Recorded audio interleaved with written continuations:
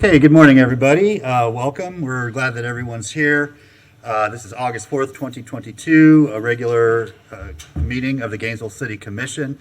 Just before we get started with adopting our agenda, I want to let everyone know if you want to speak to any items that are on our agenda for this morning and this afternoon, just fill out one of the cards. They're at these two little tables near the two entry doors. And then just hand it to the clerk. Madam Clerk, if you can give a little wave, there you go. She will make sure to call you up when that item comes up. And if you want to speak to any items on the consent agenda, just let her know that, and we'll call you up at the appropriate time. We also have two early public comment periods, one at the beginning of this morning's meeting and one at the beginning of the afternoon session at 1. That allows you to speak to one or more items that are on our agenda this morning or this afternoon. And the whole purpose of that is to allow you to share your thoughts with us, and then you can leave and go on about your day. We did make one minor rule change that the early public comment is only for this morning and this afternoon, not for this evening's items. That's just for this meeting only to kind of keep this evening's items separate. And then, of course, if you want to stay, every person can speak to the item when it's, brought up before the commission and read into the record. We'll get a presentation, and then we'll have a public comment period during that item. So lots of choices about how you want to share your thoughts with us, but I see several new faces here in the chamber, so I wanted to make sure that you were aware of our procedures before we got going.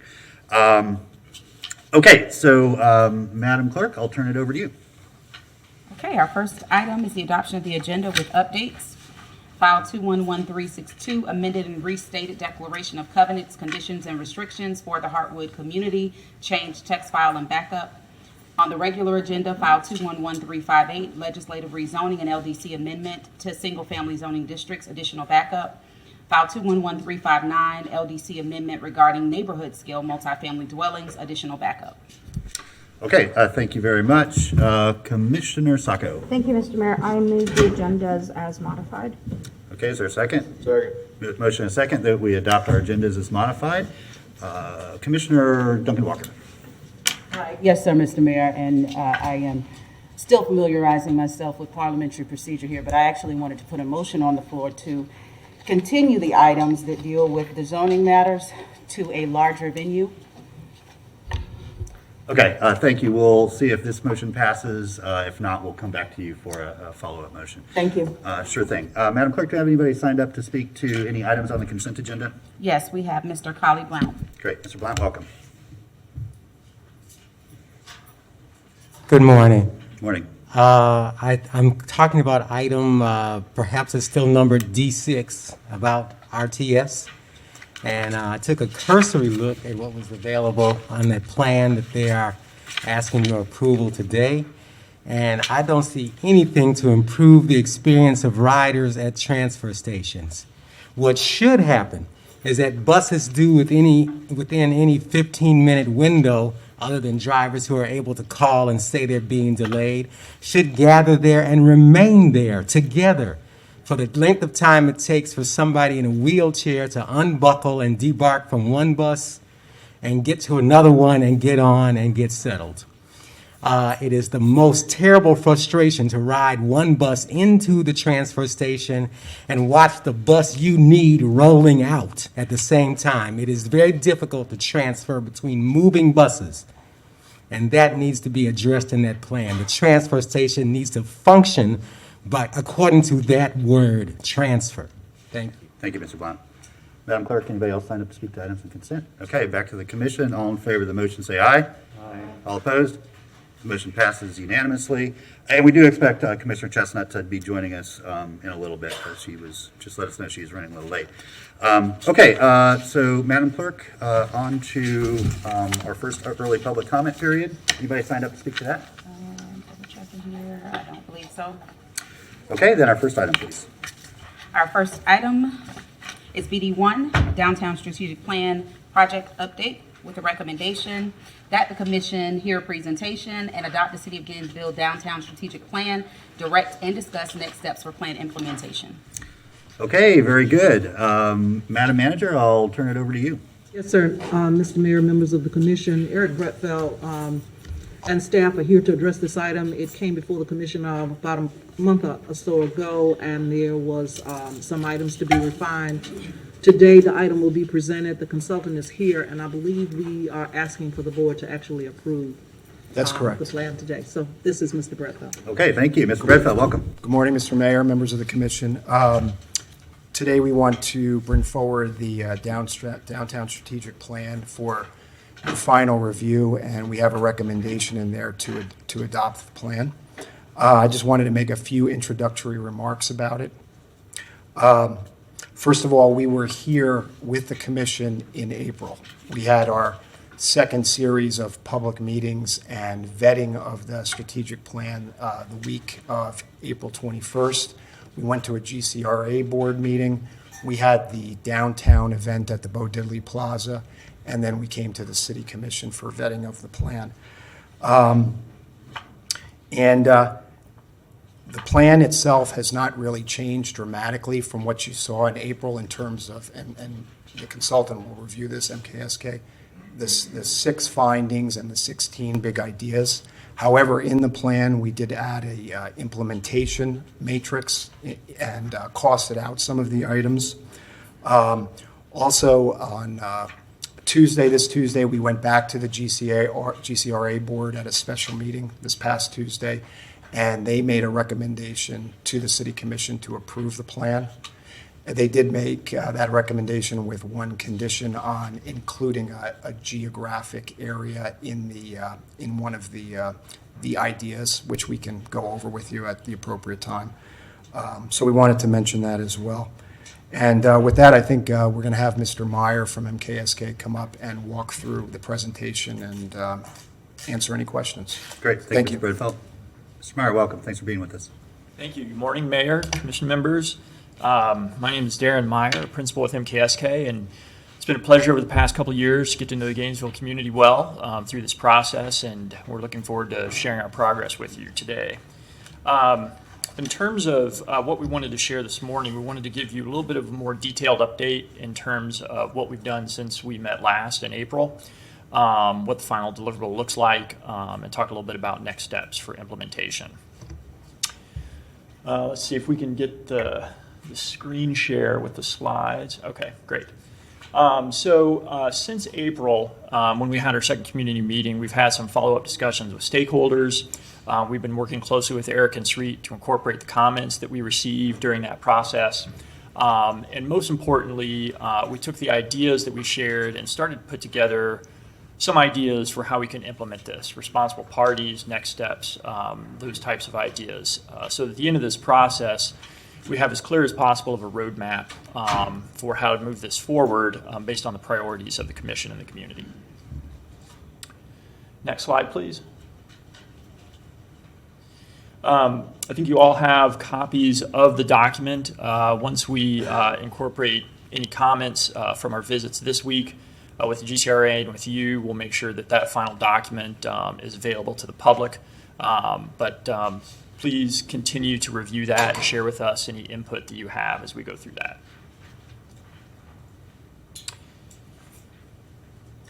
Just a brief summary of the process we've gone through over the past year or so. We started to get our feet wet in 2021.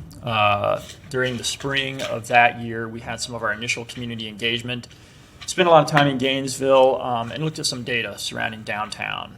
Our second phase of that, as we moved into the latter part of 2021, was starting to take what we heard and put some creative solutions around both the concerns that we heard from the community and their aspirations for what downtown could be. That culminated in April, as we've talked about, with our public meeting at Bo Diddley Plaza, meeting with this body and the GCRA to see if we were on the right track with these ideas and if they're really meeting the needs of the community. And based on that feedback, over the past several months, we've been putting together the final deliverables, including the implementation that we'll share today. This is also a summary of the engagement process. From day one, and we spent a considerable and appropriate amount of time up front thinking about how we go through the process of working with the Gainesville community here. This is a little bit of a summary by the numbers. One of the things that I do want to highlight is, in addition to our in-person meetings, our community events, our online activities, Sreet and Eric did a tremendous job of reaching out into the community, attending community events, handing out paper surveys for those that aren't comfortable using online resources.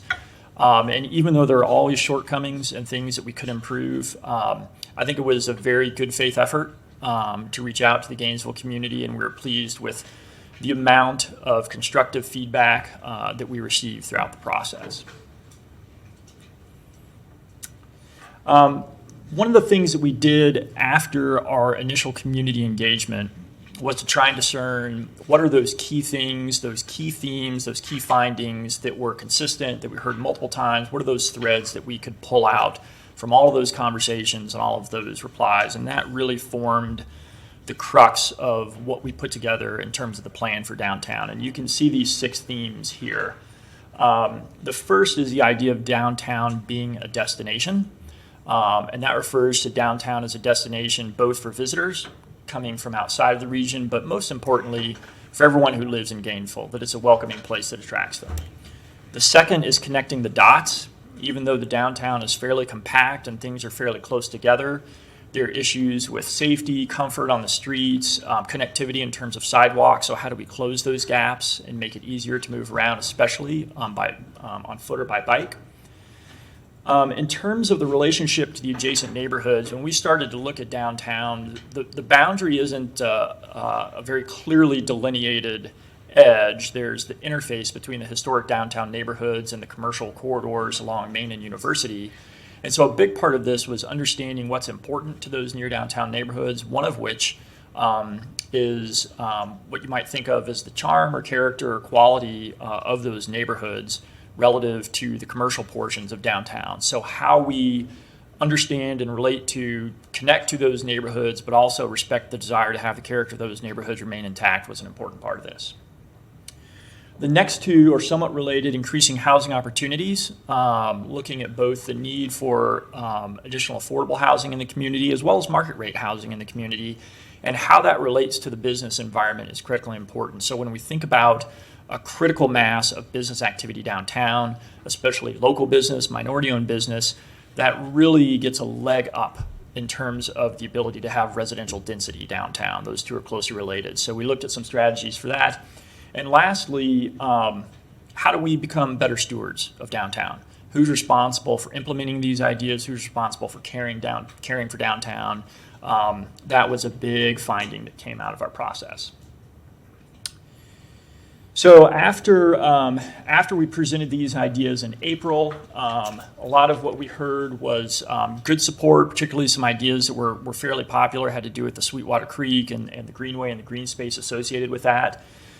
Also, the notion that downtown may be an appropriate place for things like housing density. How that relates to the adjacent neighborhoods needs to be carefully thought through. But there is this idea that downtown is a great place for business density as well as residential density. The folks that live in and around downtown or throughout the Gainesville community want to come downtown. They want more shops, they want more restaurants, they want more businesses. That's a big component of this. How we connect to nearby neighborhoods. And again, we heard quite a bit of reaction to the idea of what is that entity and who is responsible for caring for downtown. So one of the things that we wanted to do today is, since we have previously presented these 6 findings and the 16 ideas associated with them, and you have that document, what we wanted to do is 2 things. Share with you what we think are a few of the ideas that may have the greatest impact, and conversely, have a conversation about your priorities, your comments, your reactions, what you would like to see moving forward coming out of this plan. So I wanted to share with you 3 of the ideas that we presented that we think could have an outsized impact on the future of downtown and its relationship to the greater Gainesville community.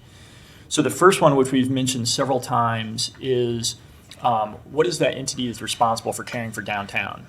And so one of the questions that's come up in a lot of our conversations is, why do we need an entity responsible for downtown? Overhead, please. Okay, thank you. what we've done in this overhead piece is excerpt from the report 3 of these ideas to highlight. So this idea of a place management organization and why that's needed for downtown, one of the struggles that the city of Gainesville has and all cities have is how to equitably distribute services across the entire city. So how do we take care of roads that have holes in them? How do we take care of sidewalks? How do we add sidewalks? How do we make sure all of our services address all of the neighborhoods and areas equally through downtown? That is a challenge that every city faces. The other reality is that downtowns are unique. It's arguably the highest visibility part of the city. It's where most of your visitors come to. It's likely where they come to first. People are drawn to the historic and monumental core of cities. It's where you have or are planned to have some of your highest concentration of commercial activity, so your public serving restaurants and businesses. So there are some very unique needs of downtown, which sometimes can be in conflict with your ability to distribute services equally. So what a lot of state legislatures have recognized is that fact. In Florida, Georgia, a number of states that we work in, and they have created enabling legislation that says we recognize that certain neighborhoods, downtowns, urban districts have needs that sometimes rise beyond the ability of local government to cover all those adequately, to serve the residents, to serve those businesses. And that's the notion of why this downtown organization is important. Another way to frame this is we heard a lot in our conversations about Celebration Point compared to downtown. The atmosphere there, the environment there, the cleanliness there. And I would say the big difference is that when you look at developments like Celebration Point versus downtown areas, lots of times you have single ownership in those areas versus diversity of ownership. Oftentimes the tenants are paying a premium, common area maintenance charges or other things in their lease, which address things like cleanliness and safety, maintenance, those types of things. So in effect, those tenants are paying for the services that create a quality that some people look at and say, you know, that's a nice, clean, safe environment that I want to be in. And the downtown management organization would sort of equalize that in the sense that it has the ability to look at things like baseline issues. How do we make sure that businesses are viable, that livability is not a concern here because everyone feels safe, everyone feels comfortable, it's clean. Those are the baseline functions of a lot of these downtown organizations.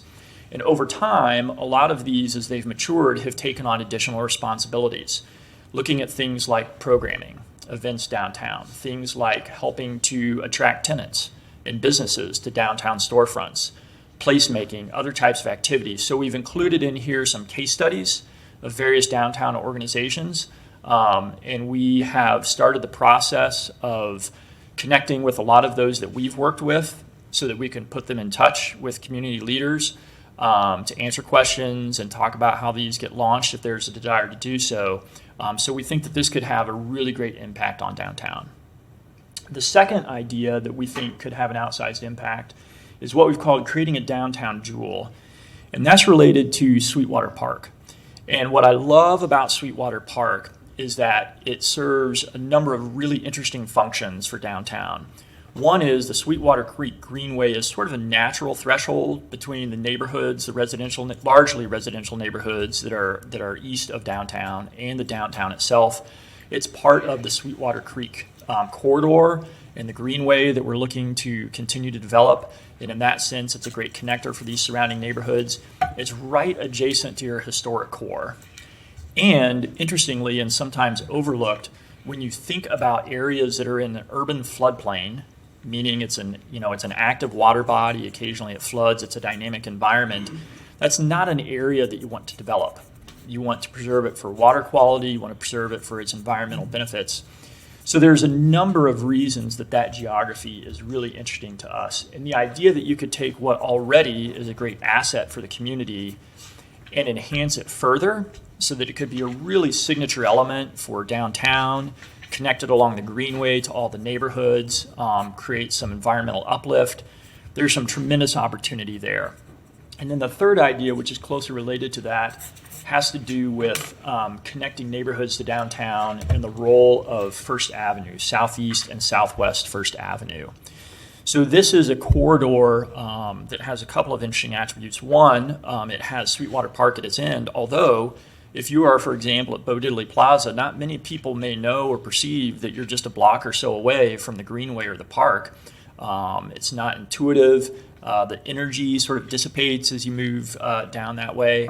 But you have this great anchor with Sweetwater Park at one end. You have Bo Diddley. You have your sort of growing hospitality corridor that's along there. A lot of great Main Street businesses that are there. And with all of the issues that have surrounded parking structures and public parking and concerns about safety and how you charge or not charge for those, parking is expensive and it's difficult to place downtown, and it's not something that most downtowns want in a surface format because there's no energy, there's no street life, it's an inefficient use of urban real estate. So the fact that you have those parking structures is a tremendous investment. A lot of work to be done to maximize their safety and efficiency and utility for the community. But parking is often the first and last impression that people have when they come downtown or to an area. So having those on that corridor as an anchor for the surrounding businesses to support those, for people that are visiting for community events that would come for the greenway or for the park is really a great asset. So we are interested in how Southeast and Southwest First as a street can almost become more of a public space and less of an A to B transportation corridor, still serving the purposes of delivery and traffic and those things, but in a pedestrian first way that really invites those community events, people moving between the park, the parking, these businesses, and really having an uplifting effect on the surrounding area. So I wanted to share these three, which jumped out as us as having great potential.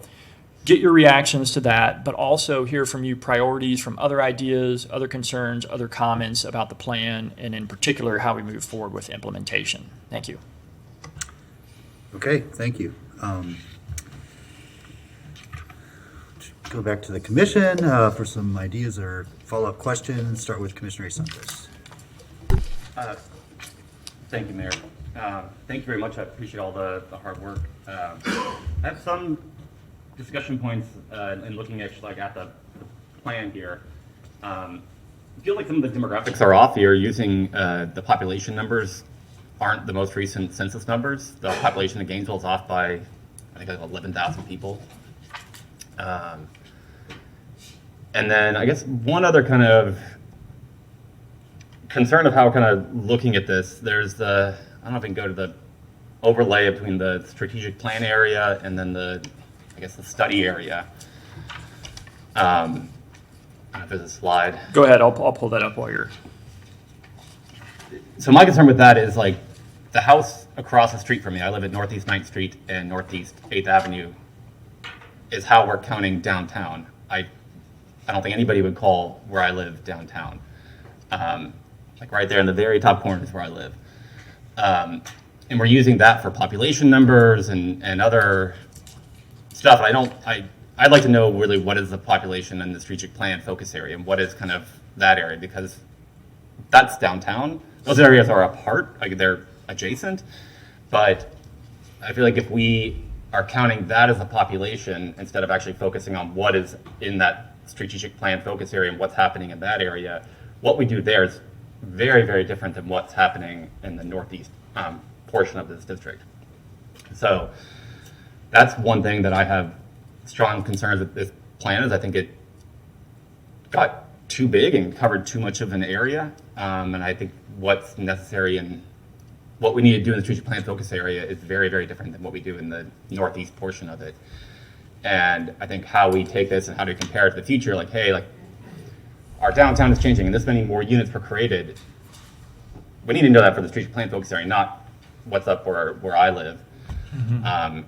I also think we should include the Depot Park and the Power District as part of the strategic plan focus area. I think those are two areas that are people call downtown and are part of downtown. The Depot Park is kind of the downtown park. So those are kind of the big things for me. On idea number 9, the transition zones, I have some concerns with, I guess if the plan is to get rid of the DT zoning or restrict DT zoning in those areas next to, because my concern is that we have very limited amount of downtown zoning already that's available. And if we start putting more restrictions on that, that will cause more issues for the for the future. I see. Thank you, Mayor. Thank you. Commissioner Ward? Thank you, Mr. Mayor. Thank you for all the work that you've put in on this. There's a tremendous amount of detail beyond the fairly short presentation. The actual plan itself, the 130-page plan, has a lot of detail. I recommend folks take a good look at that. And there are a lot of questions to be asked in that, a lot of detail to work from. I appreciate that. I do have some of the same concerns that Commissioner Santos brought up about focusing, or rather a lack of focus on specifically downtown. I understand why it was important to talk about the sort of shoulder neighborhoods and how they connect to downtown and why we can't do things in a vacuum downtown. But one of the things I was really hoping for out of this was a very specific definition of what downtown is. Because I'll promise you, if you ask everybody in this room privately to define downtown, you'll probably get 40 different definitions. And it would be really handy to be able to say, for reasons I'm about to explain, it would be really handy to be able to say, this is downtown. You know, when we talk about downtown, this is what we mean. Because we're talking about spending money on this, we need to be specific about what it is. And how we manage downtown, if we do it successfully, has to be different than how we manage other neighborhoods. And I'm not saying that you don't understand that, but if we don't come out of this process with a definition, then we're missing something. We will, I'll promise you, 3 or 4 years from now, we'll be having arguments about why we're spending money here and not here and calling it downtown. Right. I want to avoid those discussions. And the way we do that is by being clear up front. As far as an organization that is responsible for downtown, I 110% agree. I think that's obvious. We don't improve it on its own. Now, that's a lot more challenging than it might seem. There has been, GDOT, Gainesville Downtown Owners and Tenants, that did some good things over its life. I don't know if it still exists or not, to be honest with you. Functionally, it certainly does not. It was well conceived, but it really never bore the kind of fruit that you would hope for. And I don't know if that was a question of how it was put together or what, but I know that there's a lot of, I don't want to say division, because that's not what it is. It's lack of agreement about what downtown should be by the people who work and own and live downtown. Right. I think the only way to kick that off and to make it something that's functional is for it to be the city's job, at least initially. I've watched and talked to lots and lots of people involved with downtown who all had great ideas, but it was never cohesive. I think the city has to lead that forward. And maybe it's the sort of thing that once it's started and once there's a definition to what it is, the city can put some funding into it, because that's going to be necessary, I think. But it can be passed off to community leaders to move forward with. But we've waited for something cohesive to happen, and it hasn't. So I think we're going to have to take responsibility for doing that. And I think without that, it all sounds very nice, but it's going to be hodgepodge. The market hasn't fixed it. So it's up to the community through city government to get it kicked off at least and defined. Frankly, I don't think we need a new funding source for that. I think that probably the CRA is where we look to at least get it started. But I don't have a plan for that. It is not, anything that I've put together. So It just seems like an obvious thing to do. Downtown is part of the CRA, and it's actually where the CRA began its life. So I think that makes sense. If downtown doesn't work, then the rest of the CRA doesn't work. The city doesn't work as well as it could if downtown doesn't work well. So moving on from that, put somebody in charge. That's number one. Number two, make it clean and safe. And we've made some strides on that. We've got in this year's budget 7-day-a-week cleaning for downtown. That's at least for the very core of downtown. Clean and safe is non-negotiable. People are not going to come downtown if it isn't clean. If you ask folks why they go to Celebration Point, and I do ask folks why they go to Celebration Point, if I go to the movies out there, I start conversations and ask people, why are you here? Why did you choose to come here and not choose to be downtown right now? It's programmed. It's clean and safe, and it's programmed. Now, it's real easy for it to be clean and safe because it's all private property and you can, make decisions that you don't make in public spaces at Celebration Point. Right. But it's programmed. There are lots of places to eat, which is also true of downtown. There is always music. Always. And there's a theater. Now, we can't promise a theater, but we can program more downtown. And we can do that with the business owners in conjunction. And we can plan that. But some of it is a matter of, I think, programming Bo Diddley more often. I know that comes at a cost. I'm not saying that just happens. I get it. I do think that the busking program is a little bit of a step on that, toward that. It's not everything, certainly. And Free Fridays is a great thing. It needs to be more than once a week, a few weekends a year. I really think, I agree entirely that the Sweetwater Greenway, and particularly the existing Sweetwater Park, is a jewel that we just walk right past and forget about. That's a gift from previous generations, and it actually is historic Gainesville. I mean, Sweetwater Branch Creek that was the initial front lawn of Gainesville.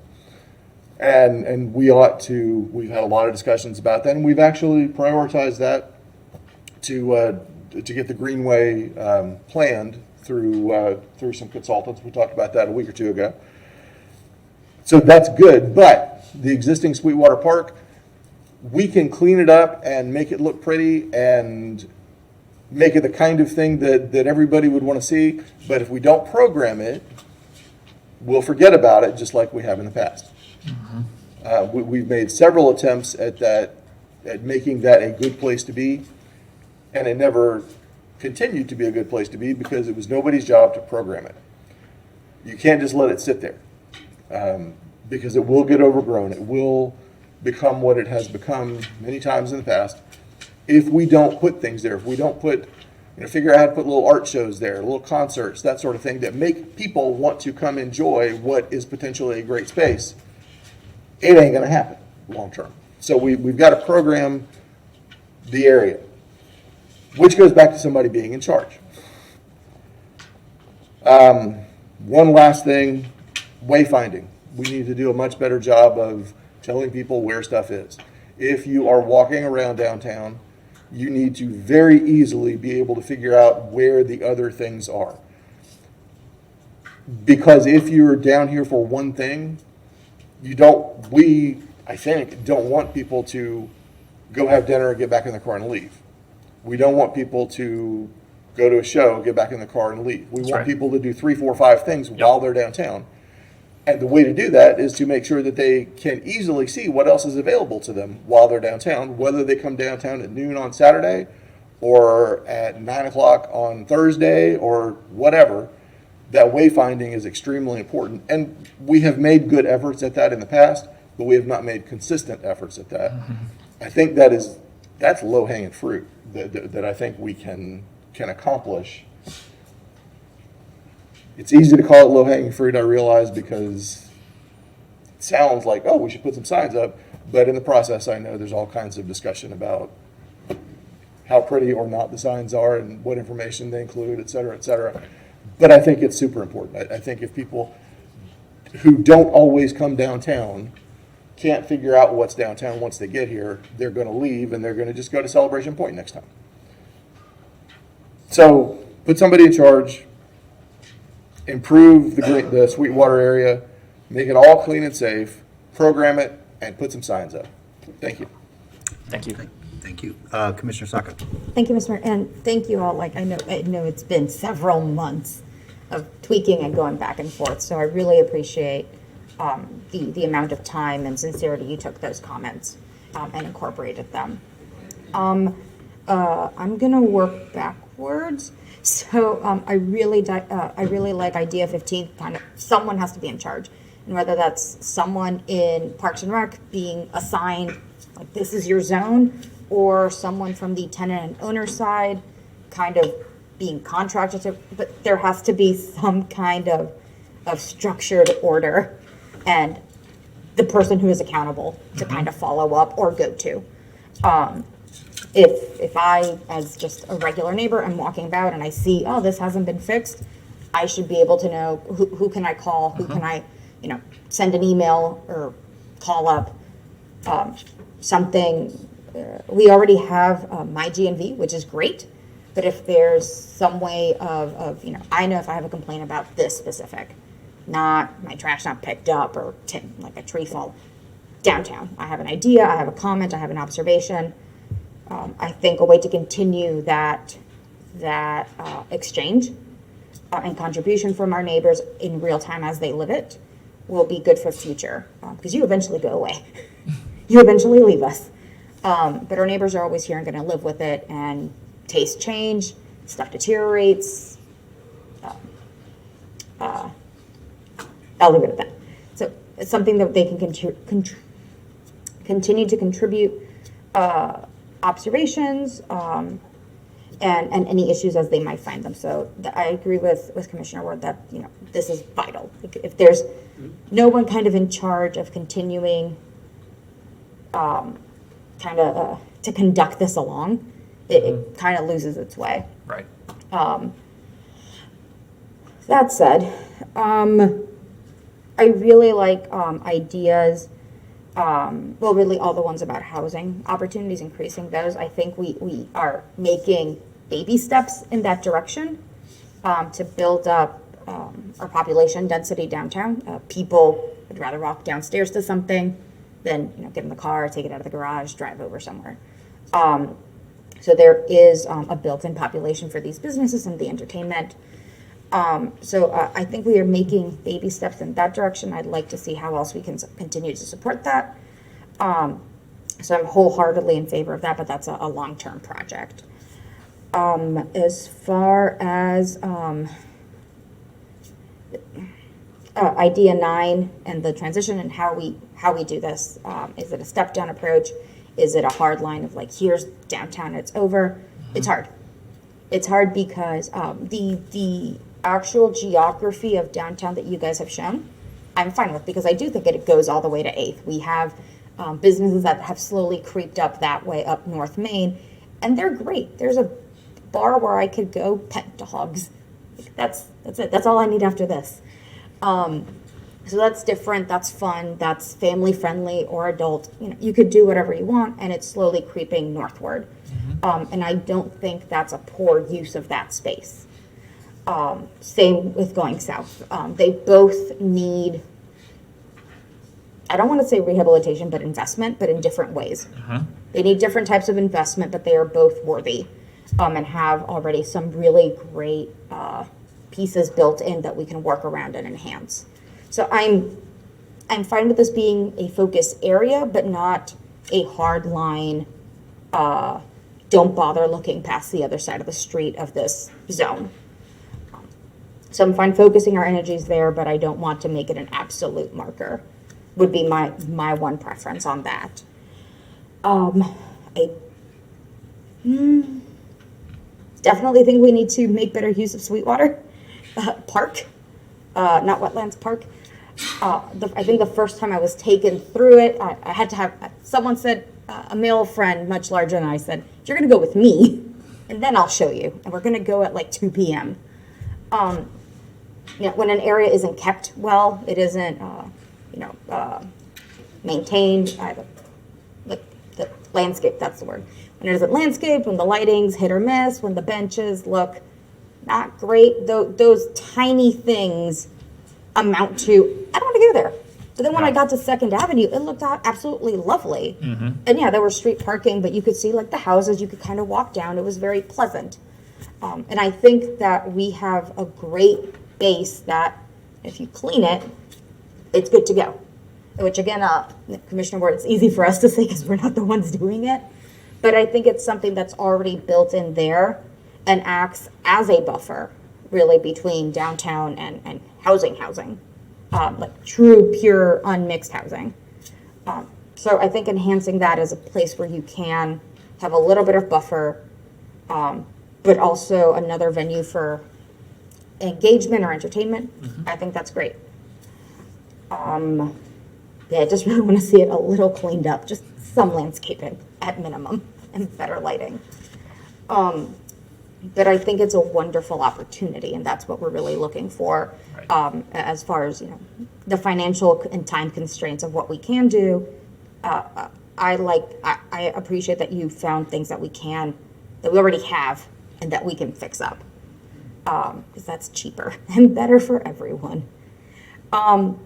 As far as kind of shaping downtown identity, I had this conversation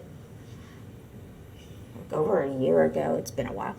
Of things like maps, things like just general signage by us, by the city, by our neighbors, even showing this is what's available. But I think we can take it a step further and use that as because I think even Commissioner Desmond Duncan Walker was here for part of it. Folks don't know our history very well. Like, folks don't know their own history very well. And if you look around downtown, the only signs that really have any, like, educational content are rough. And I'm not saying it's not important. It is very important to know that. But it is painful history. And that should be there. We should be reminded of it. We should acknowledge it. That should not be the only thing that our guests have to see. So it could be a great opportunity if you are walking around like, oh, there's a history of Gainesville from like inception or like charter to here. It's entertainment, it's fun, it educates folks. We can have fun facts about the city. We have so many.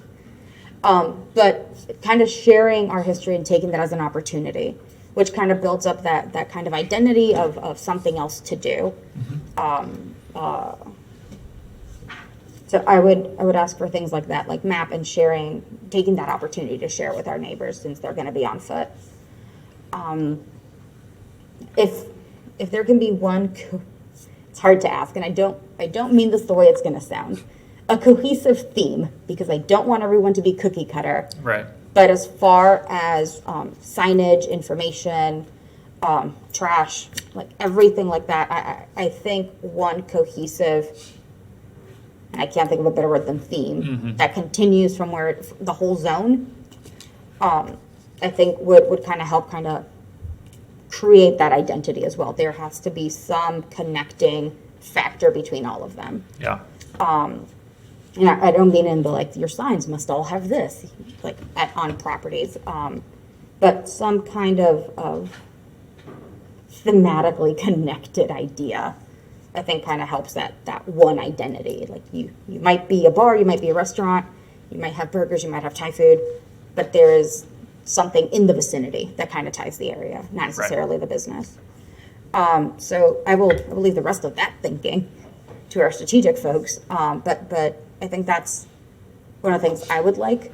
I think would really help kind of unify the area and make it more attractive. That's my opinion. I'm not an expert on that. There are experts who can tell us one way or the other. But I think those would be kind of my priorities. One long-term, keep working on the housing. The kind of middle term, figure out the upkeep and programming of something like Sweetwater, and then The shorter terms is how do we guide people around town, show what we really have to offer. So those are kind of my priorities. I don't disagree with the ones you presented, the first steps. But those are some that I would focus on. Thank you. Thank you. Commissioner Ariola. Thank you, Mr. Mayor. Thank you again for bringing this back before us. I want to talk about probably my biggest concern, and then want to add my own idea. So first, I think my biggest concern here is so many ideas that are achievable within the next 5 to 10 years. I don't want us to get spoiled for choice and sort of lose track of what is achievable right now. So looking at your implementation matrix, I think that the coordinated marketing and branding program is probably the first thing that you could achieve within the next 12 months, and really sort of begin the sort of transition of identity of downtown. There's a lot of projects here that have pretty large costs. The funding sources, for some of the infrastructure improvements, we could look at potential future wild spaces, public places, infrastructure dollars to use on some of these. Some of these also would probably qualify for the Vision Zero funding that the commission is moving to put into more recurring funds each year. So I don't think I disagree with any of the implementation sort of outlooks. I think that this is a very sober look at it. Obviously, the Greenway Loop is a really fantastic idea. Also one of the more costly ones, but that doesn't mean we shouldn't do it. I'm also very interested in hearing what our downtown stakeholders think should be priorities in terms of getting done first, because there's a lot of interrelated pieces. So programs that, for example, incentivize market rate housing, mixed housing, more investment, things like that. Those are programs that over time, the longer you have them available, the more beneficial they'll be. And then there are things like signage, taking care of gaps in sidewalks and things like that we have to handle, and we have to handle them now as soon as possible. So I just want us to sort of have an idea for what, making sure we're selecting our priorities in terms of what can we affect most immediately, and as a government take care of sort of on our own with input from stakeholders, and then sort of what will take partnerships and those incentive programs. The idea that I wanted to talk about was in downtown there are a lot of 9-to-5 government-only buildings. Some of those buildings have pretty decent community space opportunities. Cities like Miami and Philadelphia have created pretty fantastic programs where organizations in the community can apply to utilize these spaces. Some of them include rental assistance for a period of time. For example, if a storefront remains vacant for 6 or 8 months, the city of Miami will actually, up to, I think it's $60,000, will actually help a local business move into that area so that it's not a dead storefront for a long period of time. I think Philadelphia focuses more on government-owned community space to allow residents to access that. I think that's a fantastic idea. I think that idea would also work outside of downtown. So this is not exclusive to just this plan, but it could work really well on 13th and University, where there's a lot of empty storefronts because of high rents. So I guess my question for staff would be, what is sort of the order of implementation that you all are looking at in terms of identifying funding with our partners, but also what is the vision for sort of what are the decision points that the commission should be intervening in, and how can we, and what are the points where we can just say, get it done, you've done a great job. Madam Manager? Sure, Mr. Mayor. We as staff really have not sat down to address the implementation plan as presented, but clearly I think the GCRA is a place to start. The organization is in place. The relationship with the businesses is not where it needs to be in terms of trying to make sure that we have an implementation plan that has the thought process and the input from the players that obviously will be impacted. We need to start there. And I think the GCRA is what most of us would think would be the entity that would be the place to start, but we still have to have the input from Public Works. We still need Parks and Recreation. We still need to do more of our own internal work before we can really come back to this commission with a plan to lay it out. That is our next step, to take the implementation plan, work it internally, get the input from the businesses and the surrounding communities, and come back to this commission within the next month or two with an implementation plan that would actually do this. I don't know whether it would end up being the GCRA without maybe another layer, for example, the Downtown Development Authority, maybe a little bit more complicated, but maybe with some taxing authority, but we need to think through those things before we would come back to the commission. But we do have a base, and that base is the GCRA, along with the other city departments that obviously would feed into this. So we don't have ready today the implementation plan beyond, obviously, some of the priorities that you've heard about today. Very well, thank you. I'm glad that's staff's preference, because that would be my preference as well. I don't know if it requires official action from the city commission, but I would prefer that that be the path that we take. Okay, thank you. Commissioner Duncan Walker. Thank you, Mr. Mayor. I too, as we started having this conversation about the managerial entity, first question that popped into my mind was, could this be a function of GCRA? And I do understand that we are in a very exciting, I believe, process now in terms of reorganizing and re-envisioning and rethinking the way that the organization works. Mm-hmm. So I would ask Madam City Manager if, I know you're going to bring some things back to us in the future, the managerial piece per se, is that something that GCRA could in the future possibly do? Within the charge of the GCRA, it could, but I'm going to be careful to not commit right now. We've got focus on some other economic development, equitable economic development projects that the GCRA is focusing on. We have housing. We pulled it out of the GCRA organizationally, and we've placed that where it belongs in a department for housing. As we discussed a couple of days ago, there's a lot still on the GCRA plate. This would be yet something else, and again, wanting to make sure that the focus is there to make sure this works. I'm not really comfortable yet in saying that the GCRA is the place for it. It could be, but I'm not sure that I'm ready to commit to that just yet. I can understand that, and thank you for your candor, Madam Manager.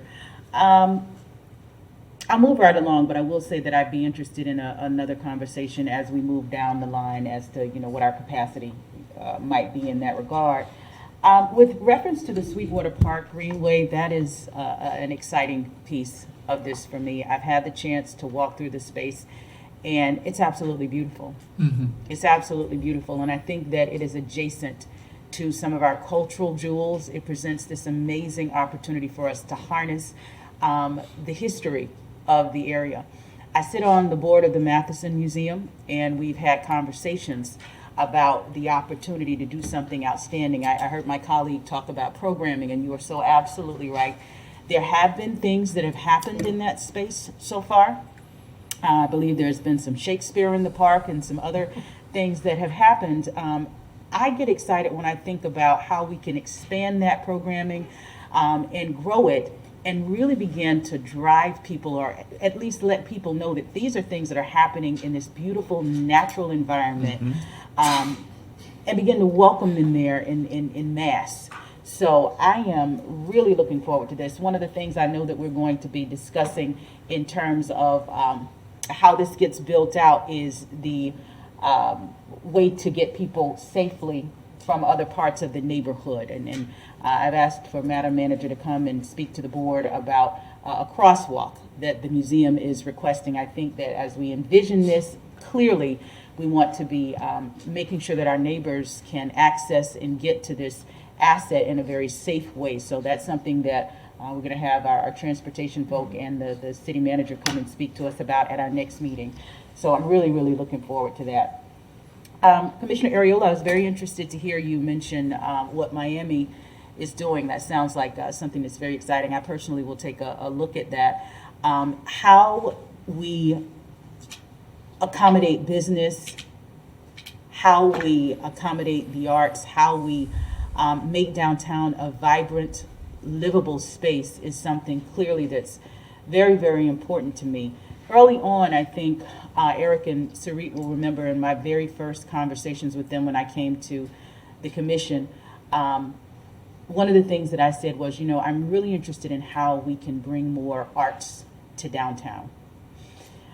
I could envision different art gallery spaces, et cetera. So I guess I want to ask the question, is there a plan to, or have we had conversation about how we invite artists into this space? Literally, how we do that. Are we looking at different spaces that could be transformed into music spaces, into art galleries, into black box theater spaces, et cetera, into teaching spaces? How we perhaps partner with the University of Florida and Santa Fe in bringing arts and medicine or other healing pieces of the arts to downtown, because the arts is always at the core of a vibrant city, you know, and I'm very curious to know how we have been envisioning bringing that or infusing that into downtown. I mean, in the level of detail that you're describing, that's not in the plan. I think the two things that relate to that, one is we talked about defining what we call character areas, saying downtown's not monolithic. Different areas have different built environment qualities, different cultural qualities. And so I think we're the best fit for the, not that they have to be boxed into one place, but there may be areas where you can get a cluster and some energy around the arts that I think is worth exploring. And there's also, when we think about the downtown identity, which has come up a lot, and you know, the importance of place and placemaking, that's a really rich opportunity for the arts and the creative industries to be involved in that as well. Yeah, thank you for that. I like that idea of how we can center the arts, you know, if it's a cluster. I remember also several months back being approached by some individuals who have an idea about a music hall of fame here in Gainesville, which is really, really exciting. So, you know, bringing that type and inviting more genres of the arts, I think could really help to make downtown Gainesville a destination point and set us apart from Celebration Point, because isn't that the whole point? That's right. All right, thank you very much. Thank you, Commissioner. Thanks for all the work that's gone into this. So I'm going to give my ask at the beginning here just to remember it, and so it can hopefully be incorporated into a motion. Madam Manager, what I would like, you mentioned a month or a couple months, which is great, because I want, you know, the fire is burning, and I don't want to let it die out. Absolutely. So for me, especially with those three sort of target areas that were presented, I would love to have a follow-up meeting, and whether these all happen in the same meeting or we space them out, I don't know, I don't care. I think ideally they would be in the same meeting, but I'd like to see more detailed presentations on what some examples of a coordinating organization would look like and sort of best practices from other places. So I'll start there. Certainly many of the cities that I visited that had, so when you do this job for as long as I've done, when you travel, especially with your family, it's excruciating for your family, because all you do is go around and look at like setbacks and sidewalk widths and where trees are planted. But you also ask questions like Commissioner Ward alluded to, like, hey, it's great downtown. Like, who oversees or manages this? And you know, people are usually pretty excited to share that experience with you. So places like Columbus, for example, that really has a vibrant, active, safe, clean, welcoming, diverse downtown area, they have an independent sort of business district that has its own governing board. And they have their own revenue source as well. It's not enough, I mean, it's just enough to like pay for some ambassadors, do some furniture improvements and maintenance and things like that. But there's skin in the game for everybody. And so I know this is, we're not going to start with that. It's just not ready. It's not there. You're going to have to build up. I think that's where it needs to go, because then your art institutions, your businesses, government, all of those entities that are eventually going to have ownership over whether downtown is great and sustainably great, will have skin in the game and have a voice, and then there'll be a revenue source to sort of direct towards where those priority needs are. But I'd like to hear a presentation about that. I'd like to also hear a presentation. I know there's a really organized group sort of towards that emerald, interior emerald necklace. One of our wonderful Parks, Recreation, Cultural Affairs community builders got in my ear recently and just reminded me that there's a lot of things named Sweetwater in our city, and it's actually not great because it's a disservice. So, you know, the county's got Sweetwater Preserve, and next door we have Sweetwater Wetlands Park. The new affordable housing development out at, you know, what we call Woodlands Park now has Sweetwater in the name. We've got Sweetwater downtown. I think that we're going to need to rebrand that as we look at connecting it. So it develops its own sense of place and identity that's separate from, you know, those amazing, wonderful places that my family and I love to visit out east. They deserve to have their own identity, and I think this one does too. But I would like to hear a presentation on what that overall plan is. There are certainly some public and private pieces to that, and you know, so how do we link those and coordinate those, and what do we need to do to get that moving? And then the neighborhood sort of, you know, the sort of older traditional neighborhood interaction with the downtown area. When those are done best, it usually, there's not a clear delineation, right? So you're walking from the neighborhood, the residential area, and now you're in downtown, but it's not like you cross a street and you're from one to the other. And a lot of times what that means is sort of gentle commercial or gentle mixed use. And so a little bit of scaled up housing, a little bit more commercial options. And so how do we try to facilitate that on those edge areas, those border areas? I think there's some of that happening organically already. How do we learn from that and build on that and make sure that all of those transition points sort of have that same sort of step up in options and choices and vibrancy, both residential and commercial. And then finally, the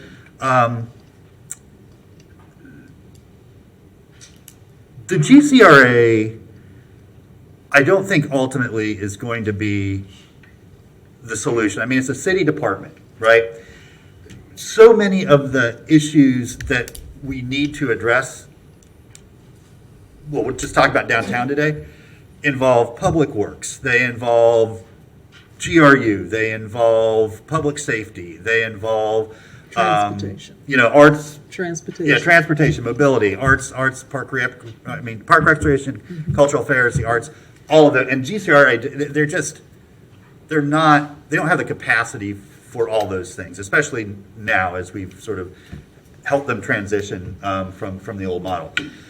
So, Madam Manager, what I'm hoping is that, you know, maybe we set aside a GPC meeting to talk about those big things.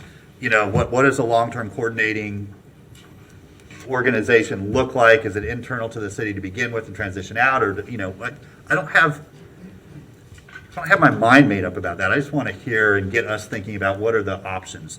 Well, Mr. Mayor, this is exciting, and staff is excited about it. And much like we took the housing issue and took it from a framework to a work plan, we would do the same thing with this. Right on, yeah. And we would bring it back to the commission post haste. Yeah, very good.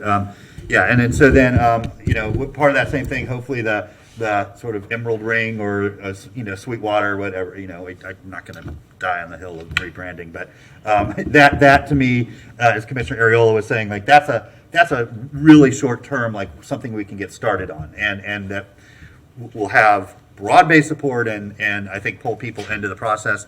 And then looking at that neighborhood transition piece, that would make me really happy if we could, kind of get to those and get some direction moving forward in the next few months. But the rest of the plan, I mean, there's a lot of great points in there. There's a lot of value in there, and we just need to find a way to sort of institutionalize it so it's part of our, working plan going forward. Okay, back to Commissioner Santos. Thank you, Mayor. And there's actually a new building getting built on University Avenue. It's called Sweetwater as well. Of course, yeah. We've got Sweetwater Inn that most of our friends have got married at.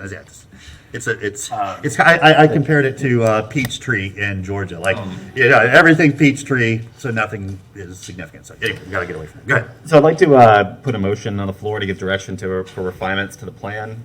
The first part of it would be that we would add Depot Park and the Power District to the strategic focused area. We would have more information on the demographics of the strategic focus area, like that area. And also kind of clarify that the strategic area is kind of more of downtown, and it's not really clear right now. Second, that on idea 9, the transition area, that we be clear that this doesn't mean reducing the downtown zoning and areas. Third, we add an idea of more frequent and robust programming and events. 4, we add an idea of helping with vacant spaces, for example, temporary pop-up stores or art galleries. And then 5, we ask for more info and a path forward for a coordinating organization for downtown. Okay, is there a second? Motion is second. Okay, back to you, Commissioner Ward. Thank you, Mr. Mayor. So I know that these are all enormous asks, Madam Manager. I don't expect this back in a month. I don't know how you do that, honestly. She doesn't sleep. And one of the reasons that I want to recognize how big a lift it is that I want us to include a lot of the folks in this room in the conversation. I don't want this to be adversarial. If it's adversarial, it ain't going to work. It needs to be worked on together. And that's why it's a shame that GDOT no longer exists. They would have been a great partner in this process. But we don't have it, so we're starting from scratch, and maybe that's a good thing. I don't know. But what I wanted to say was that it's extremely important that we include folks who have an everyday interaction with downtown, who don't just work in this building. Because let's keep in mind, too, that the folks who do work in this building every day are part of downtown. I mean, we're the people who eat in the restaurants at lunch. We're here. We are part of what goes on downtown, just like everybody else who works downtown is. So let's make sure that we do include everybody in that process. And I want to be clear that I don't expect it to come back super quickly, because we have given you an enormous amount of work to do otherwise. I want it thoughtful and inclusive. I don't want it to be 3 years from now. But if it comes back in September, it's probably missing some stuff. Or we have just worked you all to death, and I don't want to do that. So let's be reasonable in our expectations, commissioners, but let's make sure that we engage as best we possibly can. Thank you. All right, thanks. Madam Clerk, I'll turn it over to you for members of the public. Our first speaker is Tana Silva, followed by Robert Mounts. Thank you. And you're good, Ms. Myers. We're going to need the lectern for our public comment. Thanks. Good morning, Tana Silva. I guess first of all, I want to say downtown is not Celebration Point, thank goodness. It's a totally different beast, and they can have it. I've never been there, don't plan to go. And There's a lot of, great stuff going on downtown. I keep hearing this conversation year after year, decade after decade. I want to say that when I first heard that UF was going to design our downtown or whatever its involvement is, I didn't understand that. I think UF needs to get out of city government altogether, and the city needs to hold it at arm's length and deal with it as, the big 800-pound gorilla in our town. I noticed some of this plan alludes to UF providing technical support or something like that. It alludes to Innovation District being an economic driver. I'm not sure how much we've really seen of return on public investment of millions and millions of dollars to Innovation Square. Let's see some reassessment of that. 3 minutes is just, a beginning. I'm glad to hear that there's an effort to bring a lot of people into the discussion, because I think this was done in a, anyway, I won't go there. 3 ideas that are of concern. Idea 12, facilitate market rate housing. You know what? The citizens, the taxpayers of Gainesville, the local governments have been doing this since 1996, when Union Street Station started getting its tax abatements, and with taxpayers subsidizing market rate housing. After that, the CRA incentives went to University House, the Palms, Jefferson on 2nd Street. More recently, public money went to AMJ's hotel and to the Lot 10. AMJ is now asking the county commission to lease properties there and get rid of some of its downtown holdings. I think that's a lot of influence that's undue. Let me just jump real quickly to downtown zoning. There's plenty of downtown zoning. There are acres of vacant property that are downtown zoning. We've been asking for years to take Pleasant Street downtown zoning out of right up against our historic district, and that hasn't happened. The transition to neighborhoods, connectivity to neighborhoods, no. We want our neighborhoods delineated. We want them not to be part of downtown. Thank you, Ms. Each Ellen. one has its own. Okay, well, I hope we Appreciate get it. more chances to talk about this. Thank you. Bob Mounts, followed by Caitlin Hoff Mahoney. Good morning, Mayor and Commissioners. I'm here today as the last chair of the College Park University Heights Redevelopment Advisory Board, when we thought that a lot of the money going to GCRA would be spent on the east side. I just have to say that. Quickly turn to downtown and the Power District. I understand all that. I'm also here as the current president of the Matheson History Museum, and I really appreciate our board member, Commissioner Duncan Walker's comments today. As some of you may have read, there's a couple of opinion pieces online at GainesvilleCom.com right now. One is my article on there where I talk about the benefit that the Sweetwater Greenway would have for the museum, for the park, and for downtown in general. All of that is good. There's a lot of good ideas. However, I already received blowback from a Duck Pond resident who explained in great excruciating detail the impact on that neighborhood of having a bike path through their neighborhood. And so there's a lot more community engagement that needs to be done in order to build public support for the plan. And as lawyers would always say, the devil's in the details. But I also appreciate several times in the plan, and I mentioned this in the op-ed, of the importance of making downtown, where however you define it, clean and safe. And we can differ on what that takes. But my experience from 43 years advising senior base commanders and wing commanders around the world about how to keep their airmen and soldiers safe, I know there's a direct impact of alcohol abuse, drug abuse, and all the violence that goes with that. And the military has been pilloried over the years for its failure to address sexual assaults, for example. But every time the commanders try to put restrictions that would reduce sexual assaults, business owners, bar owners come back and say, oh, you can't do that. So we've talked about the open container ordinance. There'll be more like that, but it's very unhelpful for Nathan Crabb to go in another opinion piece and say this: commissioners should think twice before heeding racist who call for bringing back the open container ordinance. We're racist because we want public safety. We're racist because we want the city to be safe and clean.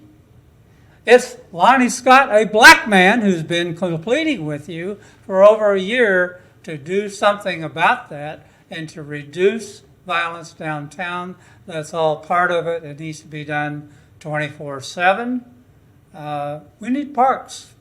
We need safety. Thank you, and Mr. that's Mouse. a very important consideration. Okay, our next speaker is Caitlin Hoff-Mahoney, followed by Gary Gordon.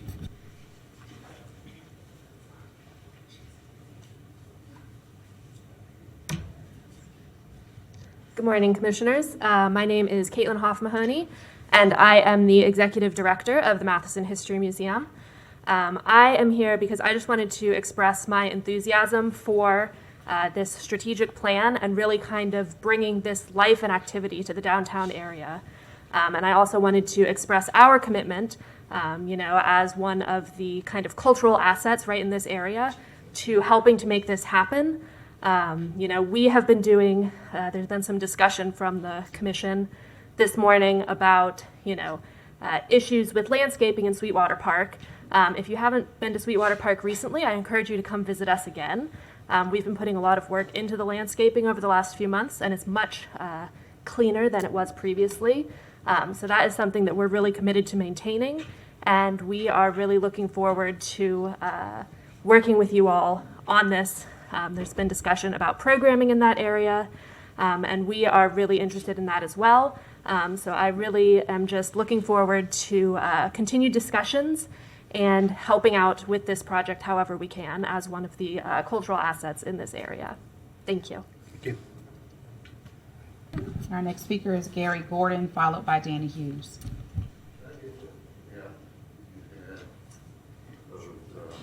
The downtown area.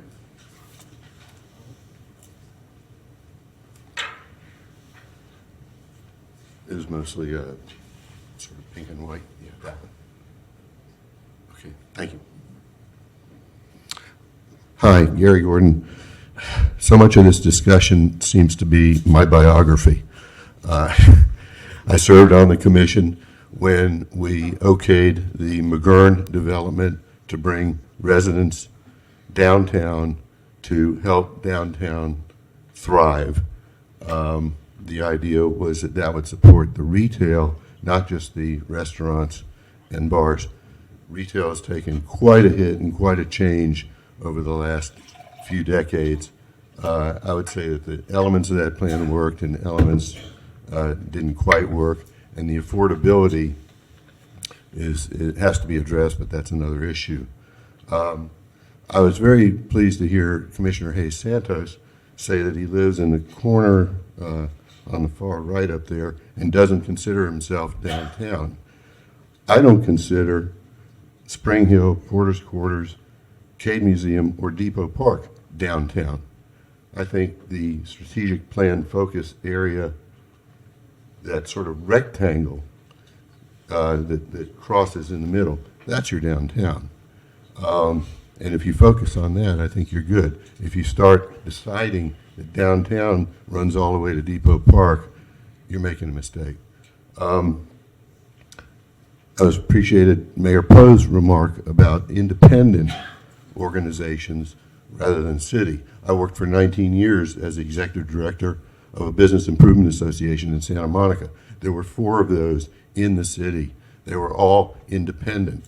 None were funded by the city. They were funded by the district area. So my salary was paid by the district area. It was a 501c6, so we could lobby the commissioners as well as work on promotion, marketing, and especially events. And we have a lot of those events. very good idea. Talk about public safety and parking. A lot of people don't go downtown because of the parking. You haven't solved that. And saying use your app on your phone isn't going to cut it for a lot of people. Finding a space is not always easy, and that's true not just on the weekend. Now, people do find places to park, obviously, because Free Fridays is popular and the Hippodrome is popular, but it's a struggle. The other day, I just left because the validation process at one of the restaurants was ridiculous. So you got to solve that. Public safety, you got to deal with the open container issue. Back in the day when I used to play music downtown, we didn't have a thing called gun violence. I think I told you at the GPC, I saw one fight the whole time I was playing rock and roll in downtown and elsewhere in this town. It's an entirely different culture now. You've got to deal with that. Thank you. Thank you, Mr. Gordon.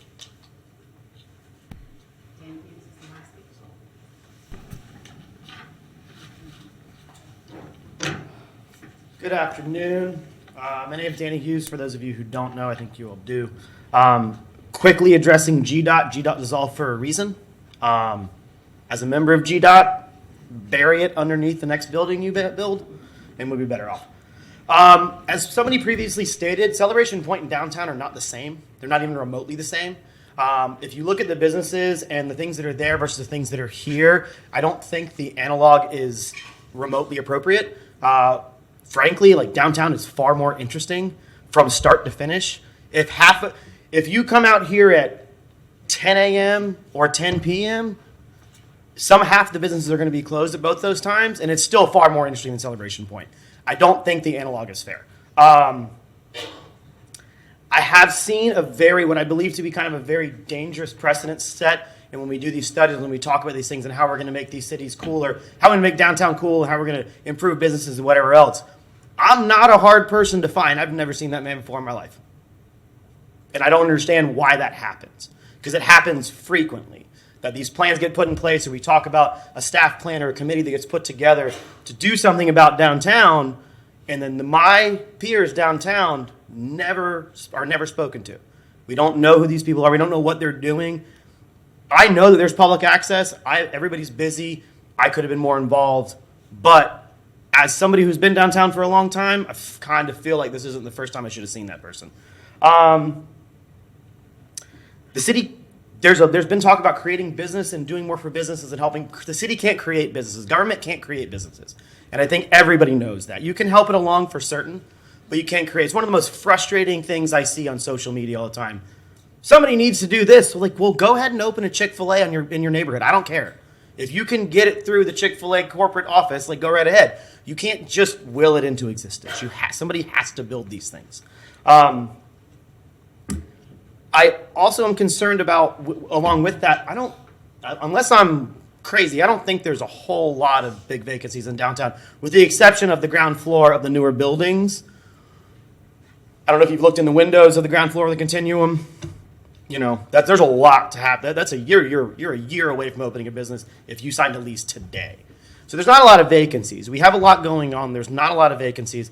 So I don't know where these other new businesses are supposed to go. I'd love to see them, but I don't know where they're going to go. On that note, I was driving down south recently, and I drove past something that I had to stop, kind of redirect my agenda, and I encourage you guys to look it up. It's called Crate Container Park. It's in Tampa somewhere. It's a really, really interesting use of real estate and effectively wasted shipping containers. So Crate Container Park, look it up. I think you'll find it very interesting. Okay, thank you. Anybody? Yep. Okay. Josh Chester, followed by Andrew Scher.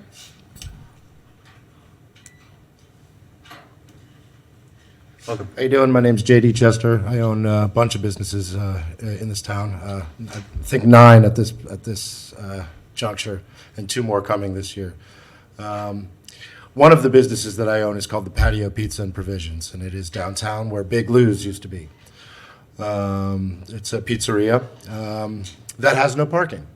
It had parking before the hotel went up, right behind there in the $5 parking areas, but the hotel's up. Now there is 6 spots that are 100% of the time taken. on the other side of the street, and no parking anywhere near. 1,000 feet away is a parking garage where someone would have to go upstairs into the parking garage, drive in, pay their fee, go down, whatever they're going to do, then walk to my place to get a slice of pizza or to get a box of pizza for takeout. Where there are 60 spots within 100 feet that are blocked off by road closures for 5 restaurants. That benefit 5 restaurants when there are 300 businesses downtown that could use that parking. So we're talking about all these things that are going on in Depot Park, or all these things that how about we talk about making sure that the streets that we have are usable for the populace, not for the few places that could be that can take advantage of it, because none of the other places can, and I'm stuck with having nobody to be able to come in and pick up a slice of pizza because the 5 spots that are in front of my place are always taken. And there literally is nothing else other than those 50 or 60 spots that are blocked off by concrete barriers for zero reason at this point. I mean, we all know that the pandemic is not completely over. We still get COVID, but the actual meat and potatoes of the pandemic, by everybody's perception, is weaning. And the need for more parking for this downtown restructure is definitely important, especially to all the businesses that are there. I wanted to just say, Ms. Curry, I have like 20 or 30 phone calls into your office with 0 return phone calls. It may even be more than 30. I've spoken to your assistant, 25 times, and she'll call you back, and it has never happened. But it's about this. It's always been about this, the fact that I can't get anybody to pull up anywhere to grab a pizza from a place that's been there for 18 years. I mean, my business hasn't. It's only a year and a half, but Big Lou's was there for 18 years, had parking. I move in, no parking, and the streets that have parking Thank you. are gone. Appreciate it. Yeah. Got it. Thank you. Okay, Andrew Scher, followed by Jacob Larson, followed by Melanie Barr. Hi. Thank you, everybody. I'd like to first start with a question, just maybe a show of hands. How many here actually fear Gainesville during the summertime? All right, I do. As a business owner in Gainesville, downtown, I absolutely fear Gainesville during the summer. There's more heat, there's more rain, and there's far less people. And from what I'm seeing in some of these plans, it doesn't look like you want those who are here to have as easy access to local businesses under those conditions as they could. Gainesville overwhelmingly spoke out against doing away with free parking, and buried in a lot of this is definitely talk about more paid parking. I have more signatures on this petition that I've just been, this is sitting on the counter at my store. It's not a tough sell. People just come up and they just sign the thing because they know it's there, and they want to preserve free parking downtown. There's way more people who've signed this than have participated in the survey. Business owners and locals have told you what they want. They want development that makes sense. In a city as sprawled out as Gainesville, and there's nothing you're going to do about that at this point, people need easy access to local businesses in order to support them. If you think customers who come downtown multiple times per week are going to continue that trend of support when they have to pay to park far away from their destinations or be inconvenienced by the weather, you've allowed yourselves to be manipulated into believing something other than common sense. So much of this plan focuses on making downtown a destination, but it already is, and it has been one for years. The huge concentration of local businesses doing our thing and doing it well is what makes downtown a destination. But people need to have hassle-free access to us. Without giving people access to free parking, you're creating pocket communities. Local businesses can't survive in pocket communities. We need access to the community as a whole. We need them to have access to us. When the university lets out and everybody leaves town, if it's hard for people to access us, they won't. Businesses will suffer hugely during the summertime. We already do. We need free on-street parking and access for the community as a whole. You don't have to spend all this money to figure this out. Thanks for your consideration. Thank you. Jacob Larson, followed by Melanie Barr, followed by Layla Fahari. Hi, name's Jacob Larson. I've been involved in Gainesville in many ways over a couple decades. This iteration is owning the Bull downtown for the past 8 years, and wanted to agree on a few points and have a suggestion.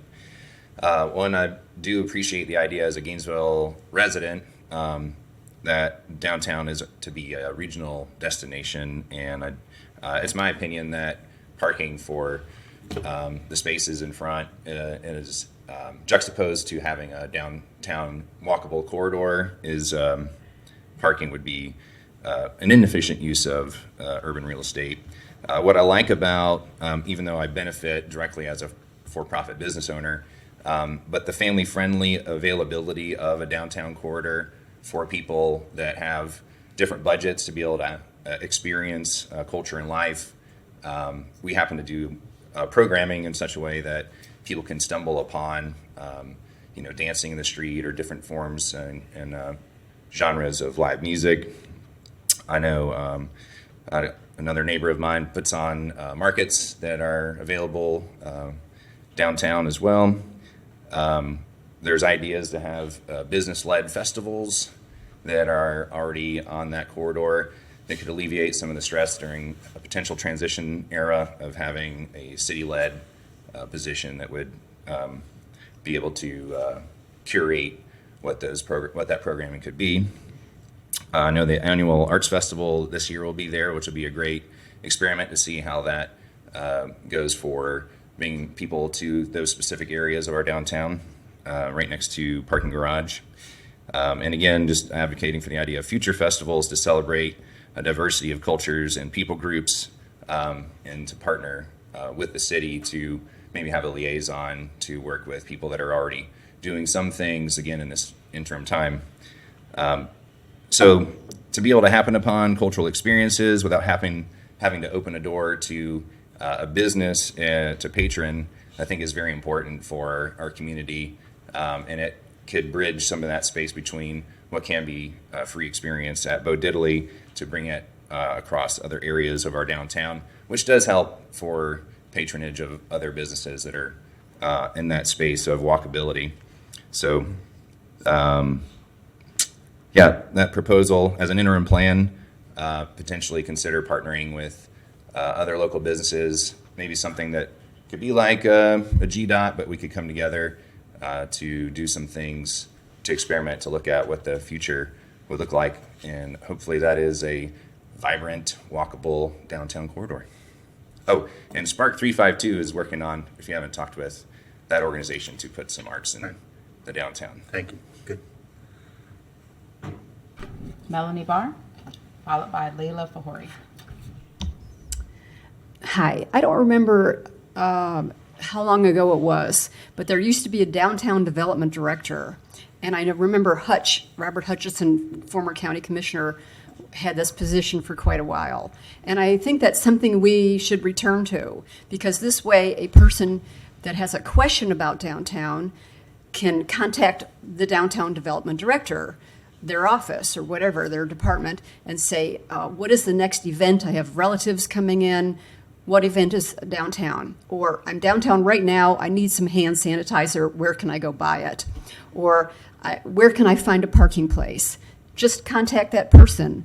And that office can have some subcommittees. For example, what is the difference between Celebration Point and downtown? Well, there's a lot of differences, but one thing we have that they don't is trees. And I do think we should have a downtown tree coordinator who could walk around and say, oh, this tree looks like it's dying, or this tree looks like it needs a branch cut, or we need to plant a tree, but that's what we have different is our big trees downtown, whereas the suburban shopping centers, well, Celebration Point, doesn't have the trees that we have. One thing they do have is easier parking, and that is a big problem. So a person could identify the downtown development director and say, I'm looking for a parking place right now. Is there anything open? And that person can possibly have a computer open and say, oh, this lot is filled, or go turn right here and left there and you'll have a space, maybe. And I don't know how they would have staff people because that's probably not affordable, but there could be some subcommittees for parking, trees, events, merchants. So that's one thing that we used to have and don't have. And another thing is, I do like the words safe and family friendly. That's what we have to consider for our downtown. And we need to think about getting people downtown, more advertising, possibly, I don't know, the sun is very limited now, but putting something in the sun. These are the downtown activities this weekend, because somebody could have relatives coming in and say, oh, what do I do? They've already seen everything, but there could be something happening downtown that I don't know about. Just an easy way, and it should be with a phone number, because accessing the internet sometimes is difficult, or if you're just flustered, you know, it's hard to get online or whatever. But if you see a phone number, it's easy to call straight through.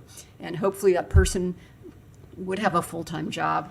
But if they don't, then there could be a little computer voice that says, please call the following numbers for information about events, whatever.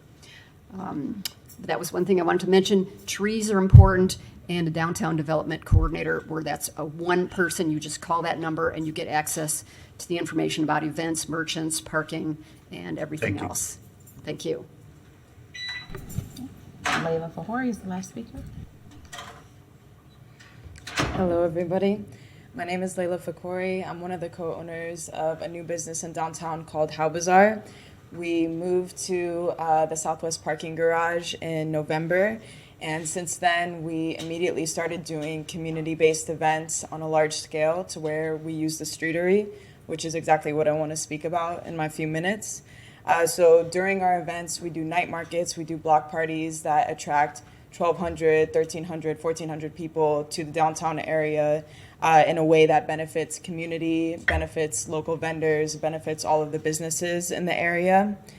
And just with the discussion that we've had today, there's been a lot of different topics discussed in ways that can affect and build downtown. But to me, being directly affected by the streetery, I just wanted to say that that's one of the things that I feel we should really focus on in terms of keeping it, in terms of developing it and putting the funding that's necessary into making it a more developed space that we can use regularly as businesses and as community members. With the streetery, I believe that downtown will begin to thrive, will become safer, will become more of a destination.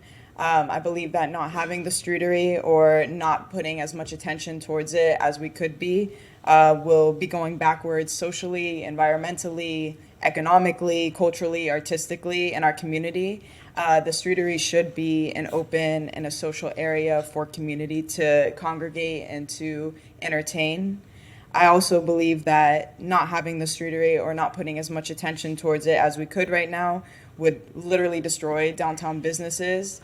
We've been working really hard to use the streetery as a way to get us through COVID, to get us through whatever is to come in the future in terms of new pandemics and new economic and social issues. I believe that it would cripple the cultural and the community movement that we work so hard to cultivate in downtown. And Commissioner Duncan Walker actually mentioned that it's important that we bring art and artists into downtown to make it a more vibrant space. But I do want to point out, as some of my neighboring businesses have mentioned, that there are literally people in downtown right now who have businesses who are doing exactly that, who are trying to make it vibrant, who are trying to make it beautiful, fill it up with community and with opportunities for people, but without having, you know, the direct communication and support from the government or from planners who are coming into the city, then there's no way for us to really fulfill those goals that we need to in order to really be the people to make downtown successful in the way that we want to. So basically what I'm asking for is that downtown business owners be more involved in these discussions of planning and of organizing downtown. Thank you. Appreciate that. Good. Okay, thank you all. I appreciate the input and the comments. What I can assure you is that as we move forward with this today, there will be lots of much smaller, discrete decisions and opportunities to participate in various areas. So we'll make sure through the manager's office to reach out and invite folks and make sure that they're held at places and times that are inclusive. We know that especially the restaurant schedule does not always align well with the sort of government daily schedule, so we'll make sure to be sensitive to that. But yeah, this is just a starting point where the real work is ahead of us. Commissioner, can you run down your motion once again? I think Commissioner Sacco was out of the chamber when you made it. Yes, Mayor. We give direction to refine the plan following that we add Depot Park and Power District to the strategic core focus area.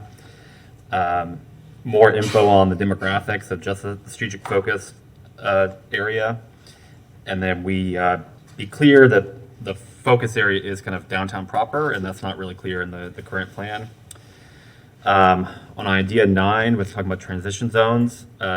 Be clear, this doesn't mean reducing downtown zoning and the downtown area. Third, that the idea that we have, we add an idea of more frequent and robust programming and events. 4, we had an idea of when we have vacant spaces of doing the city helping to do temporary pop-up stores, art galleries, or dealing with vacant stores that may come up. And then 5, we have more info about a coordinating organization for downtown, and then what that path forward would be for Gainesville. Okay, thank you. All right, all in favor of the motion? And embedded in that, I think, is approval of the strategic plan itself, correct? Well, I'd like those refinements and then have them, I understand. to come back to approval of the plan with those refinements? I mean, it's hard to approve something that we don't know. Okay, fine. All in favor of the motion, say aye. Aye. All opposed? The motion passes unanimously. Thank you all. If you want to stick around for the streetery discussion, we'd love to have you. Madam Clerk, next item, please. Our next item is BD2, streetery update with the recommendation that the commission hear a presentation from staff and direct staff on next steps. Madam Manager? Sheila, welcome. Good morning, Saricela, Sustainable Development. Can we have the presentation, please?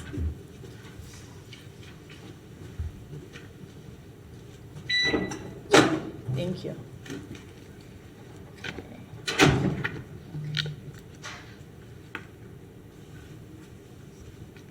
Next slide. Is this new? Okay. So good morning. This update is a continuation of the downtown strategic plan. Last time when we came in April, there was a request that staff comes with an update about the streetery area. The presentation will include an overview of the existing conditions and a potential path forward. So the streetery was initiated in 2020 as an emergency tool to support local businesses with expanded outdoor seating during the COVID pandemic. Temporary measures were used to enclose 3 portions of streets along southwest 1st Avenue and Northwest 2nd Street for extended areas. So it has been with temporary measures for about 2 years, and it's now time for further direction. I wonder if I can do this. Or next slide, please. So since in the past 2 years, we've heard mixed preferences of stakeholders about the continuation of the street closure, and we would like to talk about that. So the existing conditions are activity pockets in each of the closed streetery areas located in front of restaurants and bars. We see occasional street events that are programmed by the local businesses and definitely brought some life to downtown during the COVID pandemic, and we really appreciate that. Next slide, please. The concrete barricades and construction signs have been there in the past 2 years, and they were meant as temporary control measures, and we've been seeing those in place. Next. The first area is Southwest 1st Avenue between Southwest 1st Street to Main Street. It's the primary gateway from the downtown when we come from Main Street. There is a major activity pocket in front of the bar and a restaurant at the end of the street there, with occasional block activity like dance nights or music.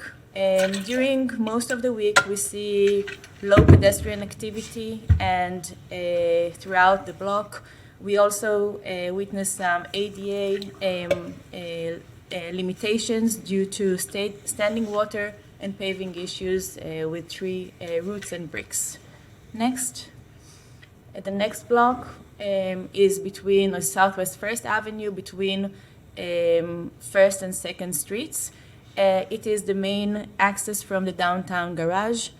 The pedestrian area is limited due to the access to the parking lot, so about half of the block is available for pedestrian while other is for circulation. We also here see an activity pocket in front of a bar and restaurant with most of the week low pedestrian activity. Next slide. Okay, and the third one is on between University Avenue and Northwest 1st Avenue, a portion of that block on Northwest 2nd Street. Activity area in front of a restaurant with some pedestrian activity during the week. Next. Next. Moving forward, we are suggesting two optional scenarios. The first one is opening those streets to the pre-COVID street conditions in general, with an option of minor street upgrades for safety and beautification. It will be open for through traffic and on-street parking. Businesses operate within their property rights and available sidewalks nearby. The scope is these 2 or 3 blocks, and the cost is minimal. It can be just reopening, and it could be those minor beautification and safety upgrades that we will show. The other option is more in line with what Darren presented for the downtown strategic plan, is the Festival Street. It's a pedestrian first environment, which is more of a flexible use street that could be closed for events, but also most of the time is open for traffic and on-street parking.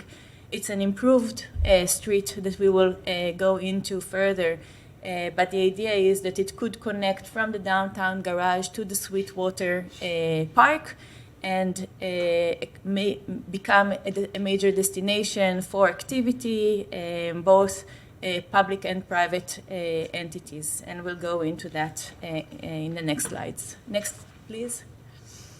Next.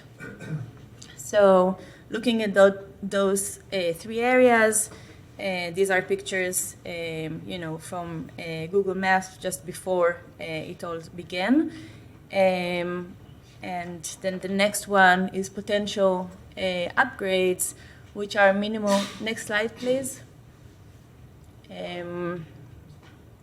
Yes, so potential minimal upgrades could be fixing spot areas for poor accessibility where needed, standing stormwater issues, providing removable bollards that could have be used for occasional street use. Next. And then potential playful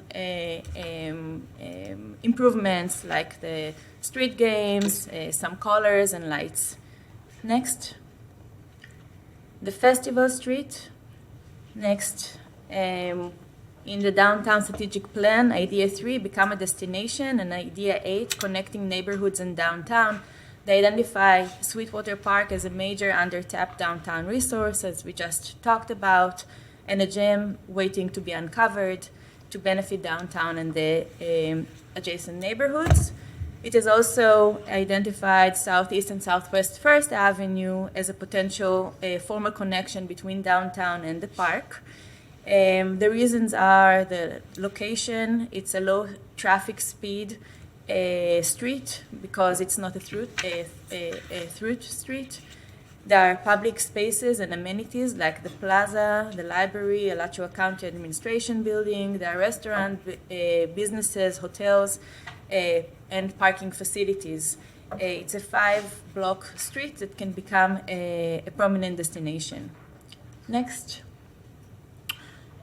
What we are suggesting as a festival street is a pedestrian focus environment which allows for through traffic, on-street parking, and occasionally a temporary street closure for events, and a design for flexibility. In terms of considerations, it would be service, access, and circulation, and then the programming. A rough order of magnitude is about $1 million per block. And of course, you know, as we go into design, we can have more accurate numbers. And a phased implementation is possible, especially with the areas that are being developed, that we see development coming in the future, like the Lot 10 area or potential county building block area. So things could become phased. Next. This slide shows all the amenities that are within that almost 2,000 linear feet of street, from the garage, parking, businesses, the hotel, another garage, the courthouse, the library, and another court, Matheson Museum, and bed and breakfast district. It's a very interesting street that has a great potential. Next. This is just a quick analysis of the street. Currently, we have the diagonal parking, which takes a lot of room and maneuvering room, and we have sidewalks on both sides. And the next slide shows that if we went into parallel parking, we could narrow down the roadway to what's actually needed when parallel parking. We can gain much more room in the sidewalks for activity, for sitting, for landscaping, for programming. Next. This is a case study from MKSK, our consultants for the downtown. They have a similar project in South Carolina, which has, as you can see, the top image has the diagonal parking, a very similar situation to what we have here in downtown. And then the image below is the parallel parking, and we can see how that increases the sidewalk room. And then the next slide shows the same street on a festival street, on a festival day. So we have more room for art and sitting, circulation, planting, trees, etc. Bless you. And then summary, the next slide I'm running through because I know that we are short on time. Is repeat of that slide that I had at the beginning, but now we have kind of run through the ideas. So the local street, we're talking about the blocks that are closed right now with a negligible investment right now to a relatively low investment to do those small improvements. The festival street, it's a longer, bigger initiative, could span up to 5 blocks, and could be more transformational, we think. So the next slide is our recommendation to hear this presentation and discuss. Thank you. Thank you, Ms. Hila. Commissioner Sacco. Thank you, Commissioner. Thank you, Sarit. It's a lot of work, and I appreciate the visual maps to kind of really show what we're trying to do. I think it's known, I love the streetery. I go to the streetery whenever I can, both of them, or I guess all three, because it's 2 streets, 3 streeteries. I think they are all wonderful additions that really, you can't see inside a bar or a restaurant. If you're walking past on the side of the road, oh, that looks cool, plenty of people, I can see the food they're having. It's more inviting and more engaging of folks, Florida weather permitting. If we could control that, we'd have a better situation. But I think it's really added to the character of downtown. parking is difficult. Parking has always been difficult in any and every city in the world. I'm not saying it doesn't matter. I'm just saying if parking was the reason we'd stop doing something, we'd never do anything at all. So I appreciate that you've kind of found a way to still consider parking being part of these. I like the Festival Street option. I don't want to go back to what we had, enhanced or not. Like, we're not going back to that. I like the Festival Street option. I like that you've considered, what can we do for parking. But ultimately, what I love is the fixing the sidewalks and amplifying the sidewalks. So one thing that I heard when I was running, and I kind of didn't have an answer, was why are the downtown sidewalks so terrible? I don't know. And it's, a series of decisions over the years and then policy. So it's a 20-year answer. But this, I think, really enhances the walkability of downtown. You're not, if I'm walking 2 feet from a building, I'm not looking up at it, I'm not enjoying it, I'm just walking because the cars are another 2 feet away. If a sidewalk is much larger, it's a stroll. It changes how you engage with the space, depending on how much space you have. If you have a greater place to kind of stroll, enjoy the space for busking, if we continue it, for other artists who want to participate, if a business wants to put out something, it provides a lot more space for everyone, for our businesses and for our neighbors or anyone who visits. So I do like that. I've also seen how people parallel park, so that gives me a little pause. People don't know how to parallel park. But cars are getting smarter every day, and I have full faith that our folks will learn how to parallel park if they have to. So I really, really support the Festival Street idea. Obviously with more, like, once we tell you go that way, with more study on as to how much it would cost to do certain, like if you do this much at this level, if you go this far at this level, to really see what we can commit to, the cost benefit of it. But I think the streeteries themselves provide, if we make them prettier, provide an oasis, really. You're not on a tight sidewalk. You can settle down somewhere, grab a drink, enjoy a festival that's going on. It provides pockets that are mostly free half the time if you just want to stroll through something. I think we need to consider more of that, and this allows that to happen. So I'm very much in favor of that one. I rather we explore further that way. I don't want to say, like, yeah, have $5 million today. No, I want to see what is possible and at what cost for the streetery option. That's what I would vote for today.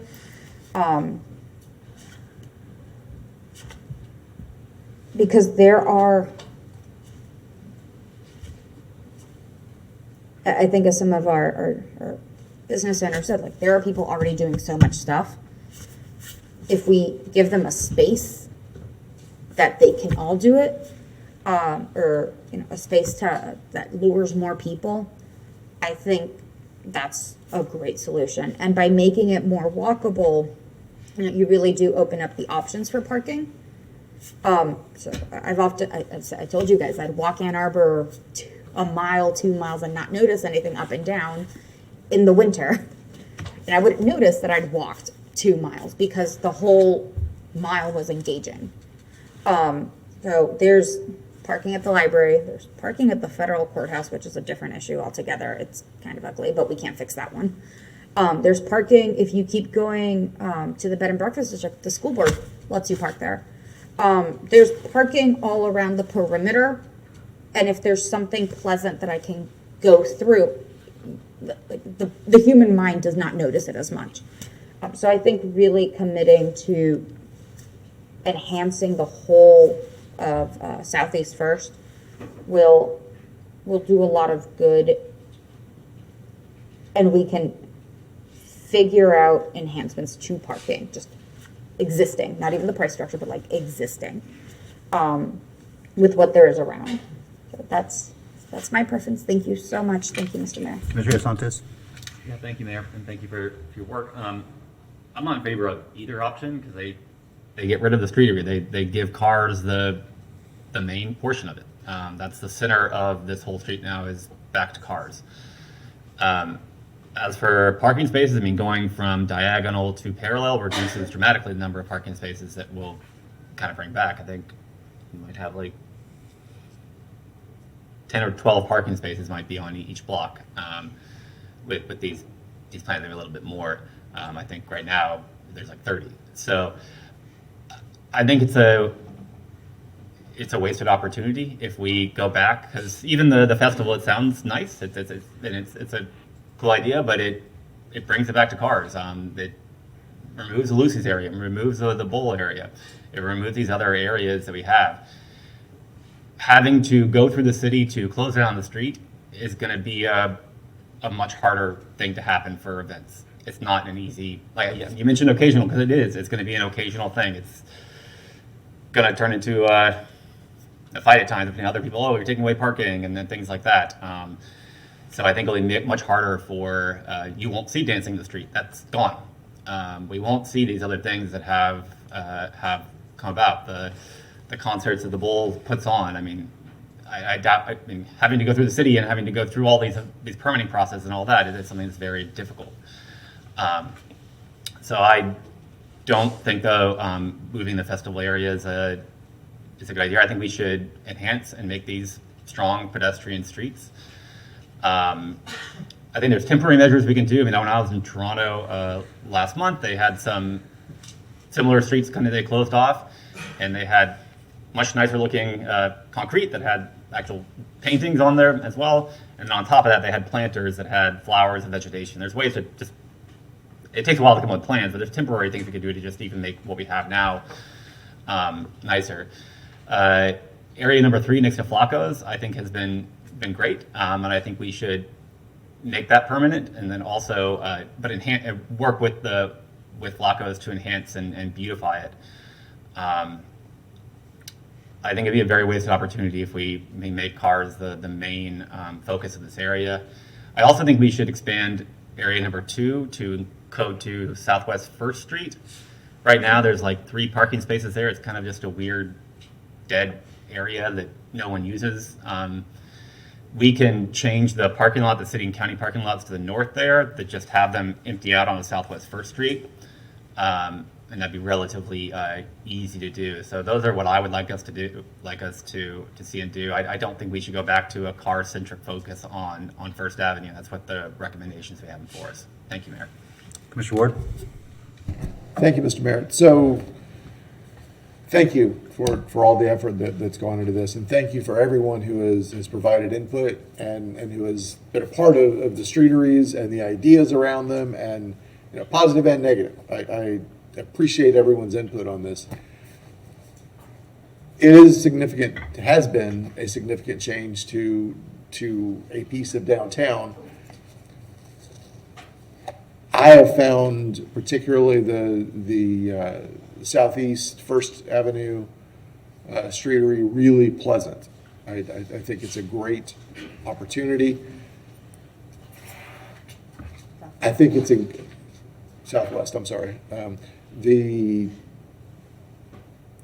think it's incumbent on the city of Gainesville to, if we're going to continue to do it, to do more with it. And I mean, what we did, I've said this to a lot of people, we did 80% and stopped.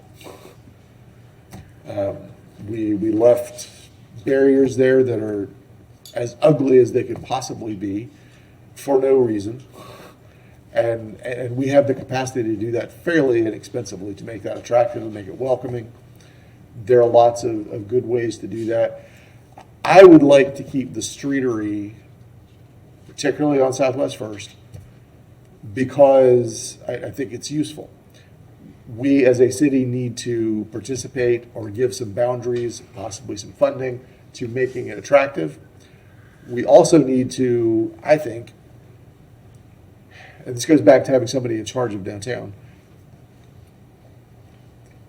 the criticism that it's a whole lot of dead space most of the time is absolutely accurate. But it's accurate because we have not taken charge of that space that is city space. And we need to program it or work with people to program it if it is going to be useful more of the time. The street dancing is wonderful. If you've been down there when that's happening, it is magical to see people just take over the street and literally dance in the street. It's awesome. The people, the businesses that are programming the space in front of where they are is great. I think we can add more benefit to the entire community by doing more programming there. I know that comes at a cost. I'm not unaware of that. I don't know where to pull that money from, but it's important that if we're going to do this, that we help make sure that it's programmed.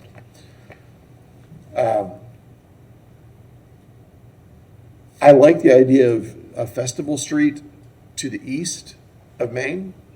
I think that makes all the sense in the world. We certainly can't block off the block of First between the library and the federal courthouse.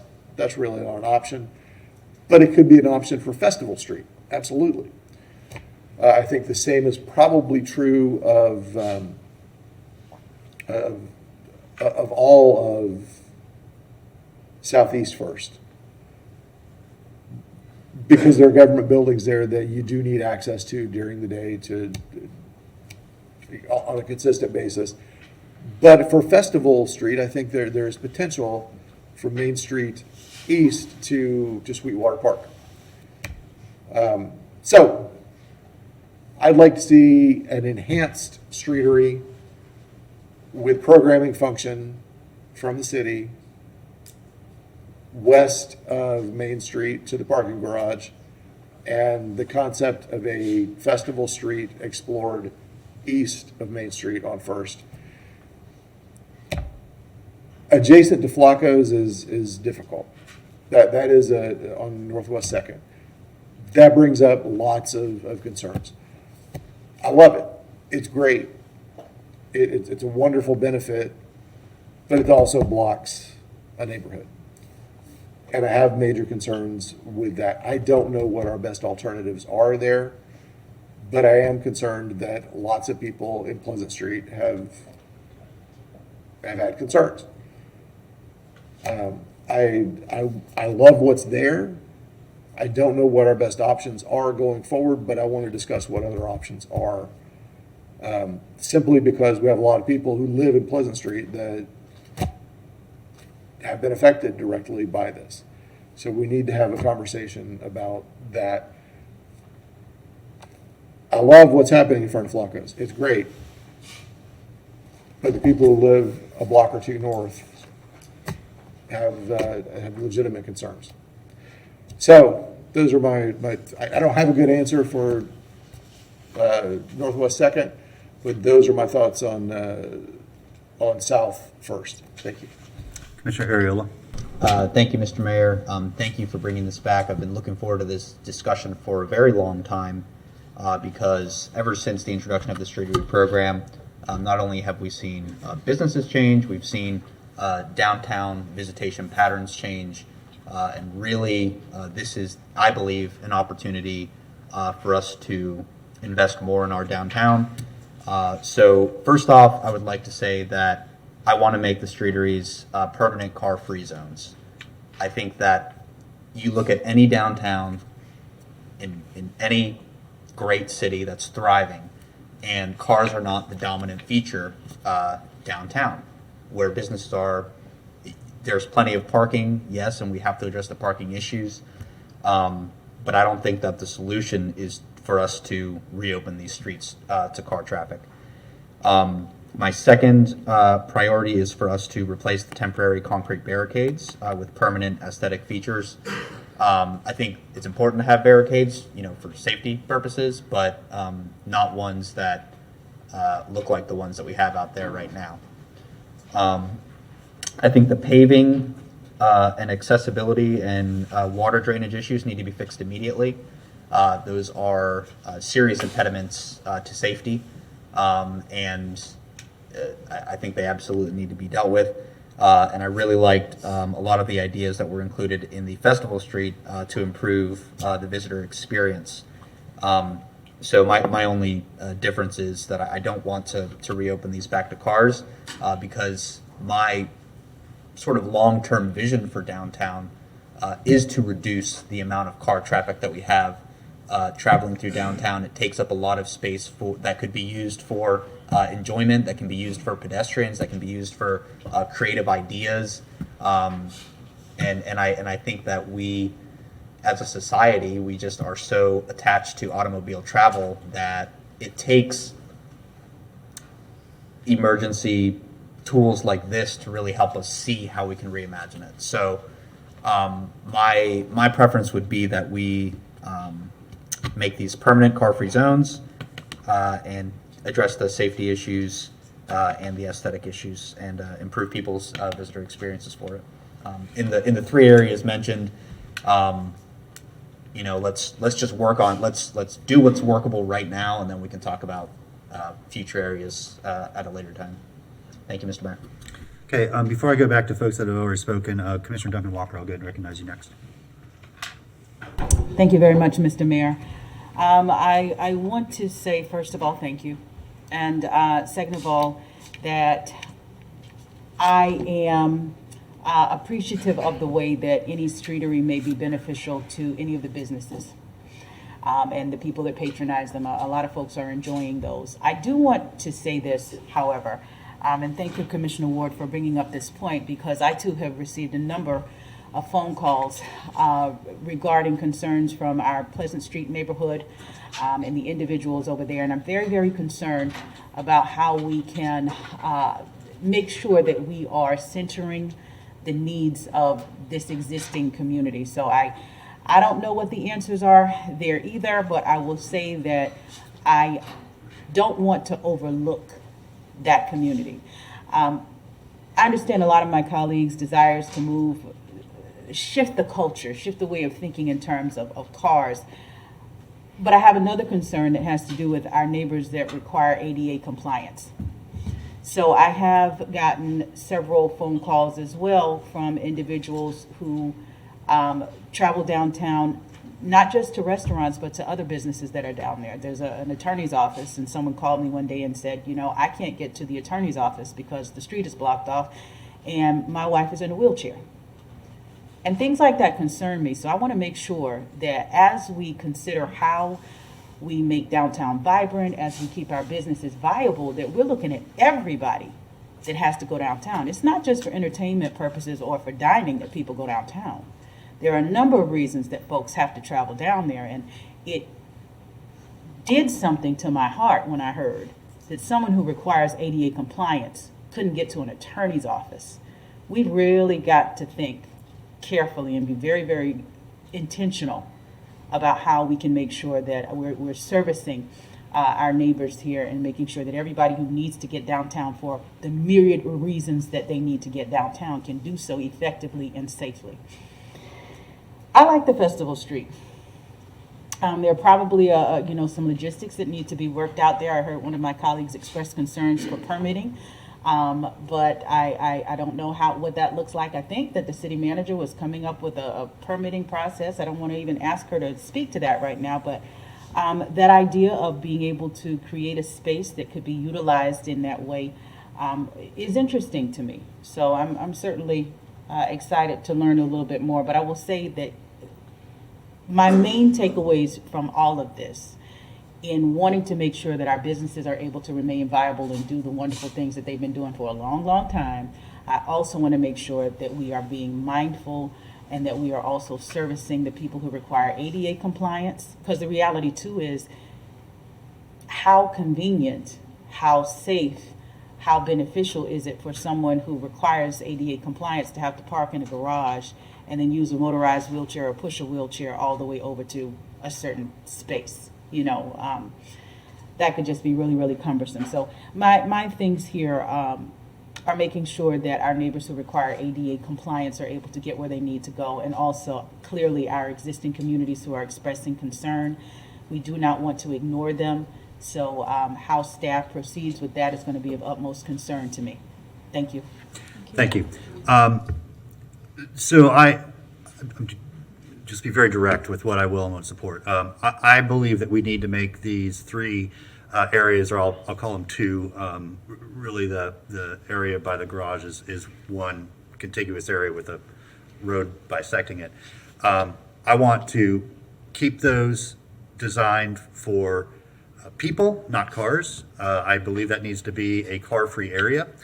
The same is true for the area over there off University Avenue, area number 3. That area does not prevent people from passing through. It just prevents cars from passing through. So if you're on foot, if you're on a bicycle, if you're on a scooter, you can easily pass through. That area is available for anybody from the public to use. You don't have to be a customer.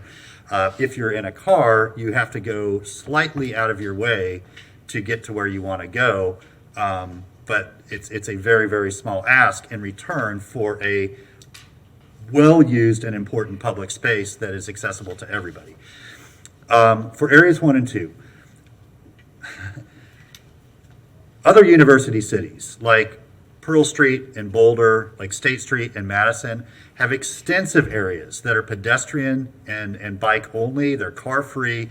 They are the most vibrant business area in those communities. We know it works. This is a much smaller area.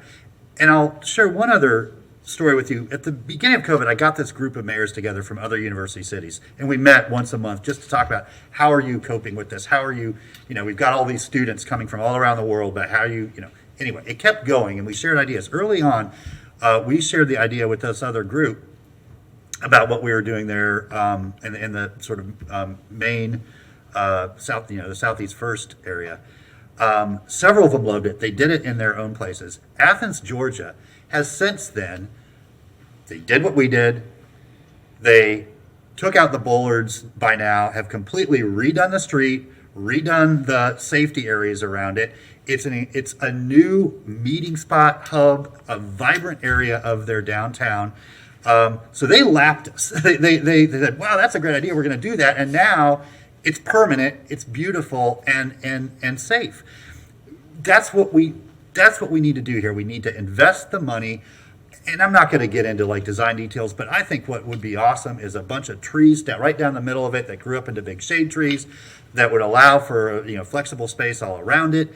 But there is so much more value to activating that space for all users at all times of the day than reserving a bunch of it for cars to sit and park themselves.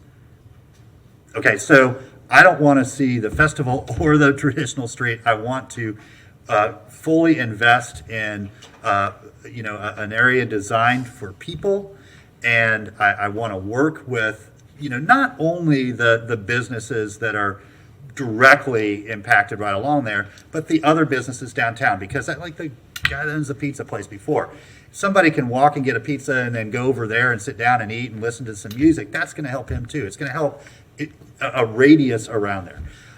And so, I mean, it really is just a matter of working with the community on a design and then identifying the funds to do it.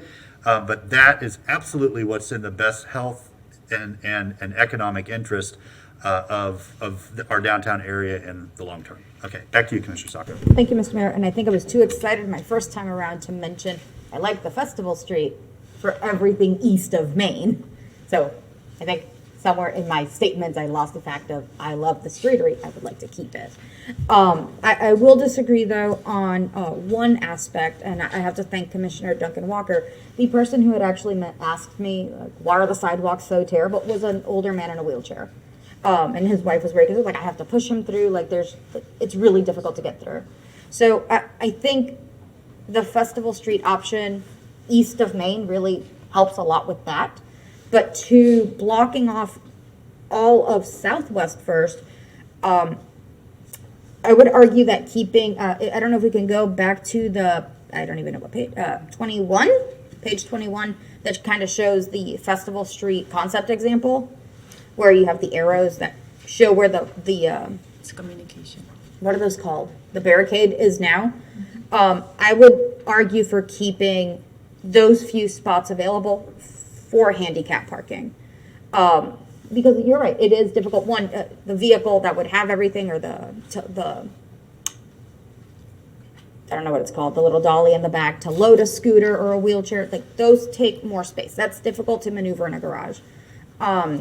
It's also difficult to kind of get people in and out, and depending on what necessities those folks have, a garage is just not going to work for more than just space, for light, for sound, for what have you. So I would argue for keeping that piece east of the barricade, that one sliver. I think it's like maybe 8 spots, 6 spots, but keeping those as an option for accessible parking. I don't think it'll hurt anyone. It'll help people. And it'll just be a little more considerate and convenient of our neighbors to have that. So yes, I would love to keep the streeteries, kind of the territory that they have now. I would argue against like immediate enhancements, only because if we have a long-term plan, making permanent fixes are going to get torn up in a year, or when have you, when we follow through with the rest of the changes. So definitely in favor of fixing some of those issues, but not we fixed it, tear it down. So that's kind of my, I guess, our all hybrid kind of ask. And I don't think there's a motion. Not yet. So can I make it? Sure. Is anyone going to stop me? Okay. So I would move that we direct staff to look further into the Festival Street option, maintaining the spaces maintaining area 1, 2, and 3 as completely separate spaces, and everything east of Main take that Festival Street approach, and come back with options of how that could be carried out. Is there a second? Oh, to keep the streeteries where they are, because this is all for information and concept, not last call. Keep the streeteries where they are for now, in a plan that keeps them where they are and gives Festival Street option east of Main Street. I'll second for the purpose of further discussion. Sure. Okay.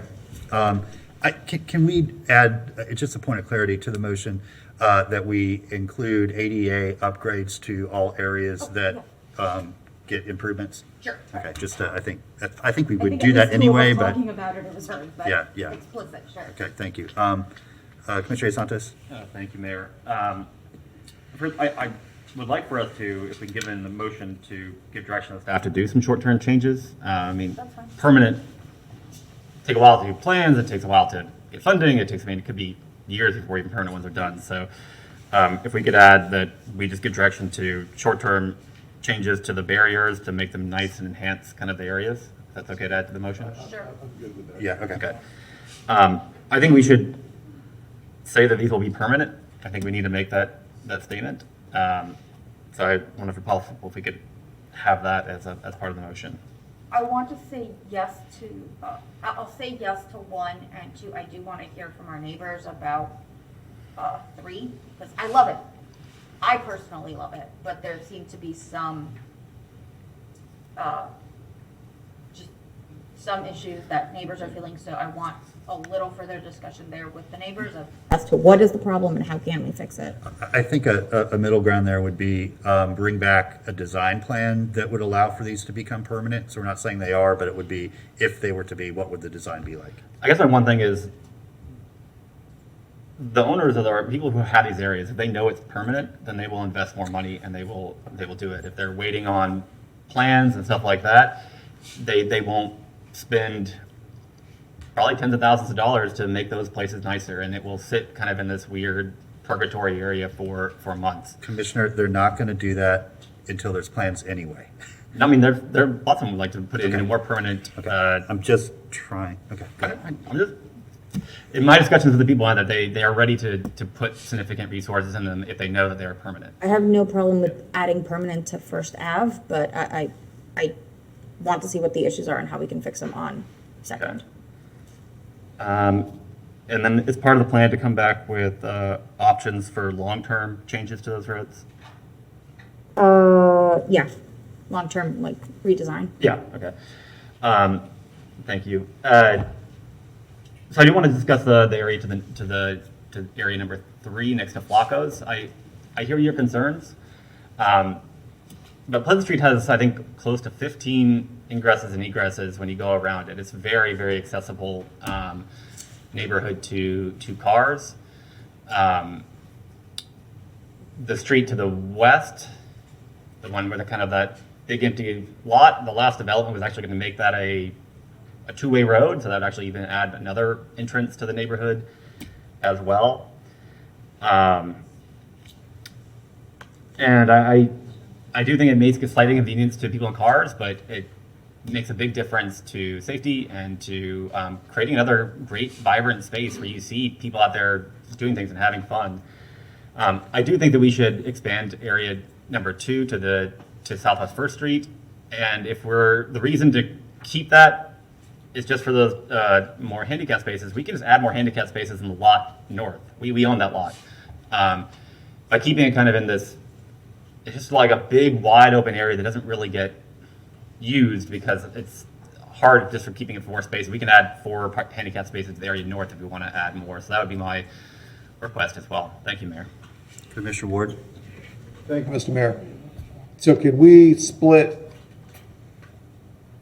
area 3 when we vote? Of course. And other than that, I would just say that, yes, I think it's important to say that that the streetery is permanent so that folks can move forward with the understanding that more planning still needs to be done on how it's going to be. But let's unlock people who are ready to make those investments.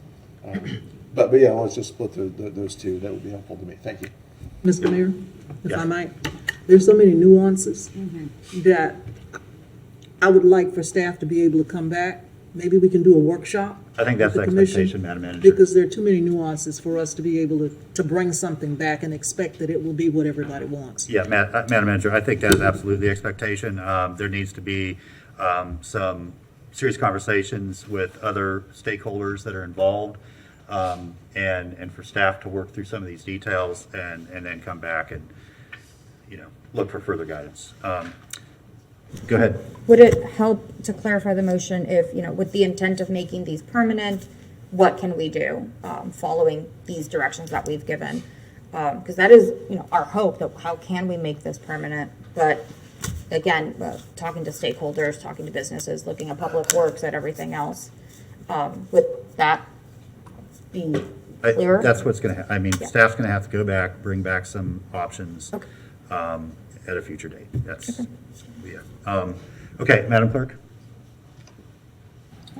Our first speaker is Dottie Fabacy, followed by Sarah Payana. Yes, ma'am. At least it's not freezing cold in here. No, that feels good. Mayor, Commissioners, I believe this might be my 3rd or 4th time appearing before you, asking to please reopen 2nd Street that leads into Pleasant Street neighborhood. The areas 1 and 2, those do not impact a residential neighborhood. Area 3 is a residential area. That is an entrance to our neighborhood. And it's not just the folks that live in the neighborhood, but keep in mind emergency vehicles. They can no longer just turn onto 2nd Street and get into the neighborhood. And it's an old street. It's an important street in the neighborhood, and we don't want it blocked. And I'm asking you, please consider leaving it open. Thank you. Thank you. Thanks for sticking with us online. Madam Clerk. Sarah Payana, followed by Danny Hughes. Hello, I'm Sarah Puyana. I'm a 22-year Gainesville resident, 16-year local business owner. I own 3 establishments that provide food, entertainment, and culture to our community. I'm proud to be part of downtown in Northeast Gainesville. I'm here to collaborate and compromise and communicate. I understand my neighbors are concerned with emergency vehicle access. That being said, I went and spoke with the fire marshal who approved the streetery 2 years ago. He said, I didn't think it was a problem when I approved it, and because it wouldn't be a problem, it hasn't been a problem till this day. I hear that there are frustrations with the space being blocked, but I think there are plenty of other streets that create access to the neighborhood. Please do further research before using this as a reason for closing down the streetery. Please speak with the fire marshal. I'd like to also point out that the neighbors have been strained till just recently by the 3 additional roads that were closed during the Santa Fe building construction, which is beautiful, and now we don't have that pressure on us anymore. I'm also a tenant of the area, and I had to go around all those blockades myself, and I think that adds to the aggravation of the blockage of our street. But now we've had some release. I hear the ADA complaint about the state attorney's building being accessible. In the pictures and the paper that I give you guys, the exit from the state attorney's building is completely unblocked. It's able to come in and out of with our blockage. And the entrance to the state attorney's building is completely unblocked because it's on the next following street. It's not on our street. Prior to the patio, I'd like to show that this street was desolate and dangerous to walk down. The pedestrians were a nuisance to the downtown police as they would have to use 2 vehicles every night to block the intersection. It would already be blocked when it wasn't blocked by our city.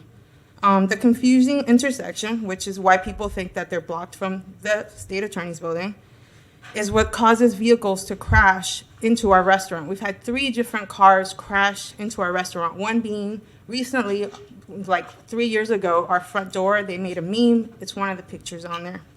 It's a one-way disaster that leads to confusing new residents who are coming to downtown, and they get ticketed. It's a trap. Police officers stay there, and they wait for the person to make the wrong way turn. Nobody wants to go a wrong way down a street. That's dangerous. And they stay there, and it just deteriorates people from wanting to come. I want to work with our community. I want to make solutions. I want it to be an entrance to Pleasant Street. Right now, you don't even know it's Pleasant Street from University Avenue. There's no signage. There's nothing that shows that our neighborhood is part of our downtown. Right. Thank you. Let's make it an entryway. Thank you. Okay, thank you. Appreciate it. Next speaker is Danny Hughes, followed by Michael Warren.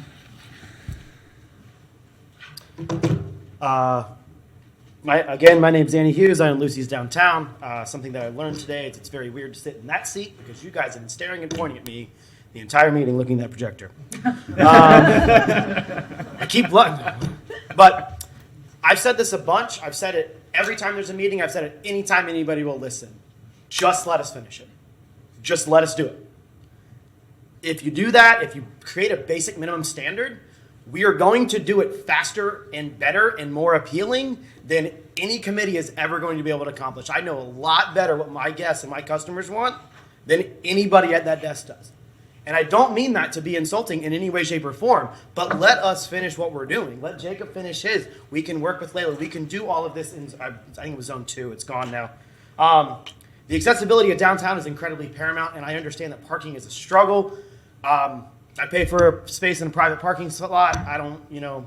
Maybe that's something I need to get over and try to park and hunt for a spot. I don't really have a problem. I know the ADA issue exists. The problem that I have with that is I've been rattling about the problems with these sidewalks for over 11 years, and the nightclubs blocking the sidewalks at night with their crowd control devices. So this is not new. This is not a new thing that happened because we closed down the street. This has been going on for a long time. I've watched people fall on walkers and not be able to access the sidewalks with wheelchairs the entire time I've been at Lucy's because these trees are uprooting the pavers. This has been going on for a really long time. I saw something in the study, and that's in the report that said there's a low pedestrian count on our part, specifically my part of that street. I don't know what low pedestrian count means, but as the person who operates the business, I can promise you that I don't agree with that statement at all. We've had plenty of pedestrian traffic, so And the downtown strategic plan seems to be a little counterintuitive to what we're talking about here. We're trying to expand downtown and create a walking path to Sweetwater Preserve, and then we look up and we see a festival street plan. That doesn't make any sense to me. Those things like slam together in my mind. Again, I'm trying to make sure I hit everything I wanted to hit. We just want to do it. We just want to finish it. That's what we've been asking for a long time. But I've already made a substantial financial investment in my business to be able to handle the extra capacity that I have with these outdoor seats. I cannot stomach putting more money into it without knowing for sure that I'm not going to lose the space. We're talking about my investment already is over $100,000 in infrastructure and equipment in my building to be able to serve these people outside. I can't spend another 25 or 30 if I don't know it's going to be there for a long time. Thank you. For Warren, followed by Tana Silva, followed by Elizabeth Fetty. Good afternoon. I'm Mike Warren. I'm the president of AMJ. We've done a lot of development downtown. Our Hyatt Hotel should be open in a couple of weeks, and would like everybody to take advantage of that. We are also the proposed developer for Lot 10, and part of our development plan that we've worked with the city involves affordable housing and also some commercial space. That commercial space what we're talking about would be a food market facing north that would be on First Street.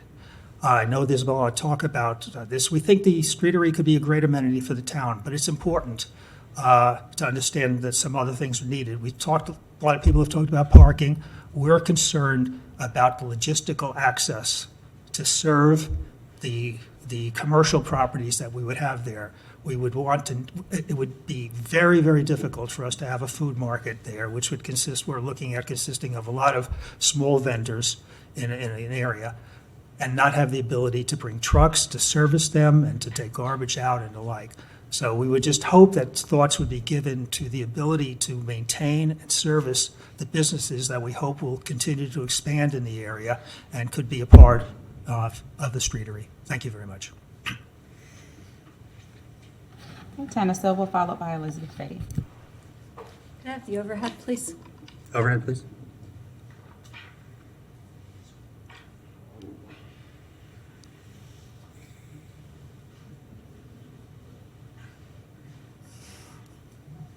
We're going away.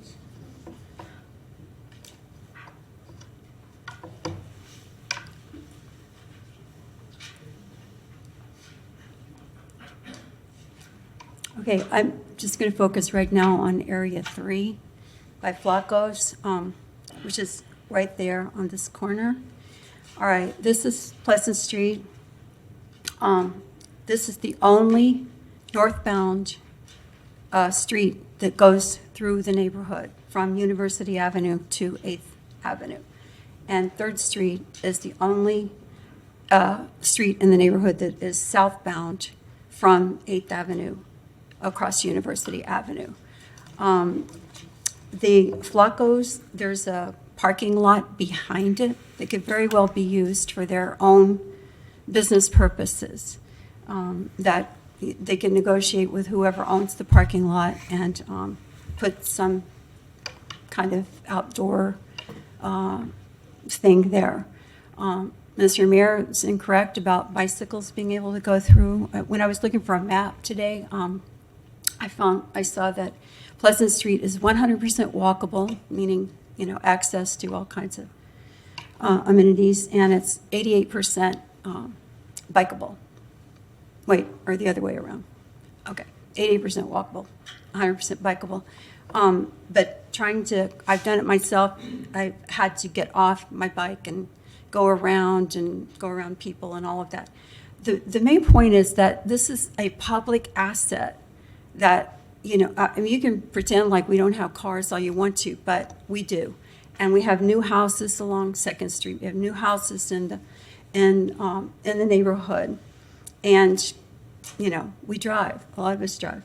Okay. So to block this access off, which was made on an emergency decision without, the input from anybody, to benefit one business to stay open outside to have an outdoor space because it's a small business. But you have to go to Main Street. You can't get through here. You can't get through here. And I have seen an ambulance. I was parked at right here. Stopped at the stoplight at University Avenue and 3rd Street going south, and an ambulance had to come in and go. Fortunately, there was no one in the left turn lane, so they went in to go to the 400 building. That's the problem. Otherwise, you have to go to 6th Street and Main Street to get into the neighborhood. There's no point, and I'm sorry, it's not Flacco's fault, but that thing is an eyesore.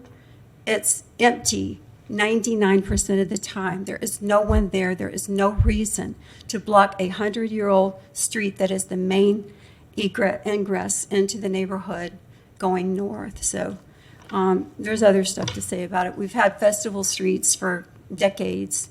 2 festivals a year, big downtown festivals, without having to go to a great expense. Thank you. Elizabeth Betty? She had to leave about 30 minutes ago. Okay. Okay, yeah, we'll get her written comments. Thank you. Okay, back to the commission. So we'll split the motion. The first is to make the areas sort of next to the parking garage on First permanent streetery. Ask staff to come back with some design plans and recommendations, and working with, we'll just say community members, and to make the area east of Main a festival street. And the second part will be the area 3 by Flacco's, but we'll vote on the first portion of that. All in favor say aye. Aye. All opposed? Motion passes unanimously. Second part for area 3, all in favor say aye. Repeat, I'm sorry, Mr. Mayor, repeat that again. To make it permanent. To make area Be permanent? Correct. Okay, I thought it was going back to staff. Well, it is for them to bring back design plans and work with the community on what that looked like and everything else. But to continue it being a streetery. Staff to bring back, what does it look like if we make it permanent? Did we, okay, gotcha. Did we add anything in there about making sure that we, and I know you guys will do it, but I just feel like for purposes of the motion, that we make sure that the community engagement piece is added in there? Yes, for all this. Okay. Yes. Yes, ma'am. Just for clarification, so does this motion make Area 3 permanent? Asking you to bring back plans After the for that. plans have been. Yeah, but it's the intention of the motion is that it would continue to be a protected pedestrian area. We could change our mind in the future, but that's what we would like staff to come back with. All in favor of that, say aye. Aye. All opposed? Nay. That motion passes 4-2 with Duncan Walker and Ward in dissent. Commissioner Jesus Santos. Thank you, Mayor. I'd like to put a motion on the floor that we clearly say all 3 areas are permanent, and then work with business owners to make short-term and mid-term changes to those streeteries. The second portion, that we expand area number 2 to the southwest First Street. And third, to those 4 spaces that are being gone, that we would add handicap spaces to the city lot to the north of that new area number 2. Motion is second. Which part? 3? Yeah, okay. So first part will be everything except area 3. All in favor say aye. Aye. All opposed? Nay. That motion passes 4-2. I don't have a vote clearly, but I'd like to be able to come back at the next meeting and really lay out what has been approved so that if there's clarification that's needed, I'll know what it is, because clearly right now, I'm not. Madam Manager, we need to have a workshop on this, period, and we'll get that scheduled. So that was 4-2 with Sacco and Duncan Walker in dissent. For area 3, all in favor say aye. Aye. All opposed? No. That motion fails 3-3 with, well, I don't know, Sacco, Ward, and Duncan Walker in dissent. So that motion does not pass for area 3. Okay. Expand area number 2. That was part of the first, okay. yeah. I guess one just request on the, I think we should have a special meeting, not a workshop, so we can actually take action. I will decide that at a later date. Okay, we have reached the end of our business this afternoon. We'll be in recess until 1 o'clock.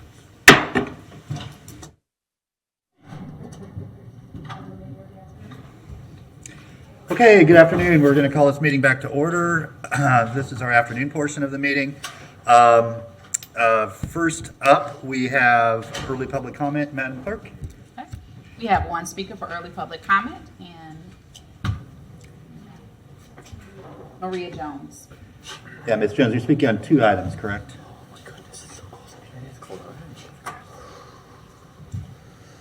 Might have to go get my jacket. About 55 degrees. Hello. Hello. Good afternoon. My name is Maria Jones, and I'm a resident of Gainesville.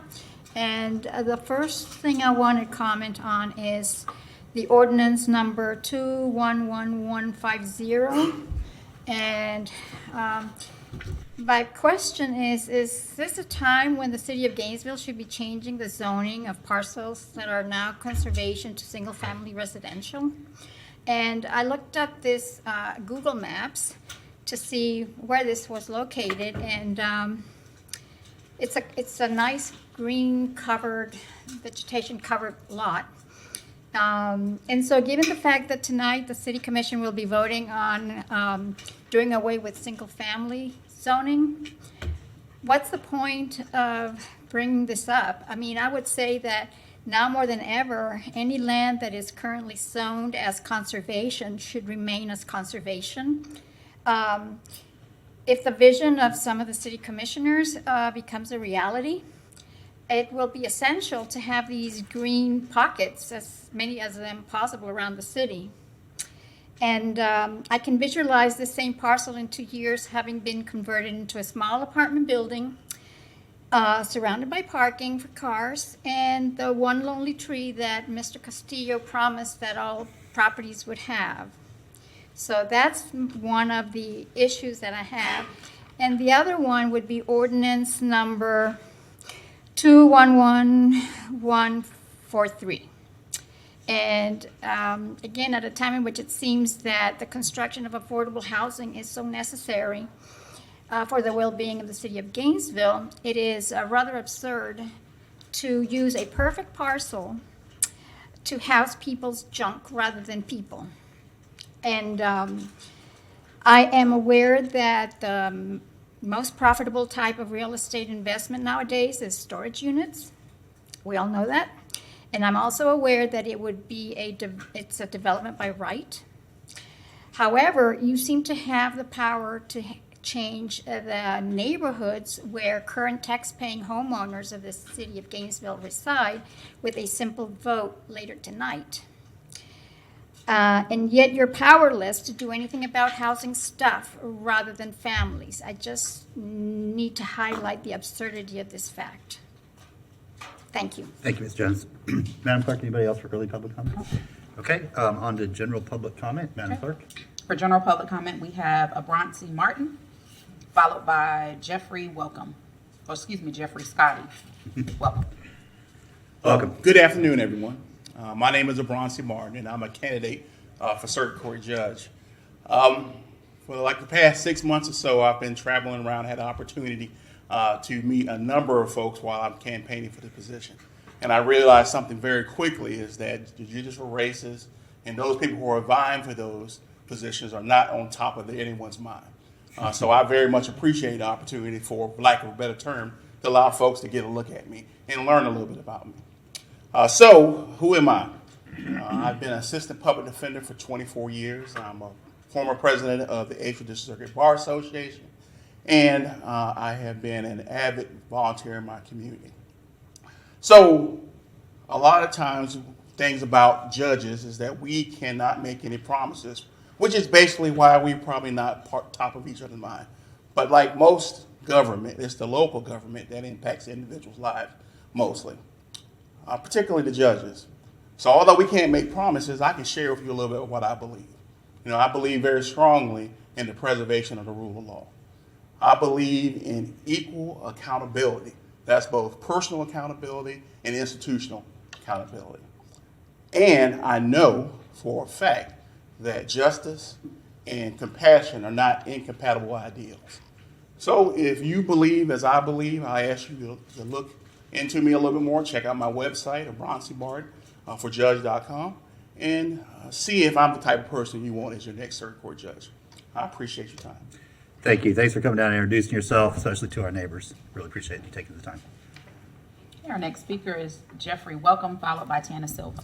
Good afternoon. Welcome. I was hoping that I could get more than 3 minutes because what I have to speak about is very important. We just have to keep it the same for everybody. I understand. But there needs to be something that up. done. Pull There it needs back to be something done about East Gainesville. I hear you talking about the development of sidewalks, sewage, things of this nature. Every time you walk at night in East Gainesville down 15th Street, every other sidewalk, you're stubbing your toe or you're stumbling. Okay? Same thing with the sewage system. Years ago, you guys planted trees in front of my house. Okay? This house, the trees have damaged my plumbing at my house. I mean, just totally damaged it. But guess who's responsible for it? Me, because it's not on city property. And how fair is that? That it's not on city property, but the city planted the tree. And will fine me if I cut the tree. There are just so many things that are needed on the east side that you guys are neglecting. When I left here in 1984 and moved to Baltimore, I left because of economic reasons and because there was nothing being done on the east side. I come back and the same thing's going on. Economic reasons and nothing being done on the east side. You got all these pre-emergency room cares over on the west side. What, we don't get sick on the east side? There's more shootings on the east side than there is on the west side. Don't you think that that would be plausible to have something over there? You know, for the residents, need more policing. There's more, I mean, Lincoln Estate has just turned into a drug hole. You know, we need more policing. We need to see the police. We don't see the police. There's more gang activity over there. We don't see these things. People's cars are getting broken into. People's houses are getting broken into. People are getting shot that shouldn't be shot, or well, no one should be shot, but you're aiming at a person, you miss them, and you shoot an innocent bystander. You know? These things are happening on the east side. Now, do we get hungry? Yes, we do. Seem like you guys could give a tax break or something, or an incentive for businesses to move to the east side. They're moving to the west side. They're moving further and further out of the west side. But nothing's being developed on the east side. I'm just asking you guys to think about this and to help people, you know, who are on the east side. You know, I think if you build things, it'll stimulate the economy. You'll see more people with jobs. You know, there's so much that I want to talk about, you know, and the last and final thing, you know, like I said, I lived in Baltimore, so I caught the transit system. This has got to be the worst transit system I've ever seen in my life. You guys care more about UF going right down the street when they can walk pretty much to anywhere they want to go on campus, and you're running buses every 15, 20 minutes. Thank you. But you're running buses over there every hour. I'd really like to continue this conversation with you. If you're willing to, if you give your contact information to Mr. Mann right here, can you wave, Mr. Mann? I'll call you back and we can set up just some more time that we can talk, if that's okay with you. Will do. Okay, and I'll get some folks there and, yeah. All right. All right, thank you. Thanks for spending the morning with us, Steve. Our next speaker is Ms. Silva, followed by Layla Fakori. Well, I was going to talk mostly about housing, but I do want to follow up on this gentleman's remarks and note that when Anthony Lyons turned the CRA into the GCRA, the purpose was to be focusing all that attention on the east side. And now we're back to almost immediately, before the digital ink was dry, the focus turned back to downtown. And so we're seeing a lot of frustration. You know, the East Side saga goes on. I do want to talk about housing, and can I get the overhead, please? So, anyway, last week at the GPC, or I think it was last week, Commissioner Duncan Walker brought up a couple of points, and one of them was, you know, where is UF and all of this? I mean, I don't mean to put words in her mouth or anything, but where is UF and all of this housing stuff? A previous issue brought up was pilot payment in lieu of taxes. And another one was self-help, bringing a CDFI into the city to focus on housing. And UF just keeps taking more money off the tax rolls, and the downtown plan you saw today, there's no end to that in sight. And also Commissioner Duncan Walker brought up the idea of having a roundtable, having a sit down with people who know what they're talking about in housing, the builders, the people who are, supplying actually affordable housing. And I just want to point out that NAACP 2 years ago had a wonderful kind of a workshop, I don't know what they called it, to bring in builders, realtors, nonprofits, residents from all the areas. And I would really love to see the city, commission devote some time. You've had 3 staff plans already, and you haven't devoted an entire meeting to a single one of them about housing. And starting with the action plan that you voted in November to have a special meeting on that. Renovation is my biggest thing, and that is the number one recommendation of the housing specialists, is to preserve and protect the existing housing, affordable housing. This is dear to my heart. It's when I bought my house, and 24 other people bought their houses that were city properties that had been boarded up for years, if not decades. And, we're trying as hard as we can to work with Santa Fe to get more, local people involved with construction. The National Association of Home Builders renovation section also is looking for, convincing parents and students to get the kids involved in construction trades for a good living. Thank you. Madam Clerk? Okay, our next speaker, I don't see her anymore, Layla Fakari. Yeah, I think she left. Is that it? Okay, thank you. Please introduce our next item then. Our next item is BD3, proposed 2023 water wastewater connection charges and other new development-related fees, with a recommendation that the commission approve the proposed fiscal year 2023 water and wastewater connection charges and other related fees, and direct the city attorney's office to include these fees in the draft ordinance, updating fees in Appendix A, and also to approve the proposed ordinance modifications and direct the city attorney's office to draft an ordinance to effect the changes. Great, Mr. Cunningham? Yeah, Mr. Mayor, Commissioners, so annually we discuss connection charges with the commission. This year, Rick Hutton will be doing that, along with 2 recommended additional ordinance changes regarding connection charges. So, Rick? Great, Mr. Hutton, good to see you. Madam Clerk, if you don't mind resetting the clock. We don't want Mr. Hutton thinking. Well, they got 3 minutes. Time. Good afternoon, I'm Rick Hutton, Gainesville Regional Utilities Supervising Engineer in our Water and Wastewater Division. And Robin Baxley is going to be running slides for me. Next slide, Robin, please. So as Tony had indicated, we are annually we update our connection charges as well as other various fees. So that's what we're presenting today, as well as a couple of different changes proposed for the ordinances related to connection charges. Next slide, please. So first of all, a refresher, what are connection charges? So common practice in the water and wastewater industry is that new development pays for itself.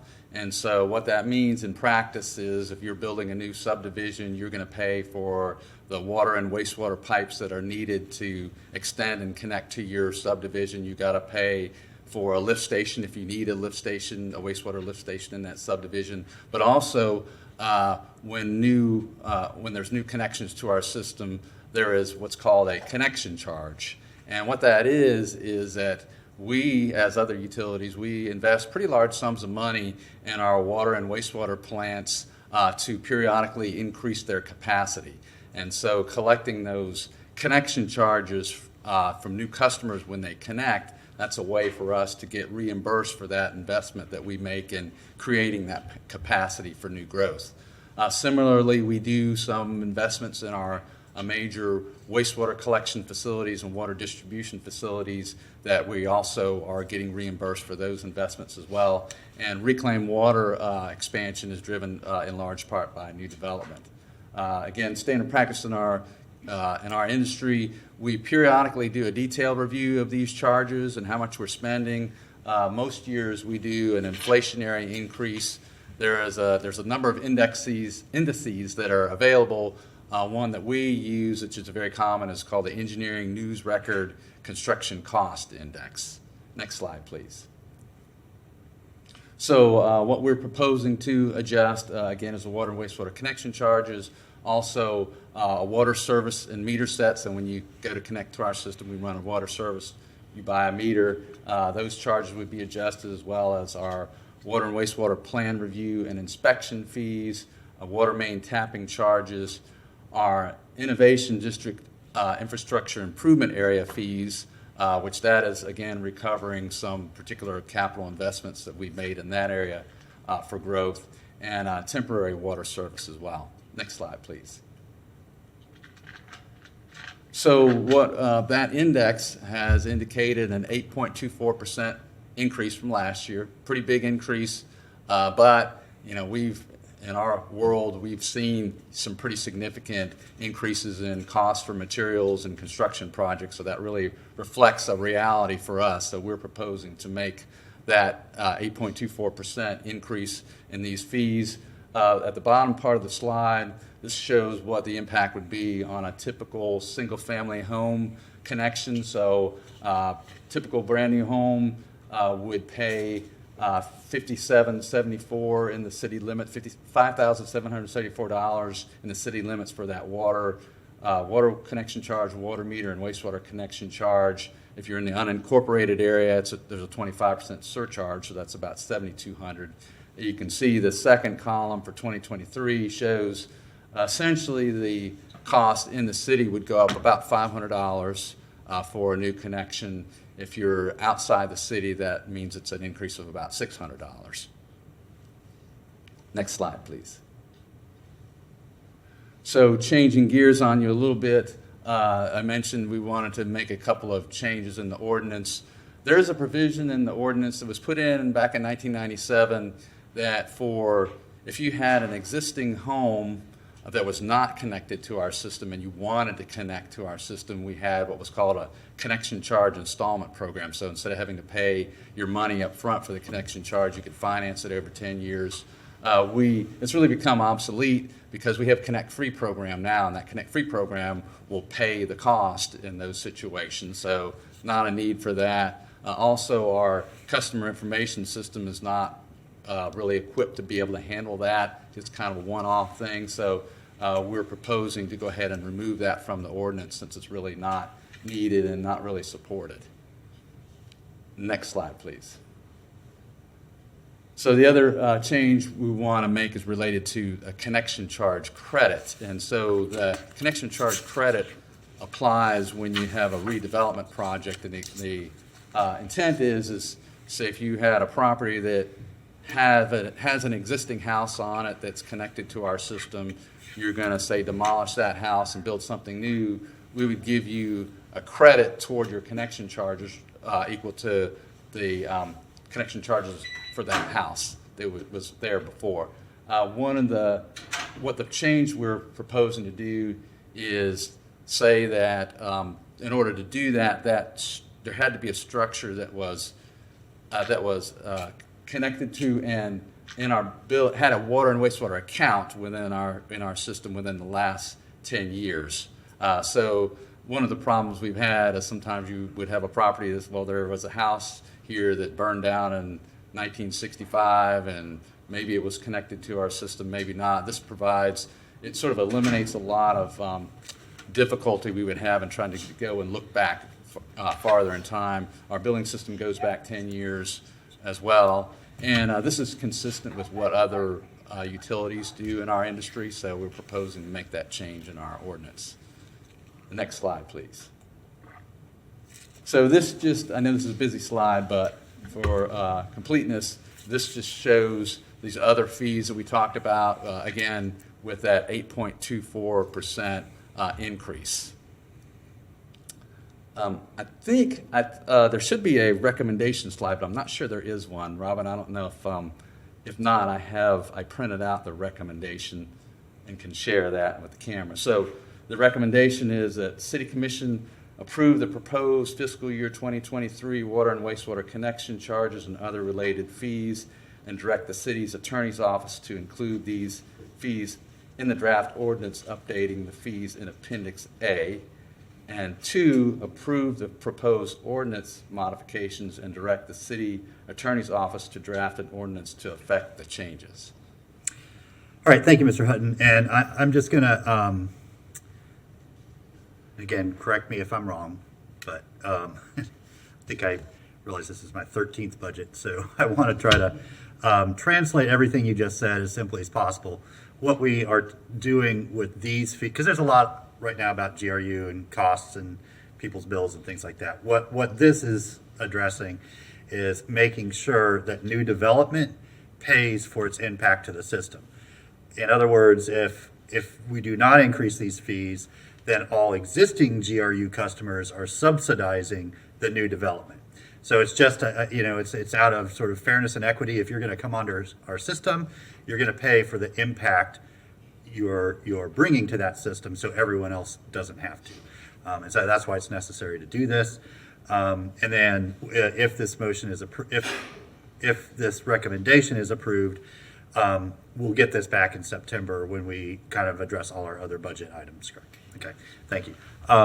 Did I say anything wrong there? You're correct. Okay, very good. Commissioner Ray, Thank you, Mayor. I move staff recommendation. Second. Okay, motion second that we approve the recommendation. Madam Clerk, anybody sign up to speak to this item? Okay, anybody from the commission? Okay, all in favor say aye. Aye. All opposed? That motion passes unanimously. Thank you, Mr. Hunt. Thank you very much. Okay, Madam Clerk. Our next item is Resolution 211449, resolution authorizing an amendment to a swap transaction between the City of Gainesville doing business as Gainesville Regional Utilities and Citibank, amending the floating rate payable to the city thereunder, with the recommendation that the commission authorize the resolution amending the swap between the City of Gainesville doing business as Gainesville Regional Utilities and Citibank, and by amending the floating rate payable to the city. Okay, very good. Ms. Cunningham, I assume it's Mr. Benton time. It is Mr. Benton. You are very aware of him. And I do want to just add, typically we bring items like this to the Utility Advisory Board prior to the commission. Because of timing of meetings this coming month, we're bringing them to you today, and we're bringing to the UAB on August 11th.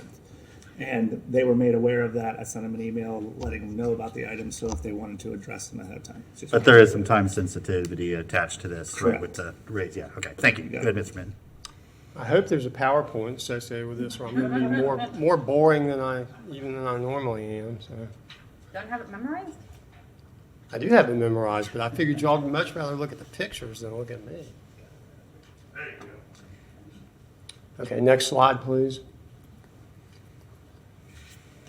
Okay, first off, I want to say there is no new debt associated with this transaction, and we're not extending any maturities. We are simply amending the index upon which we receive a variable rate payment under our existing 2017 C swap with Citibank. Next slide. Back in 2017, we issued $115 million in 2017 C bonds. This was one of three series of bonds we issued to finance the acquisition of the Deer Haven facility. 2 years later, we synthetically fixed those variable rate bonds through a swap with Citibank. And what we're proposing here is simply to amend the terms of that swap. Under the current provisions, GRU makes a fixed rate payment of 1.41% to Citibank in exchange for receiving a payment that's based on 70% of 1 month LIBOR. LIBOR is the London Interbank Offering Rate. It's a traditional benchmark that supports hundreds of trillions of dollars in financial transactions all over the world. Next slide. This is simply the mechanics of that swap. As you can see on the left-hand side, we make floating bond rate payments to the underlying holders of those 2017 C bonds. At the top is the swap that currently exists. The green line is the 1.41% payment we make to Citibank, and the red line coming back is the 70% of 1 month LIBOR that they pay to us. The two red lines offset or hedge each other, and so essentially what we're left with for the most part, because there's no perfect hedges, but what we're left with the most part is the 1.41% fixed rate payment. Next slide. LIBOR is going away. It's being transitioned away from as an index for financial transactions, and the last time it's going to be published as it exists today will be June of 2023. So city is proposing to amend the existing agreement. We want to replace the floating rate payable by city from the current 1-month LIBOR with a floating rate based on a 10-year secured overnight financing rate, or SOFR. That is the index that is proposed to replace most, if not all, of the existing LIBOR transactions that are out there today. Next slide. This is just the amended mechanics. The only thing we're changing, you can see right now we're getting a payment based on 70% of 1-month LIBOR. They're proposing that we make that change to a 10-year SOFR. Next slide. You can forget everything that's on this slide. As you can see, I put on there as of this writing. Well, in the wake of the Fed's actions last week, these relationships are no longer valid. The yield curve has flattened significantly. As of today, there's very little incremental financial value in making the change that we're proposing. However, this is a 25-year swap. It goes through 2047. We expect that for the majority of that time going forward, the vast majority, the yield curve will probably reassume its traditional slope, where longer-term rates are higher than shorter-term rates, and that's where the incremental value in making this change exists. Next slide. So why are we proposing it now? Like I said, LIBOR is going away. We're going to have to do something before June of 2023 anyway. This is a transaction that's in our benefit. As I just mentioned, the yield curve has flattened significantly in recent months. And while that impacts the immediate financial benefit from exchanging a long-term rate for a short-term rate on that receivable rate payment, it also makes the pricing more attractive to us. It reduces the spread that we have to pay to the counterparty to get this transaction done. Next slide. So the benefits are, it's over the long term, it's going to generate significant cash flow, positive cash flow for GRU.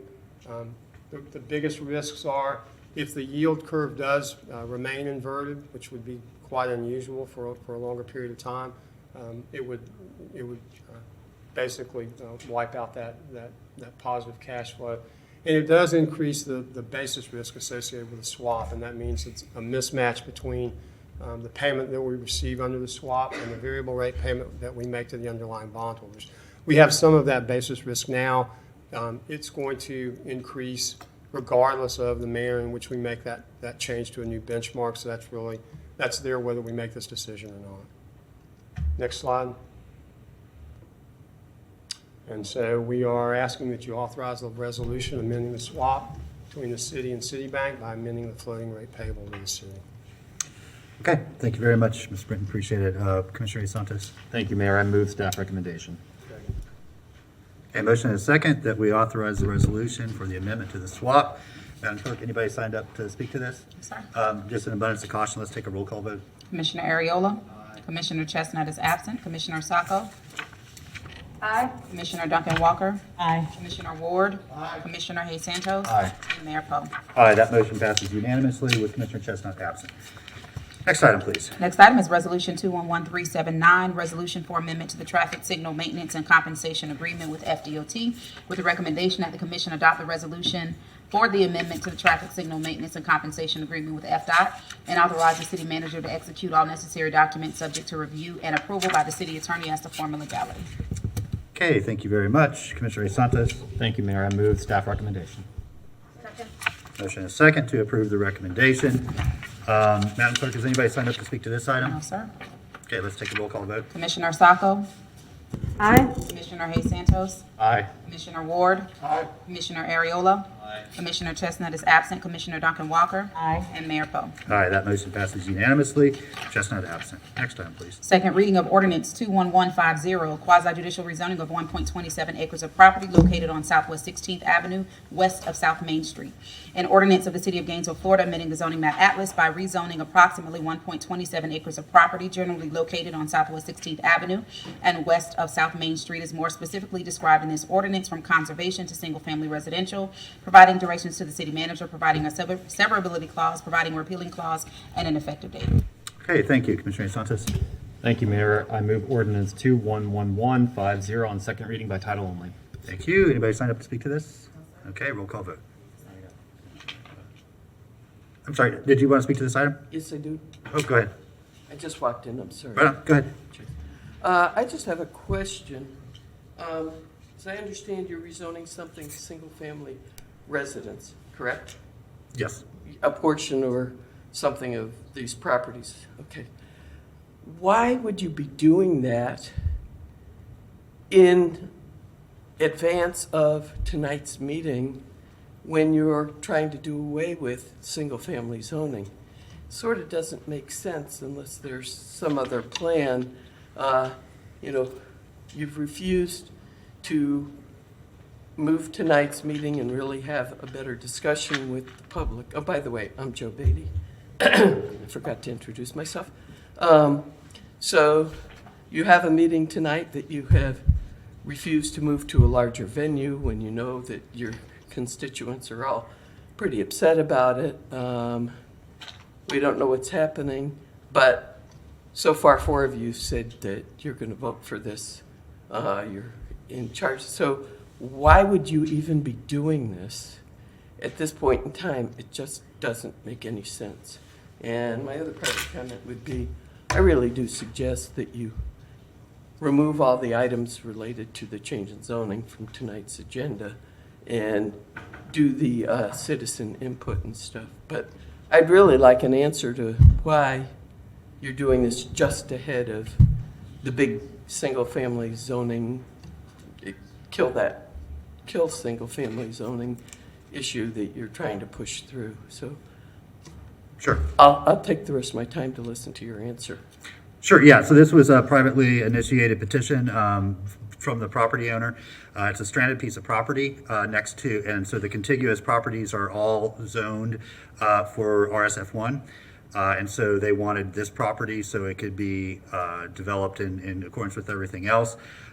We are not attempting to eliminate single-family zoning, so if that does pass tonight, this would be under the new rules, but single-family development will still be allowable, and therefore for this property, they would still be able to do what they're able to do before. As I understand, the part that you're rezoning is a conservation buffer that separates more intense development from the single-family area, as I look at the map. So I'm not sure why you would rezone what seems to be a buffer to single-family zoning in the event that you all should not do what it looks like you're poised to do tonight. Yeah, thank you. I just, that's what the petitioner asked for, and we found no reason that. Well, you could also it was postpone consideration of this until you know what you're doing. Thank you. And you're also eliminating a buffer should it remain single-family zoning. You now have eliminated a large buffer. Yeah, thank you, Ms. Beatty. I just, so that the Ms. people Beatty, out there and the people watching know. Thank you so much, yeah. Anybody else, Ms.? No, Okay, sir. we'll go ahead and do a roll call vote.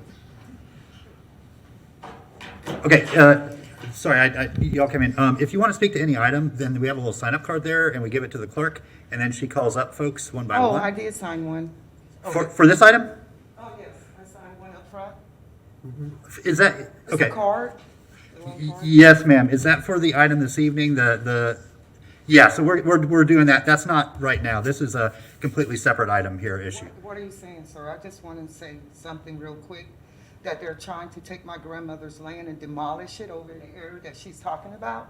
And when I came here and talked to the city manager, she never got in contact with me. My uncle has not been notified. My mother has not been notified. So you cannot demolish a property without notifying someone. Okay, yeah, that's not what we're discussing right now. If you can give that information to Mr. Mann, we'll look into that, but that's not.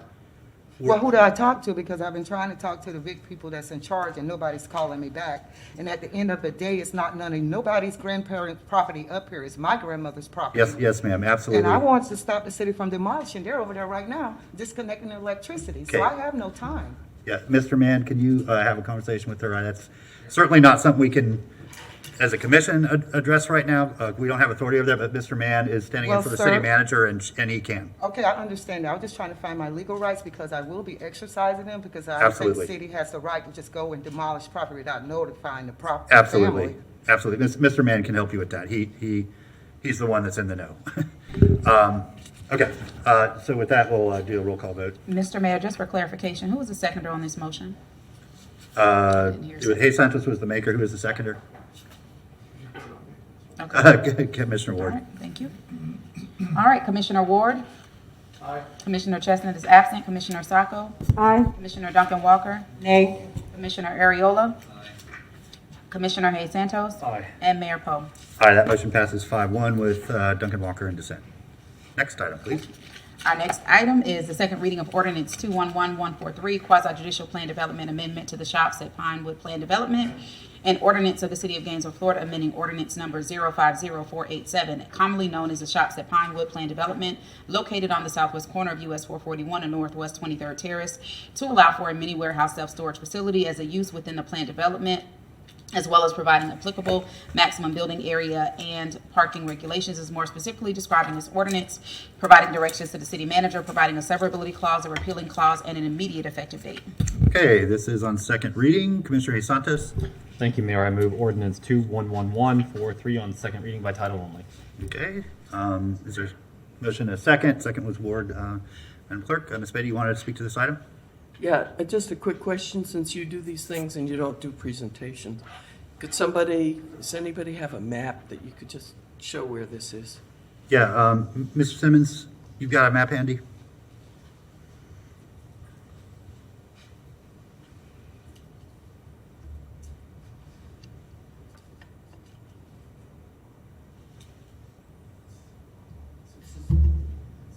North of Walmart? Is it? Yeah, it's up 441 by the North of Color Walmart. Time carpet flooring place. Is that yours? Okay, I was just wondering where it was. Sure, Thank you. yeah, no problem. Anybody else signed up? Okay, roll call vote.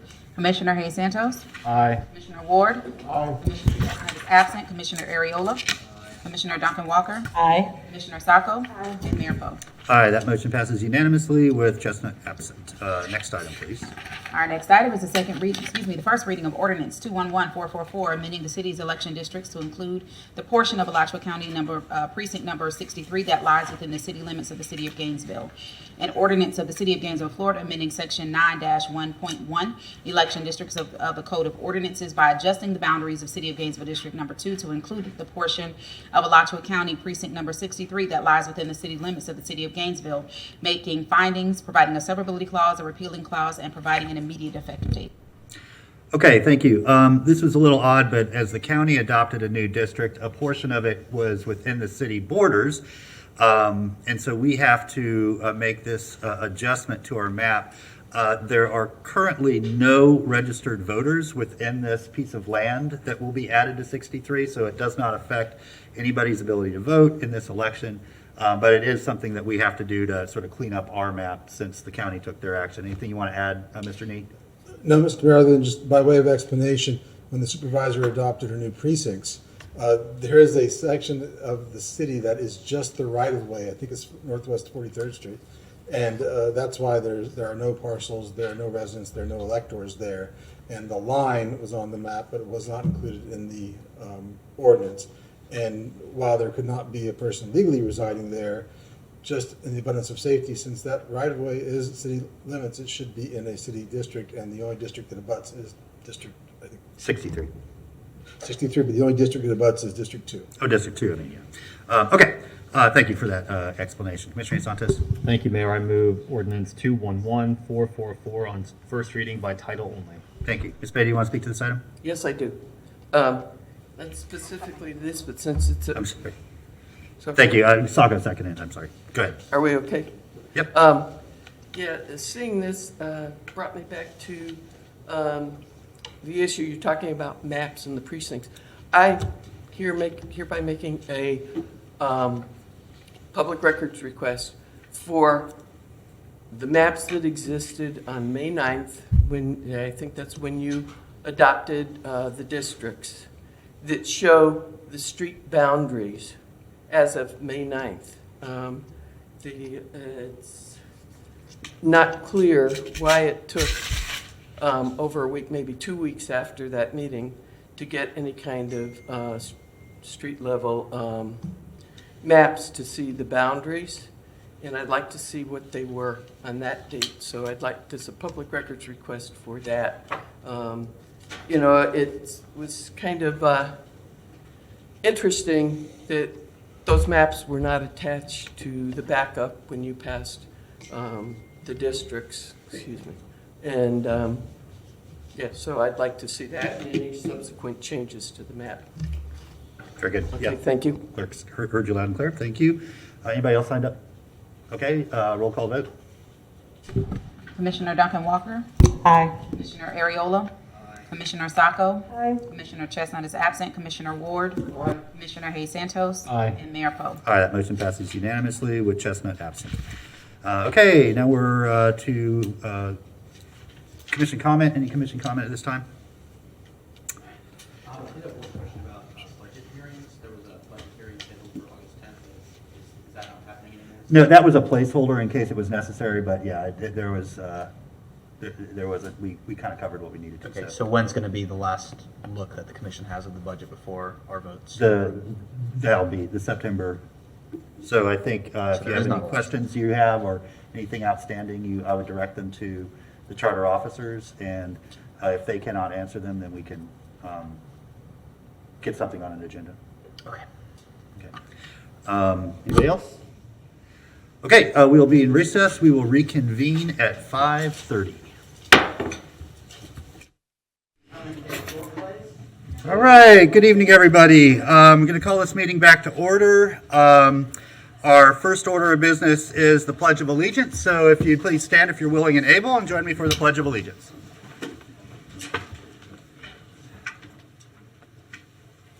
I pledge allegiance to the flag of the United States of America and to the republic for which it stands, one nation, under God, indivisible, with liberty and justice for all. All right, please, please be seated. Okay, so glad you're all with us tonight. I'm going to lay out sort of the order of procedures here, and then we'll get right down to our business. We are going to start off with the staff presentation. It shouldn't take too long, and then right after that, we'll get to public comment. The way that public comment will work is first we'll take the folks that phoned in and left recorded messages. The clerk has those ready and queued up, and they'll just play back to back in sort of one track. And then after that, we'll go over to live public comment. We're going to alternate between people that are in the chamber and people that are calling in, so there's a little time for folks to kind of get back and forth. The clerk will call the names a few people ahead, so you'll know that your name is coming up. And that also will help folks if they're either downstairs or outside and their name gets called. They'll know that they have a few minutes to start making their way towards the chamber. If for some reason you're not in the chamber when your name gets called, you're not eliminated. We'll put your card on the bottom of the pile and keep going, and then we'll come back and call you later. The commission has asked if I would call a couple recesses during this. When we do go into recess, that will not count against the allotted time for public comment. We'll sort of, look at what time we recess, what time we reconvene, and then just get going from there. And then once we receive public comment, we will move on to commission deliberations, and then eventually, if there is a motion, move to a vote.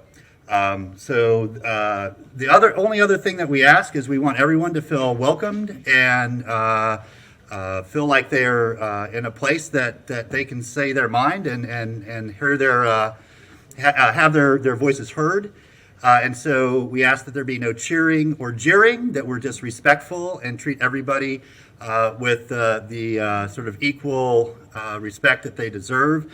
And so, whether you agree or disagree with them, we don't do boos or claps or hisses or cheers. We just want everybody to come up and feel like their 3 minutes is their 3 minutes, and that's how we're going to proceed. So, with that, I'll invite Madam Manager, I guess I'll let you do the introduction.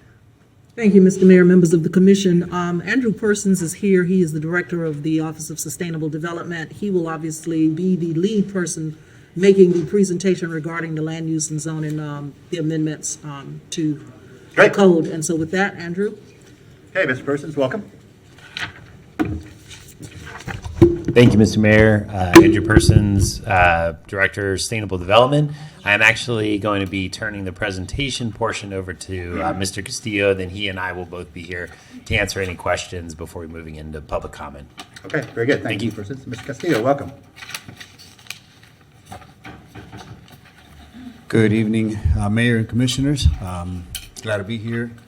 For the record, my name is Juan Castillo, and I am a planner with the Department of Sustainable Development, and I will be doing the presentation for you this evening.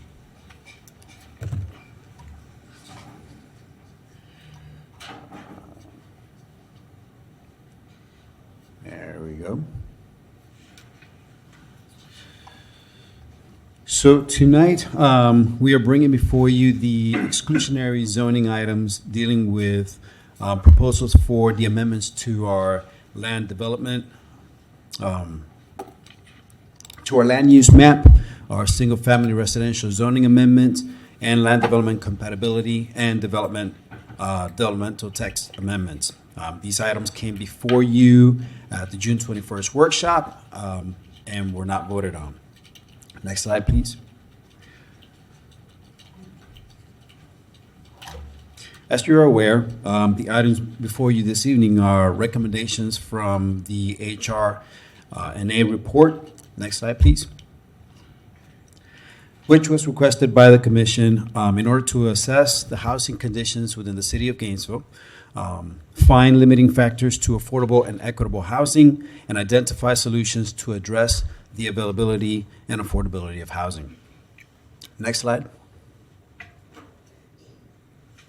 The report outlines three main desired outcomes: to increase the amount and type of housing in residential areas, decrease the cost to build and maintain housing, and increase options for the use of existing housing.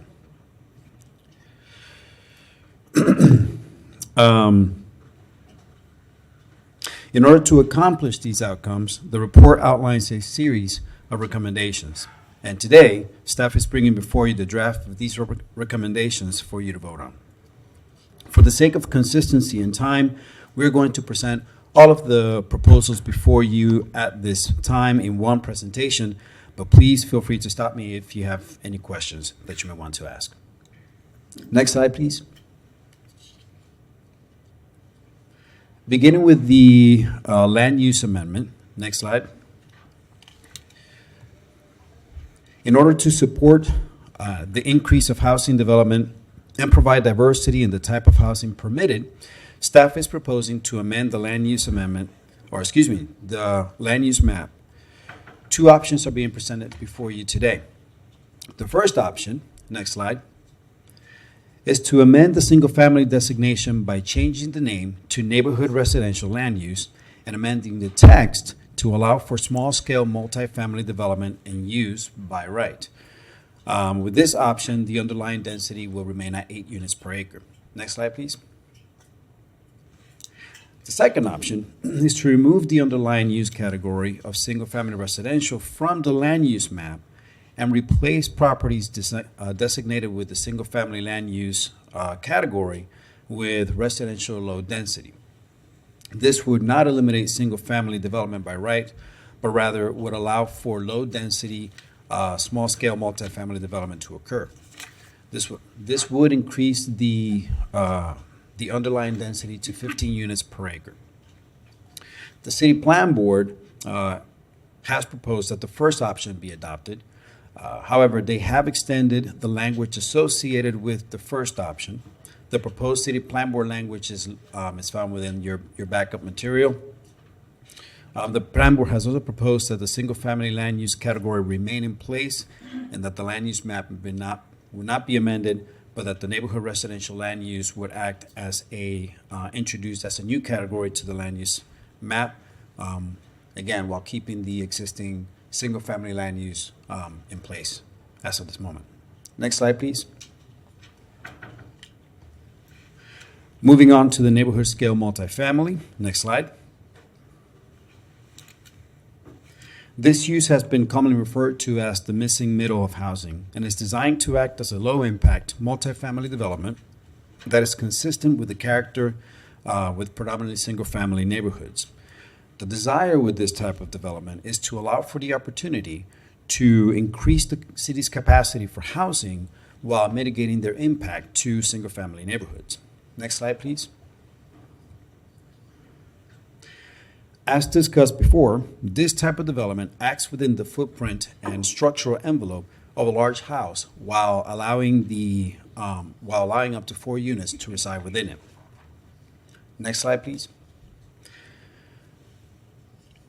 The text amendment proposal before you this evening is designed to make sure that this type of development acts as a large home and includes regulations for a maximum of 2 stories, a maximum of 4 units per building, window requirements, building placement requirements, architectural features such as columns, and changes in facade articulations. The City Plan Board approved this petition but added 3 amendments to the original language. Specifically, the units would take place within the building's exterior walls. They requested that to add a limitation that the development, would have 1 driveway and specified that the facade regulations would apply to street-facing facades. Next slide, please. Moving on to the recommendations for the amendment to single-family zoning districts. Next slide, please. As you are aware, and as was highlighted at the workshop meeting, 63% of residential parcels in the city of Gainesville only allow for the construction of 1 housing unit. The largest group out of all of the single-family zoning district is RSF1, which makes up to 42% of all the residential land area. RSF1 is the most restrictive out of all of the single-family zoning residential zones, requiring the most land for development, having the largest setbacks, as well as having the lowest density. Next slide, please. In order to simplify our zoning district map and mitigate arbitrary setback regulations and lot size requirements, the proposal is to consolidate all single-family zonings into 1 low-impact residential district called neighborhood residential. All the allowed uses found in single-family residential zones currently would remain for the exception of allowing neighborhood-scale multifamily development. Again, this use is limited to 4 units within the envelope of the building and the footprint of a large house, and is limited to 2 stories currently. To be clear, this will not eliminate single-family development within the proposed neighborhood residential zoning district, but would rather allow for the development of small-scale multifamily. Next slide, please. Regulations for development within the new zoning districts are also consolidated in order to provide greater development flexibility with smaller land requirements, as well as smaller and more consistent setback requirements. Staff's proposal incorporates a density of 8 units per acre and also allows a lot width of 70 feet for 2 families or small-scale residential development. The City Plan Board approved this proposal, but similarly to the land use proposal, they requested that the neighborhood residential zoning district would act as a new and standalone zoning district while allowing for single-family zoning districts RSF1 through RSF4 to remain in place. Next slide, please. An alternative proposal to staff's recommendation is to increase the density to 12 units per acre and decrease the lot width requirement for small-scale residential to a width of 35 feet. Next slide, please. This proposal would affect all properties that are currently zoned RSF1 through RSF4, and only those properties. This is a map showing the arrangements of RSF zone properties currently within the city of Gainesville. Next slide, please. Properties that are not zoned with RSF1 through RSF4, including property zoned RC and multifamily, are not affected by this proposal. Moving on to occupancy limit requirements. Next slide.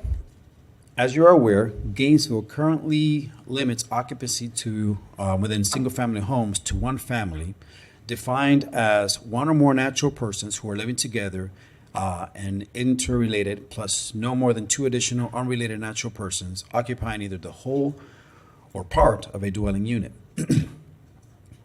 This restricts the occupancy diversity for single-family homes, which restricts where people can live in Gainesville. Next slide, please. In order to provide more housing options and diversity, staff is proposing the elimination of occupancy limitations. Next slide, please. Moving on to the bedroom limits within the University of Florida context area. Next slide.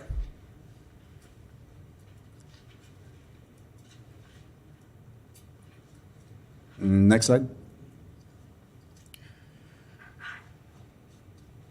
The city of Gainesville currently uses the UF context area to provide added regulations for development in areas associated with the University of Florida.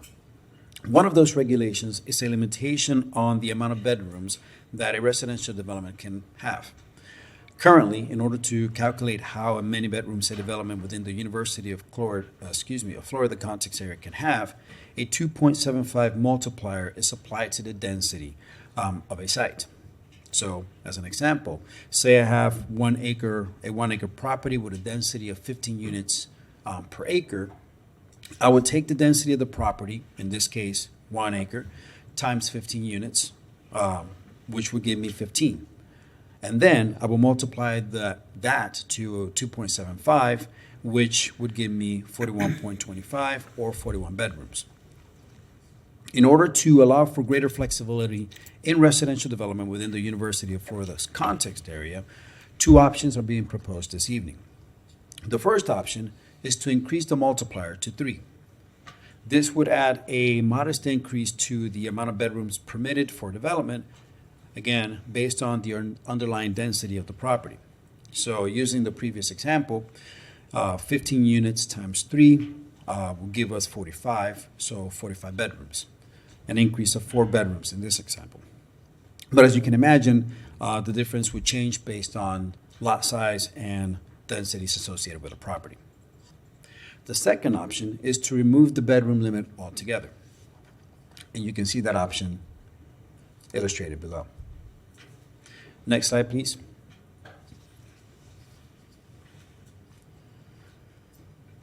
Next, we will look at the development compatibility standards.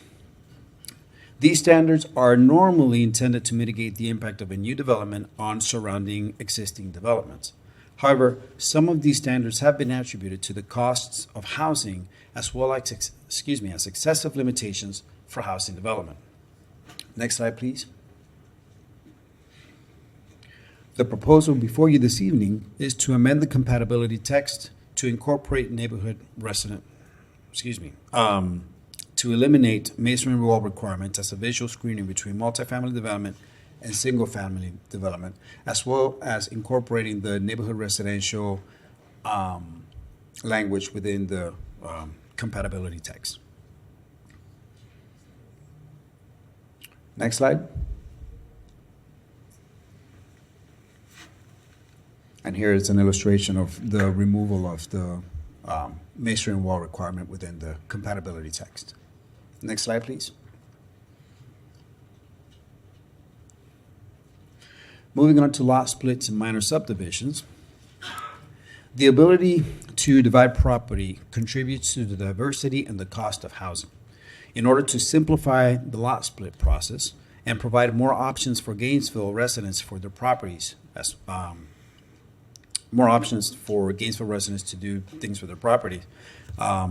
Staff is proposing a series of clarifying text changes to remove ambiguity within the language associated with lot splits and minor subdivisions. Next slide, please.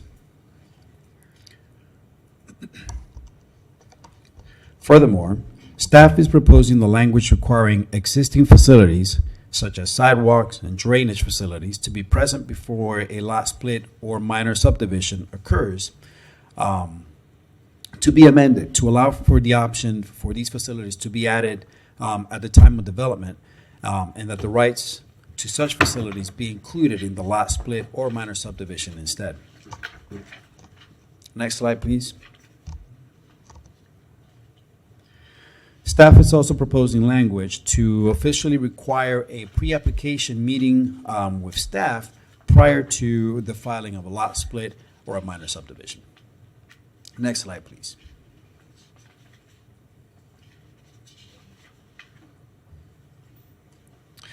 Aside from staff's recommendations listed before you so far, alternative amendments have been proposed. This includes increasing the density in transit zones U1 from 8 units per acre to 12 units per acre. Next slide. Removing the side setback requirements for transit zones U4 through U7. Next slide, please. And providing language exempting an exemption within the minor subdivision text to frontage requirements for developments that are organized around centrally located common green space. Currently, any new housing development must front a road meeting public road standards. This concludes my presentation. Thank you, and I am available for any questions that you may have. Okay, thank you, Mr. Castillo, Mr. Persons. Don't see any questions at this time, so Madam Clerk, we'll get right to public comment. I'm going to make a note of the time, 5:51. I'm assuming it's into that, so we'll call it 5:52. And if you would please start the recording comments.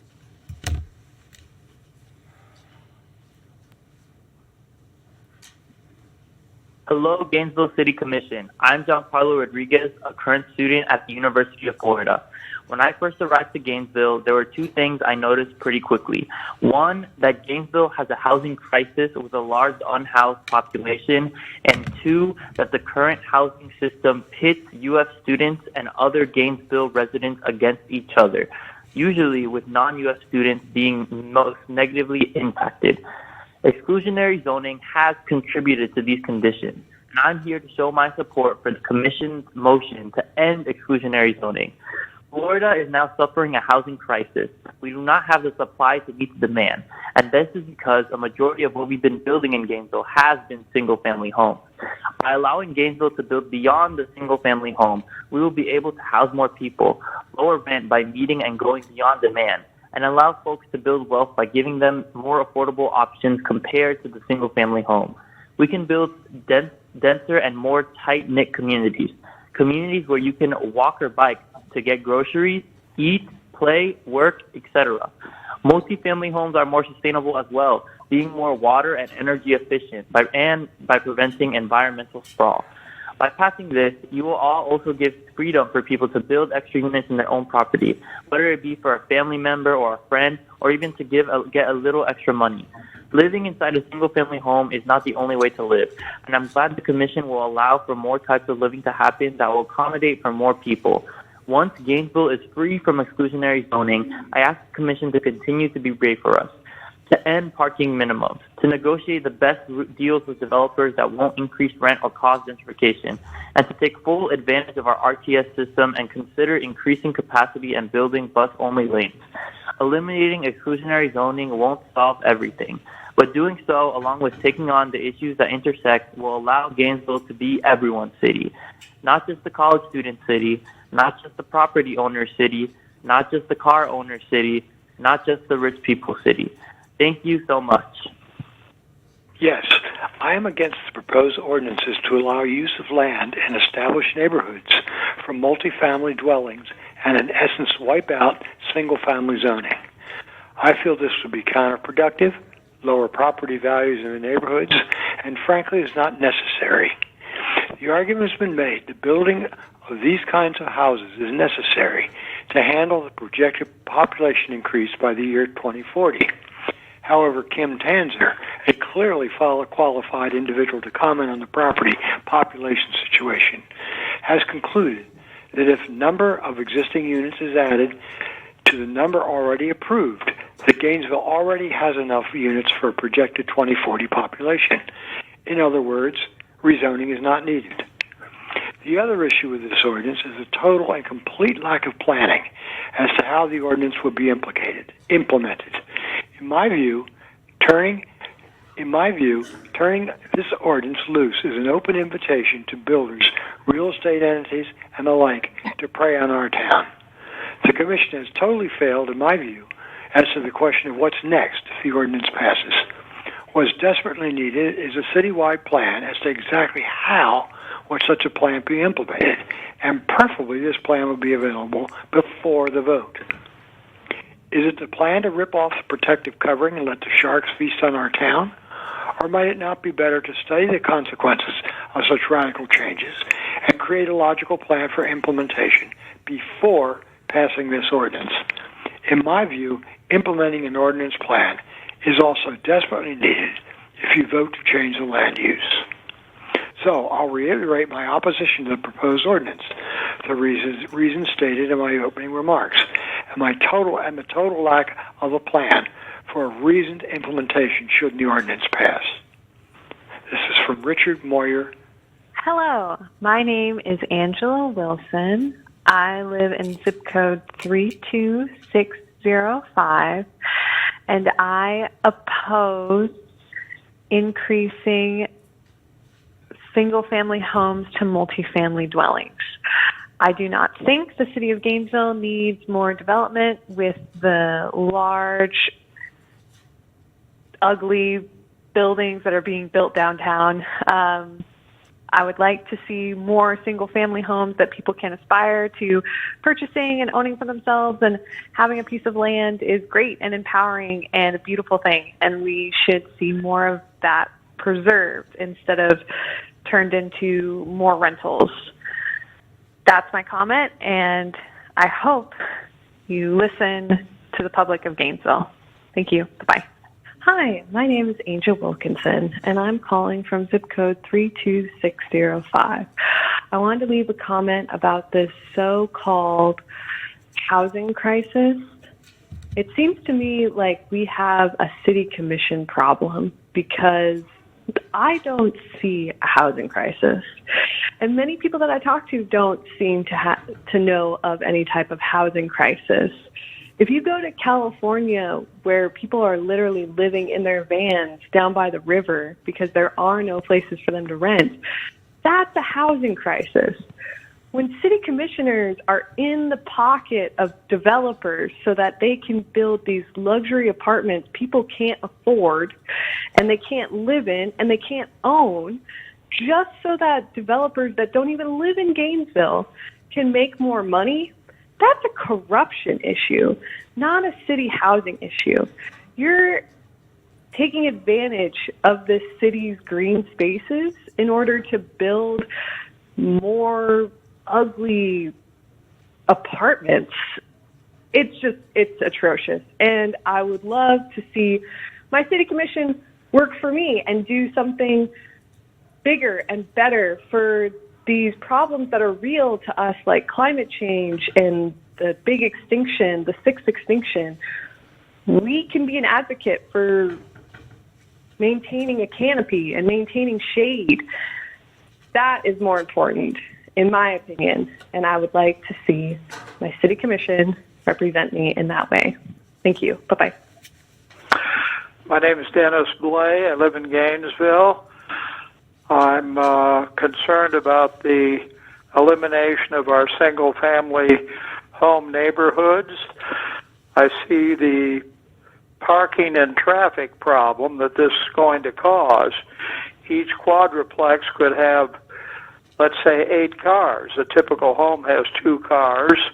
So you could have 8 cars. Where are the other 6 cars going to go? There's no room in driveways and garages. These quadruplexes aren't going to have garages. all of a sudden we're going to have street parking, additional traffic. That's a safety hazard as well for kids that like to ride their bikes around with traffic pulling in and out of the spots on the road and increasing hazards to people walking, biking, etc. Thank you. Patrick O. Engel. I am a candidate for District 3 City Commission, and I oppose the elimination of single-family housing. And I also have promised, if elected, and if this ordinance is passed, I will vote to redact these changes in the ordinance. The majority of the candidates in all races have voiced their opposition to this ordinance, with only 2 candidates opposing in favor. With the support of opposition, without opposition, the current city commissioners should dismiss this issue and govern on more important issues like fixing the building problems at the fire stations and helping the Gainesville police recruit talented candidates. Thank you again. I am Norma Green, a voting member of this community. I am opposed to the pending proposal to eliminate single-family zoning. My reasons for opposing are: this will not solve the affordable housing problem. It would change the value and character of many historical neighborhoods. This proposal is opposed by the majority of Gainesville residents. Family units will be replaced by multifamily units, increasing congestion and causing higher density. I am asking you to respect the will of the people of Gainesville. Thank you. This is Thomas Lau, MD. I've lived for 40 years at 24th and University Palm Terrace. I'm strongly against the change in the zoning. It seems like a revolutionary idea, which is almost completely new to me, and I also view it as a taking.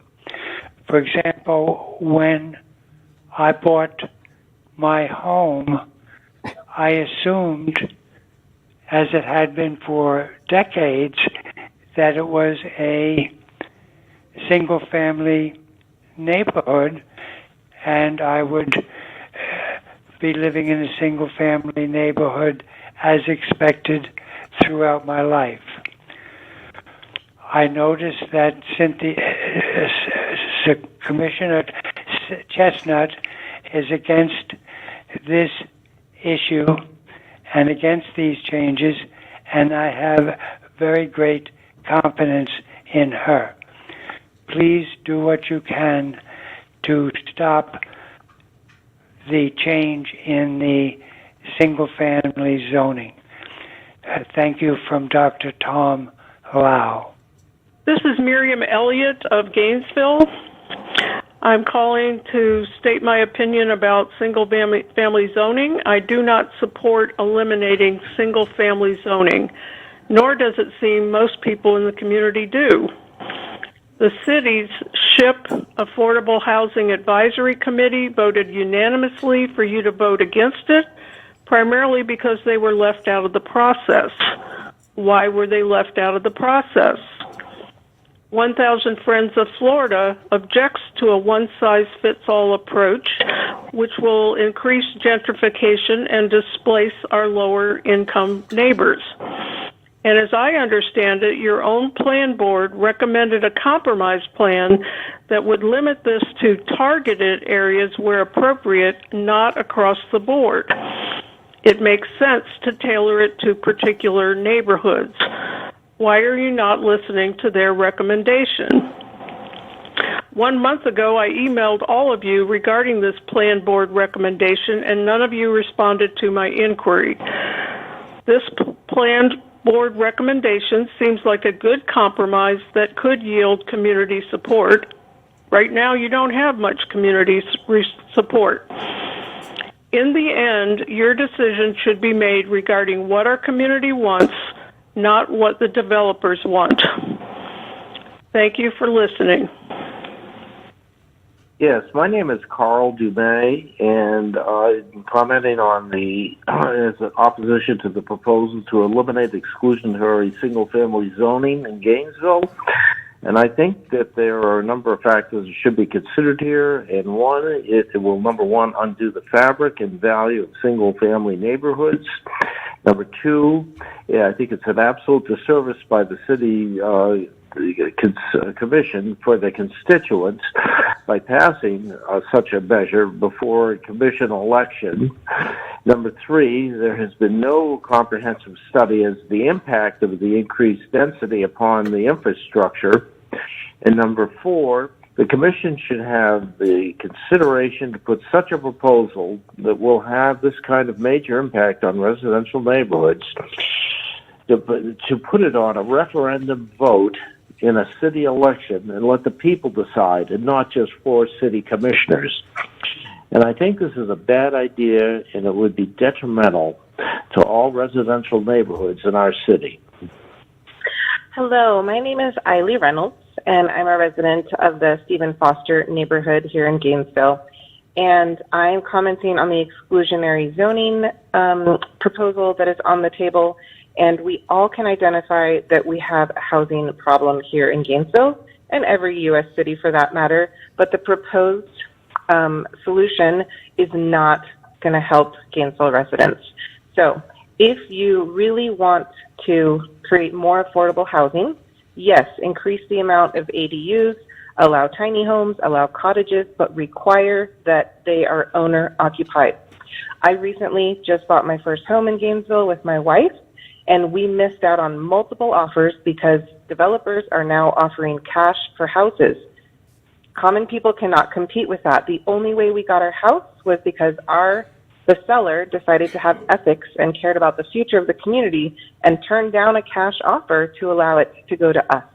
So if you don't require that these additional units be owner occupied, you are just putting all of the property into the hands of developers, and which will then price out more people. So if you truly care about affordable housing, keep it owner occupied. Then create high density areas where you can build your tall apartment and condo buildings, but keep that centrally located. Don't destroy historically black neighborhoods. This, as on the table right now, is going to price out common people and current residents. So I urge the commission to acknowledge the problem, but reconsider and do not go forward with this exclusionary plan as it stands now. This is just going to put money and the property in the hands of developers. I moved here from Seattle, and I've seen what it can do. It's going to hike the property value, because if you can have 4 houses on a piece of property, that's going to bring developers from the world to Gainesville, because it's increasing the property value so fast that residents, single, common, average people, will not be able to keep up. So if you believe that this is supporting local residents, it's not. This is supporting developers. So I urge you, do not vote for this. Listen to the residents of Gainesville. Support us. We need you to think about us and think about our future and go back to the drawing table, include residents in the new proposal, and yes, let's find a solution that works for the common people, not the developers. Thank you.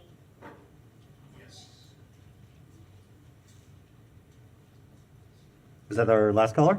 Okay, thank you, Madam Clerk. Okay, so now we're going to take folks live, and we will, the clerk will read out your name. She'll read a couple names ahead, but remember, we're going to alternate between people calling in and people here in the chamber. That way the next person can kind of get up and get ready. We'd like to go back and forth and get as many people as possible. So, Madam Clerk, if you'd read the first couple names. Sandra Campbell, followed by Jason Sanchez, followed by Taylor Simmons. Okay. Ms. Campbell, you in here? Okay, so why don't we start with, we have Adam on the phone? Okay, Adam, why don't we start with you, and then we'll come back to the next person here in the chamber.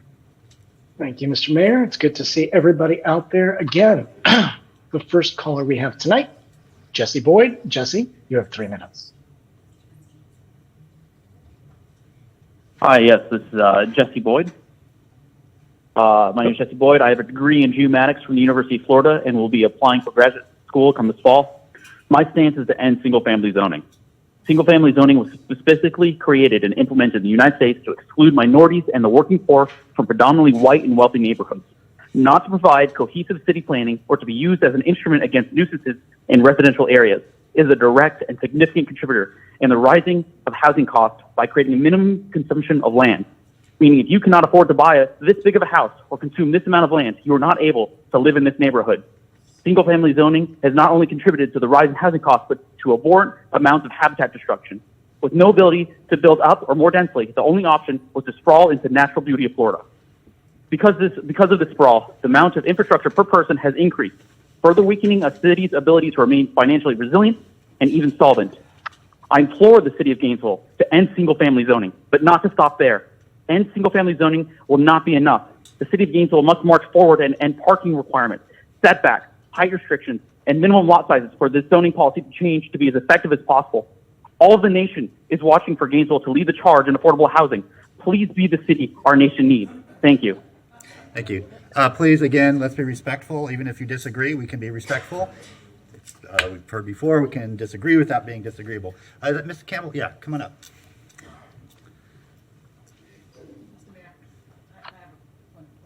Sure.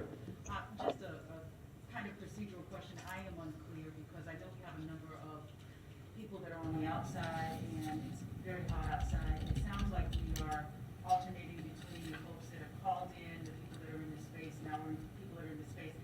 Are we directing folks to go outside so that people can come inside, get a little relief after they speak? What is our procedure there to do? That will be up to the folks in here if they speak and would like to exit to give somebody else a chance to come in, but that is not for me to tell them.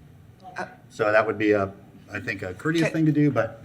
Can I make a comment on that outside of my 3 minutes? Would it not be preferable to have the people that are outside speak first and then do your phone calls after? Because they're sitting in air conditioning.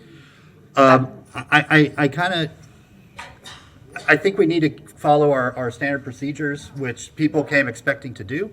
So we'll try to make people as comfortable as possible. But again, as people speak, then if you want to trade out, or if you know you're further down in the list and want to leave and let some other people come in, you can do that I'll as well. leave, but you have people out there and it's very, very hot and there's some elderly people like myself and people on the phone. Sure. So if there's some younger folks that want to switch out with them, that would be perfectly okay. Oh, okay. Yeah. That'd be great. I don't have that. It's not a coordinated effort. We'll read them a few names ahead. So actually, Madam Clerk, you want to read like 10 names ahead? Campbell, Jason Sanchez, Taylor Simmons, Alexander Posa, Ann Atwater, Joshua Ney, and Wayne Fields. Okay. So those are the next folks. If you're not in that list, it'll probably be another 20, 30 minutes. So, but you go right ahead. Okay. Good evening. My name is Sandy Campbell. I'm a voting resident of Gainesville from Suburban Heights. I've sat up there as an original member of the utility board, so I'm aware of some of the basics, the politics, etc. Ms. Campbell, if you might pull that mic just a little bit. There you go. Thanks. Okay, thank you. So I want to start out first. Within 2018, Gainesville's tag was citizen-centered, people-empowered. We purchased that. We had people come up with it. It meant something.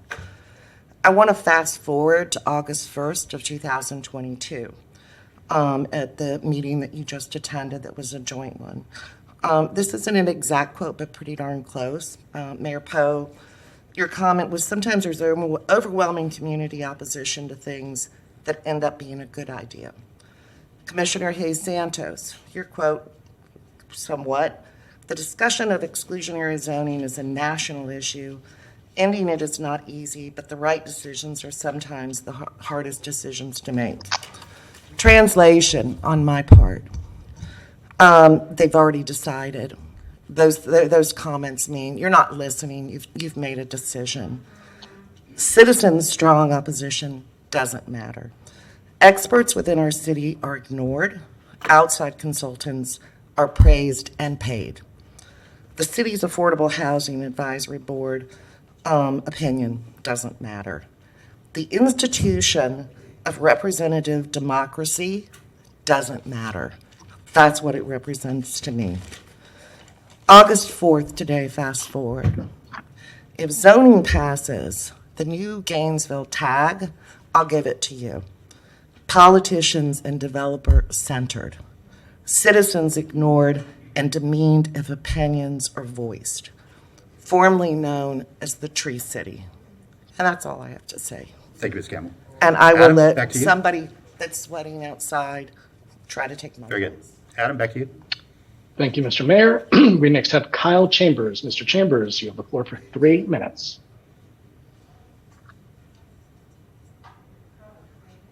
Mr. Chambers, you out there? Kyle Chambers. Mr. Mayor, you can hear me, correct? Yes, we can. All right, I'm going to go to the next person in the queue. Let's take George Papati. Mr. Papati, you have 3 minutes. The proposed citywide rezoning change would be more of a blunt and destructive instrument than Mayor Poe and his fellow commissioners are apparently capable of understanding or willing to acknowledge. Neither they nor their hired staff are scholars of human settlement or urban planning. They are merely elected officials who feel the combined pressures of legitimate necessity, political expediency, and possibly even a smidgen of personal ambition. The distinguished former dean of the School of Architecture at the University of Virginia, Dr. Kim Tanzer, warned last December in the Gainesville Sun that affordable housing is being used as a Trojan horse when Gainesville already is inundated with multifamily complexes and apartment buildings, often gentrifying black neighborhoods and making them even more unaffordable. Yet the city commissioners cry for more, as if market saturation will naturally make them more affordable. Dr. Tanzer further states that so far this has not happened because all the new housing is built for students, and they report that rents continue to rise. This suggests to me that the real winners thus far have been developers and real estate speculators, not Gainesville residents, regardless of their demographics and financial stability. I never thought I'd agree with politicians like Keith Perry and Chuck Clemens on anything, but I do in their opposition to this reckless vote, regardless of any ulterior motives they might have in doing so. I urge commissioners to reconsider this hasty and reckless vote. Residents will always remember them with contempt for disregarding the overwhelming and bipartisan opposition to these proposed changes. Please delay this vote, or at this time vote no until further community forums are provided and greater consensus within the community is achieved. It should be the obligation of our elected officials to make convincing arguments to bring our citizens along with them. Thank you. Thank you, Mr. Papati. Mr. Mayor, the floor is yours. Jason Sanchez, followed by Taylor Simmons, followed by Alexander Poza. Jason's on the phone because he has COVID. Yeah, he won't be in person. So Okay. he's probably in queue. So, Taylor Simmons.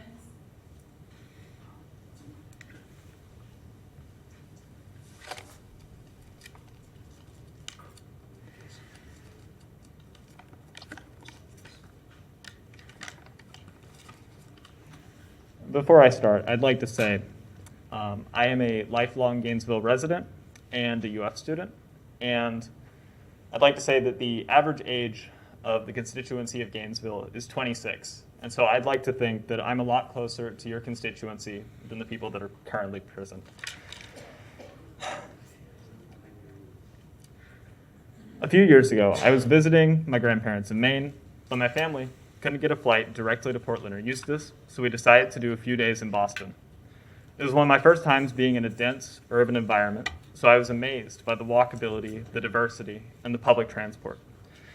That trip came and went, and at that time, I chalked the disparity between Gainesville and Boston solely up to size. Boston was a much larger city, so it would make sense that it's denser. Being 14 at the time, I didn't give it too much thought. Last year, we went to Maine again, but were fortunate enough to get a flight to Portland. I was blown away by the density of Portland's neighborhoods. There were restaurants, grocery stores, and public transit within walking distance of the homes. Again, I figured that Portland must be a larger city. Portland, Maine has 65,000 people, less than half of Gainesville. Around that time, I realized that urbanism has less to do with population and more to do with policy. It wasn't that there was anything unique about Portland, Maine. It's just that the type of housing that made those neighborhoods great and affordable is illegal to build in most of our city. And I think that's a tragedy. Exclusionary zoning makes it all but impossible for people of a lower income level to have access to the same schools, jobs, and amenities that high-income people have. I think our people are just as deserving of these communities as people from Portland. Other places are figuring this out too. Minneapolis and Tacoma have already ended exclusionary zoning to increase affordability, walkability, and neighborhood diversity. I urge the City Commission to pass this measure so the City of Gainesville can reach its full potential. My hope is that the Commission votes in favor of people, equity, and better communities for tomorrow. Thank you. Thanks. Adam, back to you. Thank you, Mr. Mayor. We now turn back to Kyle Chambers. We found him. Mr. Chambers, you have 3 minutes. Mr. Chambers. Yep, I'm here. Can I proceed? Yes, sir. Hello, yes, my name is Kyle Chambers. I've been a resident of Gainesville for coming on 7 years, and I just wanted to say that this proposal is unequivocally needed. I want to express my support for this proposal in kind of a story. I recall around a year ago when I first moved back to Gainesville for my professional job after attending UF, I was struck by the complete lack of dense and more affordable apartments closer to the UF campus where my position and both the position of my partner are located. We were forced to look elsewhere towards I-75, towards Butler Plaza, to what I previously remembered to be apartments for low-income individuals. That is the current state of housing today in Gainesville. Gentrifiers, essentially, like myself, are pushing out current residents and low-income students from apartments and housing complexes that are far away from the university or other centers of jobs. That is our current reality, and that needs to change. This proposal will essentially increase the density of multiplexes and duplexes located near job centers, downtown, and campus where they're desperately needed. We are faced with this reality. More and more people are moving into Gainesville, and there's nothing we can do to stop that. All we can do is adapt for the future. I did not intend to become a gentrifier, but I want to do my part to ensure that this will not be the reality for individuals that come after me. I want to make sure that Gainesville is an inclusionary, equitable development and neighborhood for all who choose to move here. Thank you. Our next speaker is Alexander Posa, followed by Ann Atwater. To those it matters to, I've lived in Gainesville my entire life, save for college. Before I begin, I would like to point out that Gainesville is the youngest city in Florida. At 34, I'm significantly younger than almost everyone in this room, but nearly a decade older than the median resident of 26. However, because of the nature of public meetings, attendees are disproportionately retired and landowning, unlike me, who is a renter. Homeowners have an interest in keeping property values artificially high because America has, for decades, pushed housing as a wealth-building tool rather than a place to keep you safe from the elements. A roof over our head is something we all need. It should not be part of an investment portfolio for baby boomers to watch appreciate as the world burns from global warming. Those opposed to this proposal believe abstract ideas like neighborhood character are more important than real serious issues of homelessness and climate change. They believe Gainesville should be put in amber, but what makes cities great is that they are dynamic organisms, and America's century-long experiment with exclusionary zoning has strangled that dynamism. Instead of living in a real community where we can come together and solve our problems, most of America lives in isolated, car-dependent, single-family homes that destroy our climate and our communities. Gainesville should lead the way in Florida and allow people to build denser, climate-friendly communities because the rest of Florida will be flooded. Housing may be different than other goods, but it's still constrained by the laws of supply and demand. And the only two ways I am speaking, please. And the only two ways to make housing cheaper in a market economy is to lower demand by making Gainesville worse or increase supply by letting people build homes. And I know which I prefer. I'd also like to add, I have heard the way many of you speak about students on Nextdoor or even to the press. Without students, Gainesville is stark. The city, also probably not great. Without them, Gainesville doesn't have one of the best hospitals in the state to take care of my dad when he broke his hip in June. Gainesville is great because of students, and inclusionary zoning allows the desperately needed housing to be built. I'm also truly sorry that so many of you feel that a disabled renter like myself, you can't afford to buy a single-family home will ruin your neighborhood's character. And also, density saves trees, it does not destroy them. Single-family homes destroy trees and the environment. Thank you. Okay, Adam, back to you. Thank you, Mr. Mayor. Debbie Martinez, you have 3 minutes. Yes, I'm Debbie Martinez. Can you hear me? Yes. Sure can.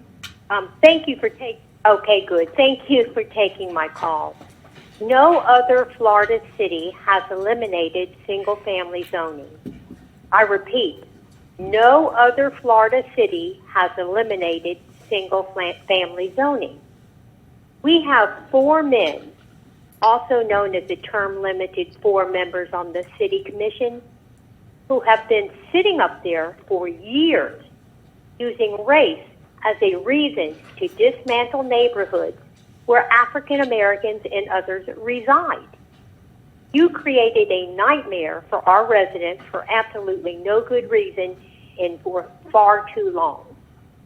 It appears you care more about the wishes of developers over the will of our residents. A large, diverse group of well-informed citizens, many experts in their fields, have been coming before this commission trying to reason with you to no avail. I ask the commission to do the right thing tonight and vote down this zoning proposal. Thank you. Okay, will you read out the next maybe 5 names? Ann Atwater, followed by Joshua Ney, followed by Wayne Fields, followed by Carrie Parker Warren, followed by Robert Mounts. Thank you. Hello, City Commissioners. I'm both a renter and a voter, and I also ain't a developer. I live in an apartment complex built in the early 1980s, 1983 to be exact, and I have lived there for 6 years now. Rents have steadily gone up from $700 a month to $1,200 a month now. During this time, there has not been any sort of new construction nearby, but no new subdivisions, no new luxury student apartments. But what I have seen are fewer of the young families that used to call my apartment complex home, and now more Teslas. There used to be little kids, 6, 7 years old, waiting for the school bus in the mornings. They're gone. There are Teslas now. I am now competing for housing with the people with UF faculty stickers on their cars who drive Teslas. When I work as a research assistant making $20,000 a year, and I am happily in a relationship with a certified nursing assistant who wipes asses for a living for nearly minimum wage. We cannot afford to compete for housing against the people who can afford luxury cars. We cannot afford to keep up with these constant rent increases when our wages are stagnant. We love where we live now, but we will realistically have to move if this continues. By maintaining these stringent zoning regulations, you can keep us competing with these Tesla drivers. And if you just abolish them, we're able to get the Tesla drivers to live in Gulfview instead of off of I-75. You'll be hearing a lot tonight about boomer homeowners and landlords wearing orange dots who are safe from rent increases and displacement. In fact, many of them profit from it through their housing values and their tenants. The oppositions tonight will repeatedly lie about this legalizing the standard in single-family neighborhoods instead of legalizing just a second doorway. A second doorway, that's all it takes. It should be remembered that most of them were able to get their homes under a period of housing abundance that ended in the late 1980s when we outlawed the majority of the land for duplexes and quadplexes. This abundance, when my parents lived here, they only got a condo for $300 a month. My rent is $400, not $400, 4 times that amount for a property that I do not develop equity in, that I am constantly paying for someone else to profit off my back. My generation cannot imagine an opportunity like $300 for a condo in a good location because it was stolen from us by these land use regulations, and that's a tragedy. I ask today that you vote yes on these changes to give my generation a chance to have affordable housing like our parents and grandparents could, and take a stand against continued gentrification of our current housing stock. Thank you. Okay, Adam, back to you. Thank you, Mr. Mayor. We have an anonymous caller. The last four digits of the phone number are 4745. Hi, thank you for the invitation to comment. I have a doctorate in ecology with a minor in urban and regional planning. I understand the intricacies of zoning and its impact on land use and communities. I have two comments and two questions. I'll try and be quick. First, on word choice. I believe calling single-family residential exclusionary is deceptive.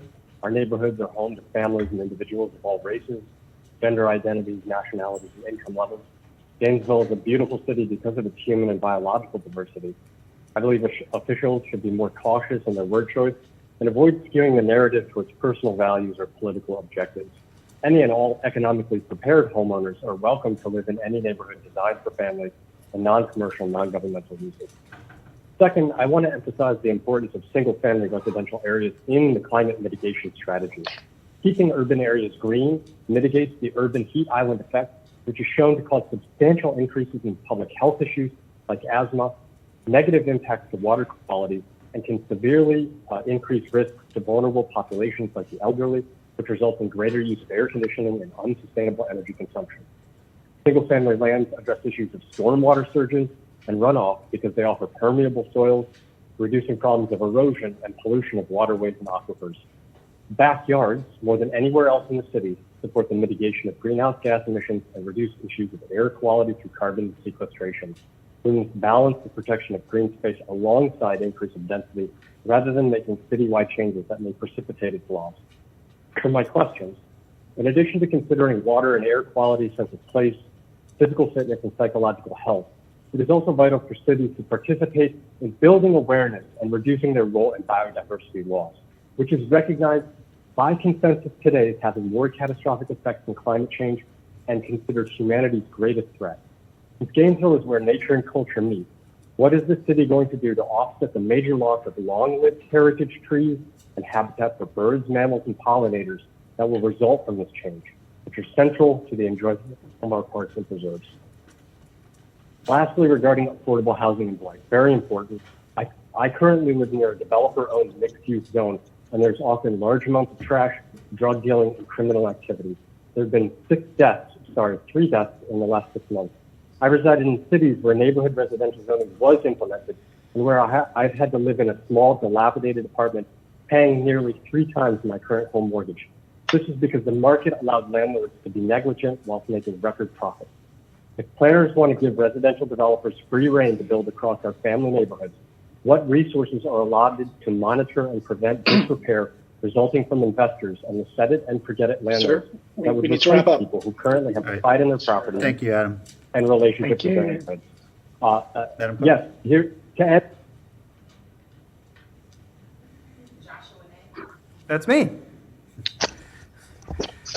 Good evening, Commissioners. My name is Joshua Ney. I'm a homeowner who's lived in Gainesville for 28 years. My kids attend public schools in Gainesville, and my wife is a public school teacher. I want you guys to keep in mind that most people in Gainesville are renters, and the median age is 26. You represent the folks that aren't in this room tonight.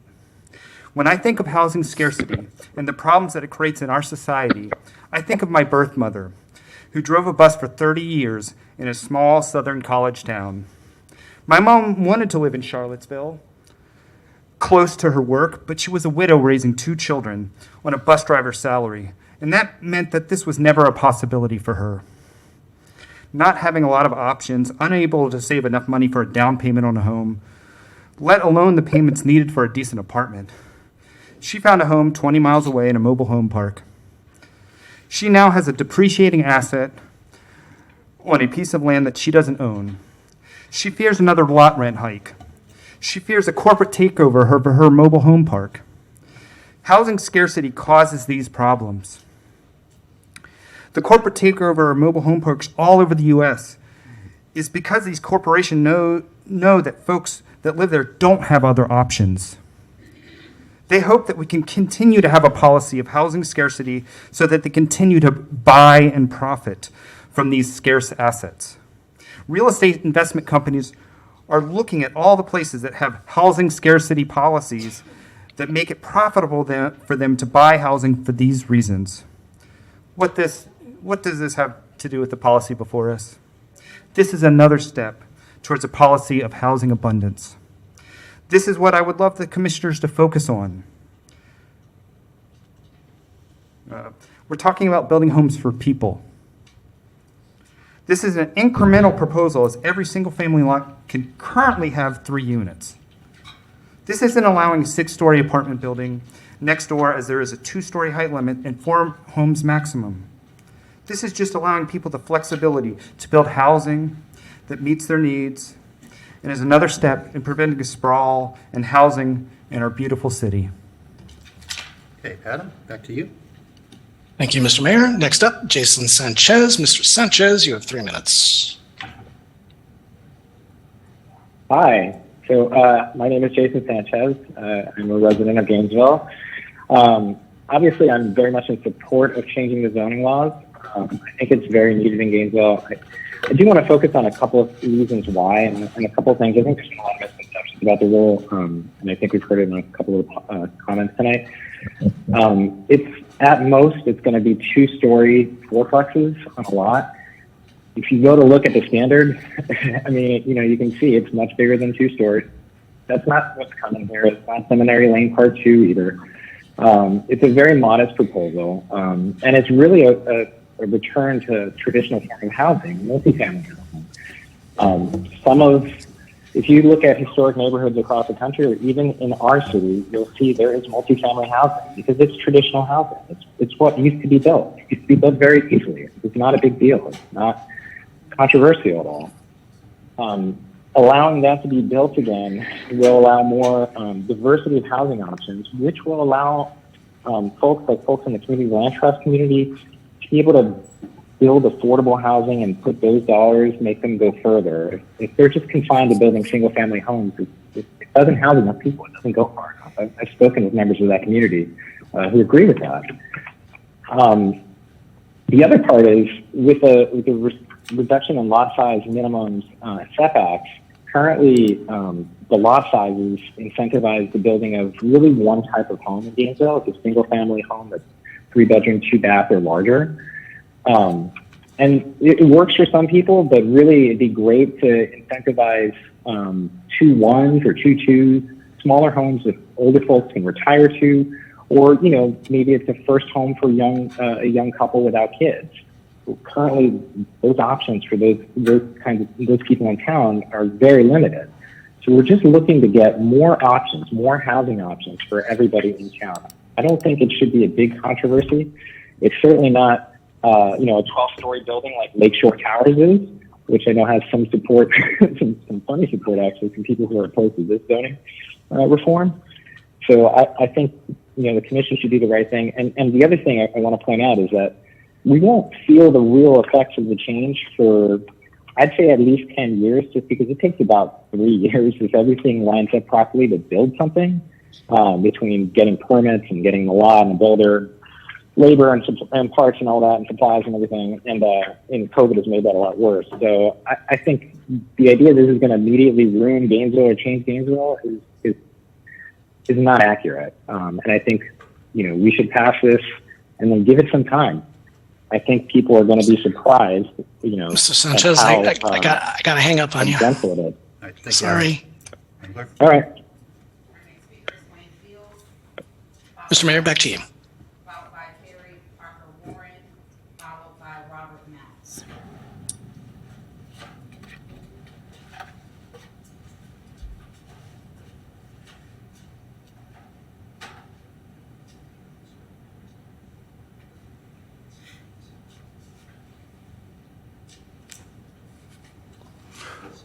Good evening. My name is Wayne Fields, and I am a resident of Gainesville for the last 60 years. I am proud to be here from East Gainesville. I've been here before, standing before you all, and tonight I see the light. I've done research, and now I can see that I am for the elimination of exclusionary zoning and land use. I'm going to ignore the 500 petitions that I have here from East Gainesville residents. I'm going to agree with putting an assisted living facility for the homeless on Southeast 15th Street that will undoubtedly cause an increase in crime. I'm okay with lowering land use value. I'm okay with being traffic, confusion, and congestion. I am also okay for voters who completely disagree with this, and they have been shouting out for deaf ears.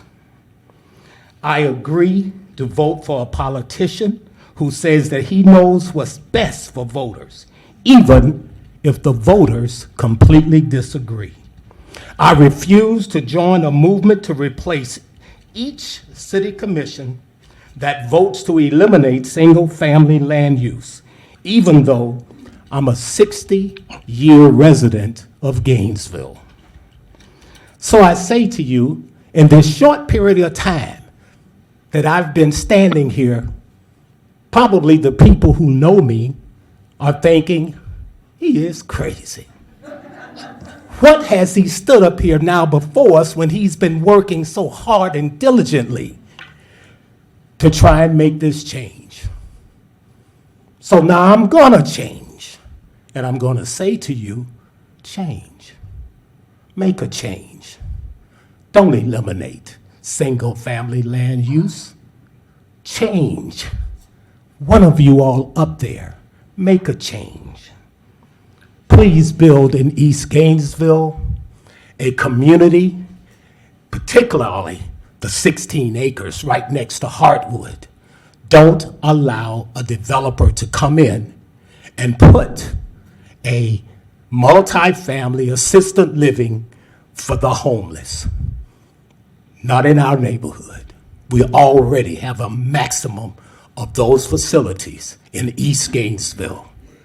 Make a change. Thank you, Mr. Field. Adam, back to you. Thank you, Mr. Mayor. Next on our queue, Renz Torres. Renz, you've got 3 minutes. I'm Karen. Hi, can y'all hear me? We sure can. Can you turn your TV down? All right, perfect. Sure, thank you. All right, my name is Renz Torres. I'm in favor of zoning, but I have concerns about the equity of it. We have to manage the growth of residents and students sustainably. Small multifamily developments in single-family zones will over time get us to neighborhoods that preserve residential character and allow more people to live closer to the things we need to get to. The default option, sprawl, is unsustainable. Upzoning and other assorted amendments, however, don't address a crucial question. Who gets to live in Gainesville? Given property values in the city, new residential development and pre-existing neighborhoods is currently and likely to be concentrated in Black neighborhoods like Duval and Lincoln Heights. Without mitigation, those neighborhoods will likely end up like Porter's and Fifth Avenue, which are quickly turning to market rate rental housing, developers' highest and best use of those neighborhoods. It would also lead to predation and erosion of the Black wealth stored in homeownership. The city and private partners must act quickly to ensure dense, permanent, affordable housing gets built in target neighborhoods before market rate housing. This can look like supporting the acquisition of land by community land trusts, the construction of market and limited equity cooperatives, or even community members purchasing land in blocks together to ensure the most direct control of neighborhood land and the accumulation of Black community wealth. Upzoning is a tool. The city and benevolent private partners can use it to quickly amass land for permanent, affordable housing. However, without compounded action, upzoned land and resulting housing will likely be unaffordable for the neighborhoods upzoning will most intensely affect. Thank you. Thank you, Madam Mr. Clerk. Torres. Mr. Mayor? Next speaker is Carrie Parker Warren, followed by Robert Mounts, followed by Cindy Gordon. I'm Carrie Parker Warren. We, the people of the United States, in order to form a more perfect union, establish justice, ensure domestic tranquility, provide for the common defense, promote the general welfare, and secure the blessings of liberty to ourselves and our posterity, do ordain and establish this Constitution for the United States of America. This is a dream that our forefathers had when forming this country. I'm not sure they had me in mind, and I'm not sure they had my neighbors in mind, but we've been around long enough to be able to be a part of your dream. We, the people of Azalea Trails and the city of Gainesville, want what was promised to us as Americans. We want justice, common defense, general welfare, blessings of liberty.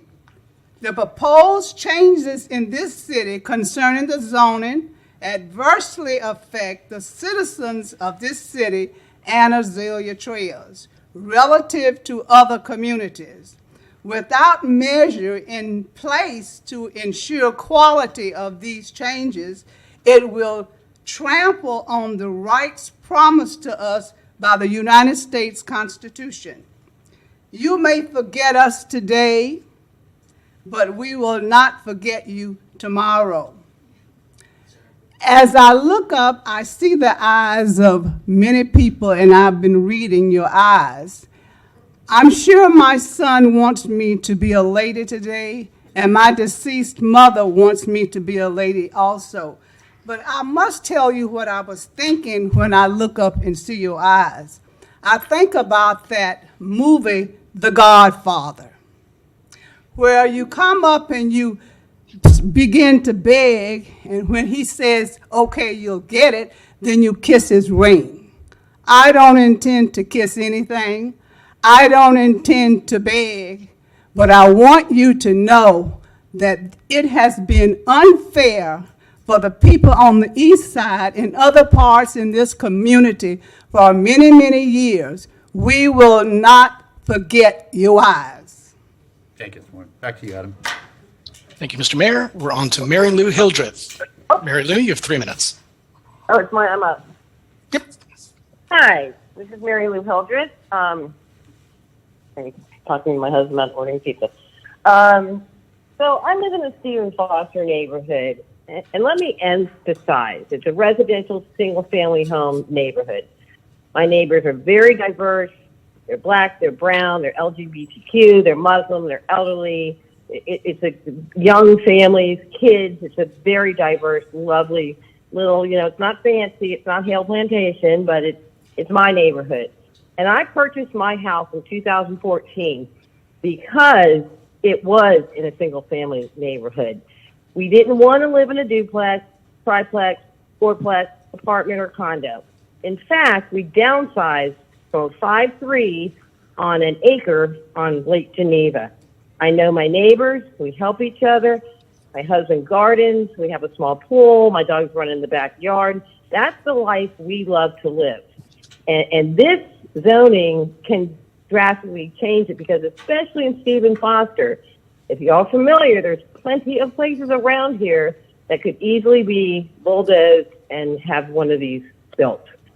Also, I'm the vice chair of the SHIP Affordable Housing Committee for the City of Gainesville, and I was proud to support the letter we unanimously sent to the commission not supporting this change and objecting to the exclusion of any committee input to the commission and ignoring our IRR recommendations, which did not include this particular quote-unquote solution.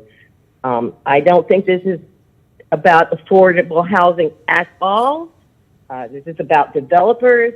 And finally, the four of you who are obviously deaf to the community, who are dug in to vote on this and probably won't change your minds if 2,000 of us showed up. The most disgusting thing that two of you are turned out and you're ramrodding this through in the 11th hour of your term. If anything, this needs more conversation, more community input, and put off to whatever the next commission is set after this year's election. Thank you. Thank you, Ms. Hildreth. Mr. Mayor? And can you read the next few names, Madam Clerk? Robert Mounts, followed by Cindy Gordon, followed by Gary Gordon, followed by Kim Tanzer, followed by Peggy Carr. Thank you. Good evening, I'm Robert Mounts. I'm speaking as past president, immediate past president of the University Park Neighborhood Association, which is just north of the University of Florida. From the beginning of this debate, it's always been about the proliferation of student rentals, party houses, and now Airbnbs in our neighborhood. It has always been about the preservation of a family neighborhood clustered around what was J.J. Finley and is now Parker Elementary. However, as we learn the potential impact on Fifth Avenue, Pleasant Street, our sister neighborhoods close to the university there and at Porter's Quarters, and the impact on them, the luxury student bungalows that have been built there, people coming by with cash to buy their homes, the obvious, we never thought it was about race until then, but now it is about race, and it's about gentrification and displacement of the most vulnerable in our city. So for a lot of us, for a long time, I've been trying to say, for us, it's about the students stupid. I'm not calling you stupid. But I've realized as we've gone through this that the developers and property managers are saying, yeah, you're right, Mr. Mounts. It's about the students stupid, because that's where the money is. That's the core of the issue. The second thing is a procedural thing. We had an exchange of emails 3-4 weeks ago in which I said when Commissioner Hayes Santos filed his alternate versions of these rezoning ordinances last week, the alarm bells went off. What changes was he requesting? Does it amount to a substantial rewrite, which has not been properly noticed to the public or reviewed by the plan board? His proposals, and do you know this, allow up to 12 dwelling units per acre, vice 8, a minimum lot width that is allowed uses of 35 feet, vice 70, allowing cottage, bungalow, tiny home neighborhoods. It's a substantial last-minute change, which was not even reviewed by the plan board, which for the first time tonight was acknowledged, as well as the plan board's recommendation 4-2 that you not do this across the board in every neighborhood. So for the record, I have left with the clerk a copy of this correspondence. Make sure it's a public record. It's part of the procedural flaws in the process.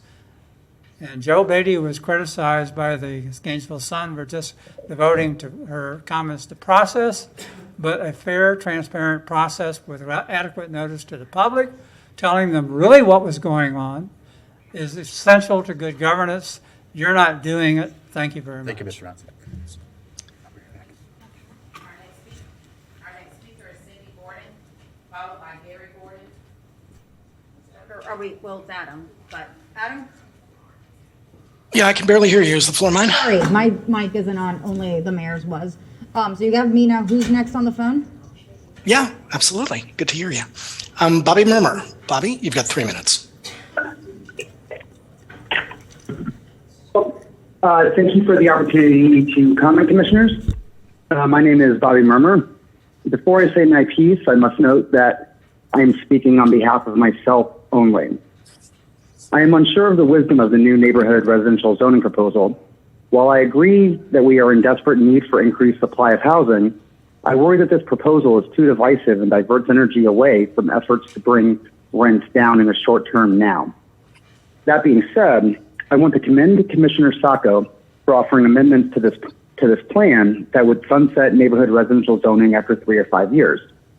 With all the anxiety over the implications of the zoning plan, this type of amendment ensures that the city is able to learn from and adapt to changing conditions on the ground, and unintended consequences.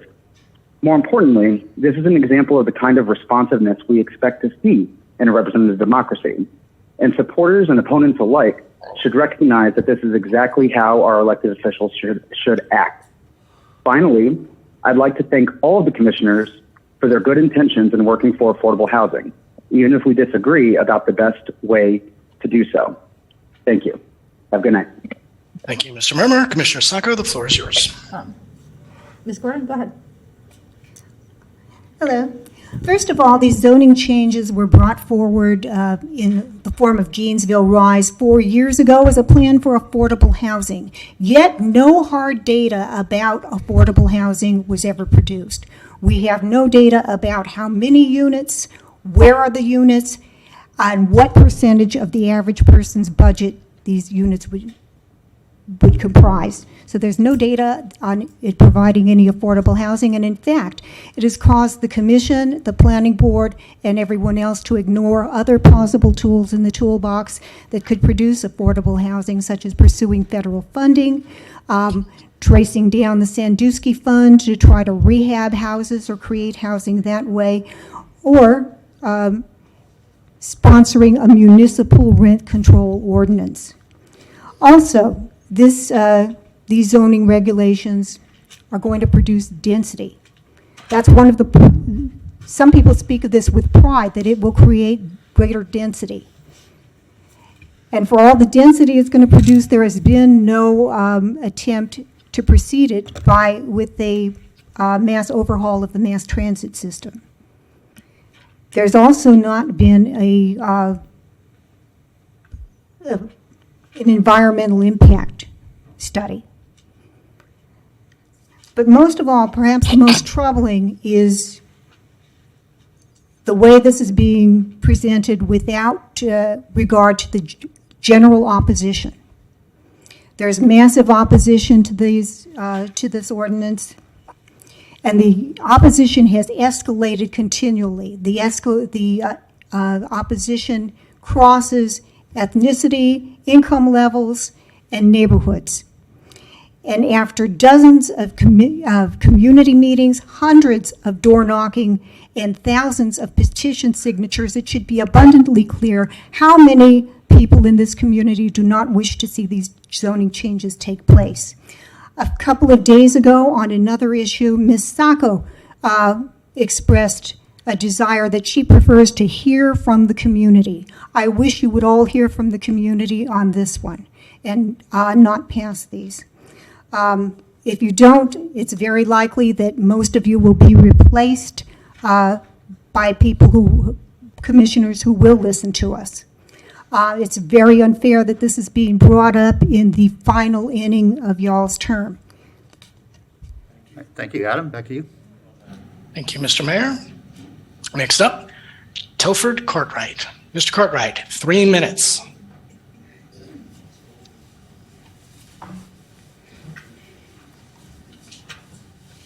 Mr. Cartwright, you out there? All right, we're going to come back to Mr. Cartwright. We're going to go next to Donald Shepard. Mr. Shepard, you have 3 minutes. Hello, sir. I'm Donald Shepard, and I'm running for city mayor, and I think that this here proposal should have been left to the next running mayor. This here is something that I would not vote for. This is something that the public is standing before you, mayor and commissioners, and telling you we do not want this. So this should be end of the meeting and should be end of this agenda, because it is not of this people. And therefore, we need to take and listen to the people that are before you and on the phones, because we are the ones that voted for you. That's all I have. My wife wanted to speak. No? Oh, my wife will call back. Thank you. Bye. Thank you, Mr. Shepard. Back to you, Mr. Mayor. Our next speaker is Gary Gordon, followed by Kim Tanzer, followed by Peggy Carr, followed by Carol Lippincott.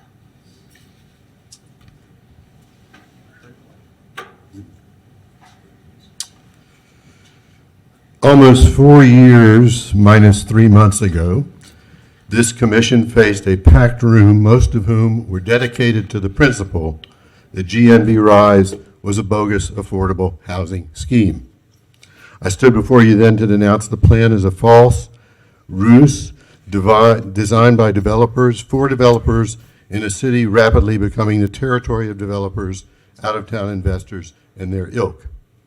Tonight I stand before you, to paraphrase Mark Antony, not to criticize, but to congratulate you. Congratulate the majority of you on the invention of GNV-RISE on steroids, the elimination of single-family housing. Congratulations for increasing the ire of the citizens of Gainesville. Congratulations for once again pretending this has anything to do with affordable housing or eliminating sprawl. Congratulations for pretending this has anything to do with climate change. Congratulations for bringing black and white together. Congratulations for getting the Gainesville Sun to come out and telling you that the timing is not right for this. Congratulations for doing so little over the last 4 years to actually create affordable housing. Congratulations for taking such a radical action that you prompted Perry and Clemens to consider state action. Congratulations for demonizing anyone who opposes this plan, suggesting they are racist, don't care about affordable housing, don't care about climate change, because they don't buy into your con. Congratulations on making this a Democrat-Republican issue when the party's politics have nothing to do with this cluster muck you've created.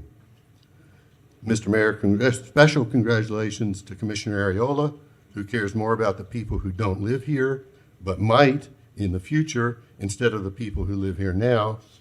And special congratulations to Commissioner Ward, who could have come out strongly, or at least as strongly as I did 4 years ago, against GNV-RISE when 55 of the 60 people who spoke said kill it, but he failed to even try. Well, you have another opportunity tonight, and I'm glad Commissioner Ward is now on our side, to kill this. Like I said then, you're waist deep in the big money. You've got to turn around, go back, start over. This isn't it. The world may little note nor long remember what occurs here tonight, but we will.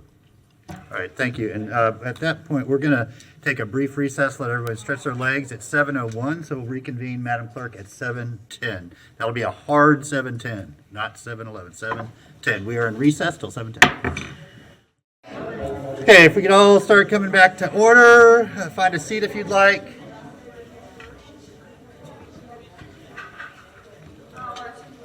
Just for the ease of keeping time, I'm going to wait till we hit 7:10. We left off, we're back to Adam, right? Yeah. Okay. All right, I'm here when you're ready. Yeah. Okay, y'all, we're ready for our next speaker. So if we please come to order, and Adam, it's over to you. Thank you, sir. Next up, Mr. Telford Cartwright. Mr. Cartwright, 3 minutes. Yes. Good evening, commissioners, Madam Clerk, Madam City Manager. Yes, what's going on here as far as I'm concerned, and for those who do not know, is an attack on the American dream. Plain and simple, and that American dream is private home ownership. Take, for example, and it's kind of ironic, or it's ironic, that this marks the 100th year centennial of Thomas Woodrow Wilson, who was the 28th president of the United States. And during his presidency, and by the way, he served 2 terms, which I don't know how. Rosewood happened. Tulsa, Oklahoma was burned down. Ocoee, there near Orlando, the Houston riots of 1918, where many black and brown-skinned people lived in Houston, Texas, and who ran out to Texas, and the towns were burned down, et cetera, et cetera.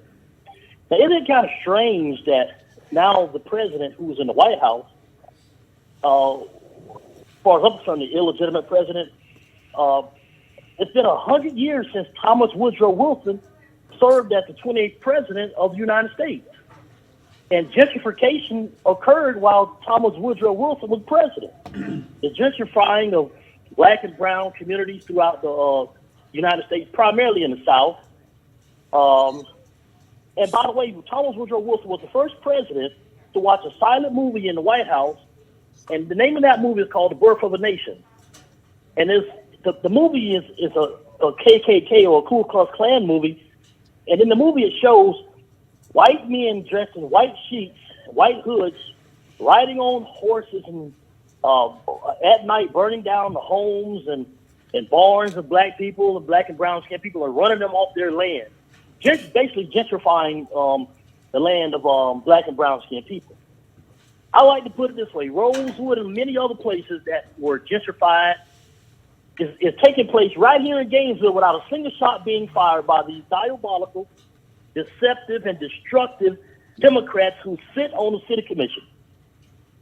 And when I first read and heard and read about Gainesville Rise, of course, this came to mind. But look at the timing here. This marks 100th year of the presidency of Thomas Woodrow Wilson, who was a Democrat, born in Virginia. And look what's happening here in Gainesville, Florida. As far as I'm concerned, different faith, same culture. Nothing has changed. They will not change. All righty, Mr. Courtwright, that's your 3 minutes. All right, Madam Clerk, our next speaker, please. Our next speakers are Kim Tanzer, Peggy Carr, Carol Lippincott, and then David Hastings.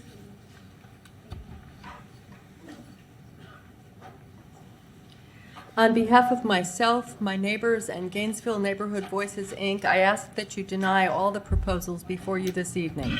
They're inappropriate for our city as written. Let me explain. Your justification for making the most sweeping land use changes the city has seen in decades is a report you commissioned by New York-based real estate development consultants HR&A. Today's agenda includes their draft 2020 report, clearly labeled Draft for Discussion Only, on each page. In that draft report, HR&A states the City of Gainesville should complete in-depth land use analyses, plural, to consider the following changes to exclusionary land use controls. It then goes on to list all the proposals before you tonight. However, the city has not provided such analysis, and to our knowledge, none has been done. This defies the norms of sound comprehensive planning and is at odds with the recommendations of your own consultants. Before proceeding, the city and its residents need to know how these sweeping changes will affect the following: stormwater runoff locally and upon the Floridan aquifer, the source of our drinking water; public schools, including redistribution of student populations and related educational outcomes; impact on historic resources, including designated historic districts, but also locally important historic properties and neighborhoods; transportation and parking, including new trips generated in unpredictable locations, and tremendous likely impact on neighborhood streets, such as parking and emergency vehicle access; loss of our tree canopy. With the minuscule setbacks, neighborhoods filled with new quadruplexes will quickly become heat islands. Walking will become unbearable, habitat will disappear. Wastewater capacity. Our inner city sewer system is old and undersized for extensive new development. Finally, this entire exercise is predicated on the assumption that we do not have enough affordable housing for those who need it. There has been no credible assessment of our local demographics, our current and projected population, the role college students play in our housing market, the number of units built, their target populations, and their costs to rent or purchase. As someone wrote in today's Gainesville Sun, tonight's effort is like fishing with dynamite. While you may accidentally provide some affordable housing, the potential consequences are completely unknown and possibly catastrophic. The state requires that municipalities provide data and analysis as part of comprehensive plan amendments to avoid such an outcome. For that reason, it's imperative that the city complete in-depth land use analyses, as your consultants advised, before moving forward. In the meantime, please deny these proposals, and please enter my remarks into the record. Thank you. Thank you. Adam, back to you. No cheers or jeers, please. Thank you. Adam, back to you. Thank you, Mr. Mayor. Sally Shatner. Sally, you have 3 minutes. Hi, I live in the Stephen Foster neighborhood. We live in a pretty diverse community. Even when we have renters in the neighborhood, normally they've been families. Now most of the houses that are being sold, such as a couple in our street, have been turned into Airbnbs. So you have no community since people are coming and going daily. You mentioned affordable housing. How are we going to guarantee that? We have so much housing going up in Gainesville now, and there's no affordable housing. How will they own their duplexes? How will they control rent? How are we going to guarantee that this will be affordable housing? What about, putting them people where they're actually jobs, not just putting them all in the Northeast, as far as going ahead and eliminating the single family housing in the Northeast. We need people to be able to have accessibility to jobs, have transportation to be able to get to work. So we need people more in central parts of town. So that is one thing that we need to consider as far as with that. We already have in the Northeast, again, not a lot of job opportunities, not a lot of amenities closed. We have food deserts already. So we need to really consider these options before we just go and change something that may be irreversible. Again, that is my opinion, and thank you very much for your time. Thank you, Ms. Shatner. Back to you, Mr. Mayor. Peggy Carr, followed by Carol Lippincott, followed by David Hastings, followed by Dean Mims. Mr. Mayor, Commissioners, thank you for the opportunity to speak. For the record, I'd like to point out a number of procedural irregularities related to the 3 ordinances you are hearing this evening that may well call into question the legality of your proposed actions. First, let's note there was an inaccurate advertisement for Ordinance 211359 in the Gainesville Sun on 18 July. A corrected version was posted on 20 July, but that advertisement said the ordinance was to be heard at 10 a.m. It is now on the agenda for 5 p.m., rendering the 20 July advertisement inaccurate. It does not appear you've met the statutory requirement for ordinance advertisement. The decision to have a public comment at the beginning of this evening's meeting, but before motions have been made, is very poor public policy and poor meeting management. The public deserves a right to comment on each of these 3 complex ordinances to be considered after motions have been made and before the votes, with a minimum of 3 minutes for each ordinance. This is particularly important given that alternative ordinances have been proposed by Commissioner Hayes-Santos and by Commissioner Sacco. The public, we now speaking, do not know if the city's proposed ordinances are the ones you're going to vote on. Are they the Hayes-Santos ordinances, or is it Commissioner Sacco's ordinance? There were 2 advertised times for tonight's meeting. The advertisement that appeared in the Gainesville Sun on 20 July stated the meeting was going to be at 5 p.m. The agenda posted on the city's Legistar site and the notice on the city's website listed the time at 5:30. Obviously, this is confusing. The 4 August agenda was only posted on the Legistar site on 29 July, just 6 days in advance of the meeting. It appears that Commissioner Sacco's proposed amendment only appeared on the Legistar site yesterday. This severely limits the public's ability to properly prepare for comment. The instructions about public comment included in the posted Legistar agenda are inconsistent with the notice on the city's website. The agenda suggests that public comment will be allowed on each ordinance, as it should be. And finally, the disregard and obfuscation of the Plan Board's recommendation about these ordinances is perhaps most disturbing. These are, for the most part, highly qualified individuals to whom you should be listening. They did not discuss early versions of the Hayes-Santos amendments and certainly have not discussed the lately submitted Sacco amendment at their meetings, and so to adopt them would be ignoring the legal requirement for participation by the local land planning agency. I believe one of the most disturbing aspects of your effort to force these proposals forward is your apparent unwillingness to engage with your constituents. It seems you've done everything possible to make it difficult for us to get information and to effectively participate. As County Commissioner Prizia so aptly put it the other day, you have not taken the time to build community consensus. Thank you, Ms. Carr. Ladies and gentlemen, Adam, please come to your Ms. senses. Carr, I've got to treat everybody and the vote same. these Thank you. ordinances down. Appreciate that. Adam? Thank you, Mr. Mayor. We now turn to Mimi Carr. Ms. Carr, you've got 3 minutes. Good afternoon. Thank you very much for taking my call. My feeling about this is that there is just too much rush going on. That what we're attempting to do is kind of retrofit Gainesville, which is a small-ish university town. I've heard a comparison early on with Portland, Oregon, which is a lovely city. Gainesville and Portland are not at all similar, even though the population possibly is. You know, we're a university town with an enormous university that is the center of our town. I also have a question about the kind of housing that would be built. That I've heard the phrase tiny homes coming up, and somehow I don't believe that a tiny house is something that would suit a family for the affordable housing or not.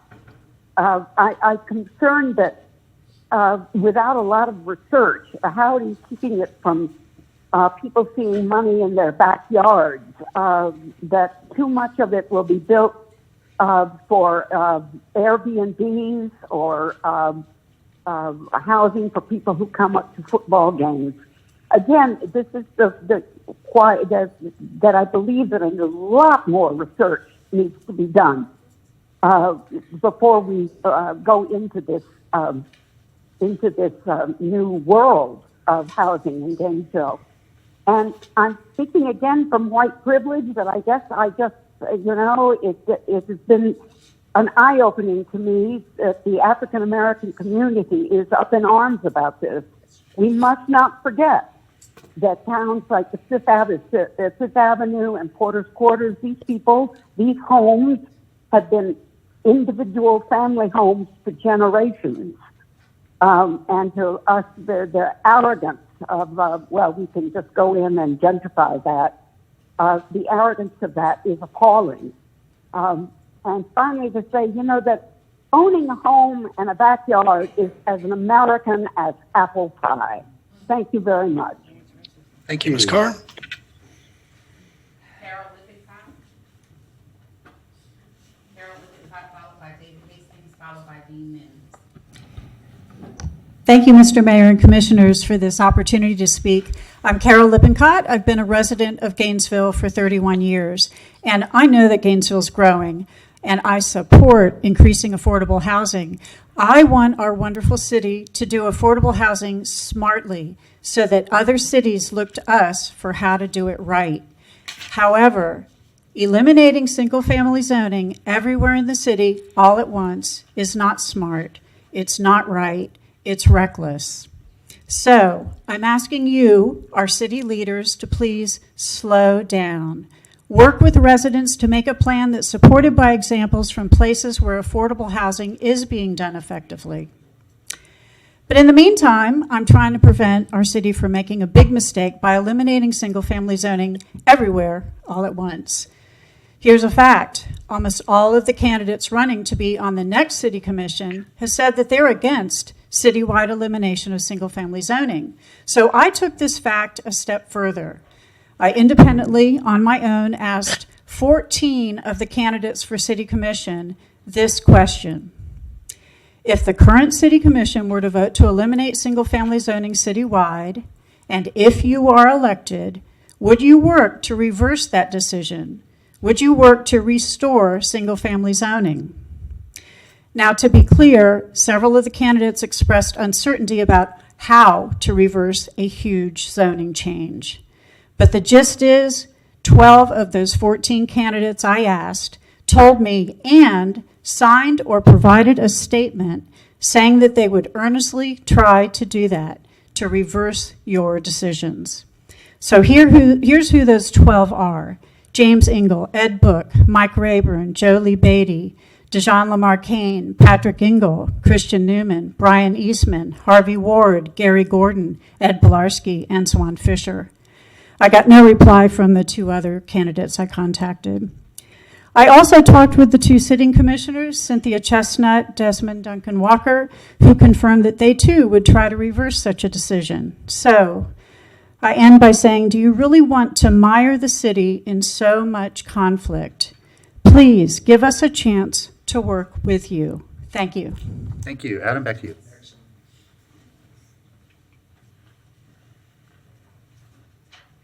Adam? I'm so sorry. I sneezed and I put you on mute. Katrina Gainey, you have 3 minutes. Good evening. I am a UF alum, a self-funded builder in East Gainesville, a landlord in East Gainesville, and full-time employee. I just want to ask the commission before making these changes to fix the problems with the current land development code. For example, 30-6.18. I build on infill lots in the Duval area. However, this code is a one-size-fits-all. It does not fit for the Duval area. And it's running builders, local builders, away from that area. Fix the issues with the development code, and you'll get more affordable housing in those areas. I'd just like to say I support affordable housing wholeheartedly, and I hope that the commission will take their time and fix the changes that need to be made before hastily moving forward. And I appreciate some of the commissioners that have met with me. Commissioner Areola, thank you for taking the time to speak with me. Commissioner Desmond Duncan Walker, you know, I understand your time is valuable, mine is as well. But when I make an appointment, I expect at least a call to reschedule. But thank you so much for taking my time. This is such an important issue. You say you want to fix the affordable housing issues. You want to make the city better. Please start within and fix the things that are not right, like the time that it takes to get a permit for a single family build. I have experienced right now over 6 months waiting to build a house in East Gainesville. It's things like that that need to be fixed that will help the affordable housing, not changing the zoning to a one-size-fits-all across the city. That is not going to work. And I beg you, before you do that, to please fix the issues that are right now within. Thank you for your time. Thank you, Ms. Gainey. Mr. Mayor, back to you.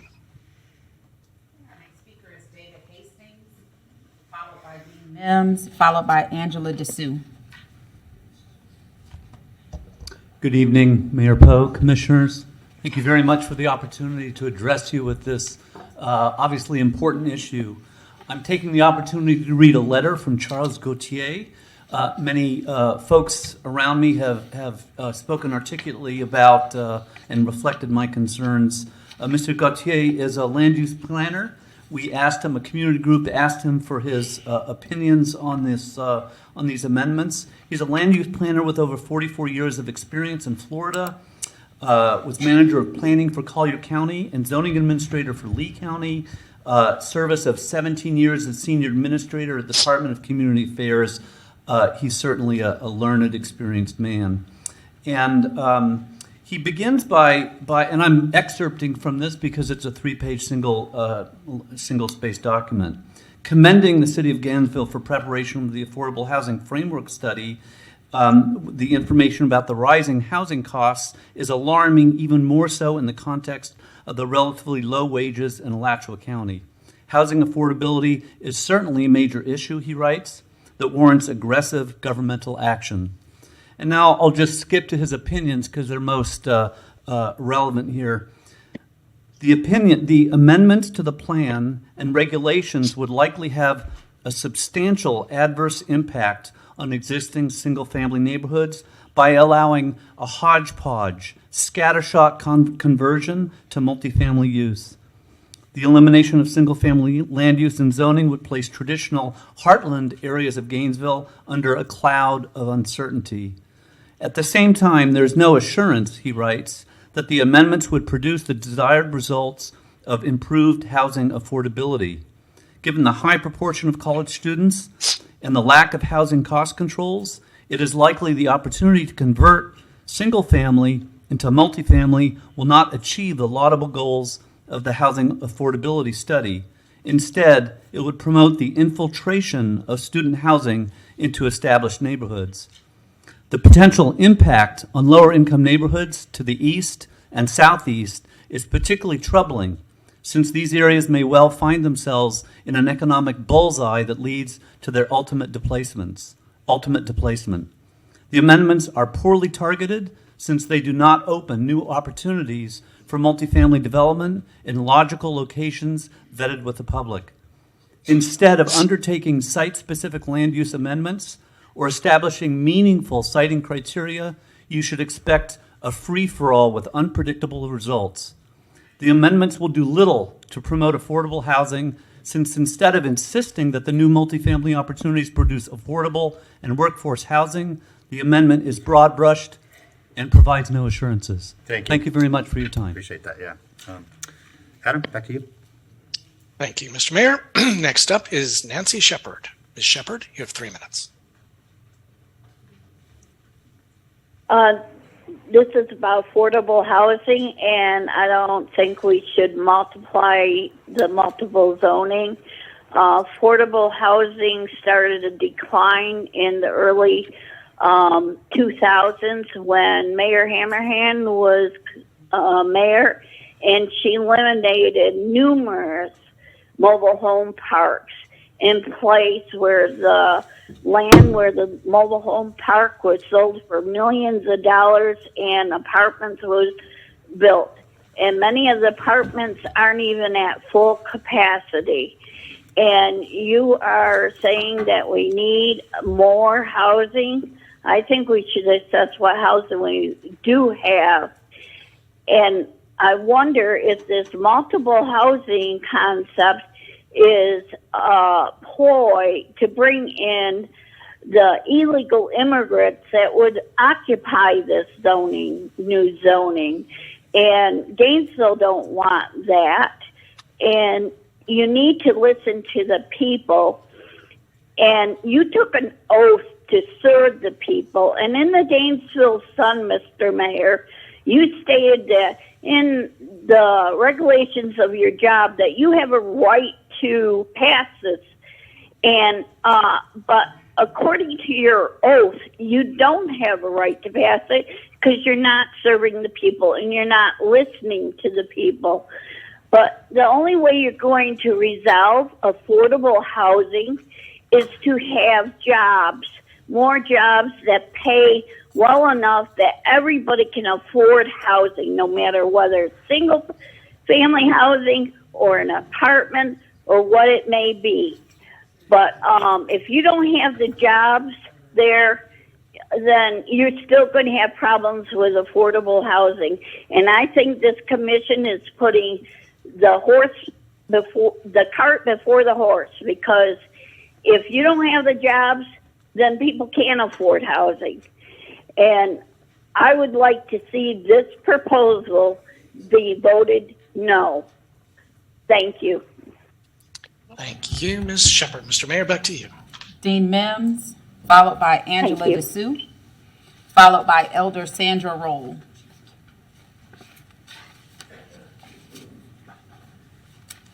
Good evening, Mayor Post, City Commissioners. My name is Dean Mims. I've been a resident of Gainesville, Florida since December 1997, continuously. I presented a stack of petitions that I referred to, 962 signatures. A team of individuals from across our city, myself included, representing many neighborhoods, including Porter's Quarters, Florida Park, Spring Hill, University Park, Azalea Trails, Ridgewood, Carroll Estates, Suburban Heights, Duval, Duck Pond, Kirkwood, and many more have gone door to door and worked via an online petition to demonstrate that your constituents are not in favor of the ordinances you're proposing this evening. To date, we have collected nearly 962 signatures presented over there, and additional petitions will be presented to you in the course of the evening. I presented the hard copies over there for the 962. Our petition reads as follows. To the Honorable Mayor Poe and City Commissioners Ariola, Chestnut, Duncan Walker, Hayes Santos, Sacco, and Ward, we the people vigorously object to the city's proposal to do away with single-family zoning. We believe this proposal leads to a reduction in home ownership, an important way to build personal wealth for all citizens of all races. Moreover, we believe this proposal not only disproportionately impacts historic African-American neighborhoods, but also historic white neighborhoods close to the University of Florida and Depot Park. As we move forward, we object to any comprehensive plan amendment that eliminates the single-family land use category and replaces it with a land use category that allows construction of multifamily housing. We're being told this proposal will not impact our neighborhoods, but as residents who live directly within them and know them through and through, we can guarantee that it will. Our objections to the said amendment, and the entire package, actually, the three ordinances, three agenda items, legislative items, various ordinances within there, the city failed to build community consensus through broad community participation. The proposed amendment is inconsistent with a number of other policies found in the city's comprehensive plan. The city failed to demonstrate that elimination of single-family zoning is successful in achieving the stated goal of an increase in affordable housing stock. The city did not present the required estimate of the maximum number of additional dwelling units that would result from the amendment. The city did not undertake the necessary technical assessments to project the cost associated with infrastructure upgrades required to accommodate the maximum number of additional dwelling units. Specifically, there is no accounting for sewer, stormwater, on-street parking, and the provision of open space. The city did not consider the historic and cultural significance of African American neighborhoods that would be forever changed with this adoption. You've consistently said you want to listen to your constituents. Well, here's a chance to do just that. Please hear us. Thank you very much for giving me this time. Thank you, Mr. Menace. Adam, back to you. Thank you, Mr. Mayor. Alex Hamilton. Mr. Hamilton, you have 3 minutes. Hello, my name is Alex Hamilton. I live inside city limits in zip code 32607. I'm calling in support of the measure to eliminate exclusionary zoning. I've been a renter in Gainesville for the last 10 years. I do not pretend to know what everyone in the community wants, nor will I suggest that my experience is the only one that matters. Instead, I will tell you what I know and what I have experienced. When I moved here in summer of 2012, the studio apartment that I moved into at Arlington Square next to the Hippodrome, and all 312 square feet of it, was $660 a month. That same apartment today is $1,259 a month. This last year, the apartment that I live in now has raised its rent $125 a month for existing residents, and new residents would have to pay $200 more a month if they had moved in last year. And that the average rent for an apartment in Gainesville is $1,567 a month. I came here to continue my education at Santa Fe and then UF after a few years of personal and family struggle. I met friends and built connections. I built a place for myself in this community, found a job, and been able to find myself and my identity. I fell in love with Gainesville not just with what it is or its character, but because of what it allowed me to become. I hope that you will listen to the people who will live in Gainesville for the next 10 years, 20, 30 years, because it is us who will live here in this Gainesville that this ordinance will create. And we will be living in a world that will be unrecognizable to climate change and other existential challenges that we face, all while being the target of dehumanizing rhetoric about invading and infiltrating by a loud, vocal, and small sliver of the population attempting to pull the ladder up behind them and weaponize good faith efforts to maintain communities of color and allow everyone to have a truly equitable experience in Gainesville. There's no better time to make the right choice than today. It need not be perfect or fix every problem, which this proposal does not do, because there will never be a perfect proposal that fixes every problem, as government is only as good as the people that we elect. But I understand that this ordinance is the first step, not the final one, in the right direction to making our city more equitable, more walkable, more environmentally friendly, more sustainable, and one that ultimately brings out the best in people. And that is the best thing that Gainesville has ever done for me, and I hope it will do the same for others to come. Thank you. Thank you, Mr. Hamilton. Mr. Mayor, back to you. Angela Dessou, followed by Elder Sandra Roll.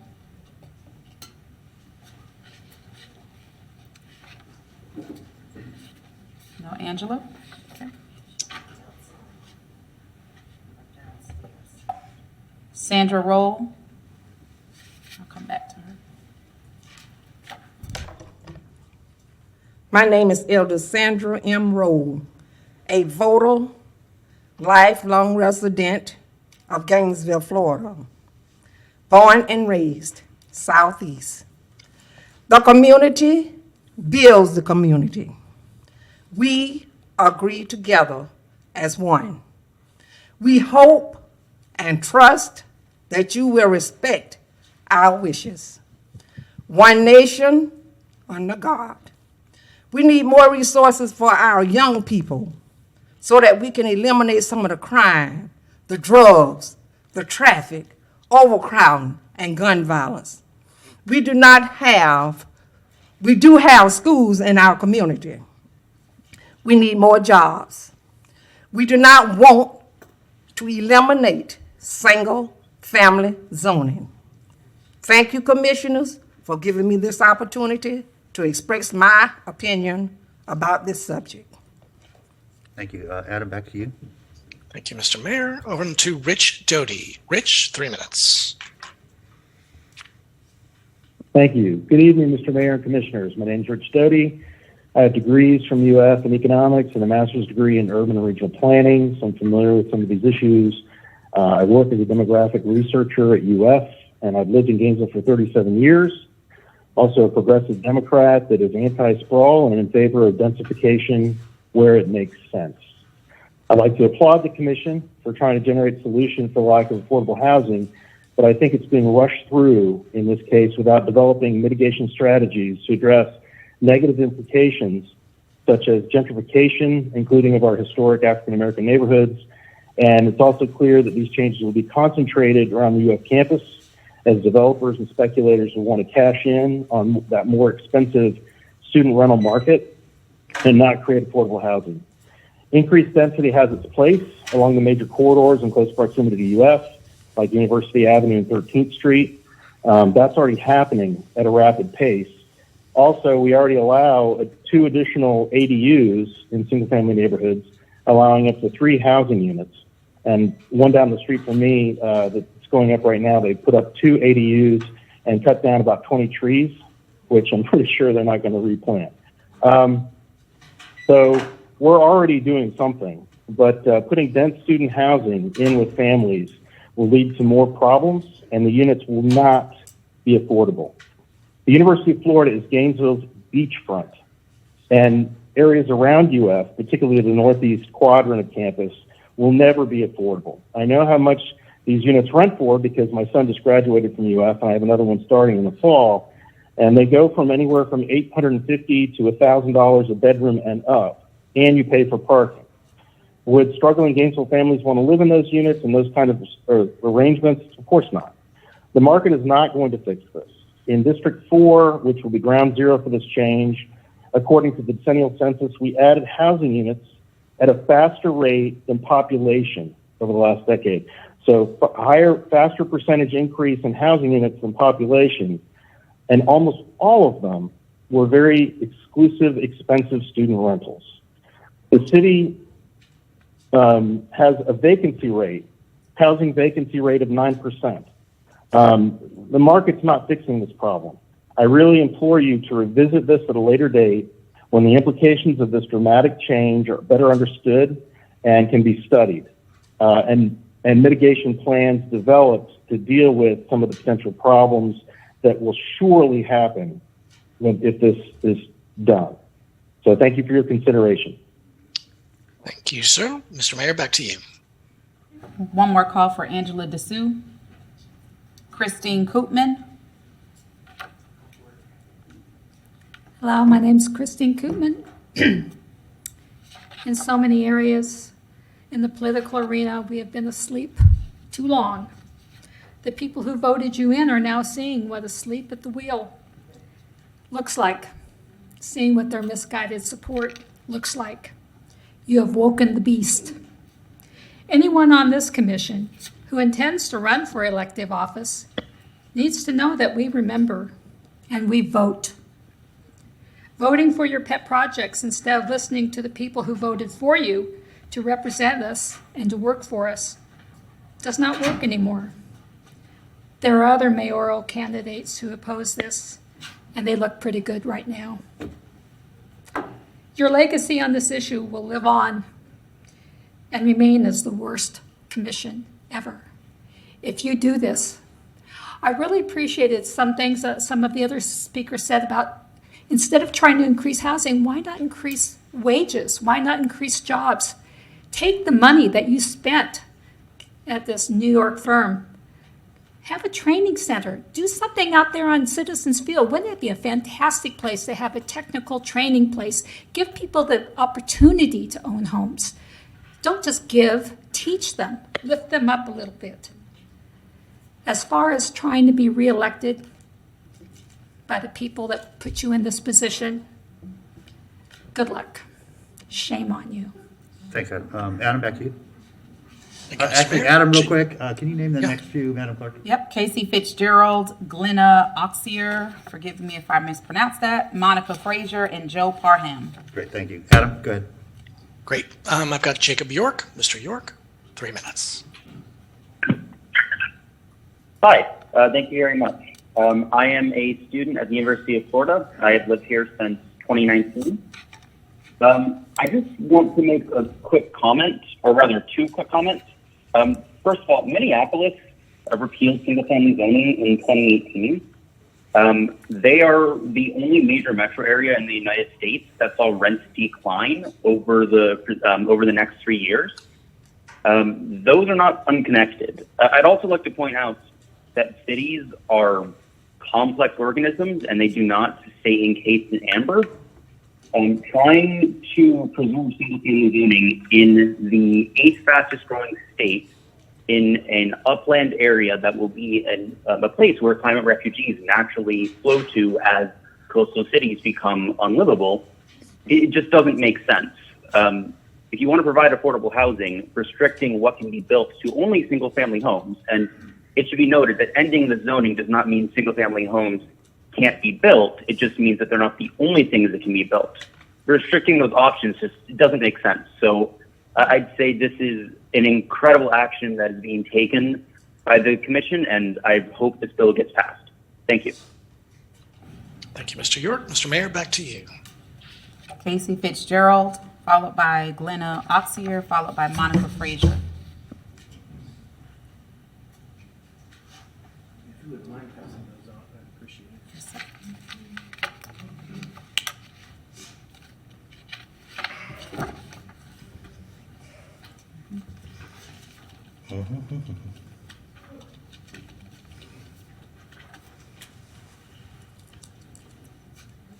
All right, good evening. I'm Casey Fitzgerald, president of Gainesville Neighborhood Voices. I've testified a few times lately on behalf of this entity, pointing out a number of deeply troubling concerns, most recently just 3 days ago, about the inappropriateness of this venue for tonight's meeting. This unheeded warning was evidenced by the 50 to 75 people, your constituents, that could not make it inside and had to stand in the August heat until most of them finally gave up and went home. But tonight, I just want to take the opportunity to remind you all and put on record what other highly qualified entities think of these proposals and advise you of the futility of moving these proposals forward. What did your advisories committee say? Advisory committees. First, your city plan board on June 6th passed a motion to keep the existing single-family land use category and not amend the future land use map. Second, your historic preservation board on July 10th voted to have city staff prepare and send a resolution to the City Commission opposing the proposed elimination of single-family land use category in the comp plan and the elimination of single-family zoning classifications, and requesting for you to consider neighborhood preservation, especially for our working class communities. And third, your Affordable Housing Advisory Committee on July 12th voted unanimously to send a letter to the City Commission strongly encouraging the City Commission to vote against the proposed elimination of exclusionary zoning. What did other highly regarded entities have to say? On July 13th, Thousand Friends of Florida, the letter I just sent to you, the most highly regarded smart growth nonprofit organization in the state of Florida, sent a letter to the city noting in part that the proposal lacks the data and analysis required under Florida's comprehensive planning, and that the sweeping recommendations could lead to gentrification of existing low-income neighborhoods, causing displacement and thus undermining the overall goal of increasing the supply of affordable housing. Since they did not receive acknowledgement to their letter, I did provide you the copies. With regard to the futility of this endeavor, please recognize that proceeding with these proposals is an act of utter futility. It will only result in further waste of our city staff time and financial resources. Why is that? The simple reason is that this comprehensive plan amendment will not be implemented. Gainesville Neighborhood Voices is 100% committed to filing an administrative challenge that will push implementation of these ordinances well past January. So by the time the challenge is concluded, regardless of its outcome, we will have a very different city commission in place, and the vast majority of them, as evidenced earlier, are on record to work to rescind them. Finally, you've heard, and as the night goes on, you will hear more deeply heartfelt and well-founded concerns of many of your constituents, many from the minority community, whose lives are going to be most directly, dramatically, and irreversibly impacted in very short order. I implore you to listen to these appeals, to heed the recommendations of your advisory committees and other experts, and vote accordingly. Thank you, Mr. Fitzgerald. Adam, back to you. Thank you, Mr. Mayor. We do have, I'll let you know, the last caller in the queue, at least for the moment. It is an anonymous caller with the last four digits of their phone number being 7428. Please introduce yourself.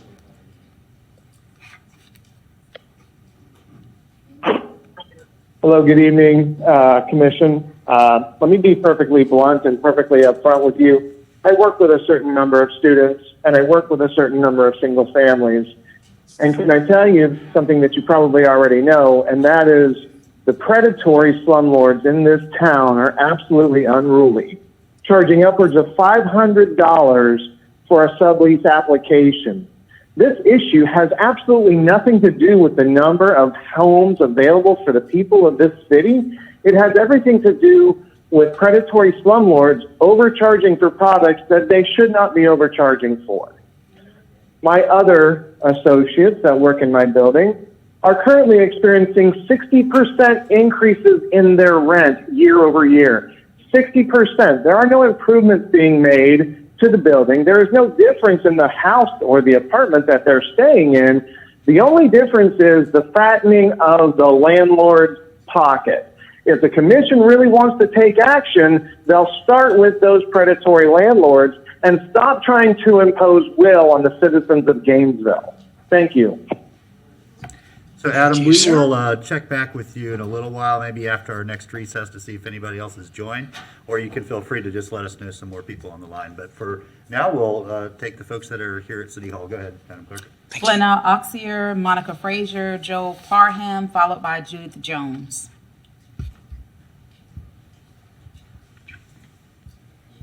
Ready? Oh, yes, so,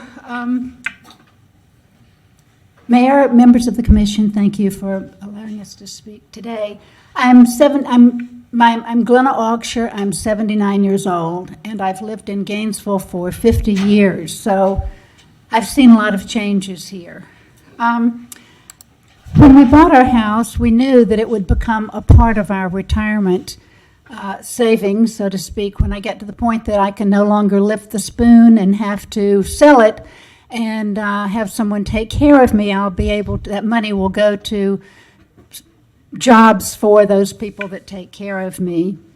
I'm sure that those of you who are young feel the way that I did when I was young. You think that you'll never age, much less die, but of course that's how it is. So for an awful lot of people, our home is a part of our retirement investment. I feel that voting for this issue that the people of Gainesville really don't want is just not how democracy is supposed to work at all. Ms. Seiko, I believe you came here from Cuba, and I hope that you don't become the kind of dictator that your family left to get away from. And I'll give you a little more time, but please no ad hominem attacks, and address all comments through the chair, please. Please address all comments through the chair. Go ahead, please. You have a little extra time. Let me know when I can go on. You can go on. It hurts my heart to feel that those that I had faith in and voted for are willing to be so against what the majority wants. It's also hurtful to see people use the race card. I'm not a racist. I've known Cynthia Chestnut for 35 years, and she's not a racist either. Your legacy can be positive or it can be negative. Leaving a negative taste in the hearts of those who voted for you does not suit well for your future, and neither forcing this change, this zoning change. I'm sorry that I have to be here, and I'm sorry that so many people have had to be here today to fight for something we shouldn't have had to fight for. It feels truly to me that you really don't care about the will of the people. And that's all I have to say. Thank you very much. Madam Clerk, next speaker. Monica Frazier, followed by Joe Parham, followed by Judith Jones, followed by Jolie Beatty. Right down the check. Good evening, Mayor and Commissioners. My name is Monica Frazier, and I am adamantly opposed to these changes that you want to make tonight. I live in and I represent the Spring Hill Neighborhood Association as well as Gainesville Neighborhood Voices. I have 110 signed petitions here with me tonight that I'm going to ask that you place into your records. My family has lived in and owned property in Spring Hill since 1904. This is personal. Most of my neighbors have lived there for multiple generations. I love my neighborhood. I love the sense of community and the pride that we have for living there. Now, Spring Hill has a lot of vacant property, most of which is now owned by investors. They're constantly harassing us, calling and mailing, asking us to sell our property. The proposed changes of increasing allowance of the density would greatly change the character and the function of the neighborhood. We simply do not have the infrastructure to support that kind of density. Our roads are narrow, and many do not actually allow for two cars to be side by side without one hanging off the side. We don't have sidewalks or proper street drainage.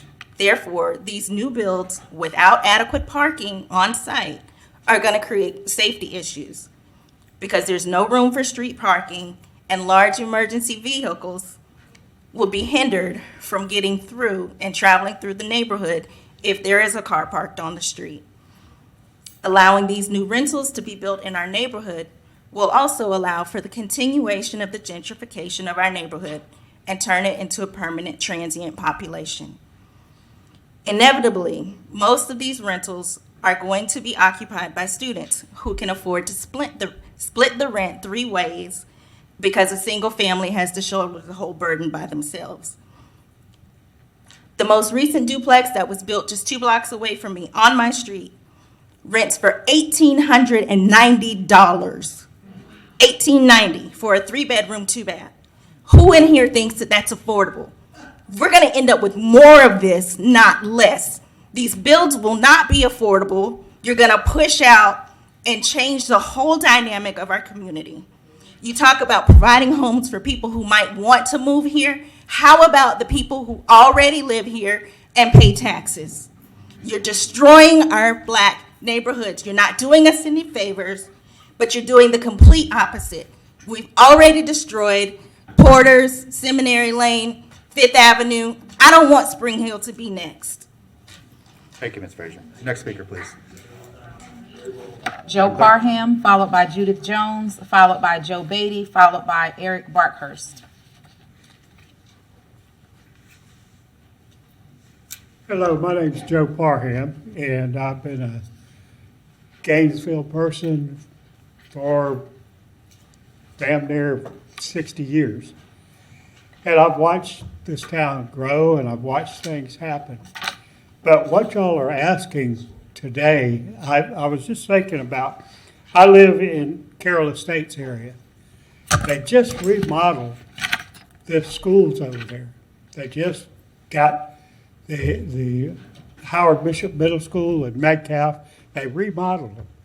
But if you allow these people to come in and buy those houses in that area, what's going to happen is it's going to change the dynamics of that area.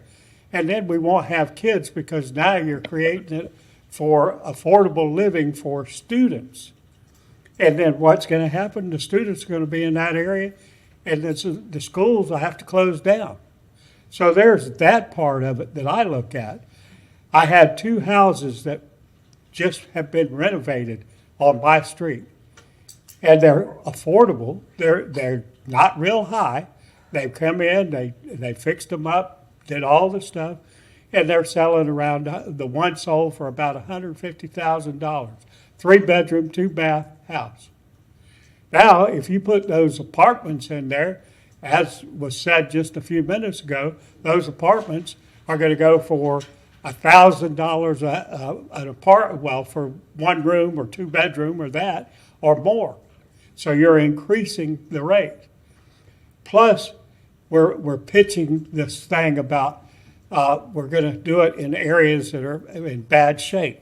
Well, my question to y'all is all these communities that we have here, the gated communities, the private communities, all over Gainesville, why is it not on everything in Gainesville that you can have built in all those areas?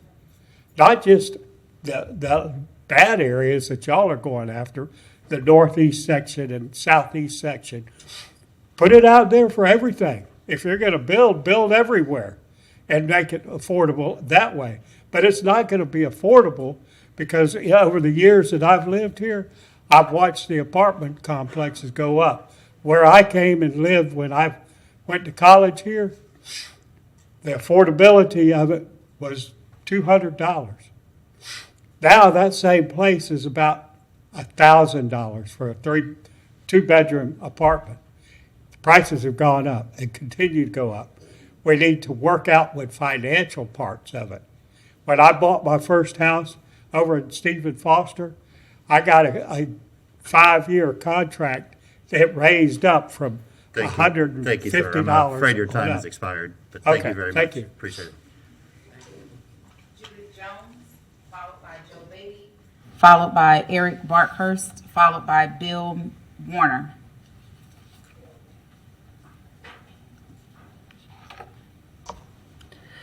My name is Judith Jones, and Mayor Lauren Poe, Raina Sacco, David Areola, and Adrian Hayes Santos. I'm talking to you. This is a bad idea.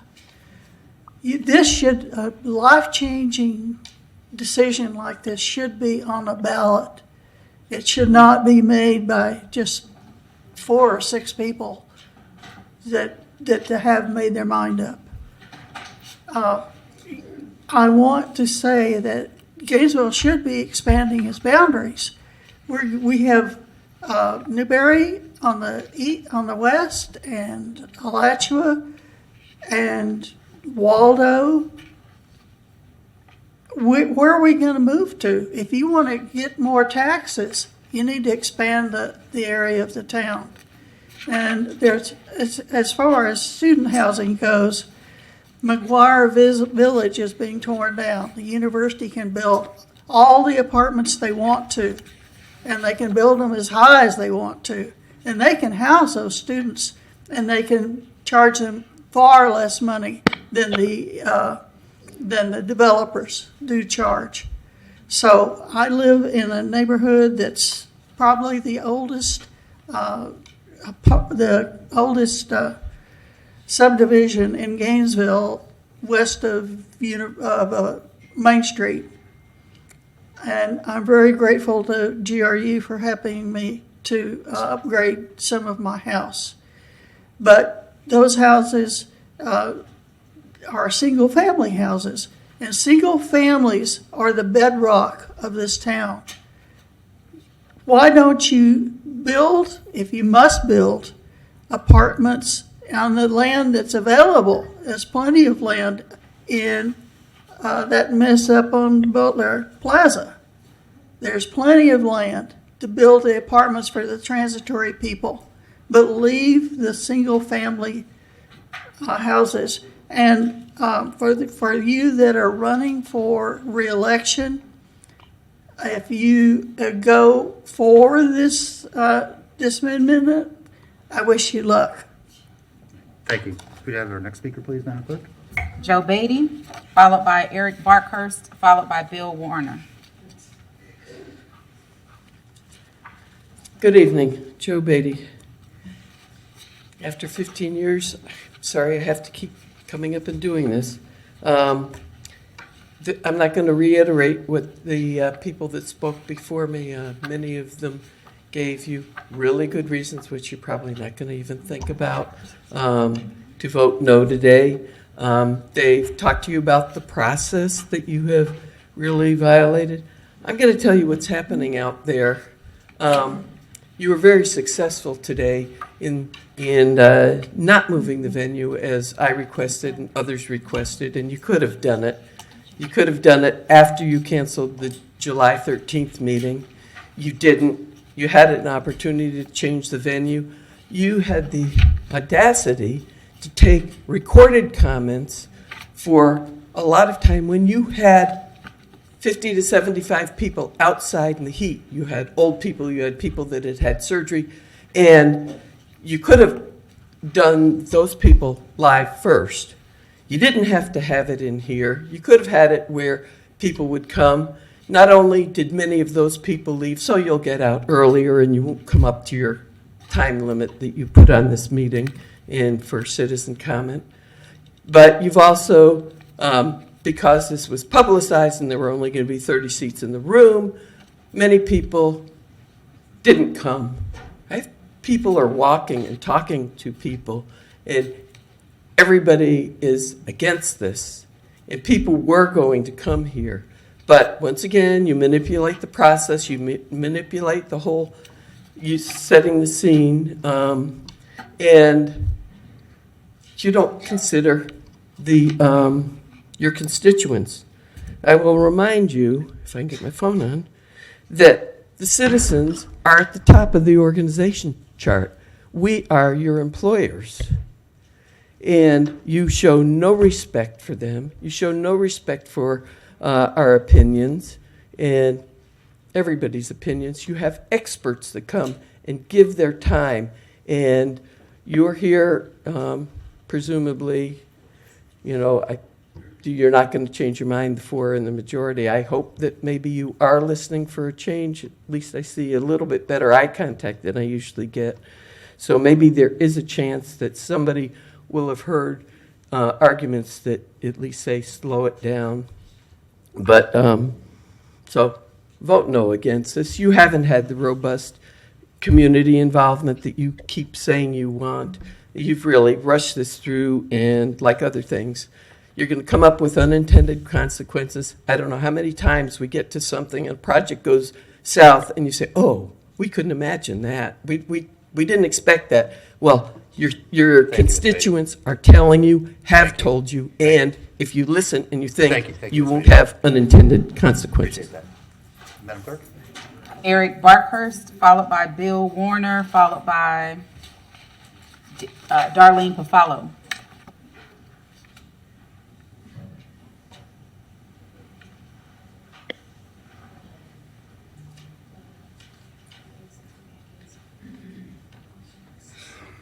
Well, this started out with a good afternoon, but it's good evening, Gainesville City Commissioners and members of the public. I promise to keep this brief and focus on one issue. My name is Eric Barkhurst. I'm a resident of the city of Gainesville and a former member of Gainesville's Historical Preservation Advisory Board. Before retiring to Gainesville a number of years ago, I worked in the real estate industry for over 30 years. I was a state certified general real estate appraiser working in both the private and government sectors. For over 2 decades, I worked for the South Florida Water Management District. One of my positions was as the district's chief real estate appraiser, who directly supervised over 100 staff and contract real estate appraisers. For purposes of land acquisition, my unit provided literally thousands of real estate valuations of dozens and dozens of various property types, ranging in values from under $1,000 to over $100 million. I tell you these things because I know a thing or two about how real estate markets work. Looking around this room, I am likely the most uniquely qualified individual in it to address the impact on home values in single-family zone districts should you pass legislation to do away with single-family zoning. Some of you may instinctively know the answer to this question. But for those of you who do not, I will tell you. The answer is that this proposed legislation will negatively impact existing single-family home values. I repeat, this proposed legislation will negatively impact existing single-family home values. I base this conclusion on my decades of real estate valuation experience at the very highest level of service that Floridians have relied upon for years. I project this proposed legislation will disrupt Gainesville's single-family home real estate market for years to come and will wipe away family wealth on existing single-family homes on a scale that can only be considered cruel. It shouldn't take a credentialed real estate expert to tell you that a single-family home in close proximity to a pig farm will sell for less money than one that isn't. And based upon the decades of real estate valuation experience that I have, I should forewarn you that this proposed legislation may be considered by the courts as a taking of private property rights. So if you go down this road, prepare yourselves for a lengthy and costly condemnation litigation, as I am sure that will come. Thank you very much for my testimony. Thank you. No, we don't. No cheers or cheers, please. Thank you. Jazz fingers are fine. That's actually encouraged. Bill Warner, followed by Darlene Pafalo, followed by Michael Crandall. Okay, and I'm going to just say after Mr. Crandall, we're going to take another brief recess, let people stretch the legs. Go ahead, Bill. I'm Bill Werner. I'm an architect and a realtor. I've lived at 306 Northeast 5th Avenue since 1975. I've lived in Gainesville since January of 1962. I spent about 10 years as a board member of Neighborhood Housing and Development Corporation. I support the objective of having more affordable housing in the city of Gainesville. I see the proposal to kill single-family zoning as using a hammer to swat a fly on a piece of glass and missing the fly. It's a reasonable objective, it's the wrong tool, and you're missing the objective, and a lot of damage will be done. Killing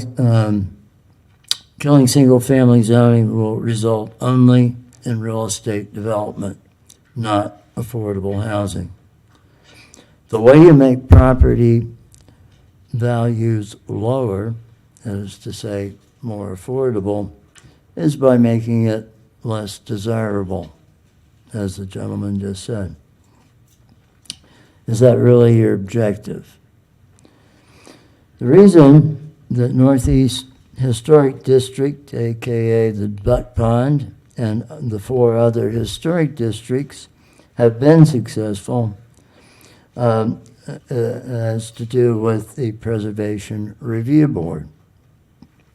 There's no such proposal for what's now single family to have 1 or more review boards. The preservation movement in Gainesville emerged to resist the hacking as cheaply as possible of significant residential structures into a maximum number of dwelling units to maximize profits. Thank you. Next speaker, please. Darlene Pafalo, followed by Michael Crandall, followed by Inquanda Jaw. Or you want to stop after Mr. Crandall? Yeah, we'll pick up with Ms. Jaw after the recess. Whew, thank you. I've only been here since 4:30, so that's pretty good, huh? Anyway, I am a realtor here. been here since 1985, and I have to say I'm shocked. Not surprised, but I'm really shocked that you're even thinking of something like this. I heard the mayor say not too long ago, the other day, well, it's not going to affect values. And I'm thinking to myself, are you an appraiser? Or are you a realtor, Mayor? You have no idea what it's going to do with the values of property. Shame on you. I think the commission should stop this completely, 100%, and put it on the ballot. If you're that worried and you want people's opinion, not just the ones that are here and the ones that were outside in 95-degree weather, it should go on the ballot, sir. And then you'll see what the people say. And if they vote for it, they vote for it. I'm sorry, but it's just,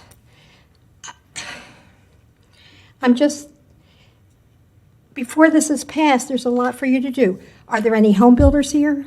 What we should do if you want affordable housing, commissioners, and I've said this to you many a time, cut back some of your regulations that you have for the builders on building houses, and the prices will come down. There's so many regulations. There's a lot of builders that have left the city of Gainesville even building because of the regulations that you stick on them for building houses. Drop your regulations. Look at it hard that way. I have been, and I'll show this to you, in 2007, I was on a state committee with Governor Christ on affordable housing for 2 years. And we did a study. So affordable housing is nothing new. I've been a realtor since 1985 here. Affordable housing is a glitch. You have to have a job. You can't afford anything if you don't have a job. And that pays, yes. I mean, I see stores here that are vacant, driving down whatever street, vacant. Give these people that have shops and open up and get jobs for people. That'll help people afford a house. Otherwise, they can't afford anything. And then the other thing that I was involved in 2006 was the planning penalty. And this was an organization through the country. I was involved with it as a director. And it was the American Dream Coalition. And if you gentlemen and ladies would like a copy of this, I will send you a copy of it. And this study went through all over the country. Portland, Oregon, San Francisco, Chicago, everywhere. And it tells you what they did, charts and everything, that you might learn something on what we're doing wrong. Thank you, Ms. Buffalo. You're Appreciate your welcome. comments. Appreciate you being here. Okay, last speaker and before the recess, Michael Crandall. Mr. Crandall. Okay, we can go ahead and take Ms. Jordan. And Kwanda Jah.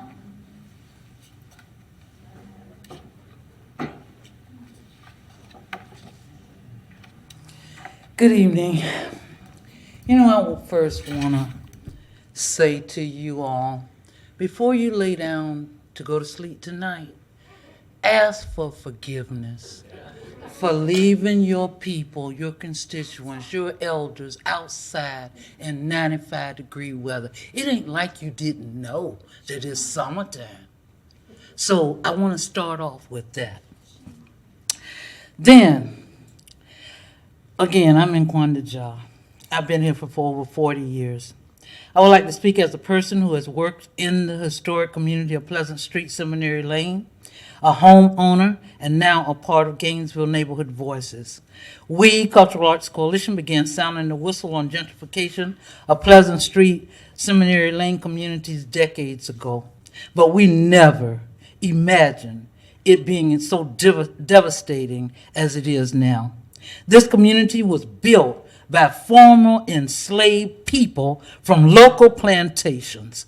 This neighborhood, along with Porter's, Spring Hill, survived Jim Crow, lynchings, and organized against these acts of hatred in these communities, only to continue that same fight to this day. It is unconscionable for you as leaders to use race as a reason to dismantle our neighborhoods. So far, the culprits running us out of our neighborhoods are the developers and the elected officials who are complicit in these acts, creating housing sometimes 3 times the cost of rent affordable for the essential workers for which work for you, the county, and the University of Florida. Please, please, commissioners, stop using race as a reason to dismantle our neighborhoods. You sound like racists who quote Martin Luther King talking about, "I have a dream."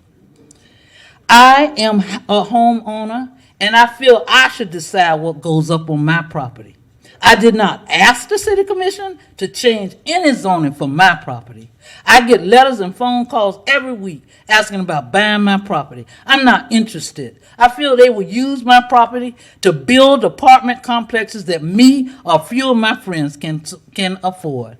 I suggest you stay in your lane. Help drive down GRU bills. That's a great burden for many of your citizens, no matter what district we're living in.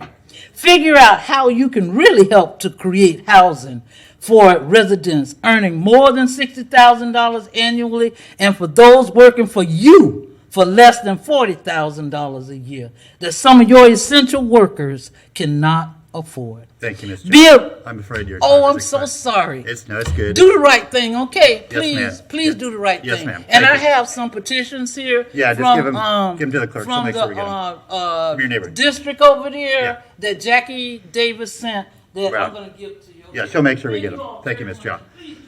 So we're going to take a brief recess. We'll say, let's see, it's 8:23, 8:30 we'll reconvene. Adam, I know you have a couple callers, so we'll get back to going back and forth with callers when we get back as well. We're in recess till 8:30. Okay, y'all, we're going to come back to order. Madam Clerk, if you'd read the... Madam Clerk, if you'd read the next couple names, and then Adam, I'll start with you. Thank you, sir. Give me just half a second. Okay, the next few All right, names. Oh, one sec, Adam. Go ahead. Go ahead, Madam Clerk, the next few. We have Nancy Morris, Monica Cooper, and Ed Bilarski. Great. All right, Adam. And I've got 4 people on the line right now, and we're getting a sprinkle every now and then. The first on the line is Nancy Wilcox. Ms. Wilcox, you've got 3 minutes. Hi, thank you for taking my call. I'd particularly like to thank Commissioner Chestnut and the county commissioners for listening to the citizens and trying to protect our neighborhoods. You've gotten plenty of feedback from all walks of the community, and it's very obvious that the community is opposed to this. And the fact that you're trying to just ram this thing through at the last minute, the ones of you that are for this, before you get voted out, tells me that what you're doing is wrong.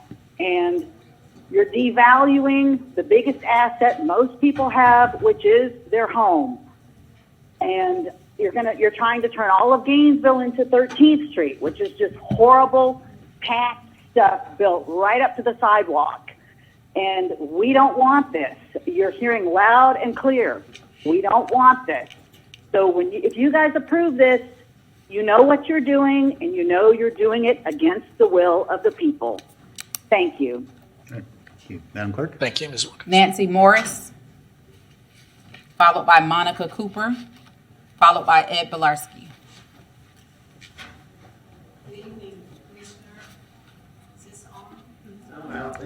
Oh, it doesn't sound like, there, that's better. I have to get closer. Good evening. My name is Nancy Morris. I wonder who's going to benefit from eliminating the single-family zoning. It isn't families who live in less prosperous southwest sections. They have already seen tall buildings erected where small homes once stood. The tall buildings largely house students, not families. So how does this ill-hatched gentrification benefit families in need? It doesn't.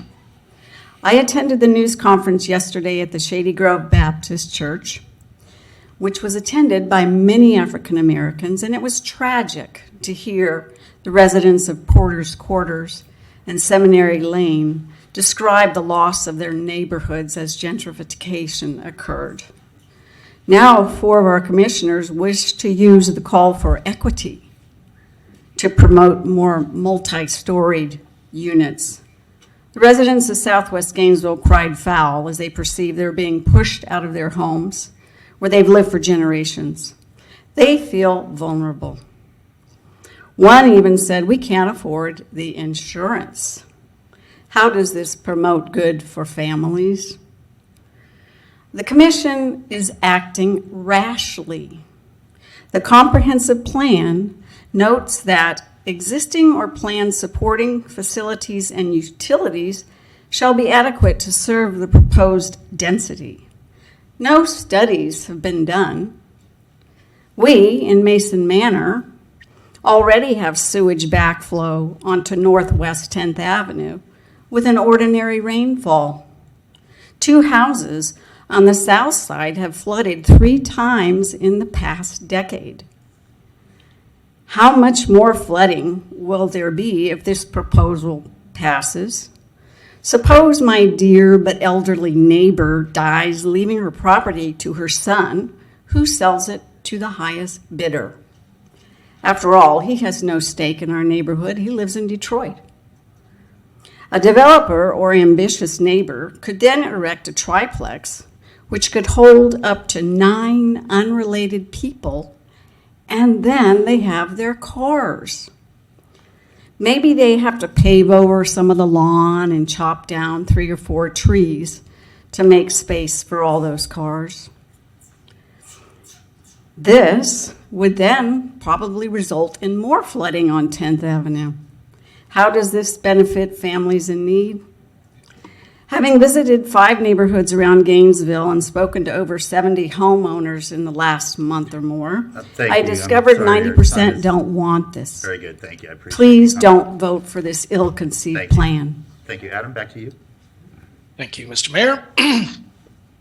Excuse me. Our next caller is Donald Fields. Mr. Fields, you have 3 minutes.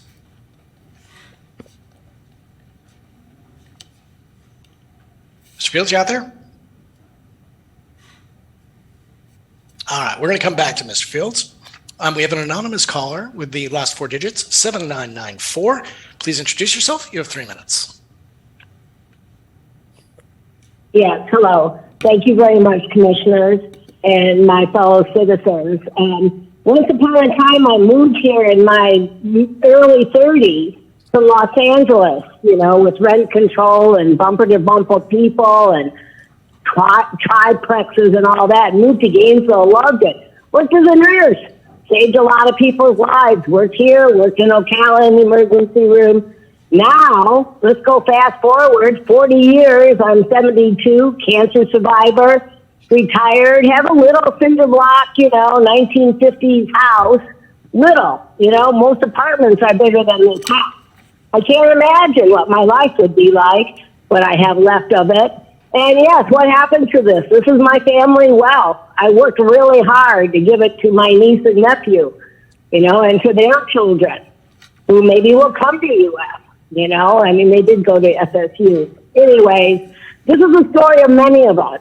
We worked for years and years and years on zoning and planning and spacing and noise and protect the neighborhood, you know, and from the Goldstein days and the old days. Don't do this. You know it's wrong. If you insist upon it, then I want to speak very loud and clearly. It needs to be a ballot initiative on a national level, on a November vote, once every 2 years, either presidential or the midterms. There's nothing else would do other than some kind of slimy games that are going on. We know the developers want it. You have too many vacant apartments and are overpriced. Do what's correct, which means vote no, listen to what we're saying. There's so many times the citizens are putting up the red flags and telling you you don't listen, and lawsuits and environmental problems, et cetera, please. I'm getting so tired. 40 years we've been fighting here to try to make it right and to make it the way it's supposed to be. Fair, equal, and nice. And keep the trees. And please go back to being a tree city. Go back to our roots, which is not what's going on now. Again, please, Commissioner, please do what's right. And if you insist upon it, Like I said, it needs to be a ballot amendment where we all vote, and it needs to be on a major election, a midterm or a presidential, so there's no more games. And it's time to start telling the truth. From the GRU transfer to all the pockets of money that have gone into employees that weren't fired, who took money off the top, et cetera, et cetera. We all know how bad it can be. How about we just tell the truth and go forward? Thank you. Thank you. Mr. Mayor, back to you. Monica Cooper, followed by Ed Bilarski. I don't see Ms. Cooper. Mr. Bilarski, you want to go?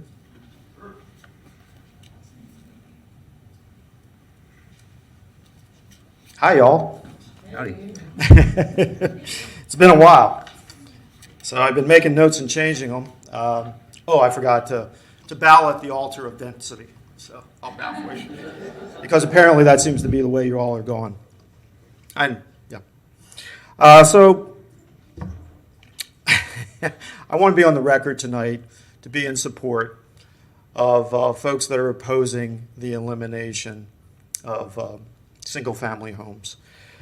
What's so insidious to me is that this action is just another in a long history of what we've seen the City Commission do.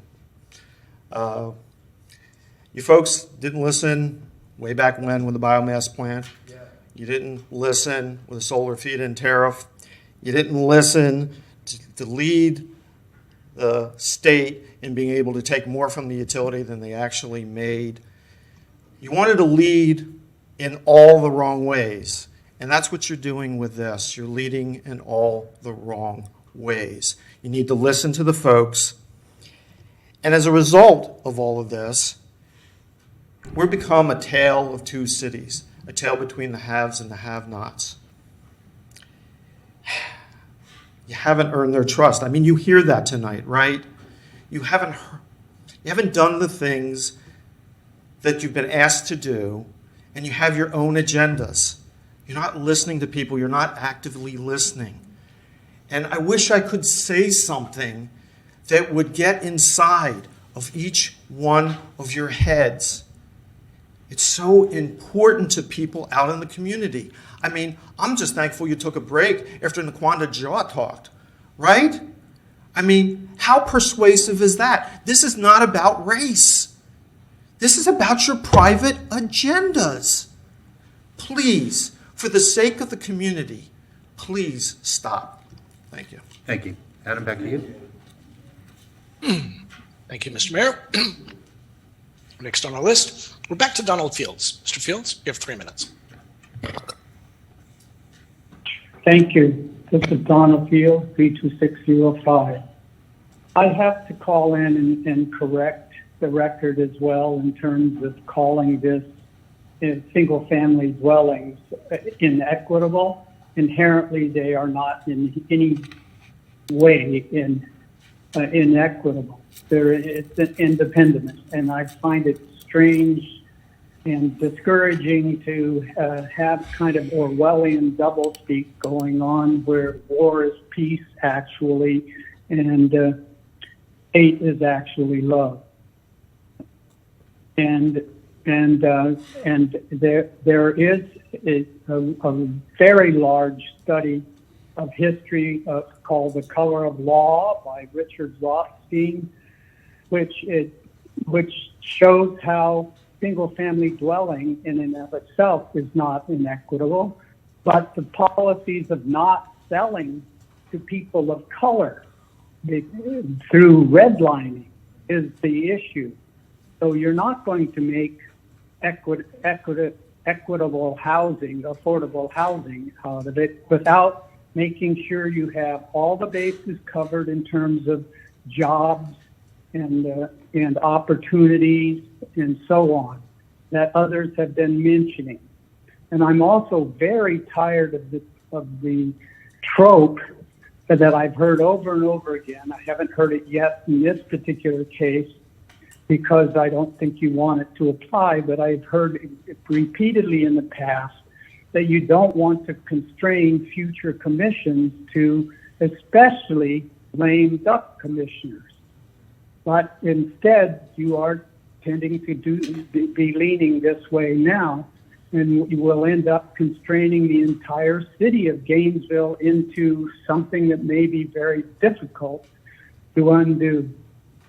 So I would like for you to read this book, The Color of Law, see how much, I know many of you on the commission know are want to have racial equality, but you're not working for it in the right way. And if you want to read about exactly how the status quo continues to go, even today, then please read this book. It's over 300 pages long, 350 pages. It has all the resources, and you will see exactly what the issue is in terms of racism in housing.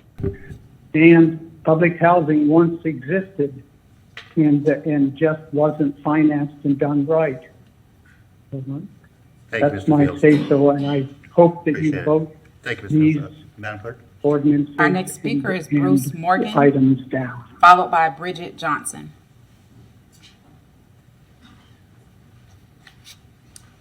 Good evening. My name is Bruce Morgan. I'm a county resident, but I consider Gainesville to be my home, a home worth fighting for. That's why I'm here tonight. Now, I've heard too often people say, people with specific political agenda, that sprawl is the inevitable result if we do not create denser cities. I believe the exact opposite is true.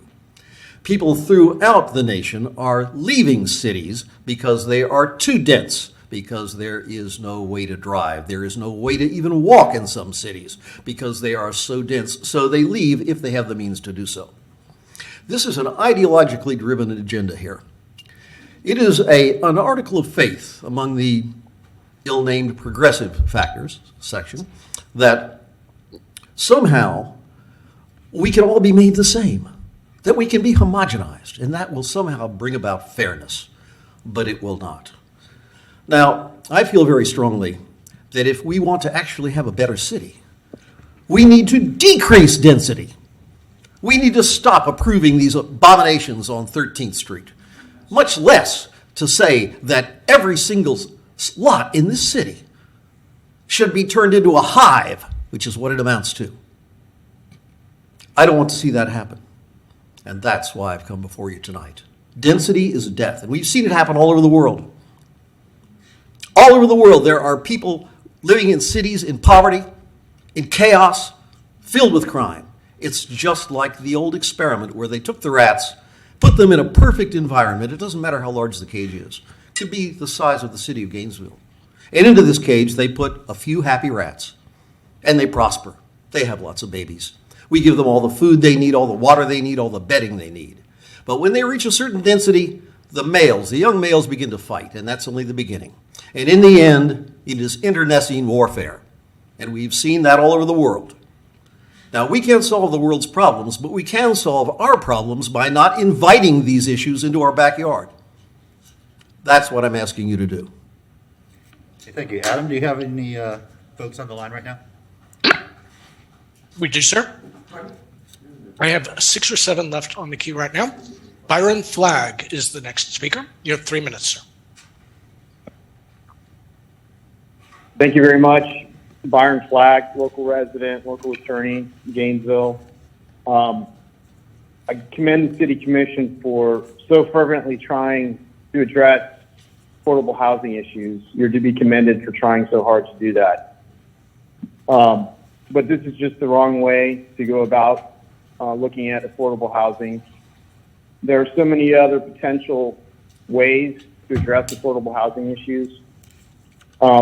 I do implore you to consider the comments of Peggy Carr that she made earlier tonight regarding the really kind of undemocratic and unfair procedural irregularities that are occurring with the amendments that are up tonight.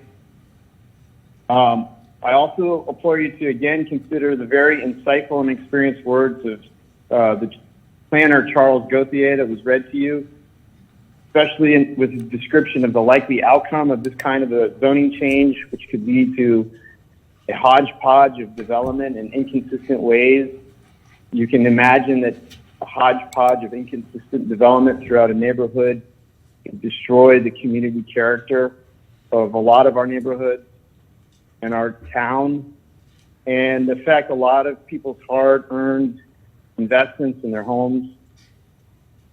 And on that note, and kind of forecasting and envisioning the future, what would happen if this zoning change goes into effect, I'd ask you to also consider something that hasn't been talked about tonight, which is the likely migration of Florida's population in the next 10 to 20 years. Think about the fact that over 75% of Florida's population lives within a few miles of the coast. And think about as the impacts of climate change and sea level rise take their toll on coastal private properties, inland Florida is likely to see a migration, in-state migration of people we've never seen before. In Central Florida, North Central Florida has land. It has inexpensive land comparative to the rest of the state. And people could come here, and with a zoning change like this, it means that next 10 to 20 years, if that kind of population shift occurs, the results could be completely unpredictable and out of our control. So I'd ask you to think about that, take a step back, and revisit zoning changes that we think can have some effect on affordable housing. And let's look at some other options that are out there for directly helping folks that need real opportunities to invest in their homes and get first-time home buyers into ownership and help those low-income houses that Thank you, Mr. Flagg. need to afford their mortgages. Thank you very much, Madam That's all I have to say. Very much. Thank you. Bridget Johnson, followed by Heather Dewar, followed by Richard Allen. Good afternoon, good evening. My name is Bridget Johnson, and I'm opposed to amending the single-family housing. I pretty much want to talk about the east side of Gainesville. The east side of Gainesville needs financial growth and prosperity. The 16.4 acres from Southeast 15th Street to Southeast 18th Terrace could be put to better use for the east side of Gainesville if it were set up like Hill Plantation, Millhopper, and Spring Hill, just to name a few, which are all on the west side of Gainesville. They have shopping centers, walking and biking paths, grocery stores, restaurants, and libraries. It was also important for us to have the Boys and Girls Club back in that community for the kids. These things are important because it brings jobs to the neighborhoods, instills pride and accomplishment in our young people. The city of Gainesville should mirror each other and all sides. Both east and west should feature the same items. Hearing a lot of people speak tonight, I know on the east and west side, we're all looking for the same thing, single-family homes. Currently, there is an ordinance in place that does not allow multifamily dwellings to be built in the residential area. If you choose to disregard the feelings and the rights of the residents in our neighborhoods, then that shows to our young people that depending on who you are, the rules do not apply for you. Safety is also a factor. Currently, the homeless shelter plans, there are plans to build a homeless shelter on between Southeast 15th Street to Southeast 18th Terrace. This will be right across the street from Lincoln Middle School and Williams Elementary School. Kids starting from ages 5 to 13 years old will be walking to and from school. Once a shelter is put in place, you will not be able to control the traffic of people roaming in the neighborhoods all hours of the day and night. This will put our kids and our senior citizens at risk. We have people that have lived in these neighborhoods for over 50 years, and they're used to feeling safe in their homes. Putting this shelter in the middle of a neighborhood will bring vagrancy, drugs, and violence closer to home. The city purchased Grace Marketplace, and it was supposed to end homelessness. In 2005, they put together a plan. In 2015, they purchased 10 additional acres around Grace Marketplace for homelessness. We're asking that you use these places you've purchased to build these buildings, multifamily buildings you wish to build. We're asking that you take our request into consideration. Thank you. Thank you. Adam? Thank you, sir. Angela Deshoe, you have 3 minutes. Hi, my name is Angela Desue, and I've been living in Gainesville all my life. And I could choose no other state to have brought my kids up because as I look at bigger cities, it's a lot of gang stuff. And what I see is that what y'all are actually doing is redlining, because I'm in the community and I talk to a lot of people that's on the housing program, and the pricing has gone up so they can't afford the houses. It's like doubled. And then the Section 8 programs that they're on, they're still at the same amount. So if they're at $900 and your rent is $1,800 or $1,200, you can't afford it. So what they're doing is pushing people into ghetto areas. They're putting most of the black people in the low income areas. And 4 to 6 people should not be able to make decisions that affect thousands of people. We are the people, y'all to represent us. And to me, it seems like you're representing yourself. Now, can I ask each and every one of y'all, is this zoning being put in your neighborhood? I mean, are y'all zoned to this? Are y'all part of this? Is this part of your neighborhood? I don't think so. What if the president was to put a road through where y'all live at? You wouldn't like that. And then to go on doing it, knowing that you don't like it, that's just somebody taking their power and overusing it. And now y'all trying to demolish my grandmother's house. I know everything is about the city. It's not about the people. It's about you guys. 4 people should not be able to make decisions for thousands. We should be able to vote. Thank you. Thank you. Madam Clerk? Heather Dewar, followed by Richard Allen, followed by Susan Maston.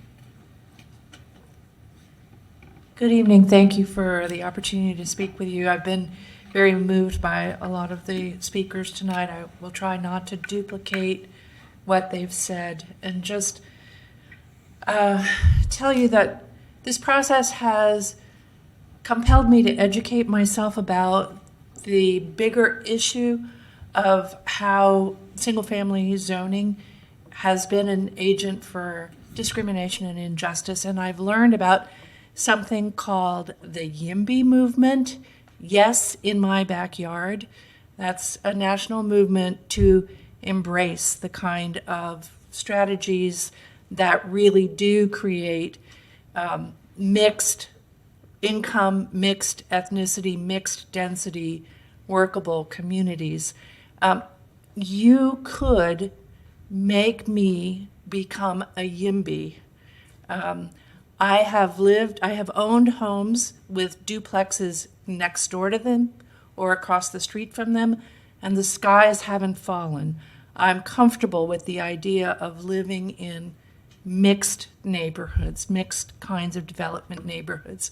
If you show me the evidence that what you're talking about will work, there are some really simple, basic measures, such as what is the percent, look at 5 cities that have done what you're proposing to do, and look at the measures of the percentage of people who are spending more than 30% of their income on housing in those cities at year 0, at year 1, at year 5, and at year 10. Look at standard measures of affordability in places where the proposal that you're talking about has been in place long enough to have a track record. Then look and see if any of those comparable communities are really like ours. Are any of them communities where 2/3 of the residents are college students? Are any of them in high growth Sunbelt states where there's a massive influx of demand? Are any of them in states where climate refugee wave is getting ready to break over our heads? What I'm asking you to do is basic to any real estate transaction. Show me the comps. If you have the comps, I'm willing to buy what you're selling. If there are no comps, please ask yourself, why is that? Thank you. Thank you. Adam? Thank you, Mr. Mayor. We're now on to Anthony Akrill. Anthony, you have 3 minutes. Hello. I think what that woman just said is a giant major point. I think that's huge. This is such an emotional issue that you are up against almost total opposition. I don't see that you should be passing this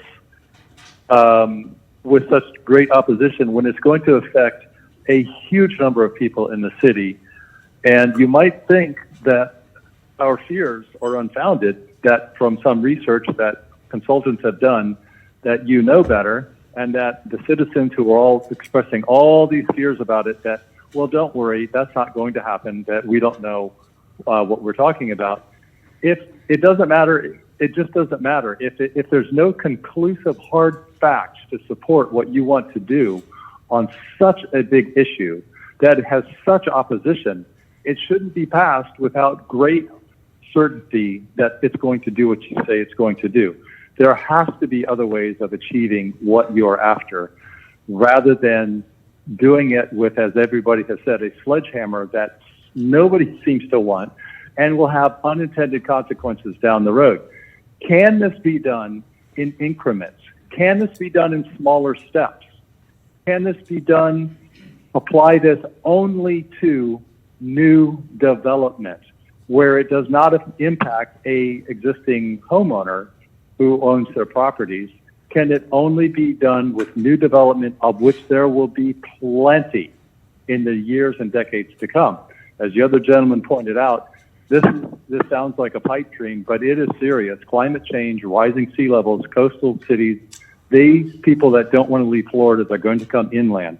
Eventually, Gainesville is going to be swallowing up Archer, Newberry, Waldo, all these towns were all going to be sprawled into one big clump. I don't know when this will happen, decades, I hope, into the future, but it will happen. It's inevitable with sea level rise.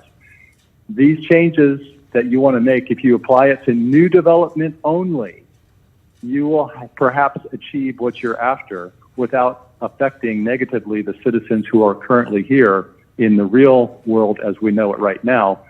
If you want to prepare for the future, make it for future development, not for those that are already here, who've already invested in their lives and properties, such as they were when they bought them.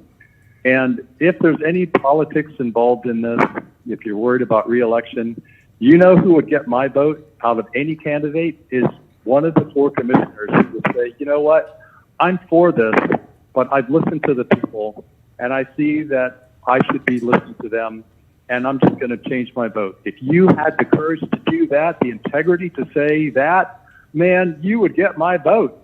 But when you're ignoring the will of the people, that phrase has been said a lot this evening. I appreciate it. Madam Clerk. Our next speaker is Richard Allen, followed by Susan Maston, followed by Michael O'Brien. Hi, Mayor and Commissioners. I'm Richard Allen, and I'm presenting petitions from another 65 citizens that I've collected signatures from, and I'm speaking on their behalf as well. And we all agree that it's critical that we address affordable housing. We think it's a very critical issue. But the 2 zoning density proposals that you're considering won't create affordable housing for all the reasons that have been stated tonight. And a vote to approve either of the 2 proposals will destroy the historically black neighborhoods and the less advantaged neighborhoods in our city. Please listen to the thousands of citizens who are telling you this, but most importantly, please listen to the residents of those historically black and less advantaged neighborhoods. Mayor Poe, you've said you're speaking for the 16,000 families in Gainesville without a voice who desperately need affordable housing, and they do. Well, we've been walking the neighborhoods and speaking with those families, and they do have a voice. And many of them are here tonight. Many of them have spoken. Many of them have signed petitions of those thousands of signatures on the petitions. Please listen to them, and you'll hear that they oppose what you're proposing. They've seen the neighborhoods like theirs be destroyed by the development like what your proposals will create. Your proposals will bring more of those developments and quadruplexes to the traditionally black and less advantaged neighborhoods where land is available and less expensive. You will be destroying the neighborhoods and communities of the very families you say you want to help. They do not want what you propose. I know you've got studies from the consultants. I know you think you're doing what's in the best interest of the people that you want to help. But for decades, for generations, people in power have been telling Black Americans what they should think. It's way past time that we listen to them. Please listen. Listen to the African American citizens in our community. Listen to all of us. The entire city is opposed to what you propose. Your own advisory committees oppose it. The county commission opposes it. 1,000 Friends of Florida opposes it. All the thousands who signed petitions oppose it. Most importantly, the very people you want to help oppose it. Like you, we want affordable housing. I've joined Gainesville Neighborhood Voices because we truly want affordable housing. Together, we can create it in targeted ways that don't destroy neighborhoods. You've brought awareness citywide to the need for affordable housing. Please bring us together. Don't pull us apart. Don't destroy us. Help us to make this happen. Thank you. Thank you. Adam? Thank you, sir. We now go to Lee Males. Lee, you have 3 minutes. Hi there. I'm going outside because I'm in. So I live in a the Fifth Avenue neighborhood, and you have made. I was one of the first houses that kind of noticed the changes that you guys are doing. They put a 50 bedrooms in behind my house, and they didn't give them enough parking, but you guys passed it anyhow. So now I have 50 apartments behind my house. I have a parking lot. They cut all the trees down and they cut it in my street, and it's a street not big enough to park 2 cars on. But they built a parking lot right across the street from my house. I can't go out at night without their lights shining on my porch. And not one of them is a person from Gainesville. It's all development. And it's not for us. It's for people who don't live here, who have no connection to the town. And all the people who do live on that street are leaving. I'm going to leave. I can't take it anymore. And the house next door to me has been bought by a developer. The house across the street has been bought by the developers. The house next to that one has been bought by developers. It is not going to the people of Gainesville. It's going to developers. My entire street now is almost all developers. And it's not one person living there that is not a student or somebody who is passing through. It is not for us. You are building this for people who are passing through town, don't have any connection to town, and the community is completely wiped out.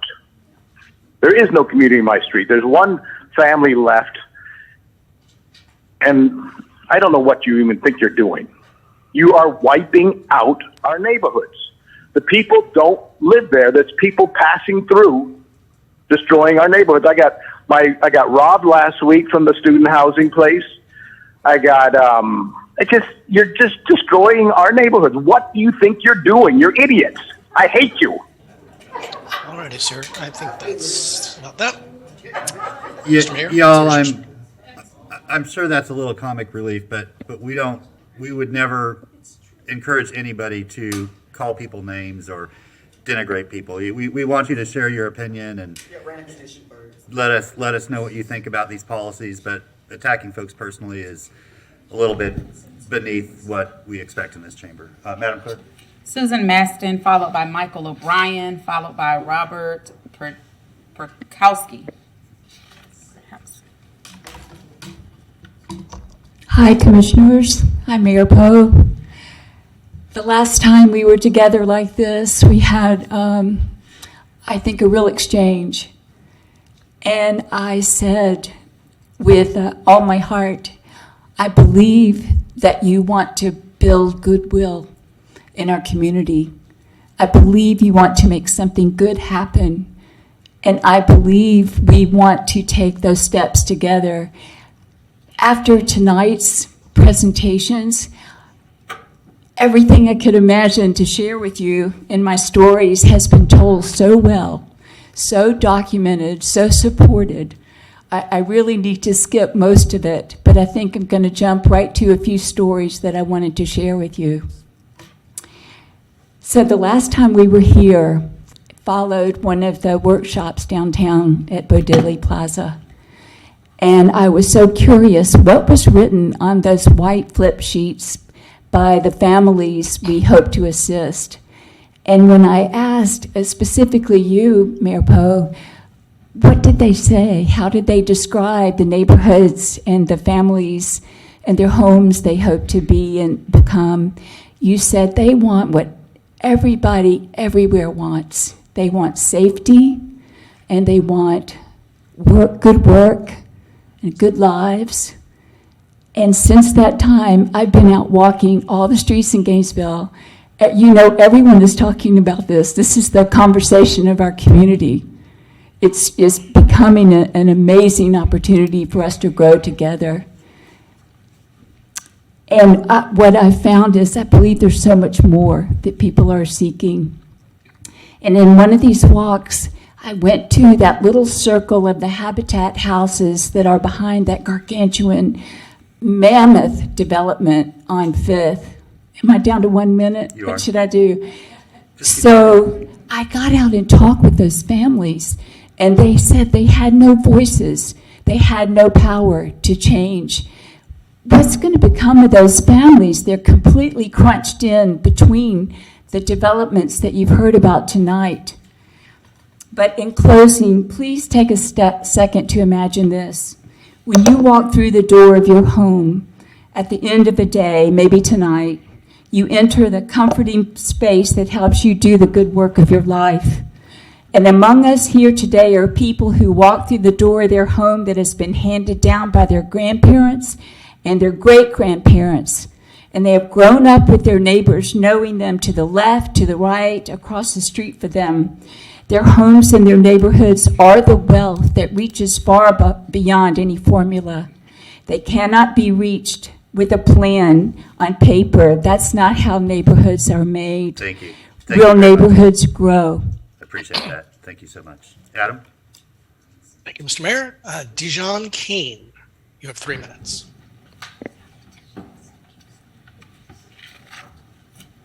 Good afternoon or good evening, commissioners. You know, we're at a point as the chair of the Alachua County Affordable Housing for 10 years, and I'm still the chair.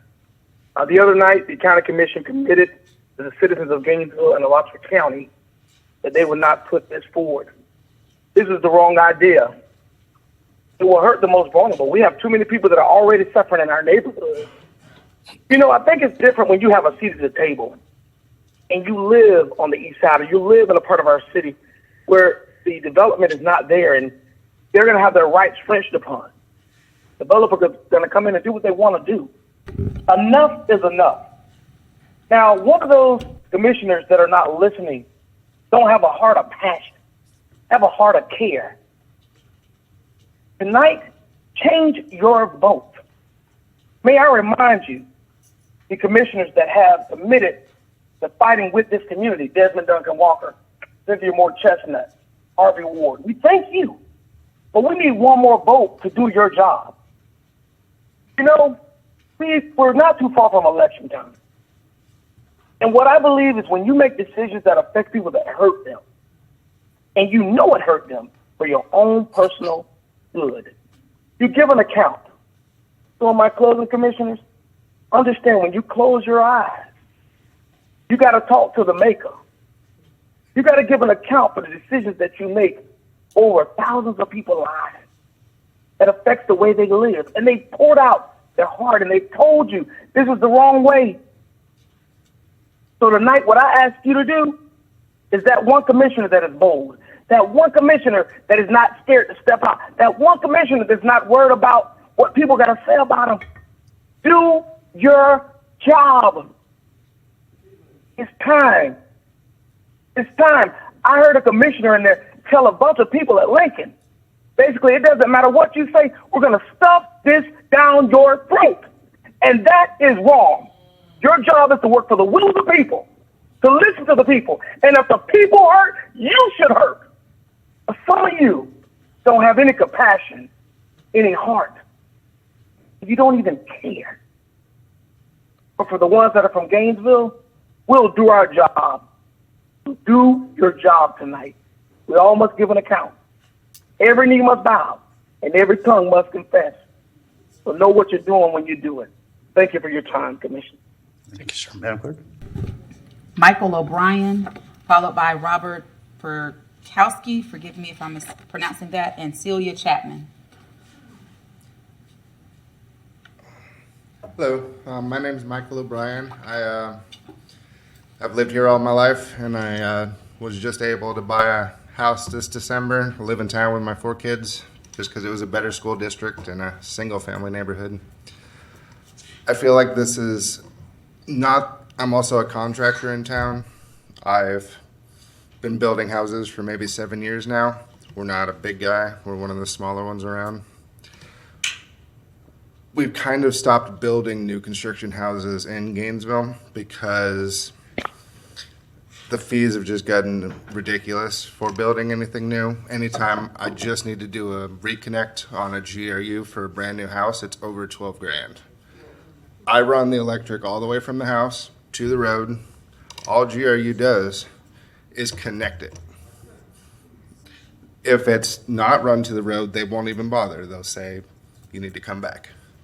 So any clients that I've had, I've said, I'm sorry, I'm happy to build something in the county because the fees have just gotten very high. And I would love to build houses in town and make quality housing. The only thing I haven't heard tonight is I keep hearing affordability, but not quality. I mean, when I went to school here and I was in a small apartment in town, I never once regretted somebody coming in my house and going, wow, this must be really cheap.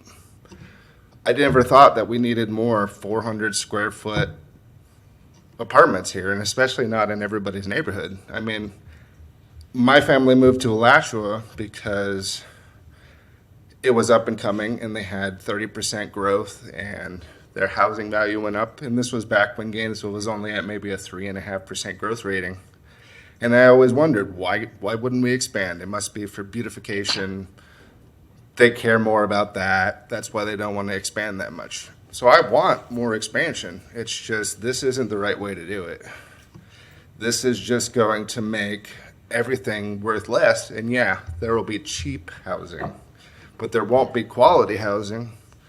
I've lived here all my life with students just moving away. And I know it's way different than every other town that we've lived in, because there was always more students than permanent population. So it always seemed like the permanent population kind of took to the wayside because there was more student voters. And obviously, they're gone in 3-4 years. So what does it really matter? They don't have any skin in the game. So even though you may get reelected, kowtowing to the students, I'd like more students to actually want to stay. And they're not going to want to stay with more 300 or 400 square foot apartments in random neighborhoods. Right on. Thank you. Appreciate that. Thank you. Adam? Yes, sir. We're up to Wilbur Holloway. Mr. Holloway, you have 3 minutes. Good evening, commissioners and general public. My name is Wilbur Holloway. I've been a lifelong Gainesville resident. I've been attending city commission meetings probably close to the last 10, 12 years, starting with the biomass plant. Speaking of the biomass plant, Mr. Poe, you were one of 7 people that voted for the biomass plant, which has put the city in a really, really bad position. Your leadership has just been horrible. We can't produce reports required by the state. And I have asked you on repeated occasions in my attendance over the last 10 years at city commission meetings to admit that the biomass plant was a mistake. And the closest I've ever gotten an answer to that I've ever gotten from you is, I wish I knew then what I know now. Let me say that again. I wish I knew then what I know now. This is another one of those situations. This is exactly the same situation. You are gambling. You are writing checks that you cannot cover, and the rest of us are going to have to pay the bill. Commissioners, people say do the right thing. The right thing is to listen to the people. Please do the right thing. Thank you. All right, thank you. Madam Clerk. Robert Perkowski, followed by Celia Chapman. Perkowski, Ms. Chapman.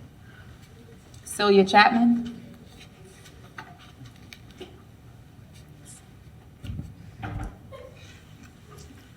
Thank you. My name is Celia Chapman, and I am opposed to this elimination of single-family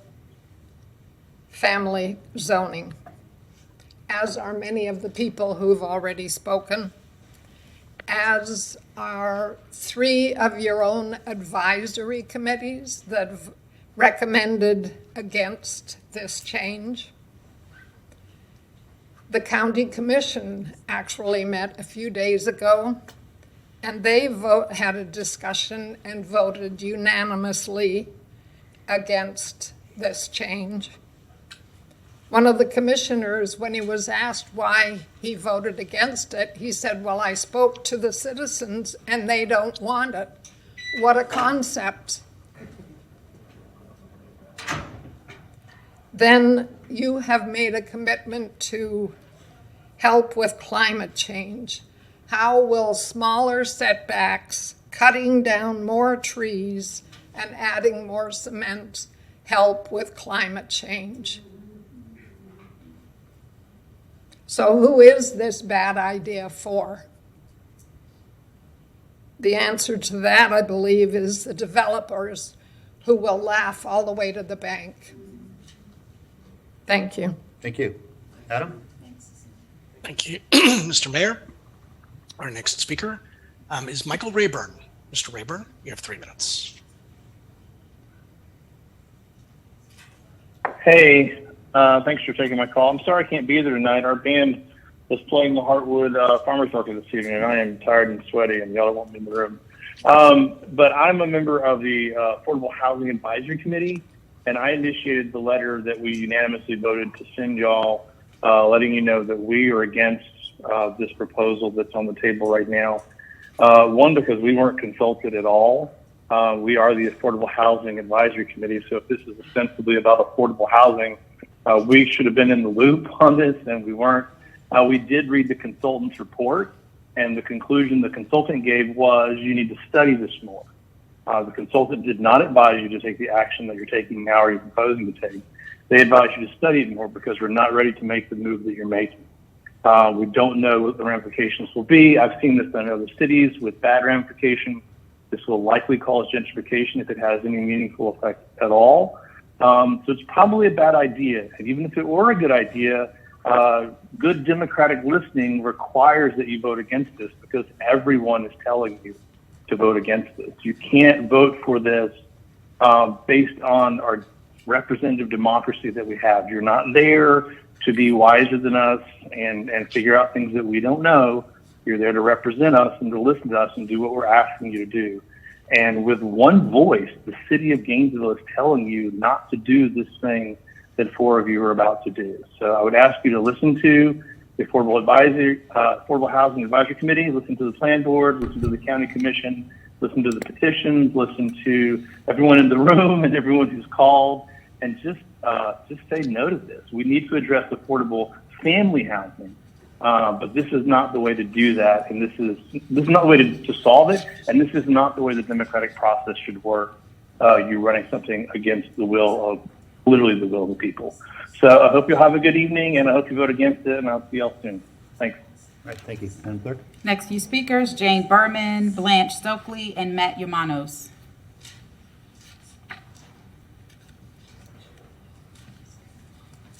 Thank you. I'm thrilled to be here.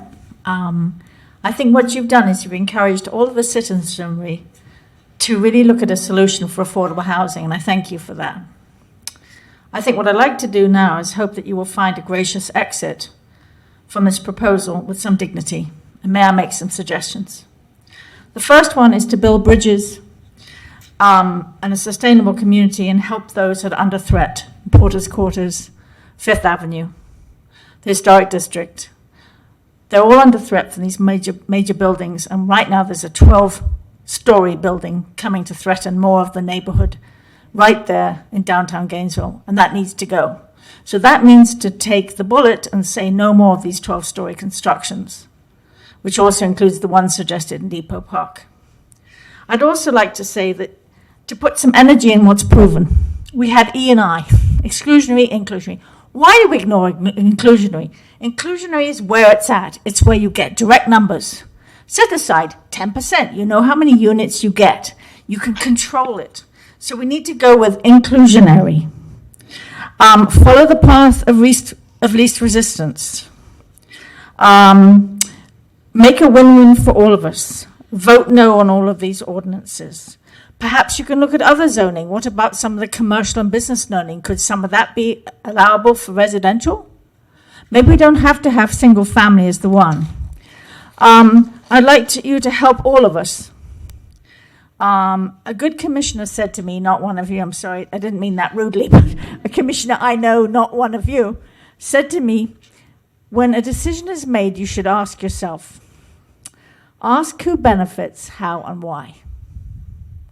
Now, who benefits in this? How do they benefit? And why do they benefit? I, as a single-family homeowner, do not benefit. We are now going to be living in what's called Ukraine. Because I live in the South, 32601. I know Porters and all the people, we're all in support. We have a lot of empty lots. That's where it's going to go.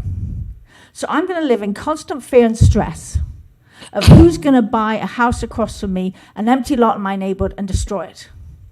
I'm going to be living in the Ukraine, being bombarded by you, all of you, for your decision, and all of the rest of us are, where you have a choice to prevent gentrification, to go with exclusion, to go with so many other things you don't have to do. So you're causing health stress and health impact on all of us. Every single one of us who live in single family. Not the Northwest as much, because it hasn't come to your neighborhood yet, right? But it could. Someone could buy a house in Forest Ridge and put a 4-story structure right next to it. Thank you. Appreciate it. So Thank you these so things much. can happen. Yes. Thank you so much. So please, I'm afraid your time's expired, but thank you please so do much. I it. appreciate I that. had 8 seconds. You're over 8 seconds. Yeah. Oh, It's sorry. on the other side Okay. of the dot, yeah. I apologize. It's You're going the good. wrong You're way. good. Please consider inclusionary zoning as a wonderful, viable It's option. not a fun job or an easy Thank you. job, but nonetheless, I'm required to do it. Adam, go back to you. Thank you, Mr. Mayor. Logan Markham. Logan, you have 3 minutes. Good evening. Thank you for this opportunity to call into this meeting. I normally work until 8 p.m., so this virtual option allows me to participate. Thank you. So my name is Logan. I've lived in Gainesville for the past 7 years.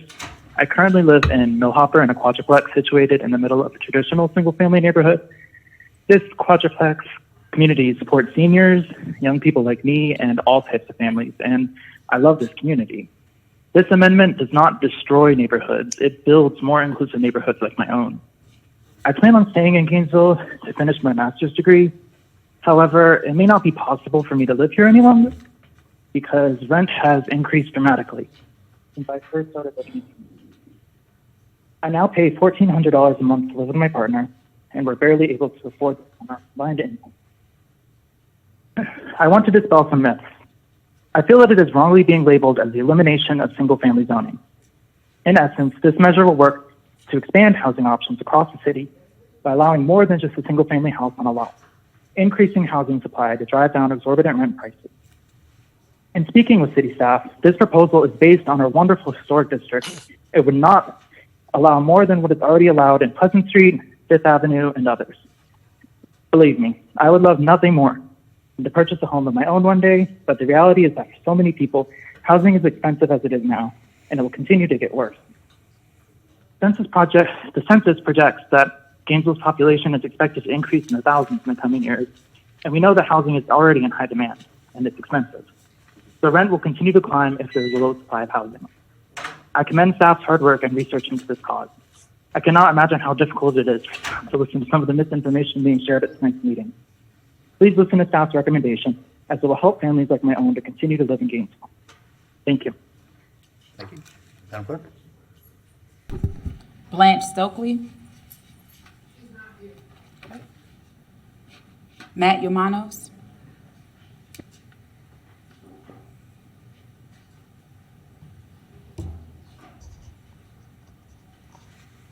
Thank you. My name is Matthew Manos with the Gainesville-Alachua County Association of Realtors. Mayor, Commissioners, thank you for this opportunity to address you. I am in favor, and the Gainesville-Alachua County Association of Realtors is in favor of removing the no more than 3 unrelated occupancy limit as recommended by the city's consultant and the city's planning commission. This is an exclusionary zoning practice. Think about a few young adults, possibly in college, who all want to live together to cut costs, or even the Golden Girls TV show. Both of those are not currently allowed. These various living arrangements help spread costs of living, making housing more affordable. Removing the no more than 3 unrelated or occupancy limit would also increase available rooms, and we need the inventory. Supply is not meeting demand. While Alachua County added nearly 6,300 rental units between 2000 and 2019, we lost units renting for $1,000 or less. Units at or below $1,000 fell by over 2,600 units between 2000 and 2019, according to the Schimberg Center. Now adding growth. We are growing, and we should be proud of growth. People want to join our great community. By not approving, we are not allowing the neighborhoods to evolve to meet the needs of our growing community. Removing the no more than 3 unrelated occupancy limit will create more density without any construction. The rest of my comments are just mine alone. These are not comments, or these are comments as your neighbor, not representing any company. I'm supporting the removal of the exclusionary zoning. I live in Deborah Heights. I did not move into a neighborhood with a homeowners association because I did not want all the rules. I don't believe I have the right to tell my neighbors what they are allowed to do with their property. I only bought my property, not the full neighborhood. Now, I am lucky that I purchased back in 2017 because I don't think I could afford my house now. I didn't even want to buy a house at that time. I would have preferred an apartment or a small studio, but those options were less available than a house in my price range. We can't allow the housing inventory problem to continue to grow. We can't wait for a silver bullet. What about all those that don't have their piece of property yet? It's supply and demand. I heard some comments that rent is going up huge amounts, but the crazy thing is they're still being rented. That speaks to the need. If there was more supply, people would be able to go somewhere else, but there's not a place in the city for them to go. We need to find ways to increase that middle housing options. We can't afford to wait. I implore you to proceed with removing the exclusionary zoning practice. I greatly appreciate all of your time. This has been a great discussion, and I just hope that you guys move forward with this. Thank you. Thank you. Adam, back to you. Thank you. We have an anonymous caller with a block number. But for that person, if you could introduce yourself, you have 3 minutes.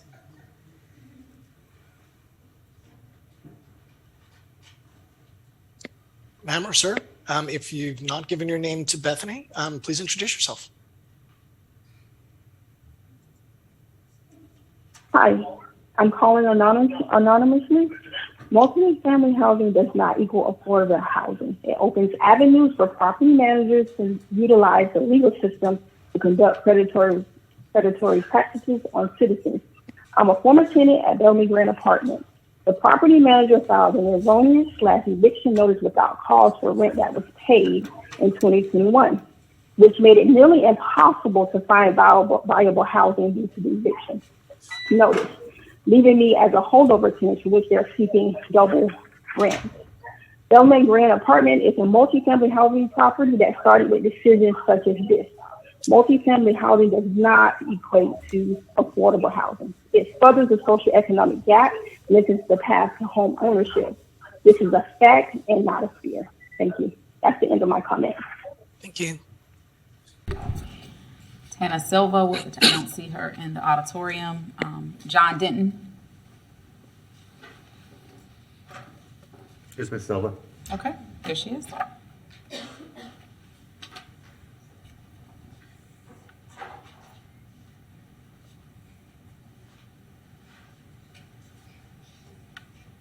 I have the overhead, please?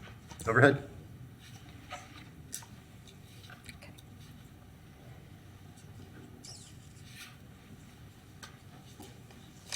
Oh, it's sticky. Well, y'all are tearing the city apart over your. Y'all are tearing the city apart with this theory. In 2017, the mayor is quoted in the Gainesville Sun as saying, Gainesville has an overabundance of affordable housing. The problem is it's in the wrong place. And since then, he has been pushing this agenda, and this year said that he's going to push it through this year. And, you know, people are being insulted and told that homeowners are a wealthy monopoly, and all of that is not true. And a lot of this is being told that we're misinformed and that the public needs educating. You need to educate yourselves. You need to listen to everything that people are saying. You need to have actual meetings, workshops for housing that you've been talking about and done nothing about since 2018, since your housing summit. And that was the beginning of the Gainesville Rise. Here's one thing that I want to show. This is the population growth rate in the United States has plummeted from 1992 down to now to less than 1/10 of what it was 30 years ago. And this is across the United States. Florida population growth is now beginning to decline. This is the growth rate, not the population itself. And this is because of aging population and, decline in fertility. Here is the generalized zoning map of the city that the the Housing Committee presented. This is another bit of propaganda that's been going around. 63% of the residential housing is in single-family zoning. Some of this is not true. This is, some of it is residential conservation. The pink is mixed use. The PD zoning, planned development zoning, is the gray.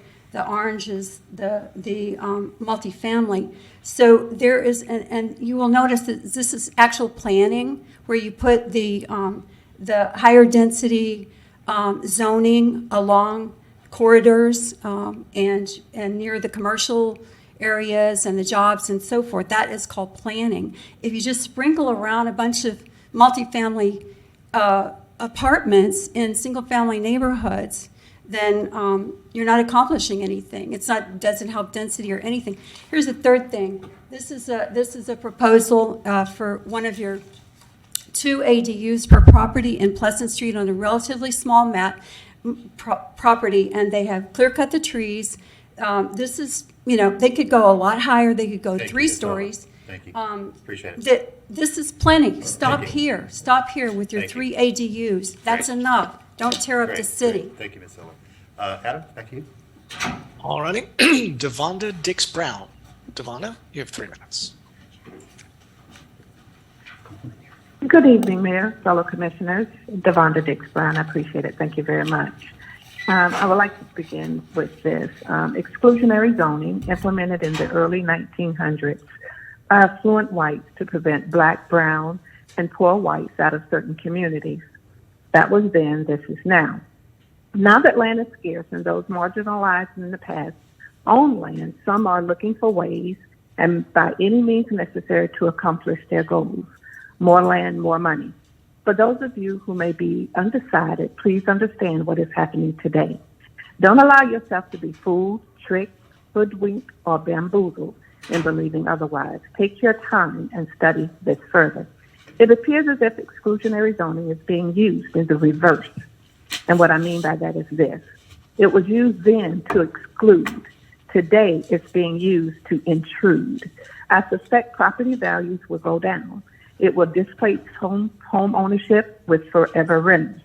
It will allow investors of multifamily rentals to build in the middle of single-family neighborhoods. It will definitely erode the very fabric of some of our historical communities. I understand attempts by some of you may have been made to study the effects of exclusionary zoning in other communities. However, I'm sure you also understand that what's good for one state, county, or city is not good for all. It's not a one-size-fits-all situation.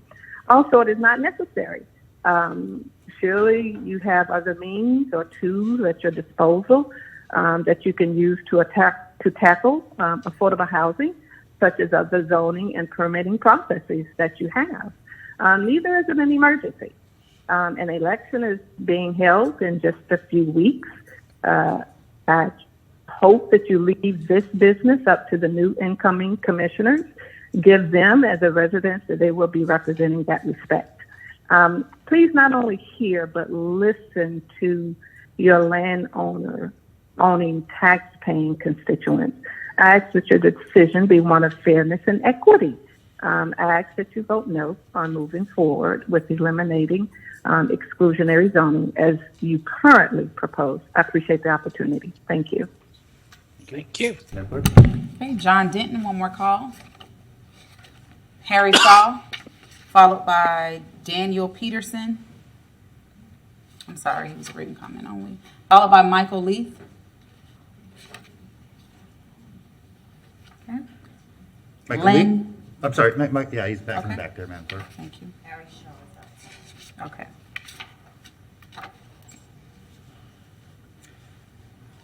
Mr. Shaw, if you can hear us, go ahead and make your way in. We'll get you up next. Good evening.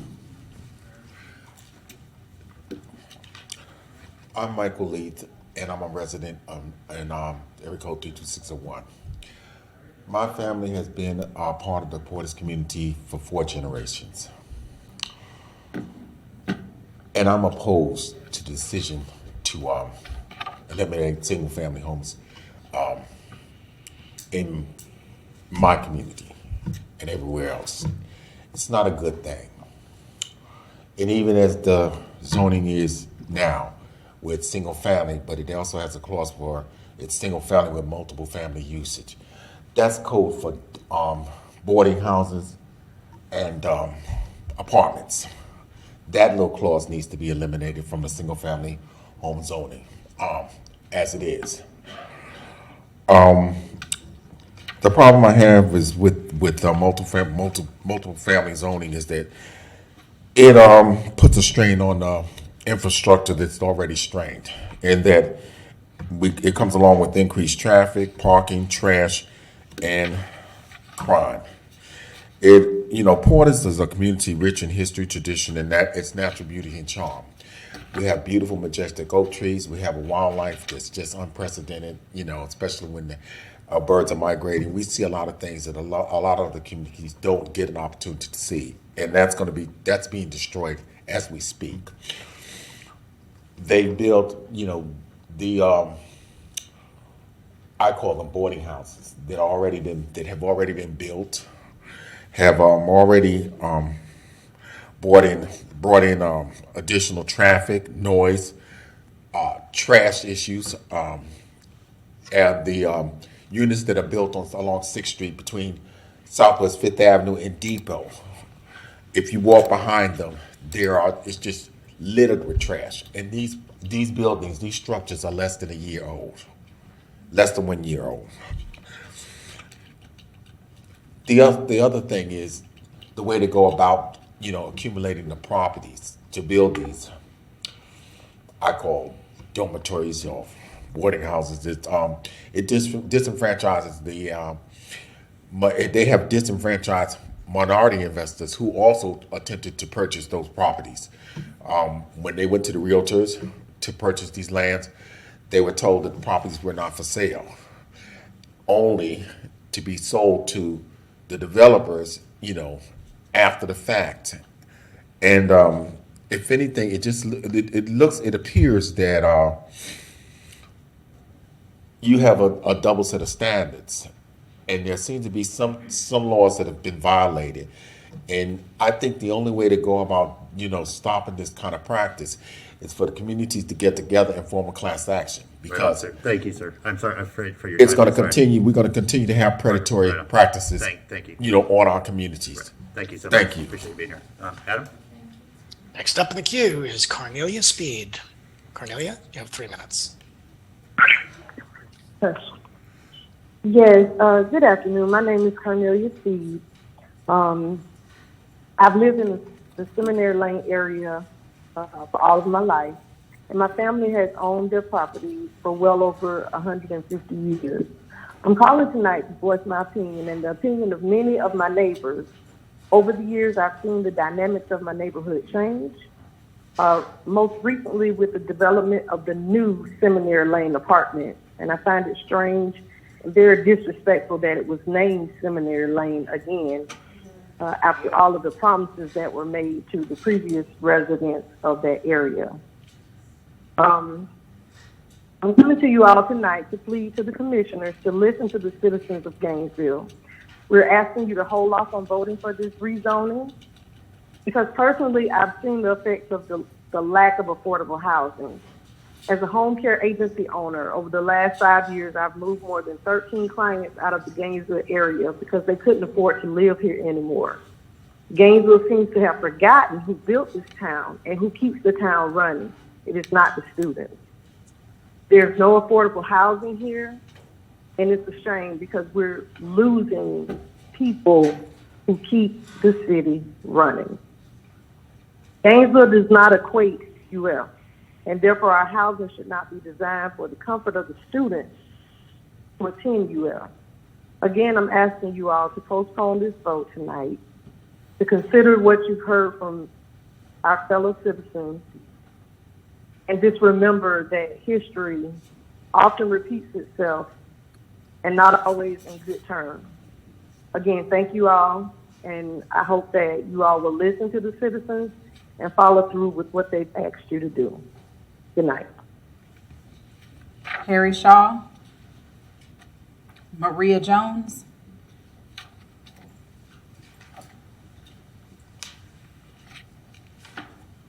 Well, good evening, good night, whatever it is. So here I am again. When we talk about affordable housing, we don't really specify how affordable the housing needs to be.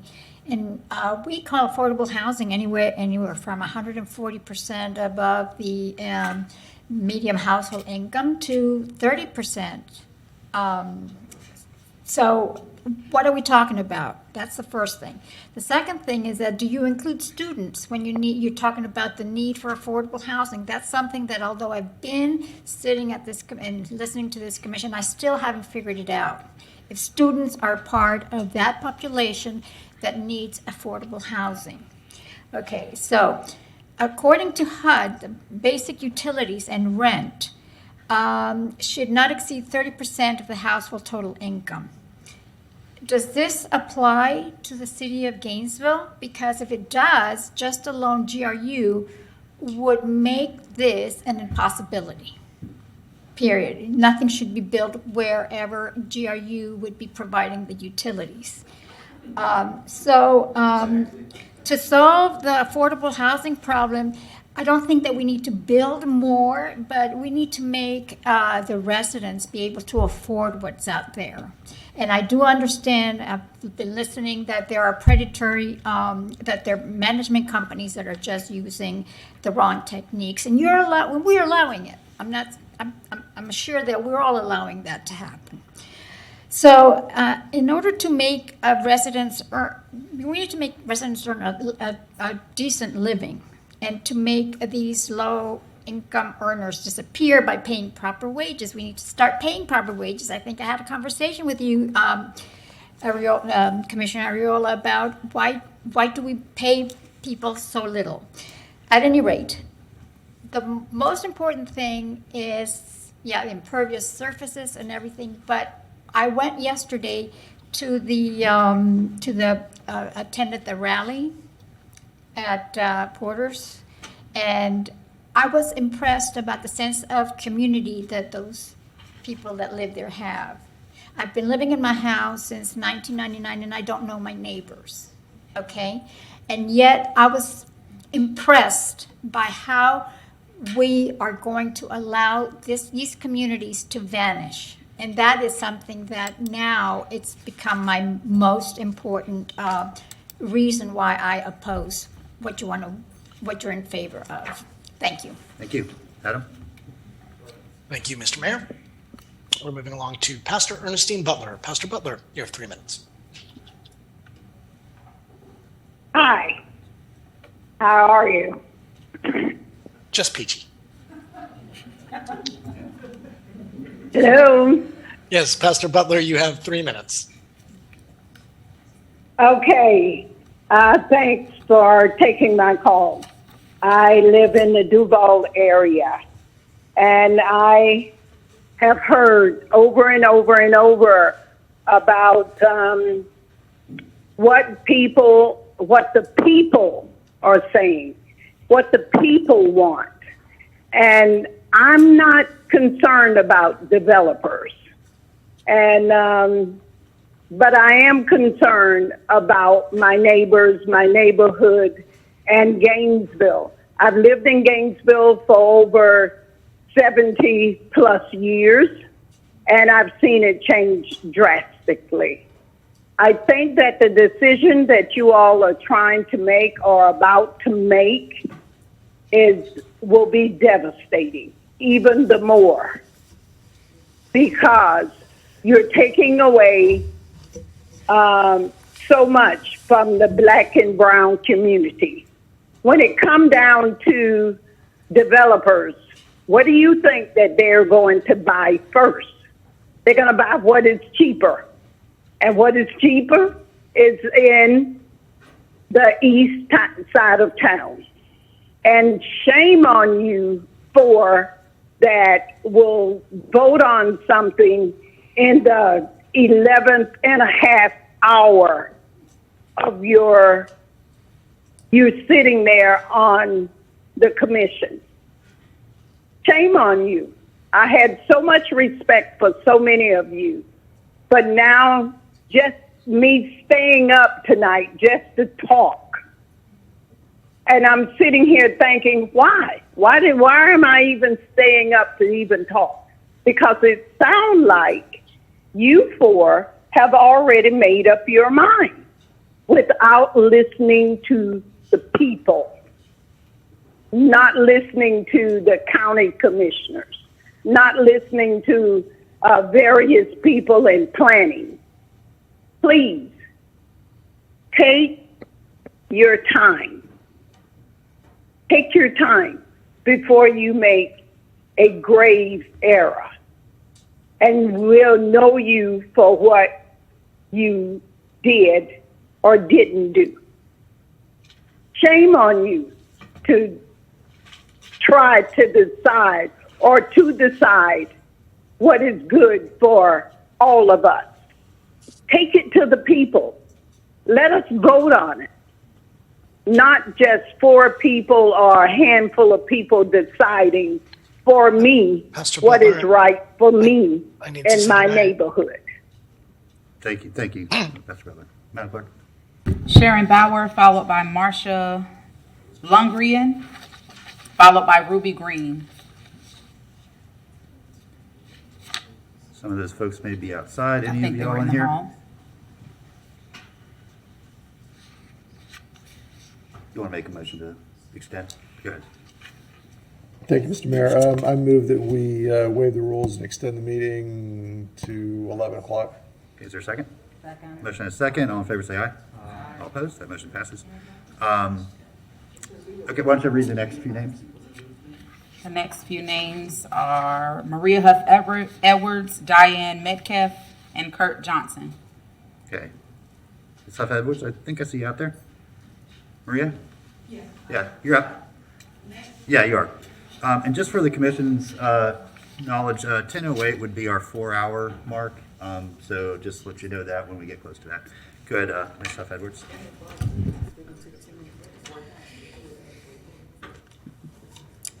Let's see. Good evening, Mayor Lauren Poe, City Commissioners, and dedicated members of our city government. We are here tonight because a few days ago, one of our neighbors came to us very distraught, asking if we had seen what she called the monstrous construction project not far from where we live. We decided to take a drive-by to look at what turned out to be the Seminary Lane project on Northwest 5th Avenue and between 12th and 10th Streets. Indeed, it is a megalopolis of a building with few appealing qualities at this point of its development. What landscape can assuage its tall immensity? However, more disturbing than this to us was what appeared to be an ugly development across the street from this complex next to the water tower. This was the wooden frame home built of yellow pine that Anita Hurd's father had built with his own hands, and which Anita Hurd said she would never sell. Not sure of what happened, a great sadness overcame us.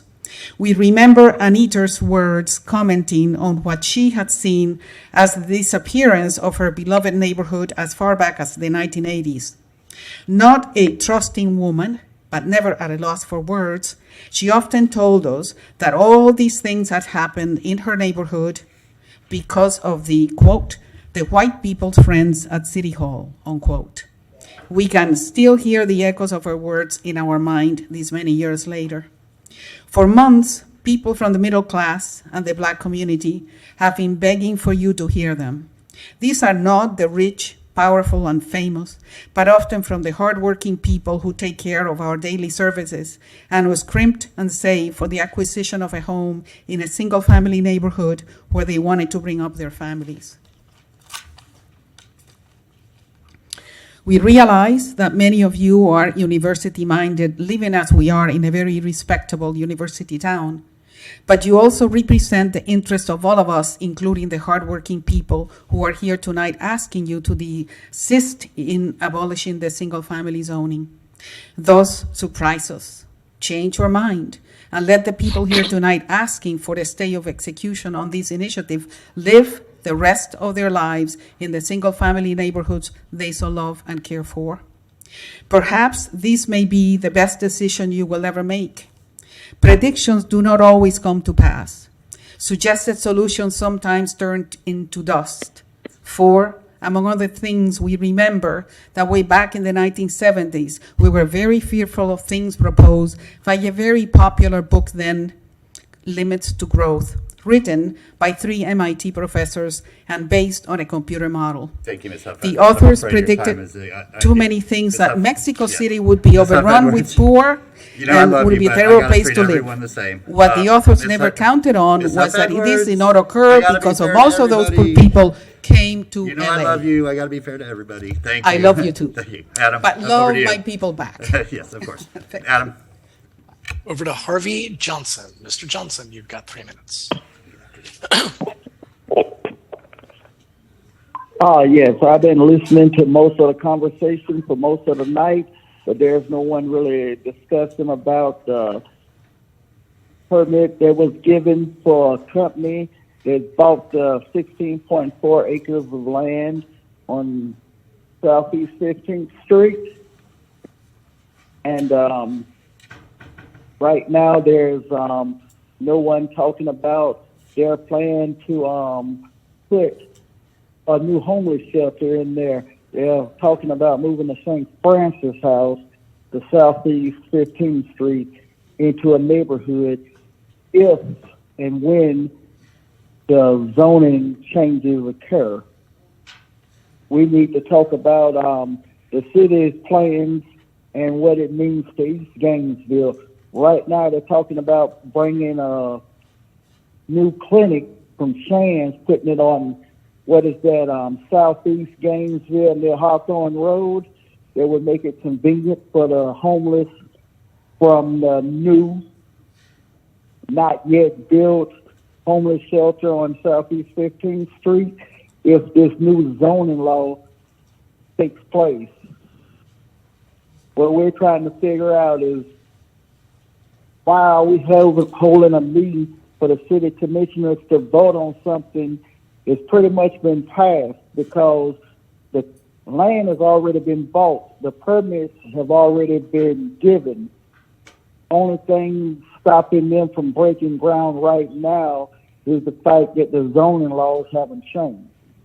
But we're going through gentrification, we're going through race baiting, we're going through the fiscal responsibility, but there's no one talking about the ramifications of this zoning change for the east side of Gainesville particularly. Thank you. Thank you. Commissioner Santos, quickly. Yeah, thank you, Mayor. I was just saying, if we're getting close to our end, I was saying if someone's in line, we have their card, or just in line at 10 o'clock, then they can speak, but after that, we've kind of cut it off. Well, 10:08 would be the cutoff, so whoever's Okay. speaking at that point. I mean, we can keep taking those calls, but if they're in the queue, I guess I'm saying if they're still in the queue, we could take them. Okay, Just well- stop filling the queue, I guess. Yeah. Okay, well, we'll need to waive our rules and take whatever cards or calls we have at that moment. Is that? That's probably a better question. Okay. Madam Clerk, next. So I have probably in my hand about 45 more cards. That does not mean that everyone is still present, and I think we probably have somewhere between 6 to 10 callers on the line right now. Okay, so the rules that the commission voted were 4 hours, so if we wanted to extend that, we'd need a motion to waive our rules and extend. And it's the will of the commission. I don't make motions. Commissioner Duncan Walker? Mr. Mayor, I just needed that point of clarity about how many more individuals we had that were lined up to speak. That was my question. Okay. Thank you. Okay, go ahead and call the next person. Diane Metcalf, followed by Kurt Johnson, followed by Christian Newman. All right, looks like you, Mr. Newman. Oh, go ahead. Yeah, hi, my name is Kurt Johnson, and I want to talk for a minute about the relationship between the elected representative and their constituents.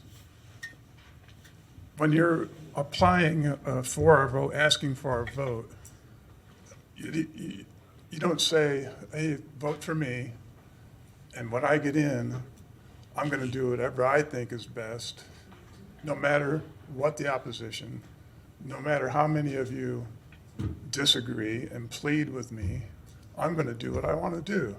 You don't say that ahead of time, but that is in effect what you're doing now. Mr. Ariola, is that part of your campaign? Because that's what you're doing. You're directly opposing your constituents' concerns and... And please just address the chair, if you would. I'm sorry? Just address the chair. Make your comments to the chair. I have bad hearing, so... You're good. Just address the chair. Just. Oh, the chair, okay. Thanks, yeah. Yeah, okay. Well, so that was my initial point. The other thing is that we have an election coming up, and there's a campaign going on.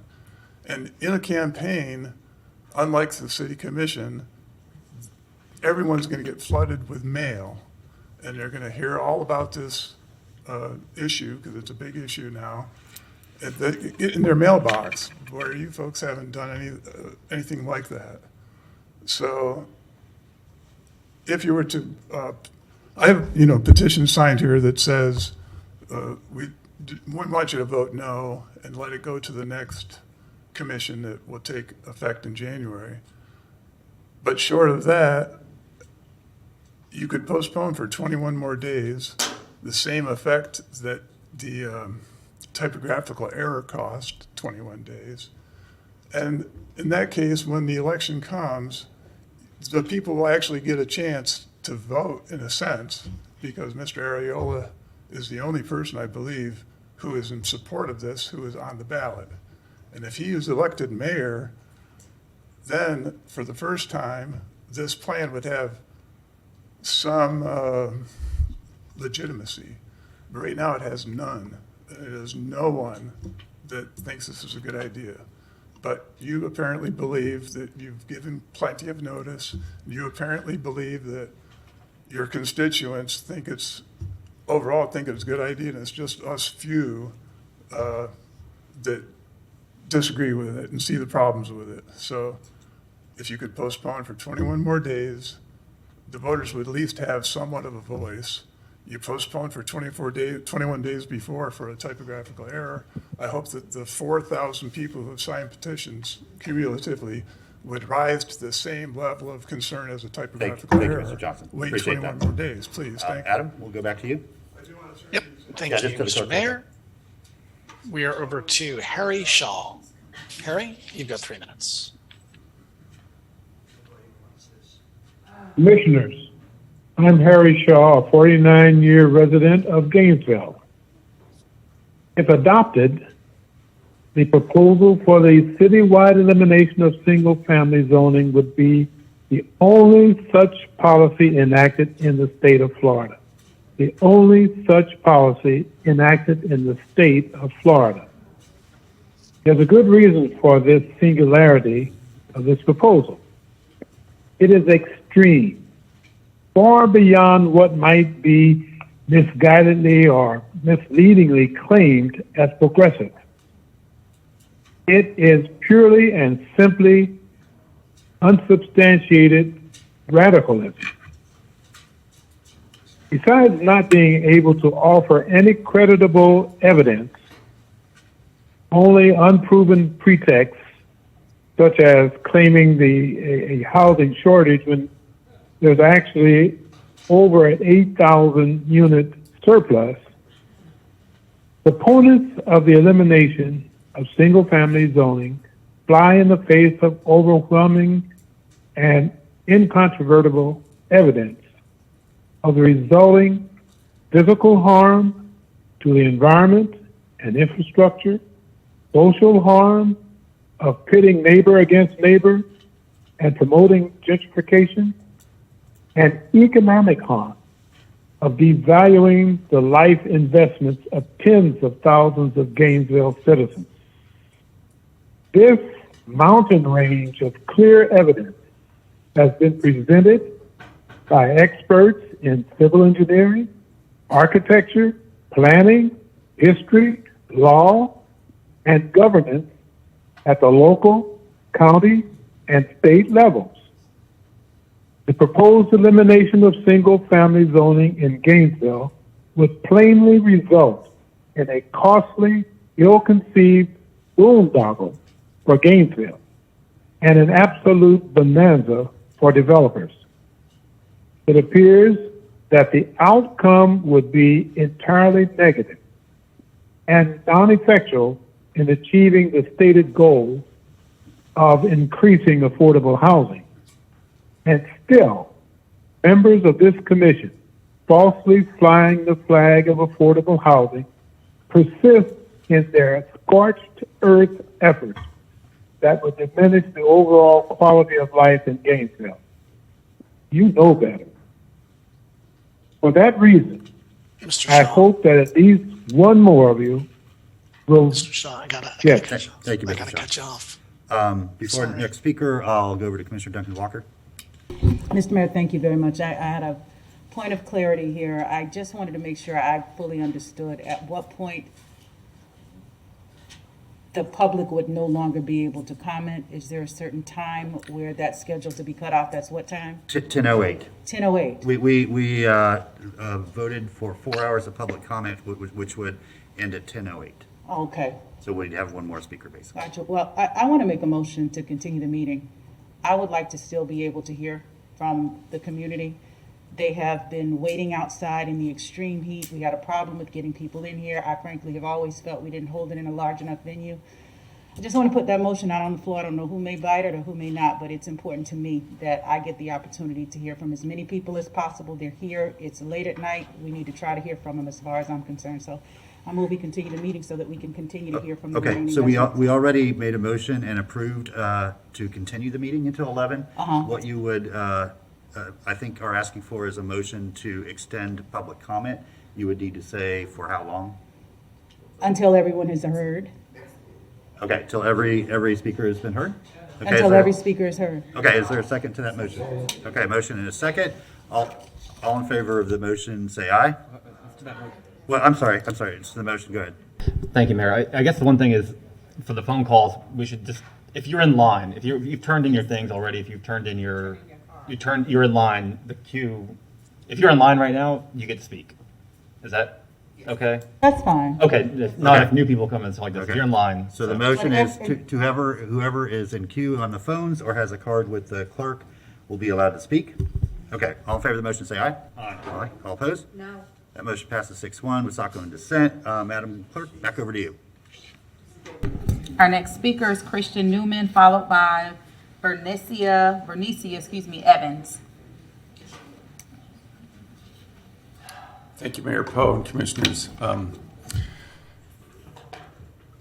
want to say that I know how important this is all to you. I mean, when I was on the city plan board, we sat on meetings, and these are all really big issues. So, and I do believe that you all are genuine in your interest to address these issues. So I commend you for sitting here and listening to all of the important points and some of the things we've heard in terms of frustration from a lot of people. But, it is genuine. I know what you guys are trying to do. However, I think as a decision maker, we need to focus on making evidence-based decisions. And I just don't see how we have the evidence to sort of make this decision. So there's a lot of assumptions as to what will happen. And as someone who is in the business or does a lot of work in terms of modeling and running scenarios, there are ways that we can sort of address this. And so, I implore you to take a step back, to not pass this. We need more information to make sort of good decisions. And I think also you can tell that the public, as in terms of what's here, and I can also tell you as someone who's been walking the streets as I'm running for city commission, nobody understands this and nobody wants this. And so I think more work needs to be done. We need to be working with individual community members at the neighborhood level to try to understand what their issues are and try to find solutions that are going to work for individual parts of Gainesville. And this blanket approach to this is just not going to be effective. And it's terribly divisive. And again, I want to echo that this is a challenge that we need to address. And I do want to commend you because this has been a big issue for you guys for a long time. And it's not something that we need to ignore. But I just think we need to take a step back and try to address this in a way. So please vote against this. I know what it's like to be up here all night long. And so I'll end 45 seconds early. Thank you. Adam? Thank you, Mr. Mayor. We're going to Jeffrey King. Mr. King, you have 3 minutes.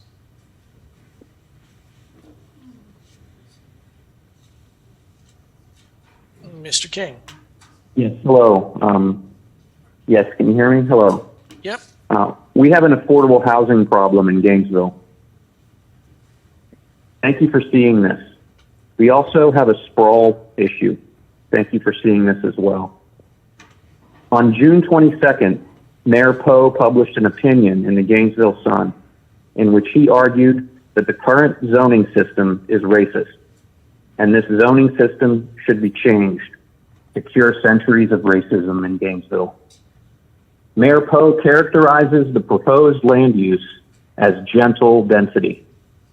The mayor concludes that these proposed land use ideas just happen to be the decent thing to do.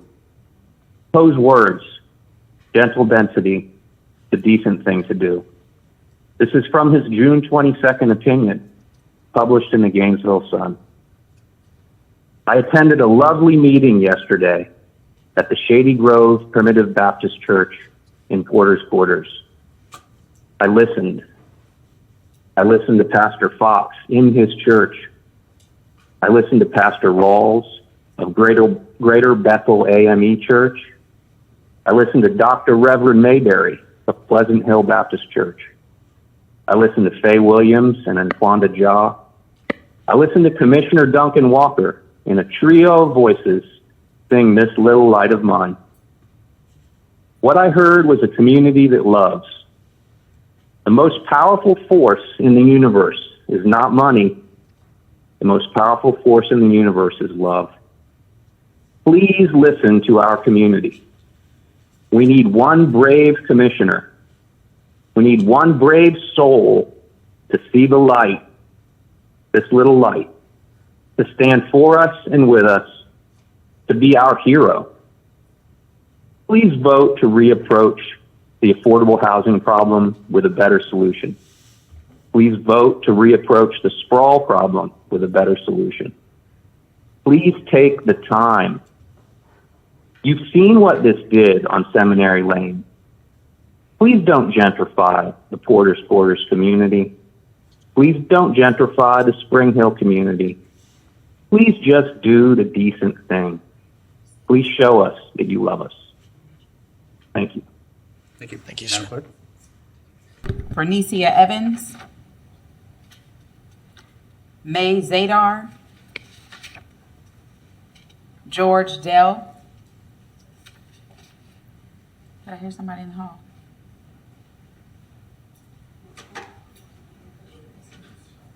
No? Danielle Chanzis.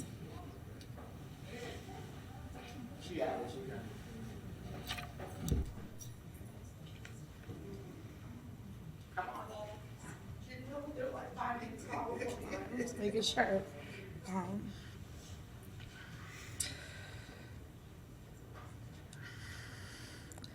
Hello, can I start? Okay. My name is Danielle Chanzis. I am a local community organizer. I'm actually going to start off by reading a statement from a Miss Heath Lynn.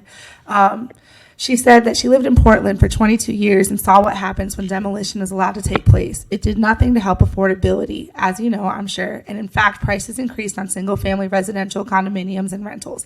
And all of the demolition started when the developers swooped in to buy existing properties and demolish them under the guise of increasing density and increasing affordability. Historic houses, homes that house everybody from food service employees to doctors, students, nurses, and lawyers. The character of the neighborhood changed and it was no longer a community. One other detail. I served on a housing task force on density and demolition appointed by someone who is now a U.S. rep and at the time was a Portland City Commissioner. And we managed to stop the demolition. But it turns out that was only temporary because as soon as the executive director of the Home Builders Association became mayor, years after serving on the task force, the demolitions began again. And that's when squeezing large buildings onto small lots next to small homes continued its nasty progression. And that was from Ms. Heath Lynn. I'm going to use the rest of the time to speak for myself. I've come up here and testified at City Hall several times, and the amount of times that I've been up here and been in long meetings like this where we've been sitting since 5 p.m. and speaking, waiting for hours and hours and hours to speak, and look at faces that seem indifferent, that type on their laptops while we're speaking, that don't pay attention to us, don't care about the words that we're saying. While I've literally seen citizens of the city of Gainesville get on their knees and beg commissioners not to raise GRU rates. And you all, for some reason, seem to think that we're just uneducated about the issues that we're coming out here to speak against. I mean, it's unfathomable. We're out here because we care. We're out here because we've done our research. There was hundreds of people at Shady Grove yesterday. There's so many people that I've been out here today to speak. Somebody made mention of this earlier today about this term affordability and affordable housing, and it's such a broad term.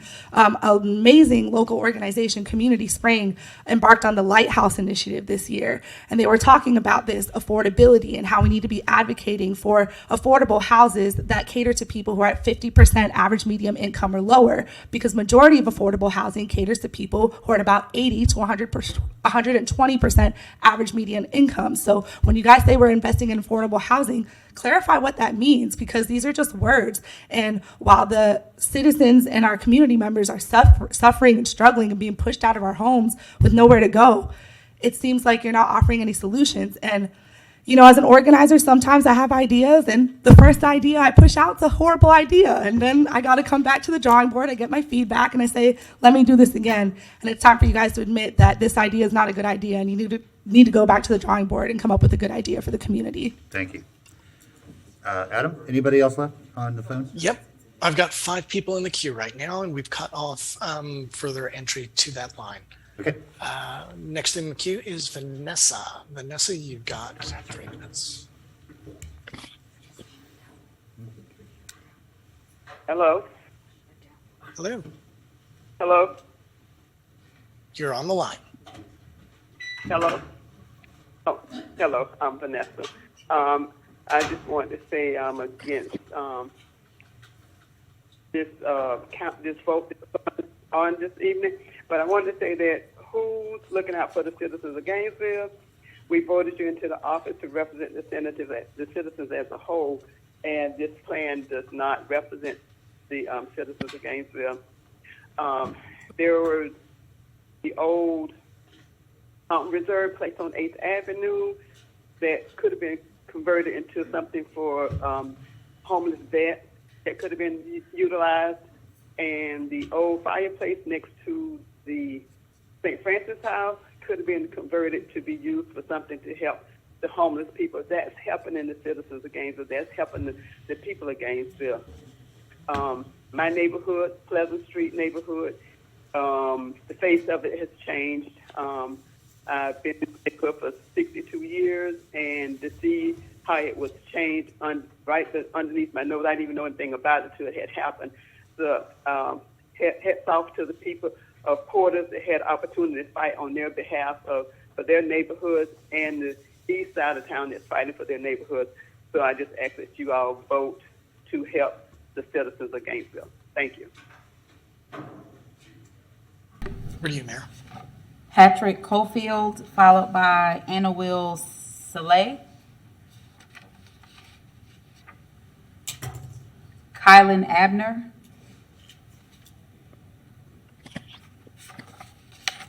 Christina Fields. Melanie Barr, followed by David Mosley, excuse me.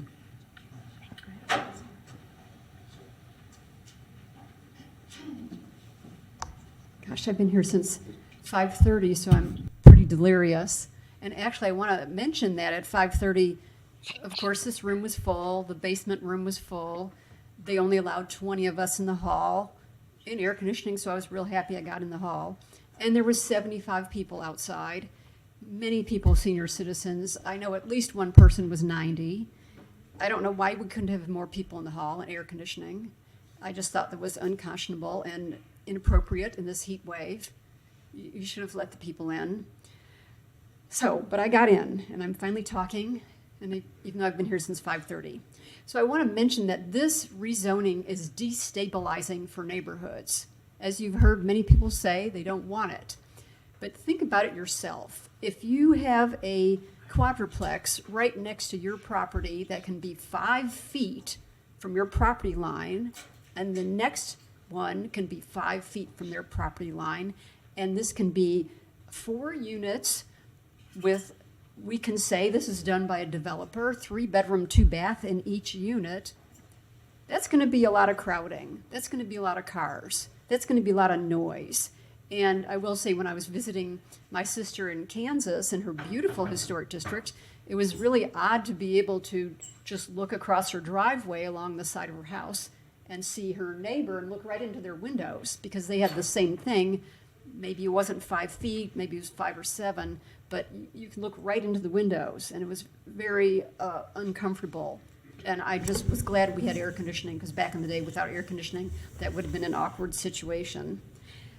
It's destabilizing because when you have multifamily units next to single family, the people are usually renters, and they're coming and going. You don't get to know them. Some do live in their apartment more than a year, but a lot of them only live a year. And you don't get to have the neighborly feel. Another problem is the unlimited occupancy. And where does everybody park? I really want you to think about this when you're allowing quadruplexes, and where can people park? And then finally, where are the trees going? We used to be known as the Tree City. When you allow a big building to fill up the yard with only 5 feet on each side, 10-foot backyard, 10-foot front yard, we've lost our trees. The Gainesville Sun had a big article about heat islands. We don't want heat islands. They're bad for the climate. They're bad for people. And I also want you to think about Dr. Carr. Peggy was saying that there's been a lot of illegal procedures that happened. So no matter how you vote, it's probably going to get thrown out due to the illegal procedures. So I would recommend that you don't vote on this tonight. And you do, if you want to pass it on to the next elected commission, then I would recommend you do that. Thank you, Ms. Bart. Adam, back to you. Thank you, Commissioner. We are on to Scott. Scott, you have 3 minutes. Yes. Came to Gainesville in 1975. Got bachelor's and master's degrees at UF in real estate. I have been a realtor and a landlord the past 40 years. Past president of the Sugarfoot Homeowners Association, located around University and 34th Street. I'm very progressive politically, and am very concerned about how proposals like this will hurt our overall progressive cause. Years ago, when I heard about Gainesville Rise, I was shocked and then not surprised that it didn't pass. Then I heard of getting rid of single-family zoning and once again was shocked and thought, well, this can't pass. And the more and more I heard about it, had a real chance of passing. It probably was going to pass. I've been counting tonight, and there are over 80 people who have spoke against this, 10 for it. The idea that this will lead to affordable housing is a fallacy. I just looked in our MLS system. There are 20 vacant lots for sale in Gainesville, an average price of about $80,000. That's 20 lots. What does somebody do if they build a quadruplex on one of these lots? They're going to pay new construction cost, $150 a square foot or so. What's rent going to be? Yeah, I think you've heard from people what rent is. Somebody talked about in one of the East Side neighborhoods, $1,800. Data, information. I love these things. That's part of why I got a master's degree. It's important to study these things and not just think they're good ideas, like apparently was the case with the biomass plant. Back when I heard about it, I thought, hey, sounds like a wonderful idea. Apparently it wasn't. Think about if you owned a house in Forest Ridge, which I think one of the commissioners does, and your neighbor built a quadruplex next to yours. Then think about, I'm not too sure if there's anything that precludes that from being an Airbnb. Big football game weekend. How's that going to be, being a next door neighbor in what you thought and was a single family neighborhood until a commission decided, I don't think it should be anymore. We think the good things will happen if we do away with this. It's ridiculous. It's a massive thing to do, and to do it as flippantly as you're considering doing is absolutely outrageous, in addition to in the face of opposition from people who have elected you. It's just, I, again, find it hard to believe that it even is happening. Will it happen in any great numbers? No. There aren't going to be many of these things. Who's going to suffer? The person who, unfortunately, has a vacant lot next door or a house that was in bad shape that gets built by somebody that decides to build multifamily on the unit. Madam Clerk? Yeah. One more time, David Mosley, Jody Newman, Erica Riles, Susan Ralston, Donna Benton, Dr. Sunshine Moss,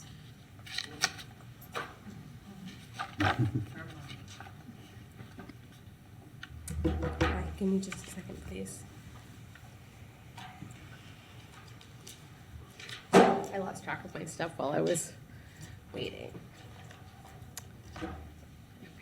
All right. I apologize. Okay. Thank you, Commission. I want to acknowledge that we definitely do have an affordable housing problem in Alachua County and in Gainesville. Over the last, I've been here for 20 years. I moved here. I'm a first generation college graduate. I went to Santa Fe. I have 3 degrees from UF. I understand what poverty is because I grew up in it.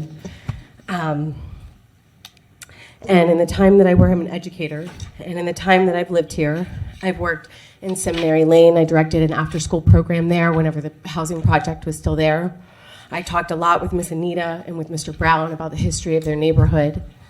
I worked in Lincoln Heights at Williams, and I've studied the Black history in our community. My voice is shaking because I am appalled to see, and Mr. Poe, I have great respect for you. You taught American government to my goddaughter, and to think that you would say that this is about race and equity whenever you have the elders in our Black community here telling you that this is not okay. And it's really not okay. The things that have been pushed through since the pandemic and what happened with Seminary Lane is atrocious. That land was settled by freed people who had been enslaved. It was the first Black school in our country. The history on that street is so rich, and now it has gone to housing that most of the people who grew up there would never be able to afford. And so the issues we have are real. I believe that you're trying to solve them, but this is not the way. It's not the way. Our goals is Gainesville. Our city's mission is to build community by providing services responsive to neighbors and community in a financially responsible and neighbor-focused manner in partnership with our neighbors while engaging neighbors and community builders. This flies in the face of the mission of our city. What we're bound and determined to do is to collaborate with neighbors, and that's not what's happening here. There's no reason this has to happen now, and it doesn't need to happen fast. It needs to happen thoughtfully because it's complex. We're not all going to be happy, but this is not the way. This is just not the way. I voted for every single one of you on this commission, and I can guarantee you that most of you are not going to get my second vote. Thank you. Adam? Thank you, Mr. Mayor. We're going to Armando Grundy Gomez. Armando, you've got 3 minutes. Thank you. So a couple of things. This entire thing is interesting in that you have a lot of people, I think the gentleman said 80 people speaking out against it, Mr. Mayor. At least some people are criticizing one of your colleagues who came out to the Lincoln Middle School. I actually want to give Commissioner Arreola credit. At least he has been very consistent in his position on that, unlike others that are running who are not consistent. They flip-flop. So I think that people are telling you where they stand, and some of you are centering yourself in wanting to push this thing down the throats of people. At least Commissioner Arreola has been consistent about where he stands. I wish Harvey Ward were consistent, but he's not. And he's going to flip too. Can't be for it and then now against it. The thing is, you all want to displace people in these spaces, and most of them look like Kerry Parker Warren. Most of them look like me, Black people, like Commissioner Duncan Walker. And it's time out for that. So while you all are centering yourself and you want to call this progressivism, I want y'all to look at this commission. There are no Republicans up here. This was progressive Democrats wanting to force their will down the throats of people and to displace Black people and take their land. Get out of here. It's time out for that. So you all continue to center yourself in what you call progressivism, but there's nothing progressive about wanting to displace people in lands that they've owned for generations. So call it progressive. At least one person is being authentic and consistent in what he wants to do, and the other guy running for mayor is flip-flopping. Good luck. Thank you, sir. Madam Clerk? Faye Williams, followed by Charles and Cora Cooper, followed by Nancy Montgomery.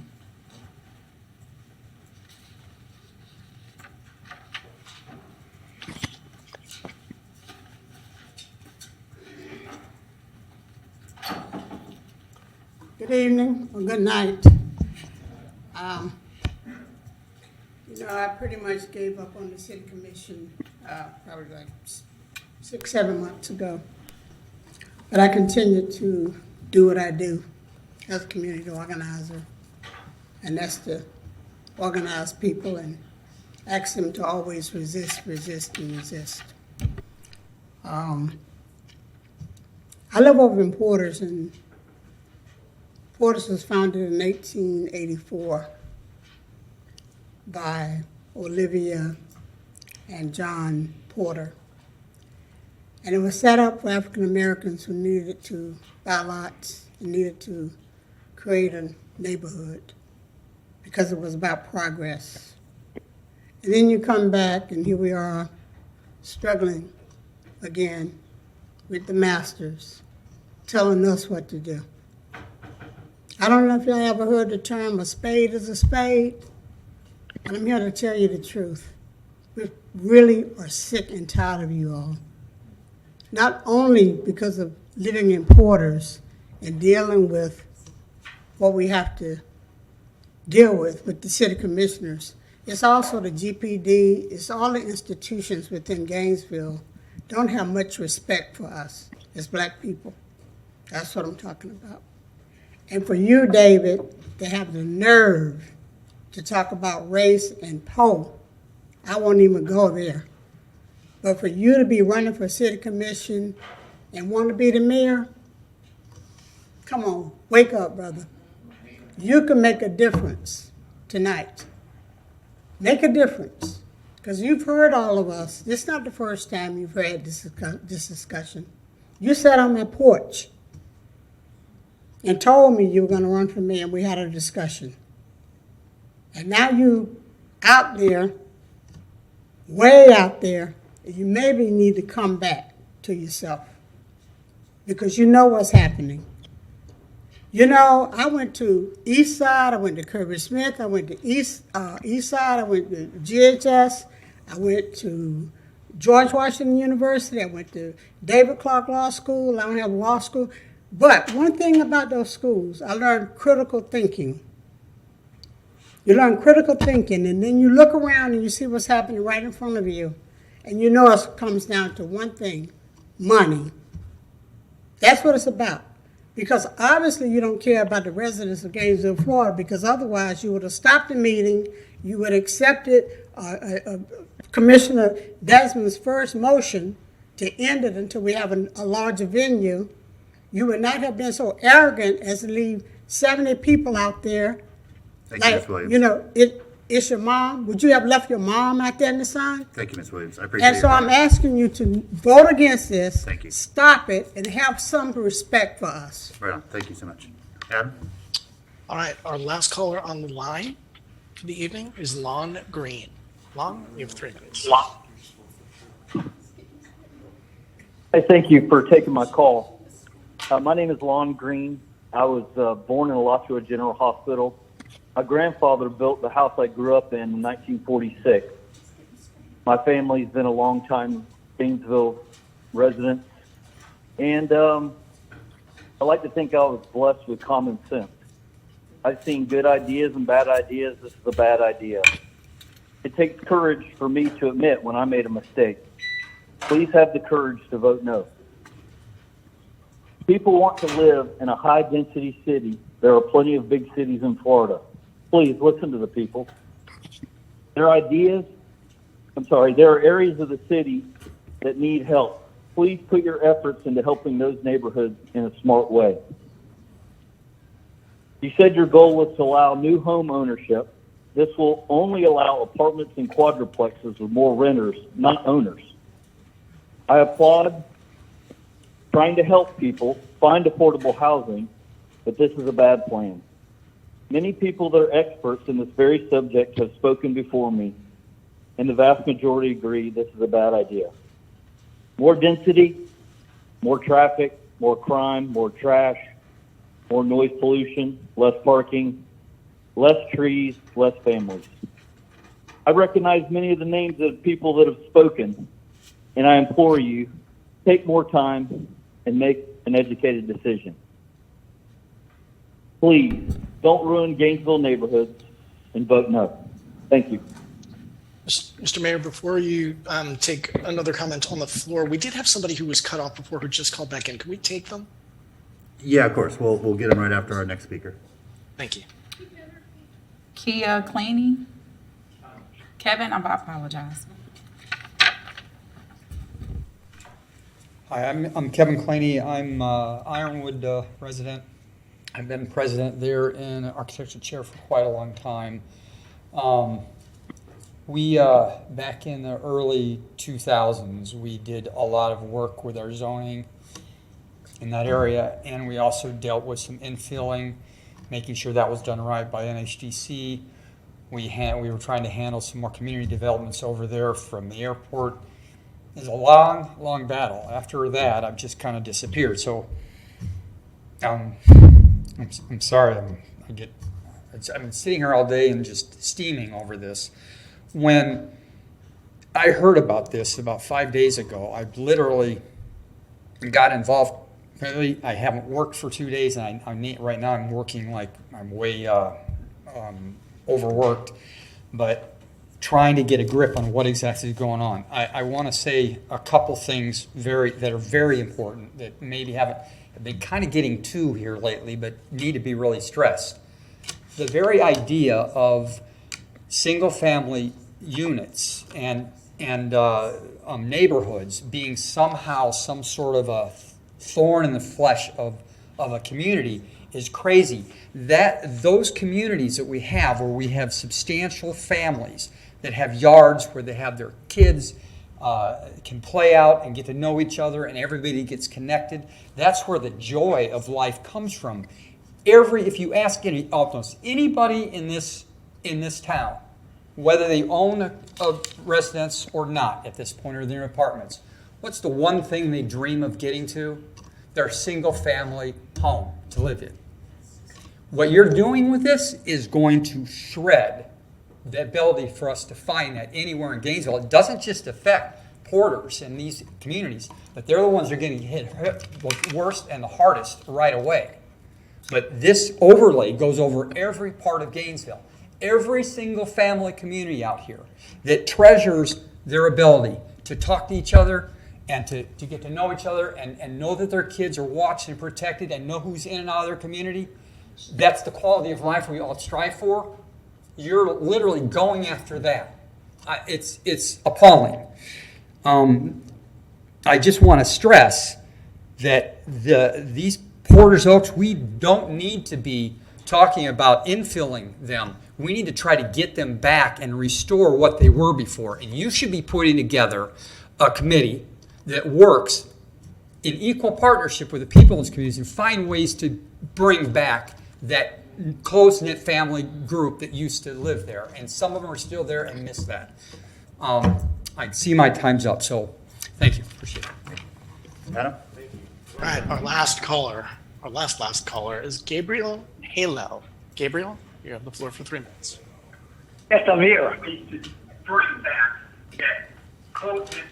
I'm here. I know you need to shut down your speakers or your TV. I hope not. I'm saying I'm here. I haven't gone away. I know you need to listen to the phone, but shut down your computer or your TV. Will I be on or won't I? You will be. If you I've been hold the hanging phone, on you will for be. the No, last don't hang up the hour. phone. Do not hang up the phone. Shut down everything else. I'm sorry? We're going to get back Adam, to you. why Hold the don't I phone. let you work with him for a second, and we'll come back to you in 3 Excited. minutes. Madam Clerk? Yep, go. Eve Ackerman. Allie Anderson. Claire Lewis. Eric Lewis. Will Hasty. Collie Blount. Rory Elizabeth. Marcus.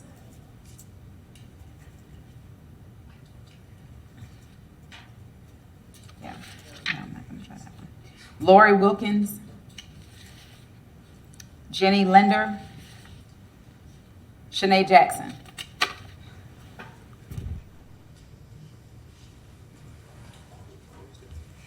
So first of all, I'm going to do the favor of trying to speak as fast as possible because you know I don't care about your 3 minutes. I want to start by apologizing to Commissioner Duncan Walker and Commissioner Chestnut because your jobs got harder as we look to you to be the people to advocate around this. I don't thank you for anything. I won't be apologizing for anything. Because if you can be arrogant and cocky while being wrong, I can be arrogant and cocky while being right. There are a few of you who remind us that common sense ain't so common. I feel vindicated. I'm sure Commissioner Gail Johnson feels vindicated. I'm even sure Charles Golston feels vindicated. The number of people that have come to me and stated that they voted for you all, and when I said not to, and how they won't make that decision again. Many of you may know me as the woman that they tried to criminalize by shutting down a whole commission meeting for calling this commission out on the hypocritical tone-deaf gaslighting tactics that blew up in your faces, and this has too. I'm one of many people that helped with the petition initiative and helped to obtain the more than 2,500 signatures on the Change.org petition. Before I became a consultant and an organizer, I was a manager at SunTrust, and I'm currently a licensed real estate agent. I also want to remind you that I grew up on Fifth Avenue and in Seminary Lane.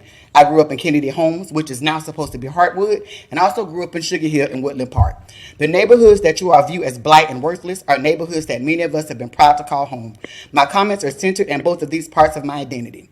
We elect you so that we don't have to sit in 6 to 10 hour meetings. If we got to do this when the community's position on this is clear, then all supporters of this ordinance need to be fired. It doesn't matter how you vote tonight, though. It never should have taken this. You often call out the state about how they govern, how governance is doing, but govern very similarly. We are supposed to be working with you to push back against the state, and instead we're exhausting resources and time fighting against you who are supposed to be allies. This commission is not bound to students because students don't vote here in large numbers and are often still registered where their home is. They are bound to UF, which is absurd since UF does not pay their fair share, but that's a whole other conversation. However, it's absolutely about race because it will be the black communities that are impacted. I want to share some of the cornerstones of democracy. They include freedom, freedom of assembly, association, property rights, freedom of speech, inclusiveness, citizenship, and then also the freedom of unwarranted governmental deprivation. My question to you is, what is the plan? How did you engage the people to develop the plan? What are the metrics used to develop the plan? What are outcomes going to be tracked and how? These are some of the same questions we asked when you rammed the sale of Seminary Lane down our throats during the pandemic. When you helped to steal Seminary Lane, you assured us that it would benefit black people, but there was no plan, and it has not benefited black people. Democracy and justice starts with choice. The notion that we don't know what is best for us is asinine. None of the solutions actually address or consider black history, culture, needs for services and resources for residents, or environmental justice. The notion that black people don't know what's best for us or deserves quality homes is is mind-boggling.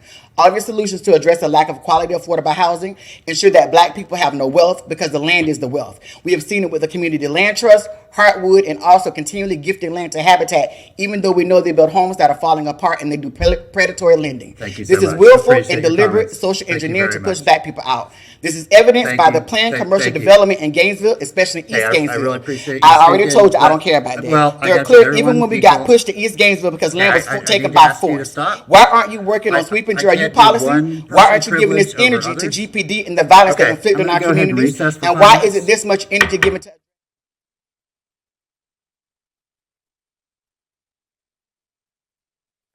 Okay, welcome back, everybody. We're going to reconvene here. If everybody come to order, please. Ready, please come to order. Adam, I'm going to go back and try you first to see if you can get Mr. Hillel worked out. One last time, Mr. Hillel, you have. Okay, if y'all could, please, we got Mr. Hillel on the line. Or Kamowitz. Yes, I'm on. Thank you. All right. Okay, welcome back, everybody. We're reconvene here. Everybody come to order, please. We thought we had it fixed. Everybody come to order. Adam, Mr. Hillel, you must shut off your TV. Hello? I just did. Thank you. Okay, great. Let's Thank see if we you. can get this worked out. We got it. Mr. Hillel, you have 3 minutes. I start now? Yes. Hello? Hello, you can start now. My name is Gabriel Hillel, and I am concerned about some of the misinformation that has been put out, especially by Mayor Poe. The idea that this is about Jim Crow is only partially true, and the partial is important. Jim Crow laws were in effect when exclusionary zoning was promulgated about 15 years later into the 20th century. It was designed to keep out poor people, immigrants, The blacks didn't have to be kept out because they were already being kept out by numerous other factors. What you have now, and the idea of trying to sell the community that blacks are in favor of segregation because they're against this cockeyed advocacy for exclusionary zoning, is clearly inaccurate. What the real story is that the U of F should be speaking here. If the 4 people who supposedly are for exclusionary zoning were serious about it, their constituents would have been here tonight. David Ariola could have packed the hall. They don't exist. Not that there aren't people who need affordable housing. There certainly are. But they're homeless people. They're poor people. They're students. None of those groups has spoken tonight. The idea that not a single student that I heard has spoken is astounding. This is a farce.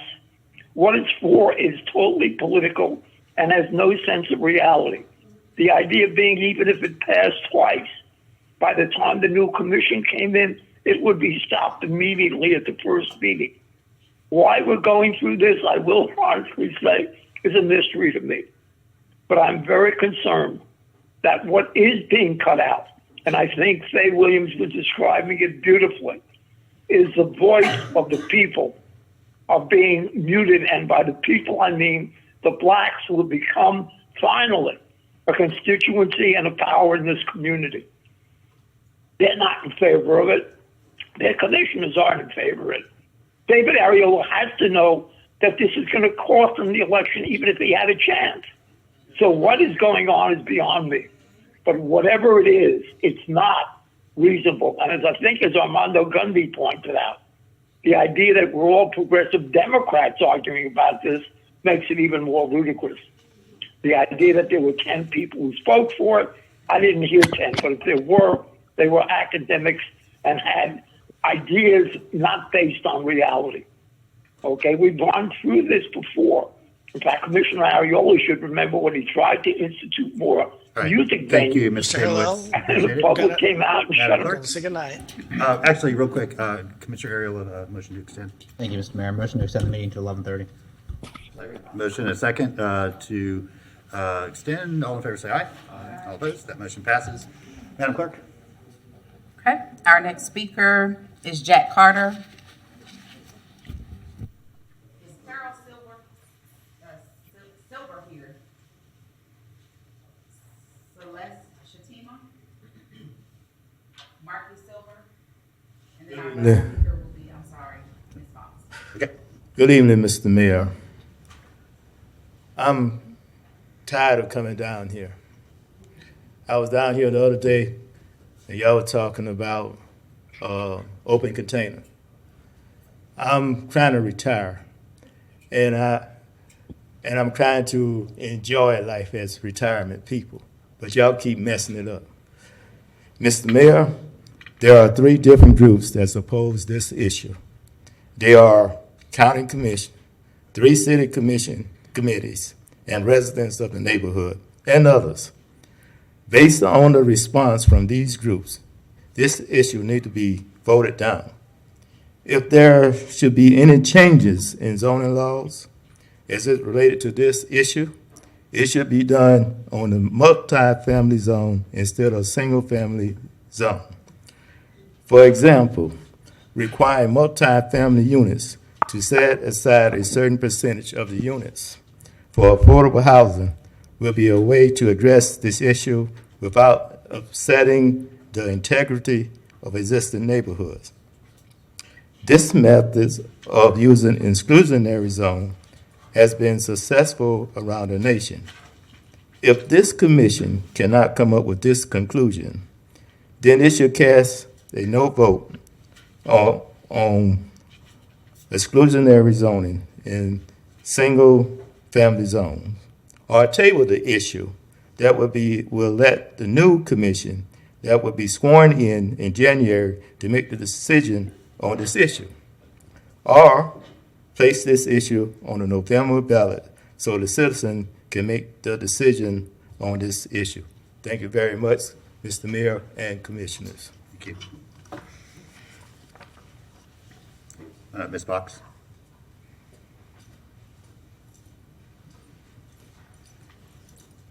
Good evening, Mr. Mayor and Commissioner. It's been a very long night, and I could tell by looking at all of you.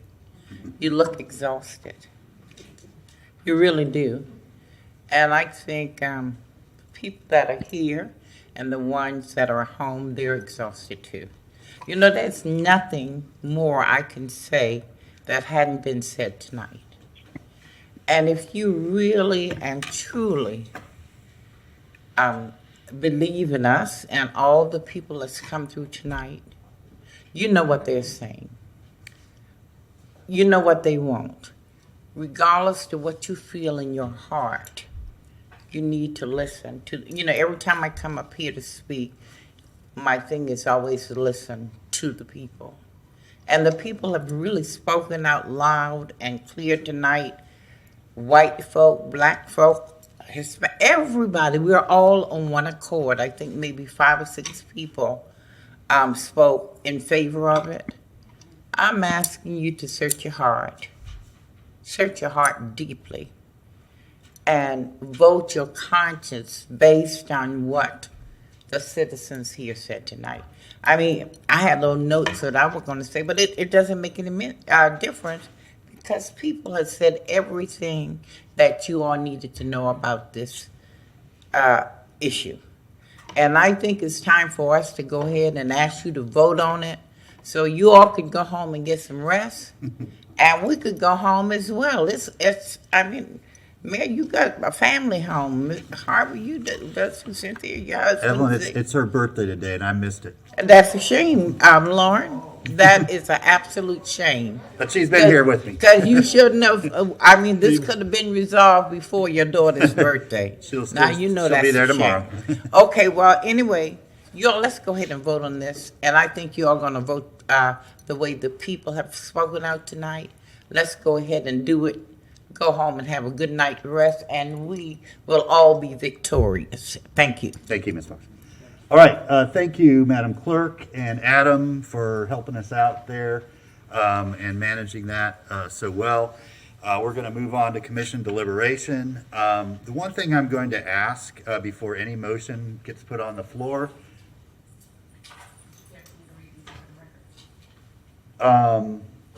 let's just provide, oh, yeah, I'm sorry. Yes, yeah. FR2, first reading of 211357, comprehensive plan amendment and land use change amending the single-family zoning category. An ordinance of the City of Gainesville, Florida, amending the future land use element and map of the comprehensive plan by amending the single-family land use category and associated properties, more specifically described in this ordinance, providing directions to the city manager, providing a severability clause or repealing clause, and an effective date. Okay, thank you, Madam Clerk. The one thing I'm going to ask is before any motion gets put on the floor, if we could please hear from everybody, both out of respect for one another and also to try to, whatever eventual motion gets out there, try to be as inclusive as folks, comments and direction, so we're not sort of going back for 3 or 4 swipes. But before I do that, I just want to thank everybody who's sent emails, who did the e-comment, who came out here today, who called in. It takes time, it takes effort, and it takes a commitment to our community. So I know that we all appreciate that very much. You made this process valuable for our entire community. So with that, we'll start with Commissioner Duncan Walker. Thank you, Mr. Mayor. And I did just want to, once again, as a point of clarity, but also as a request, I know that sometimes right before one of us will have a motion that we want to make, we kind of go down the line and someone else kind of makes a motion before we do. I have a motion that I would like to make. I would like to ask that, I don't mind honoring your request. Sure. I don't mind hearing from all of my colleagues, but I would like for, after we go around the loop, for you to come back to me and take my motion first, since I'm making my comment first and notifying you that I do want to put my motion on the floor. Yeah, just go ahead and put your light back on for me, and we'll hear what everyone else has to say. But thank you, Commissioner. Okay. Commissioner Chestnut. I too want to put a motion on the floor, but I think I will follow Commissioner Duncan Walker. I think that everything's been said about this. This has been a very emotional issue. I have lived in Gainesville over 40 years, and I've never seen anything like this. I've never seen this community pulled together, black, white, Democrat, Republican, no party. What you have done with this exclusionary zoning is you have emboldened and organized a black community like we have never seen before. And for that, I am thankful. Because what it means is now they will be involved. Now they see that they can make a difference. But you've looked at one or two people speaking, but you've got a whole community speaking now. And what is so emotional about this for me is I have never in my life, and I'm 73 years old, I have never in my life been in a situation where you have white people calling an issue racist, and black people saying, no, it's not racism. I've never seen it happen. And I just think that the only just thing you can do is to vote this down, defer it, send it to the next commission. That is the only just, that is the only honorable, and that is really the honest thing that you can do. But to pass this, the whole community is against it. They said it to you. It's not a racial issue. We have worked very hard to pay for and to buy the homes that we have. Our property, this is all we have. This is how we build our legacy. This is what we work for to pass on to our children. We don't have generational wealth. We build generational wealth through our homes. And for you to come here and to take that away is unconscionable. It is unconscionable. It is unforgivable. There's where the racism comes in. Yes. There's where it comes in. But to say that somebody can come and put a 12-unit house, 12 units next to my house, and you're going to tell me my property is not going to be devalued? You're going to tell me that you can have just an open number of people living, unrelated, living in a house? No, that's not right. It's not right, it's not just, and you need to defer this, you need to vote it down, but you do not need to pass this, because I don't think that you all want this to go down. This is what no matter what you've done on the city commission, no matter what, this is what you're going to be remembered for, and it's not pretty. Thank you, sir. Thank you, Commissioner. Appreciate that. Thank you. All right, please, if we could just let the commission do our deliberations now. It's, as Ms. Fox said, it's late. Commissioner Sacco. Thank you, Mr. Mayor. So I added something to our backup. Yesterday I had to kind of go through legal and ask their opinion first. It is a suggestion for consideration. I know Commissioner Duncan Walker wants to make a motion, but it was a suggestion for consideration overall. A multitude of studies, an unquestionable amount of studies, all over the country, different states, different cities have shown that slight upzoning, across the board, actually increases property values. Worst case, they stay. Please, sir. Thank you. Worst case, they stay the same as they were. That is the worst case scenario, that they stay the same. So many studies show that. But I think someone said, Gainesville's different, Gainesville's unique, and I agree. We tried to look for comparable cities before, we've dedicated time to that. There is no city comparable to Gainesville. I don't think there ever will be. Sir, I mean, if you just need to take a breather, that's fine, but thanks. That said, my suggestion was, I know this will do good. I know it will give, not the solution to our housing dilemma, but be part of the solution. just like ADUs were, just like SROs were, just like the Community Land Trust. Those are pieces, small contributing pieces to the solution. And it won't happen overnight and it won't happen over a year, but it'll slowly create some housing.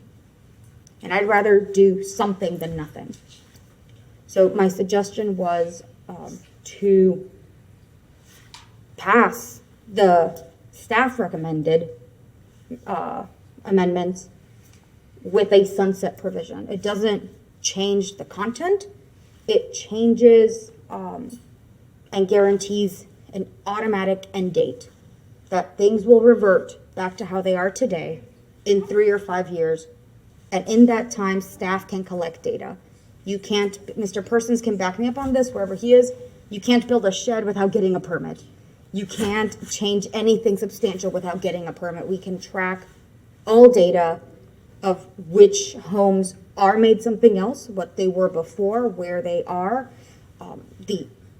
the value and property of the value of that property and the surrounding properties. It is data we can track, and a future commission can make a more informed decision with Gainesville specific data. And I think that's what we all want, but we can't get it until we try. There's no way to know what results you'll get until you do the thing. So that would be my request, my recommendation. I want this to pass, but I ask that that be included.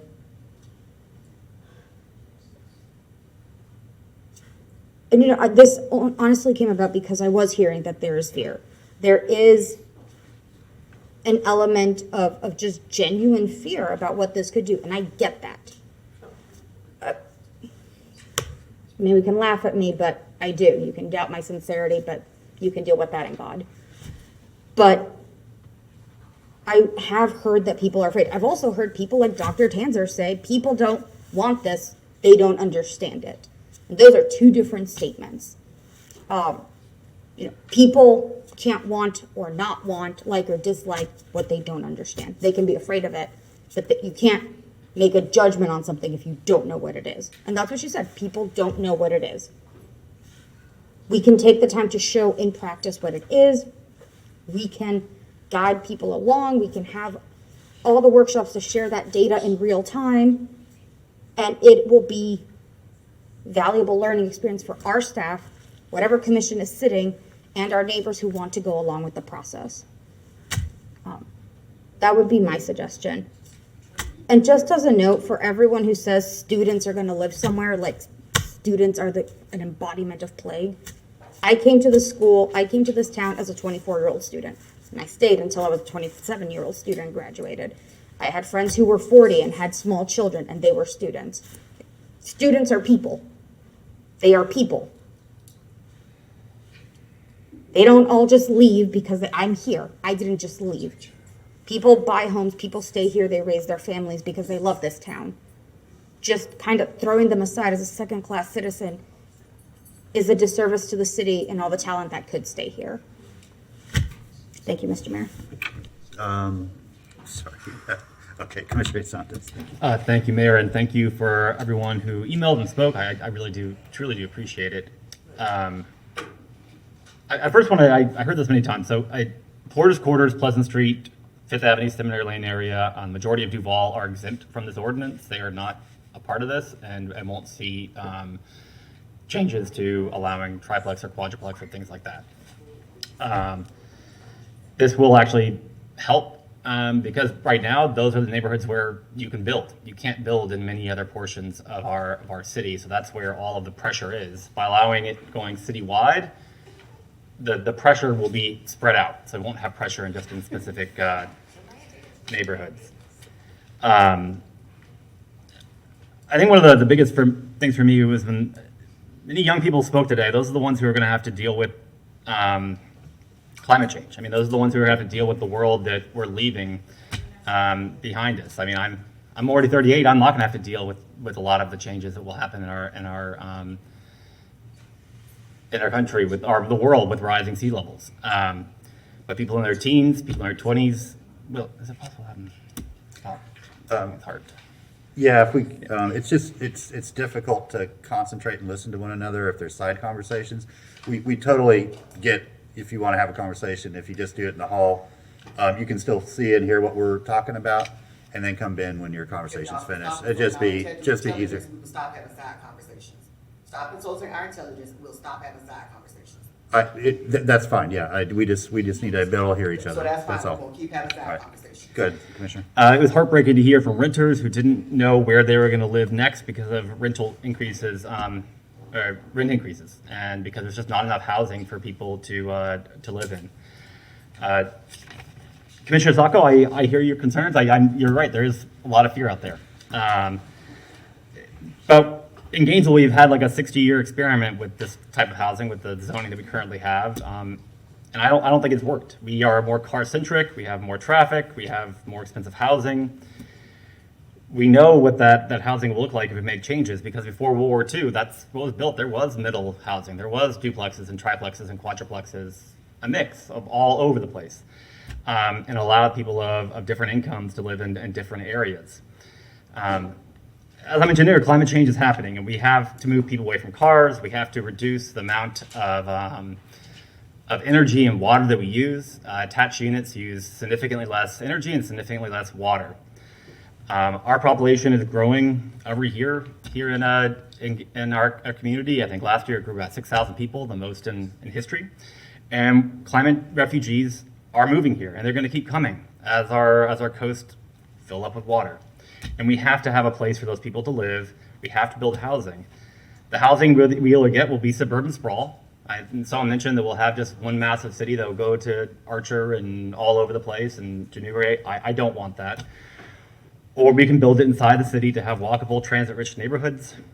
Our city is getting more expensive and people are being priced out. Just last week, or a couple weeks ago, I had someone working on my AC. He lived in Gainesville, was a renter. He wanted to buy a place, couldn't afford to live here, so he moved to Marion County and is living there and commuting every day up to Gainesville.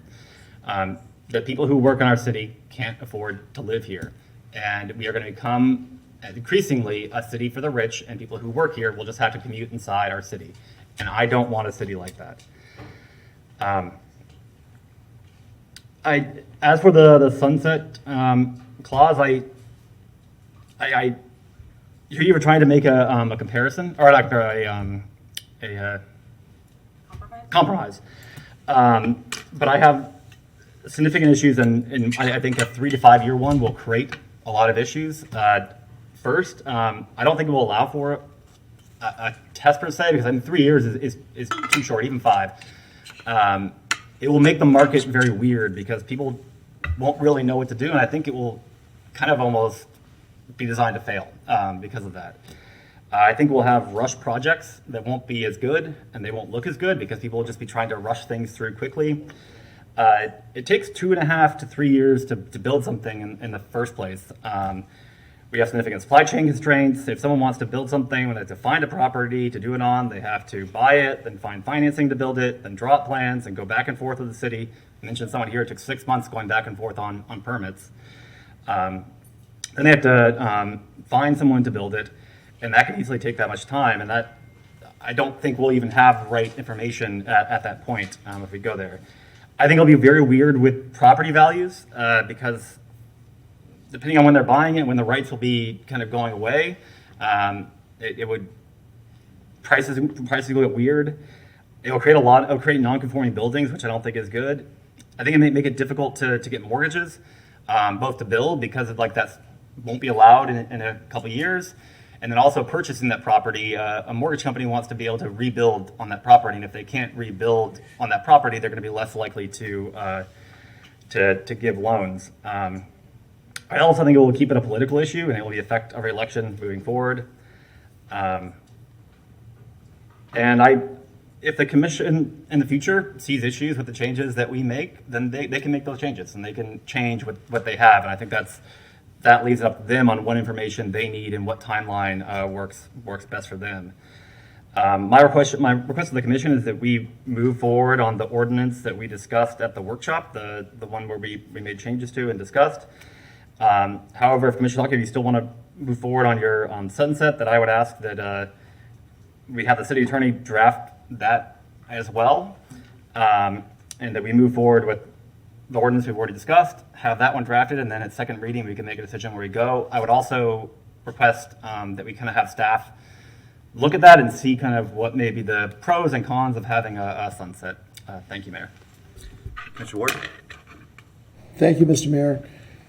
Thanks to everyone who has been up here and throughout the City Hall complex and watching at home, and to staff and everyone who has been working on this. It's an enormous amount of work. I mean, where we got to tonight with this, 4 people, both pro and con, has been a heavy lift. I have no doubt that everyone on every side of this, and there are more than just 2 sides, there's a lot going on here, genuinely is trying to do a good thing. I believe that's true. Good people trying to do a good thing can come to different places. I'm not going to vote yes on anything tonight. I came to the conclusion a good while back that this is too big, that what we're talking about here is just too big. Planning and zoning, land use is complex. And if we don't approach it, any sweeping change, if we don't approach it with the community, it's not going to work. Doesn't mean it won't pass, but it won't work.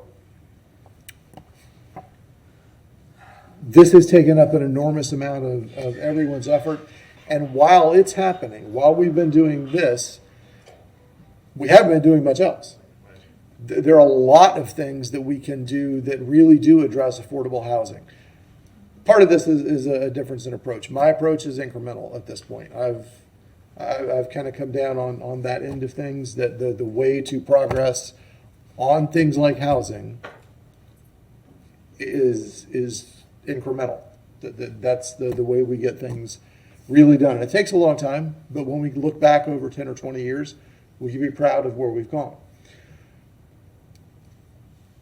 I think we just can't get there with huge sweeping moves, because a thing that I've witnessed here over the last many months is that there's been harm to public trust. And there's enough harm to public trust going on otherwise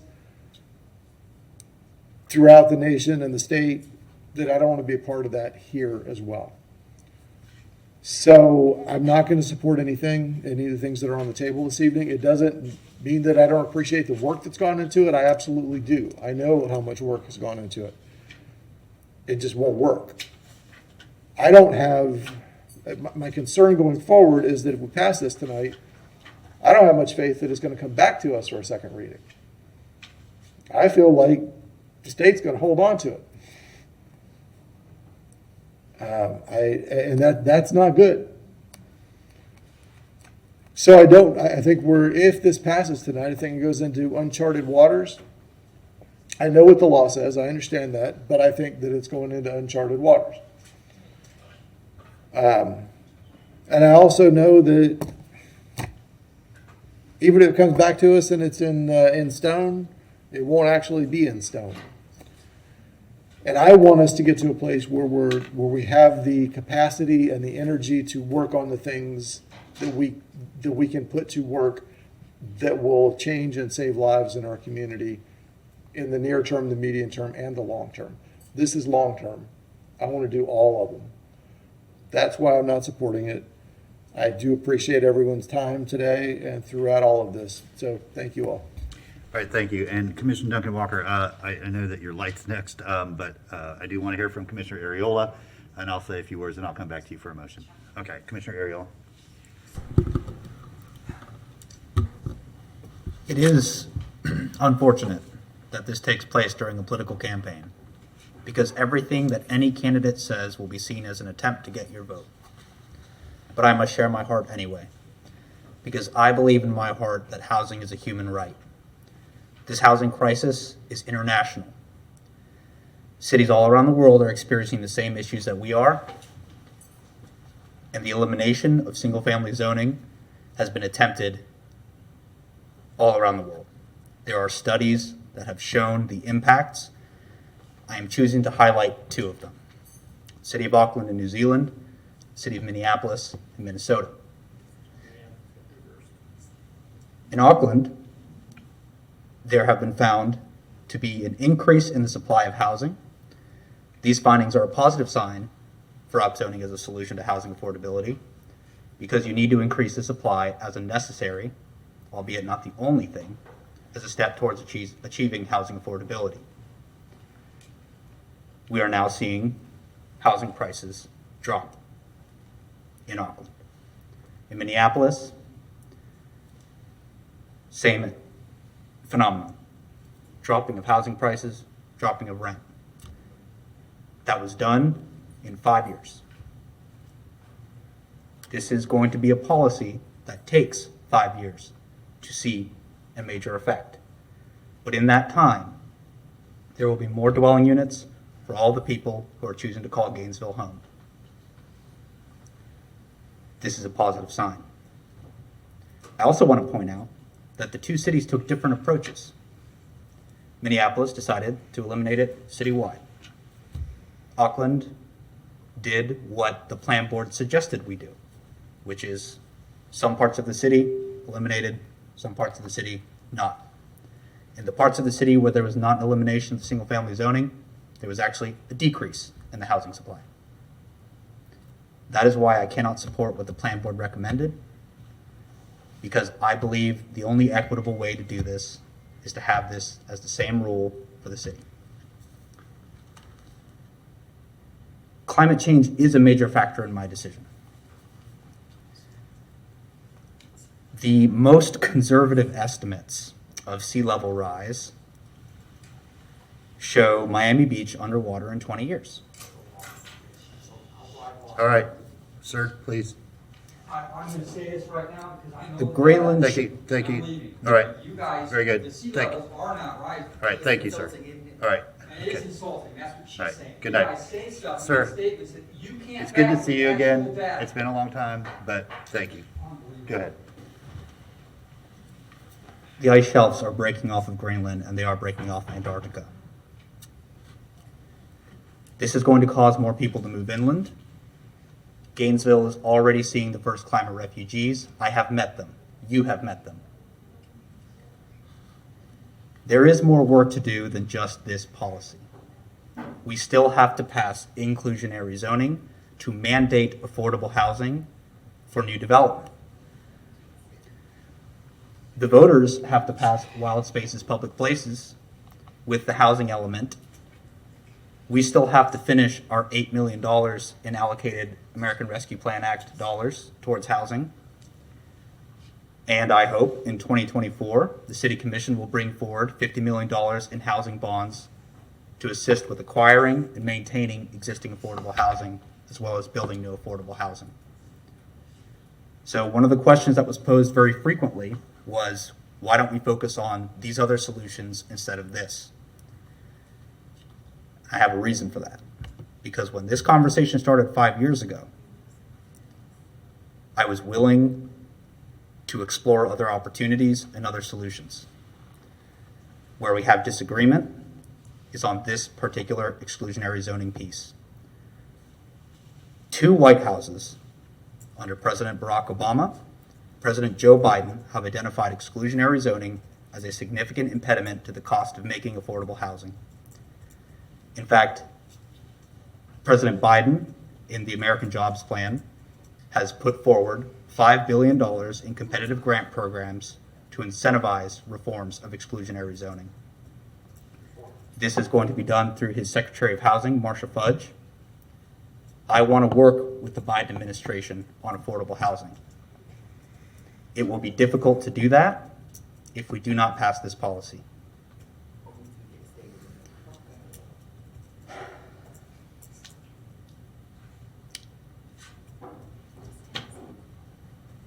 My parents came to this country with degrees. Many people who come to this country don't have that luxury. My parents moved into an affordable multifamily home on the University of Florida. The University of Florida is tearing down that affordable multifamily home, and they don't have plans to replace it. I wish we had better allies in housing at UF. We have to work our best despite that.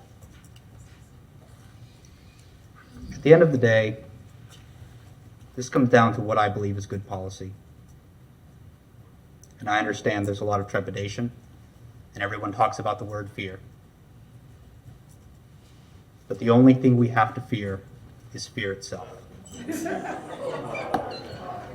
All right, please keep, yeah, please keep the order. Do conclude, Commissioner. Okay, thank Move that we you. extend our meeting till midnight. Okay, motion to waive our rules and extend till midnight. Is there a second? Okay, all in favor, say aye. All opposed? That motion passes unanimously. Okay, y'all, thank you. First thing I want to say, because this has been a long and involved and difficult process, to my colleagues on the dais, I appreciate your involvement so much. I want you to hear from me. And I mean this from the deepest place in my soul, that I love every one of you individually. You're extraordinary people. You put everything you have into this job. And I could not be prouder to work with the folks that are up here. To our staff, who has spent an incredible amount of time working on this, working with our community, spending so much of their time and talent to try to be accessible and helpful. Thank you. It's been a huge lift. And to all my neighbors, I'm proud of you. I thank you for your involvement. I agree with my colleague, Commissioner Chestnut, that I have not seen this kind of attention and excitement about addressing our housing challenges. And that's not going away. Whatever happens tonight, that's not going away, and that's a good thing, because it is a crisis.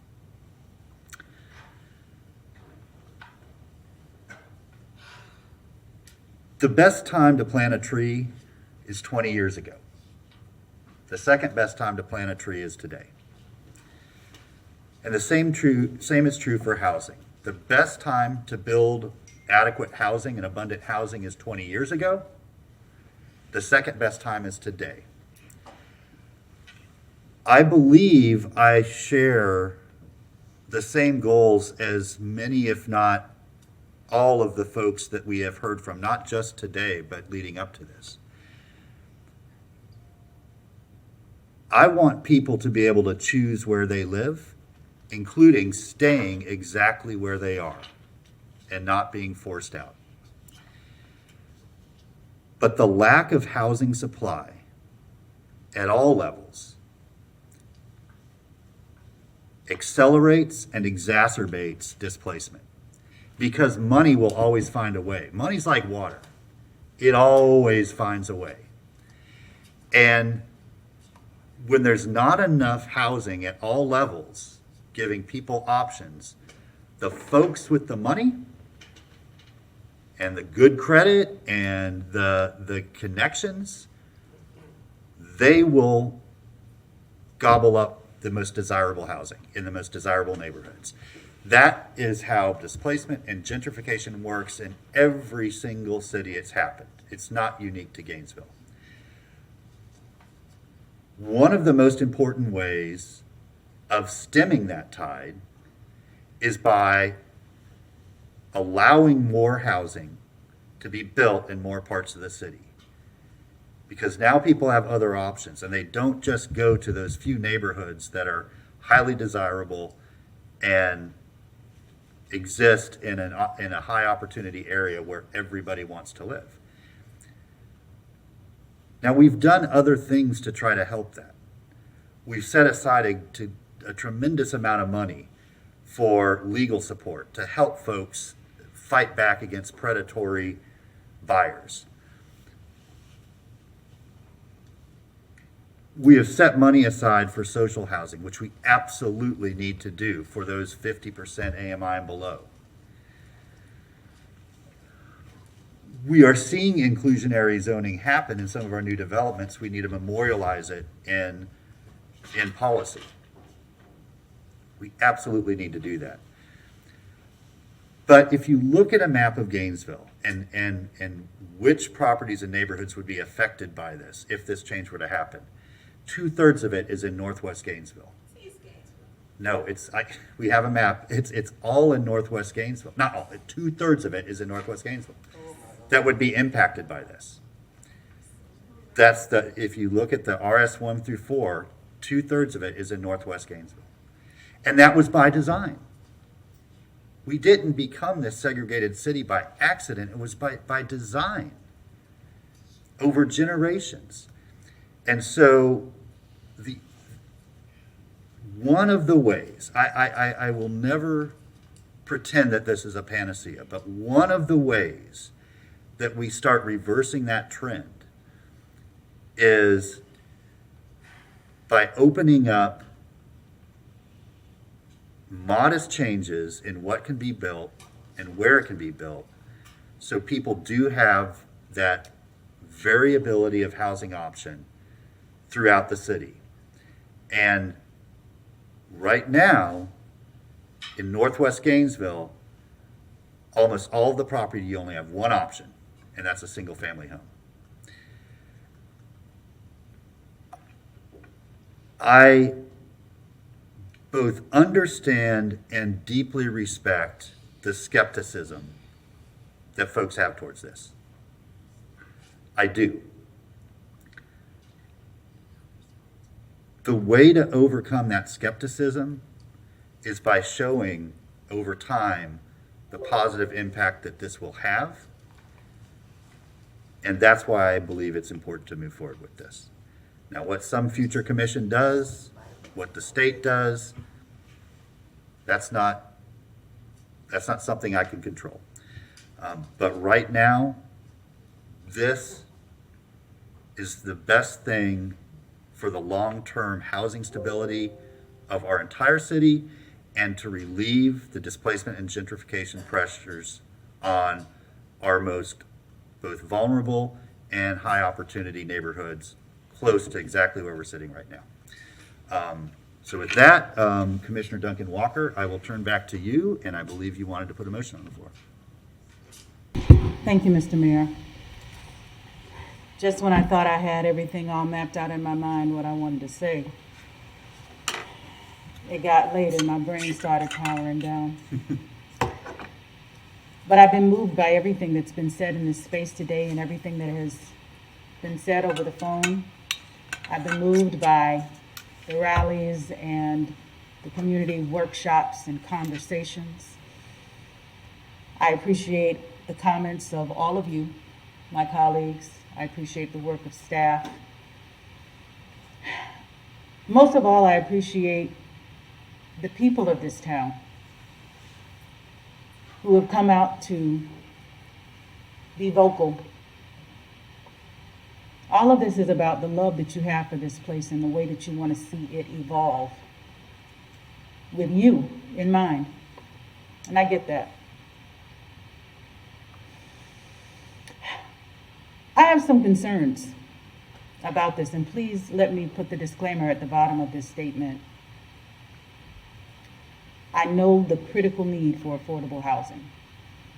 I believe, like many of you, my colleagues, that there are many tools that have to be used in order to get us to a place where we actually start creating affordable housing in a viable way. But my concerns with this particular proposal have to do with data and a lack thereof that's specific to Gainesville. I think it's important for us to compare other places that may be similar to us, but there's nothing like getting the data from here. And we've heard from many people in the audience. I've done my own research. There are things that we just don't have. An in-depth land use analysis, an environmental impact study. And I'm sure there are a number of other things we could do. I would love to see an equitable development report. What does this policy actually look like with those pieces, that data having been mined and gathered? Staff right now is working to bring back an affordable housing plan. I feel like to do this before they even have the opportunity to bring that back is a disservice.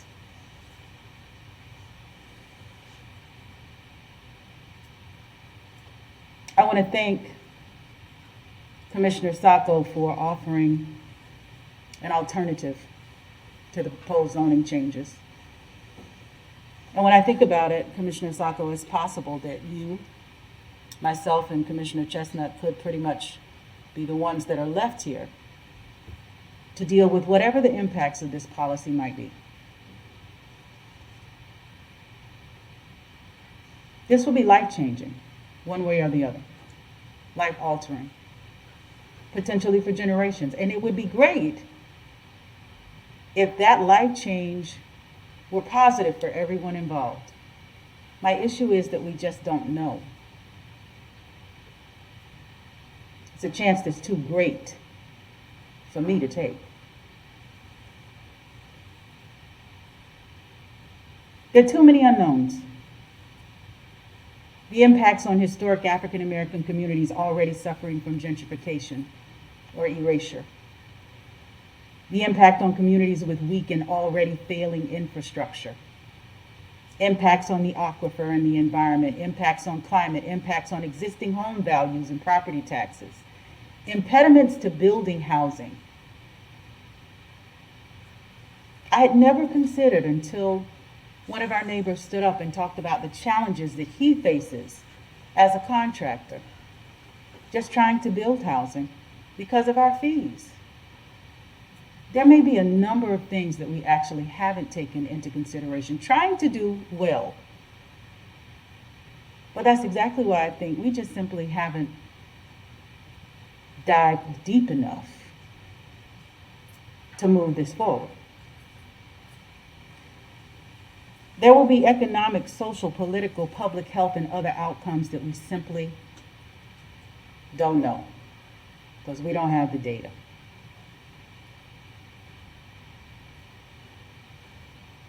I don't want to belabor this point too much longer. I think I've kind of shared with you my heart.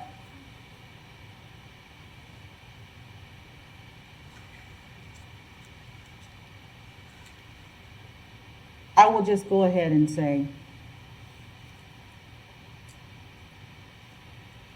my concern has been that we don't have data. My bigger concern is that it appears that we don't even have the will of the people.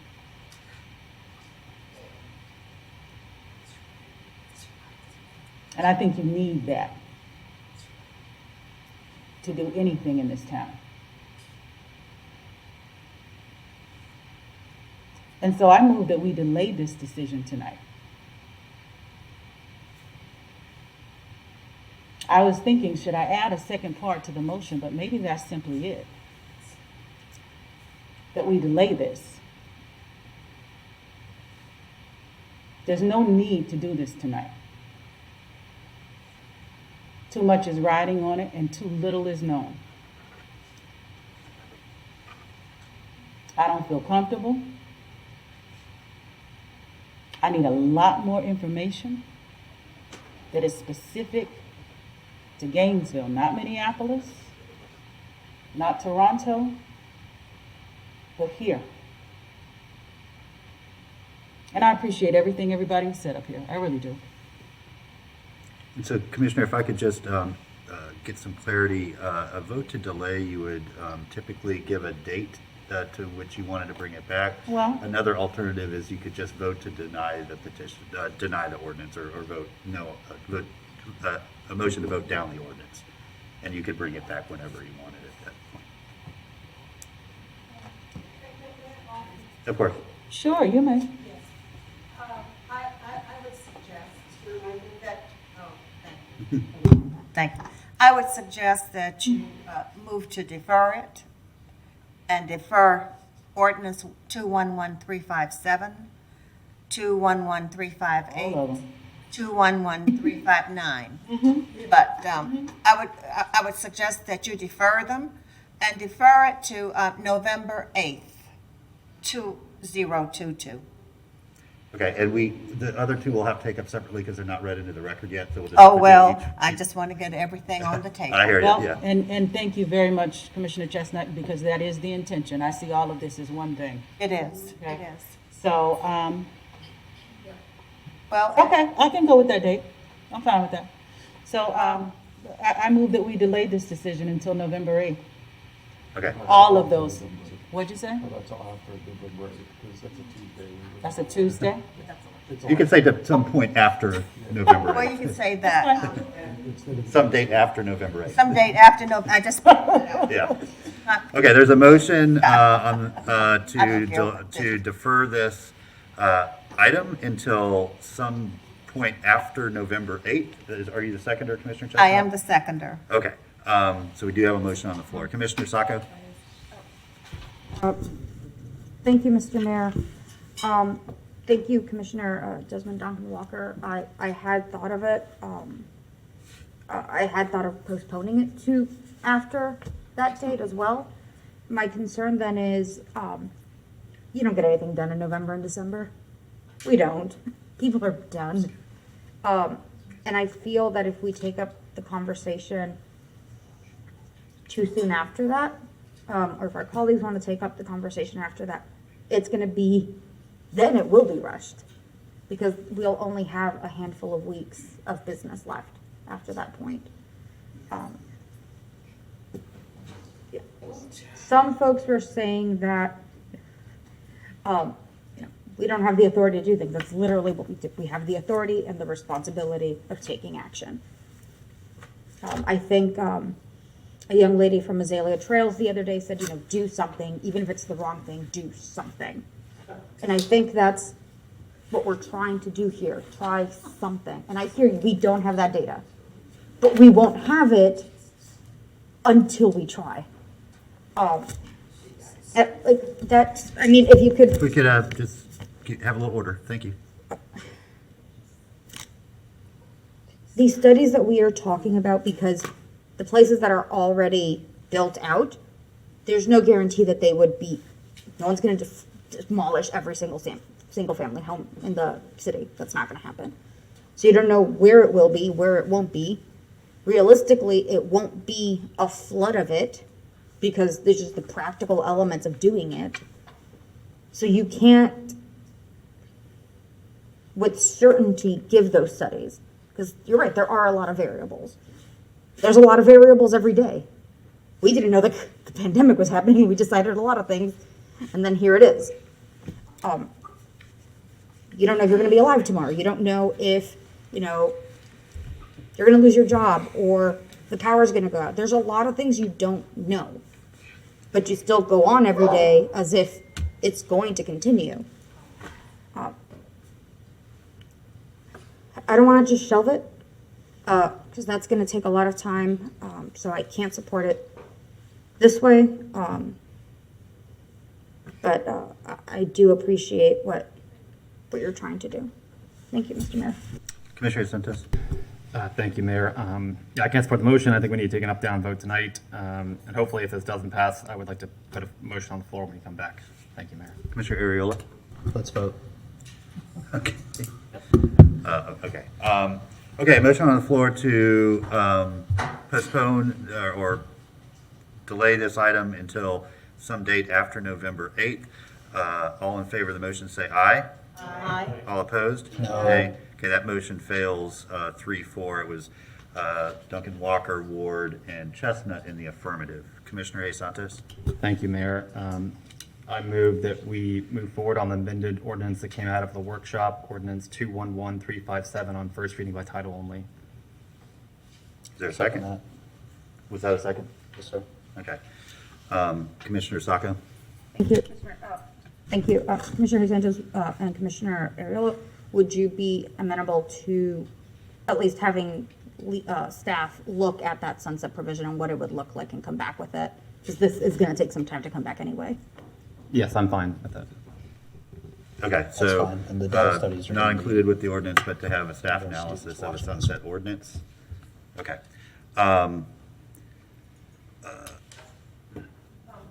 Yes, go ahead.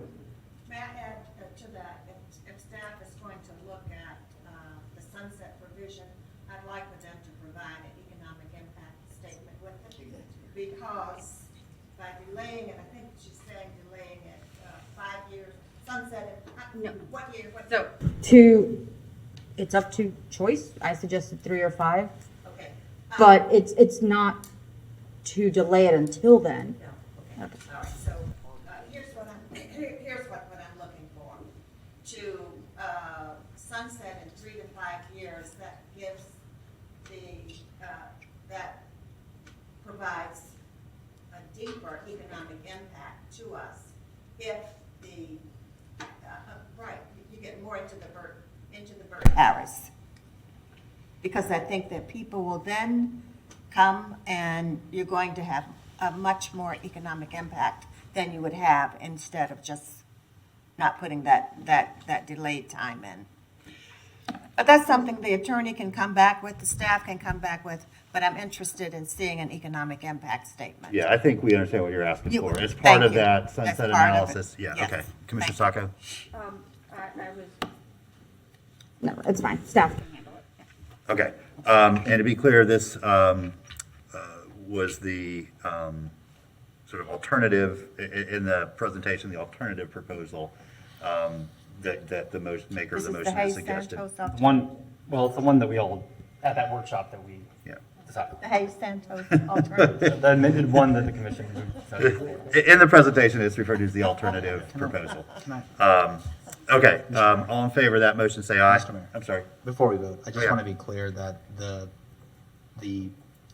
work that we're asking staff to do is to come back with what it would look like to include a sunset proposal, and I want that to be 5 years, because the studies that came out of Auckland and Minneapolis took 5 years. 3 years is too short.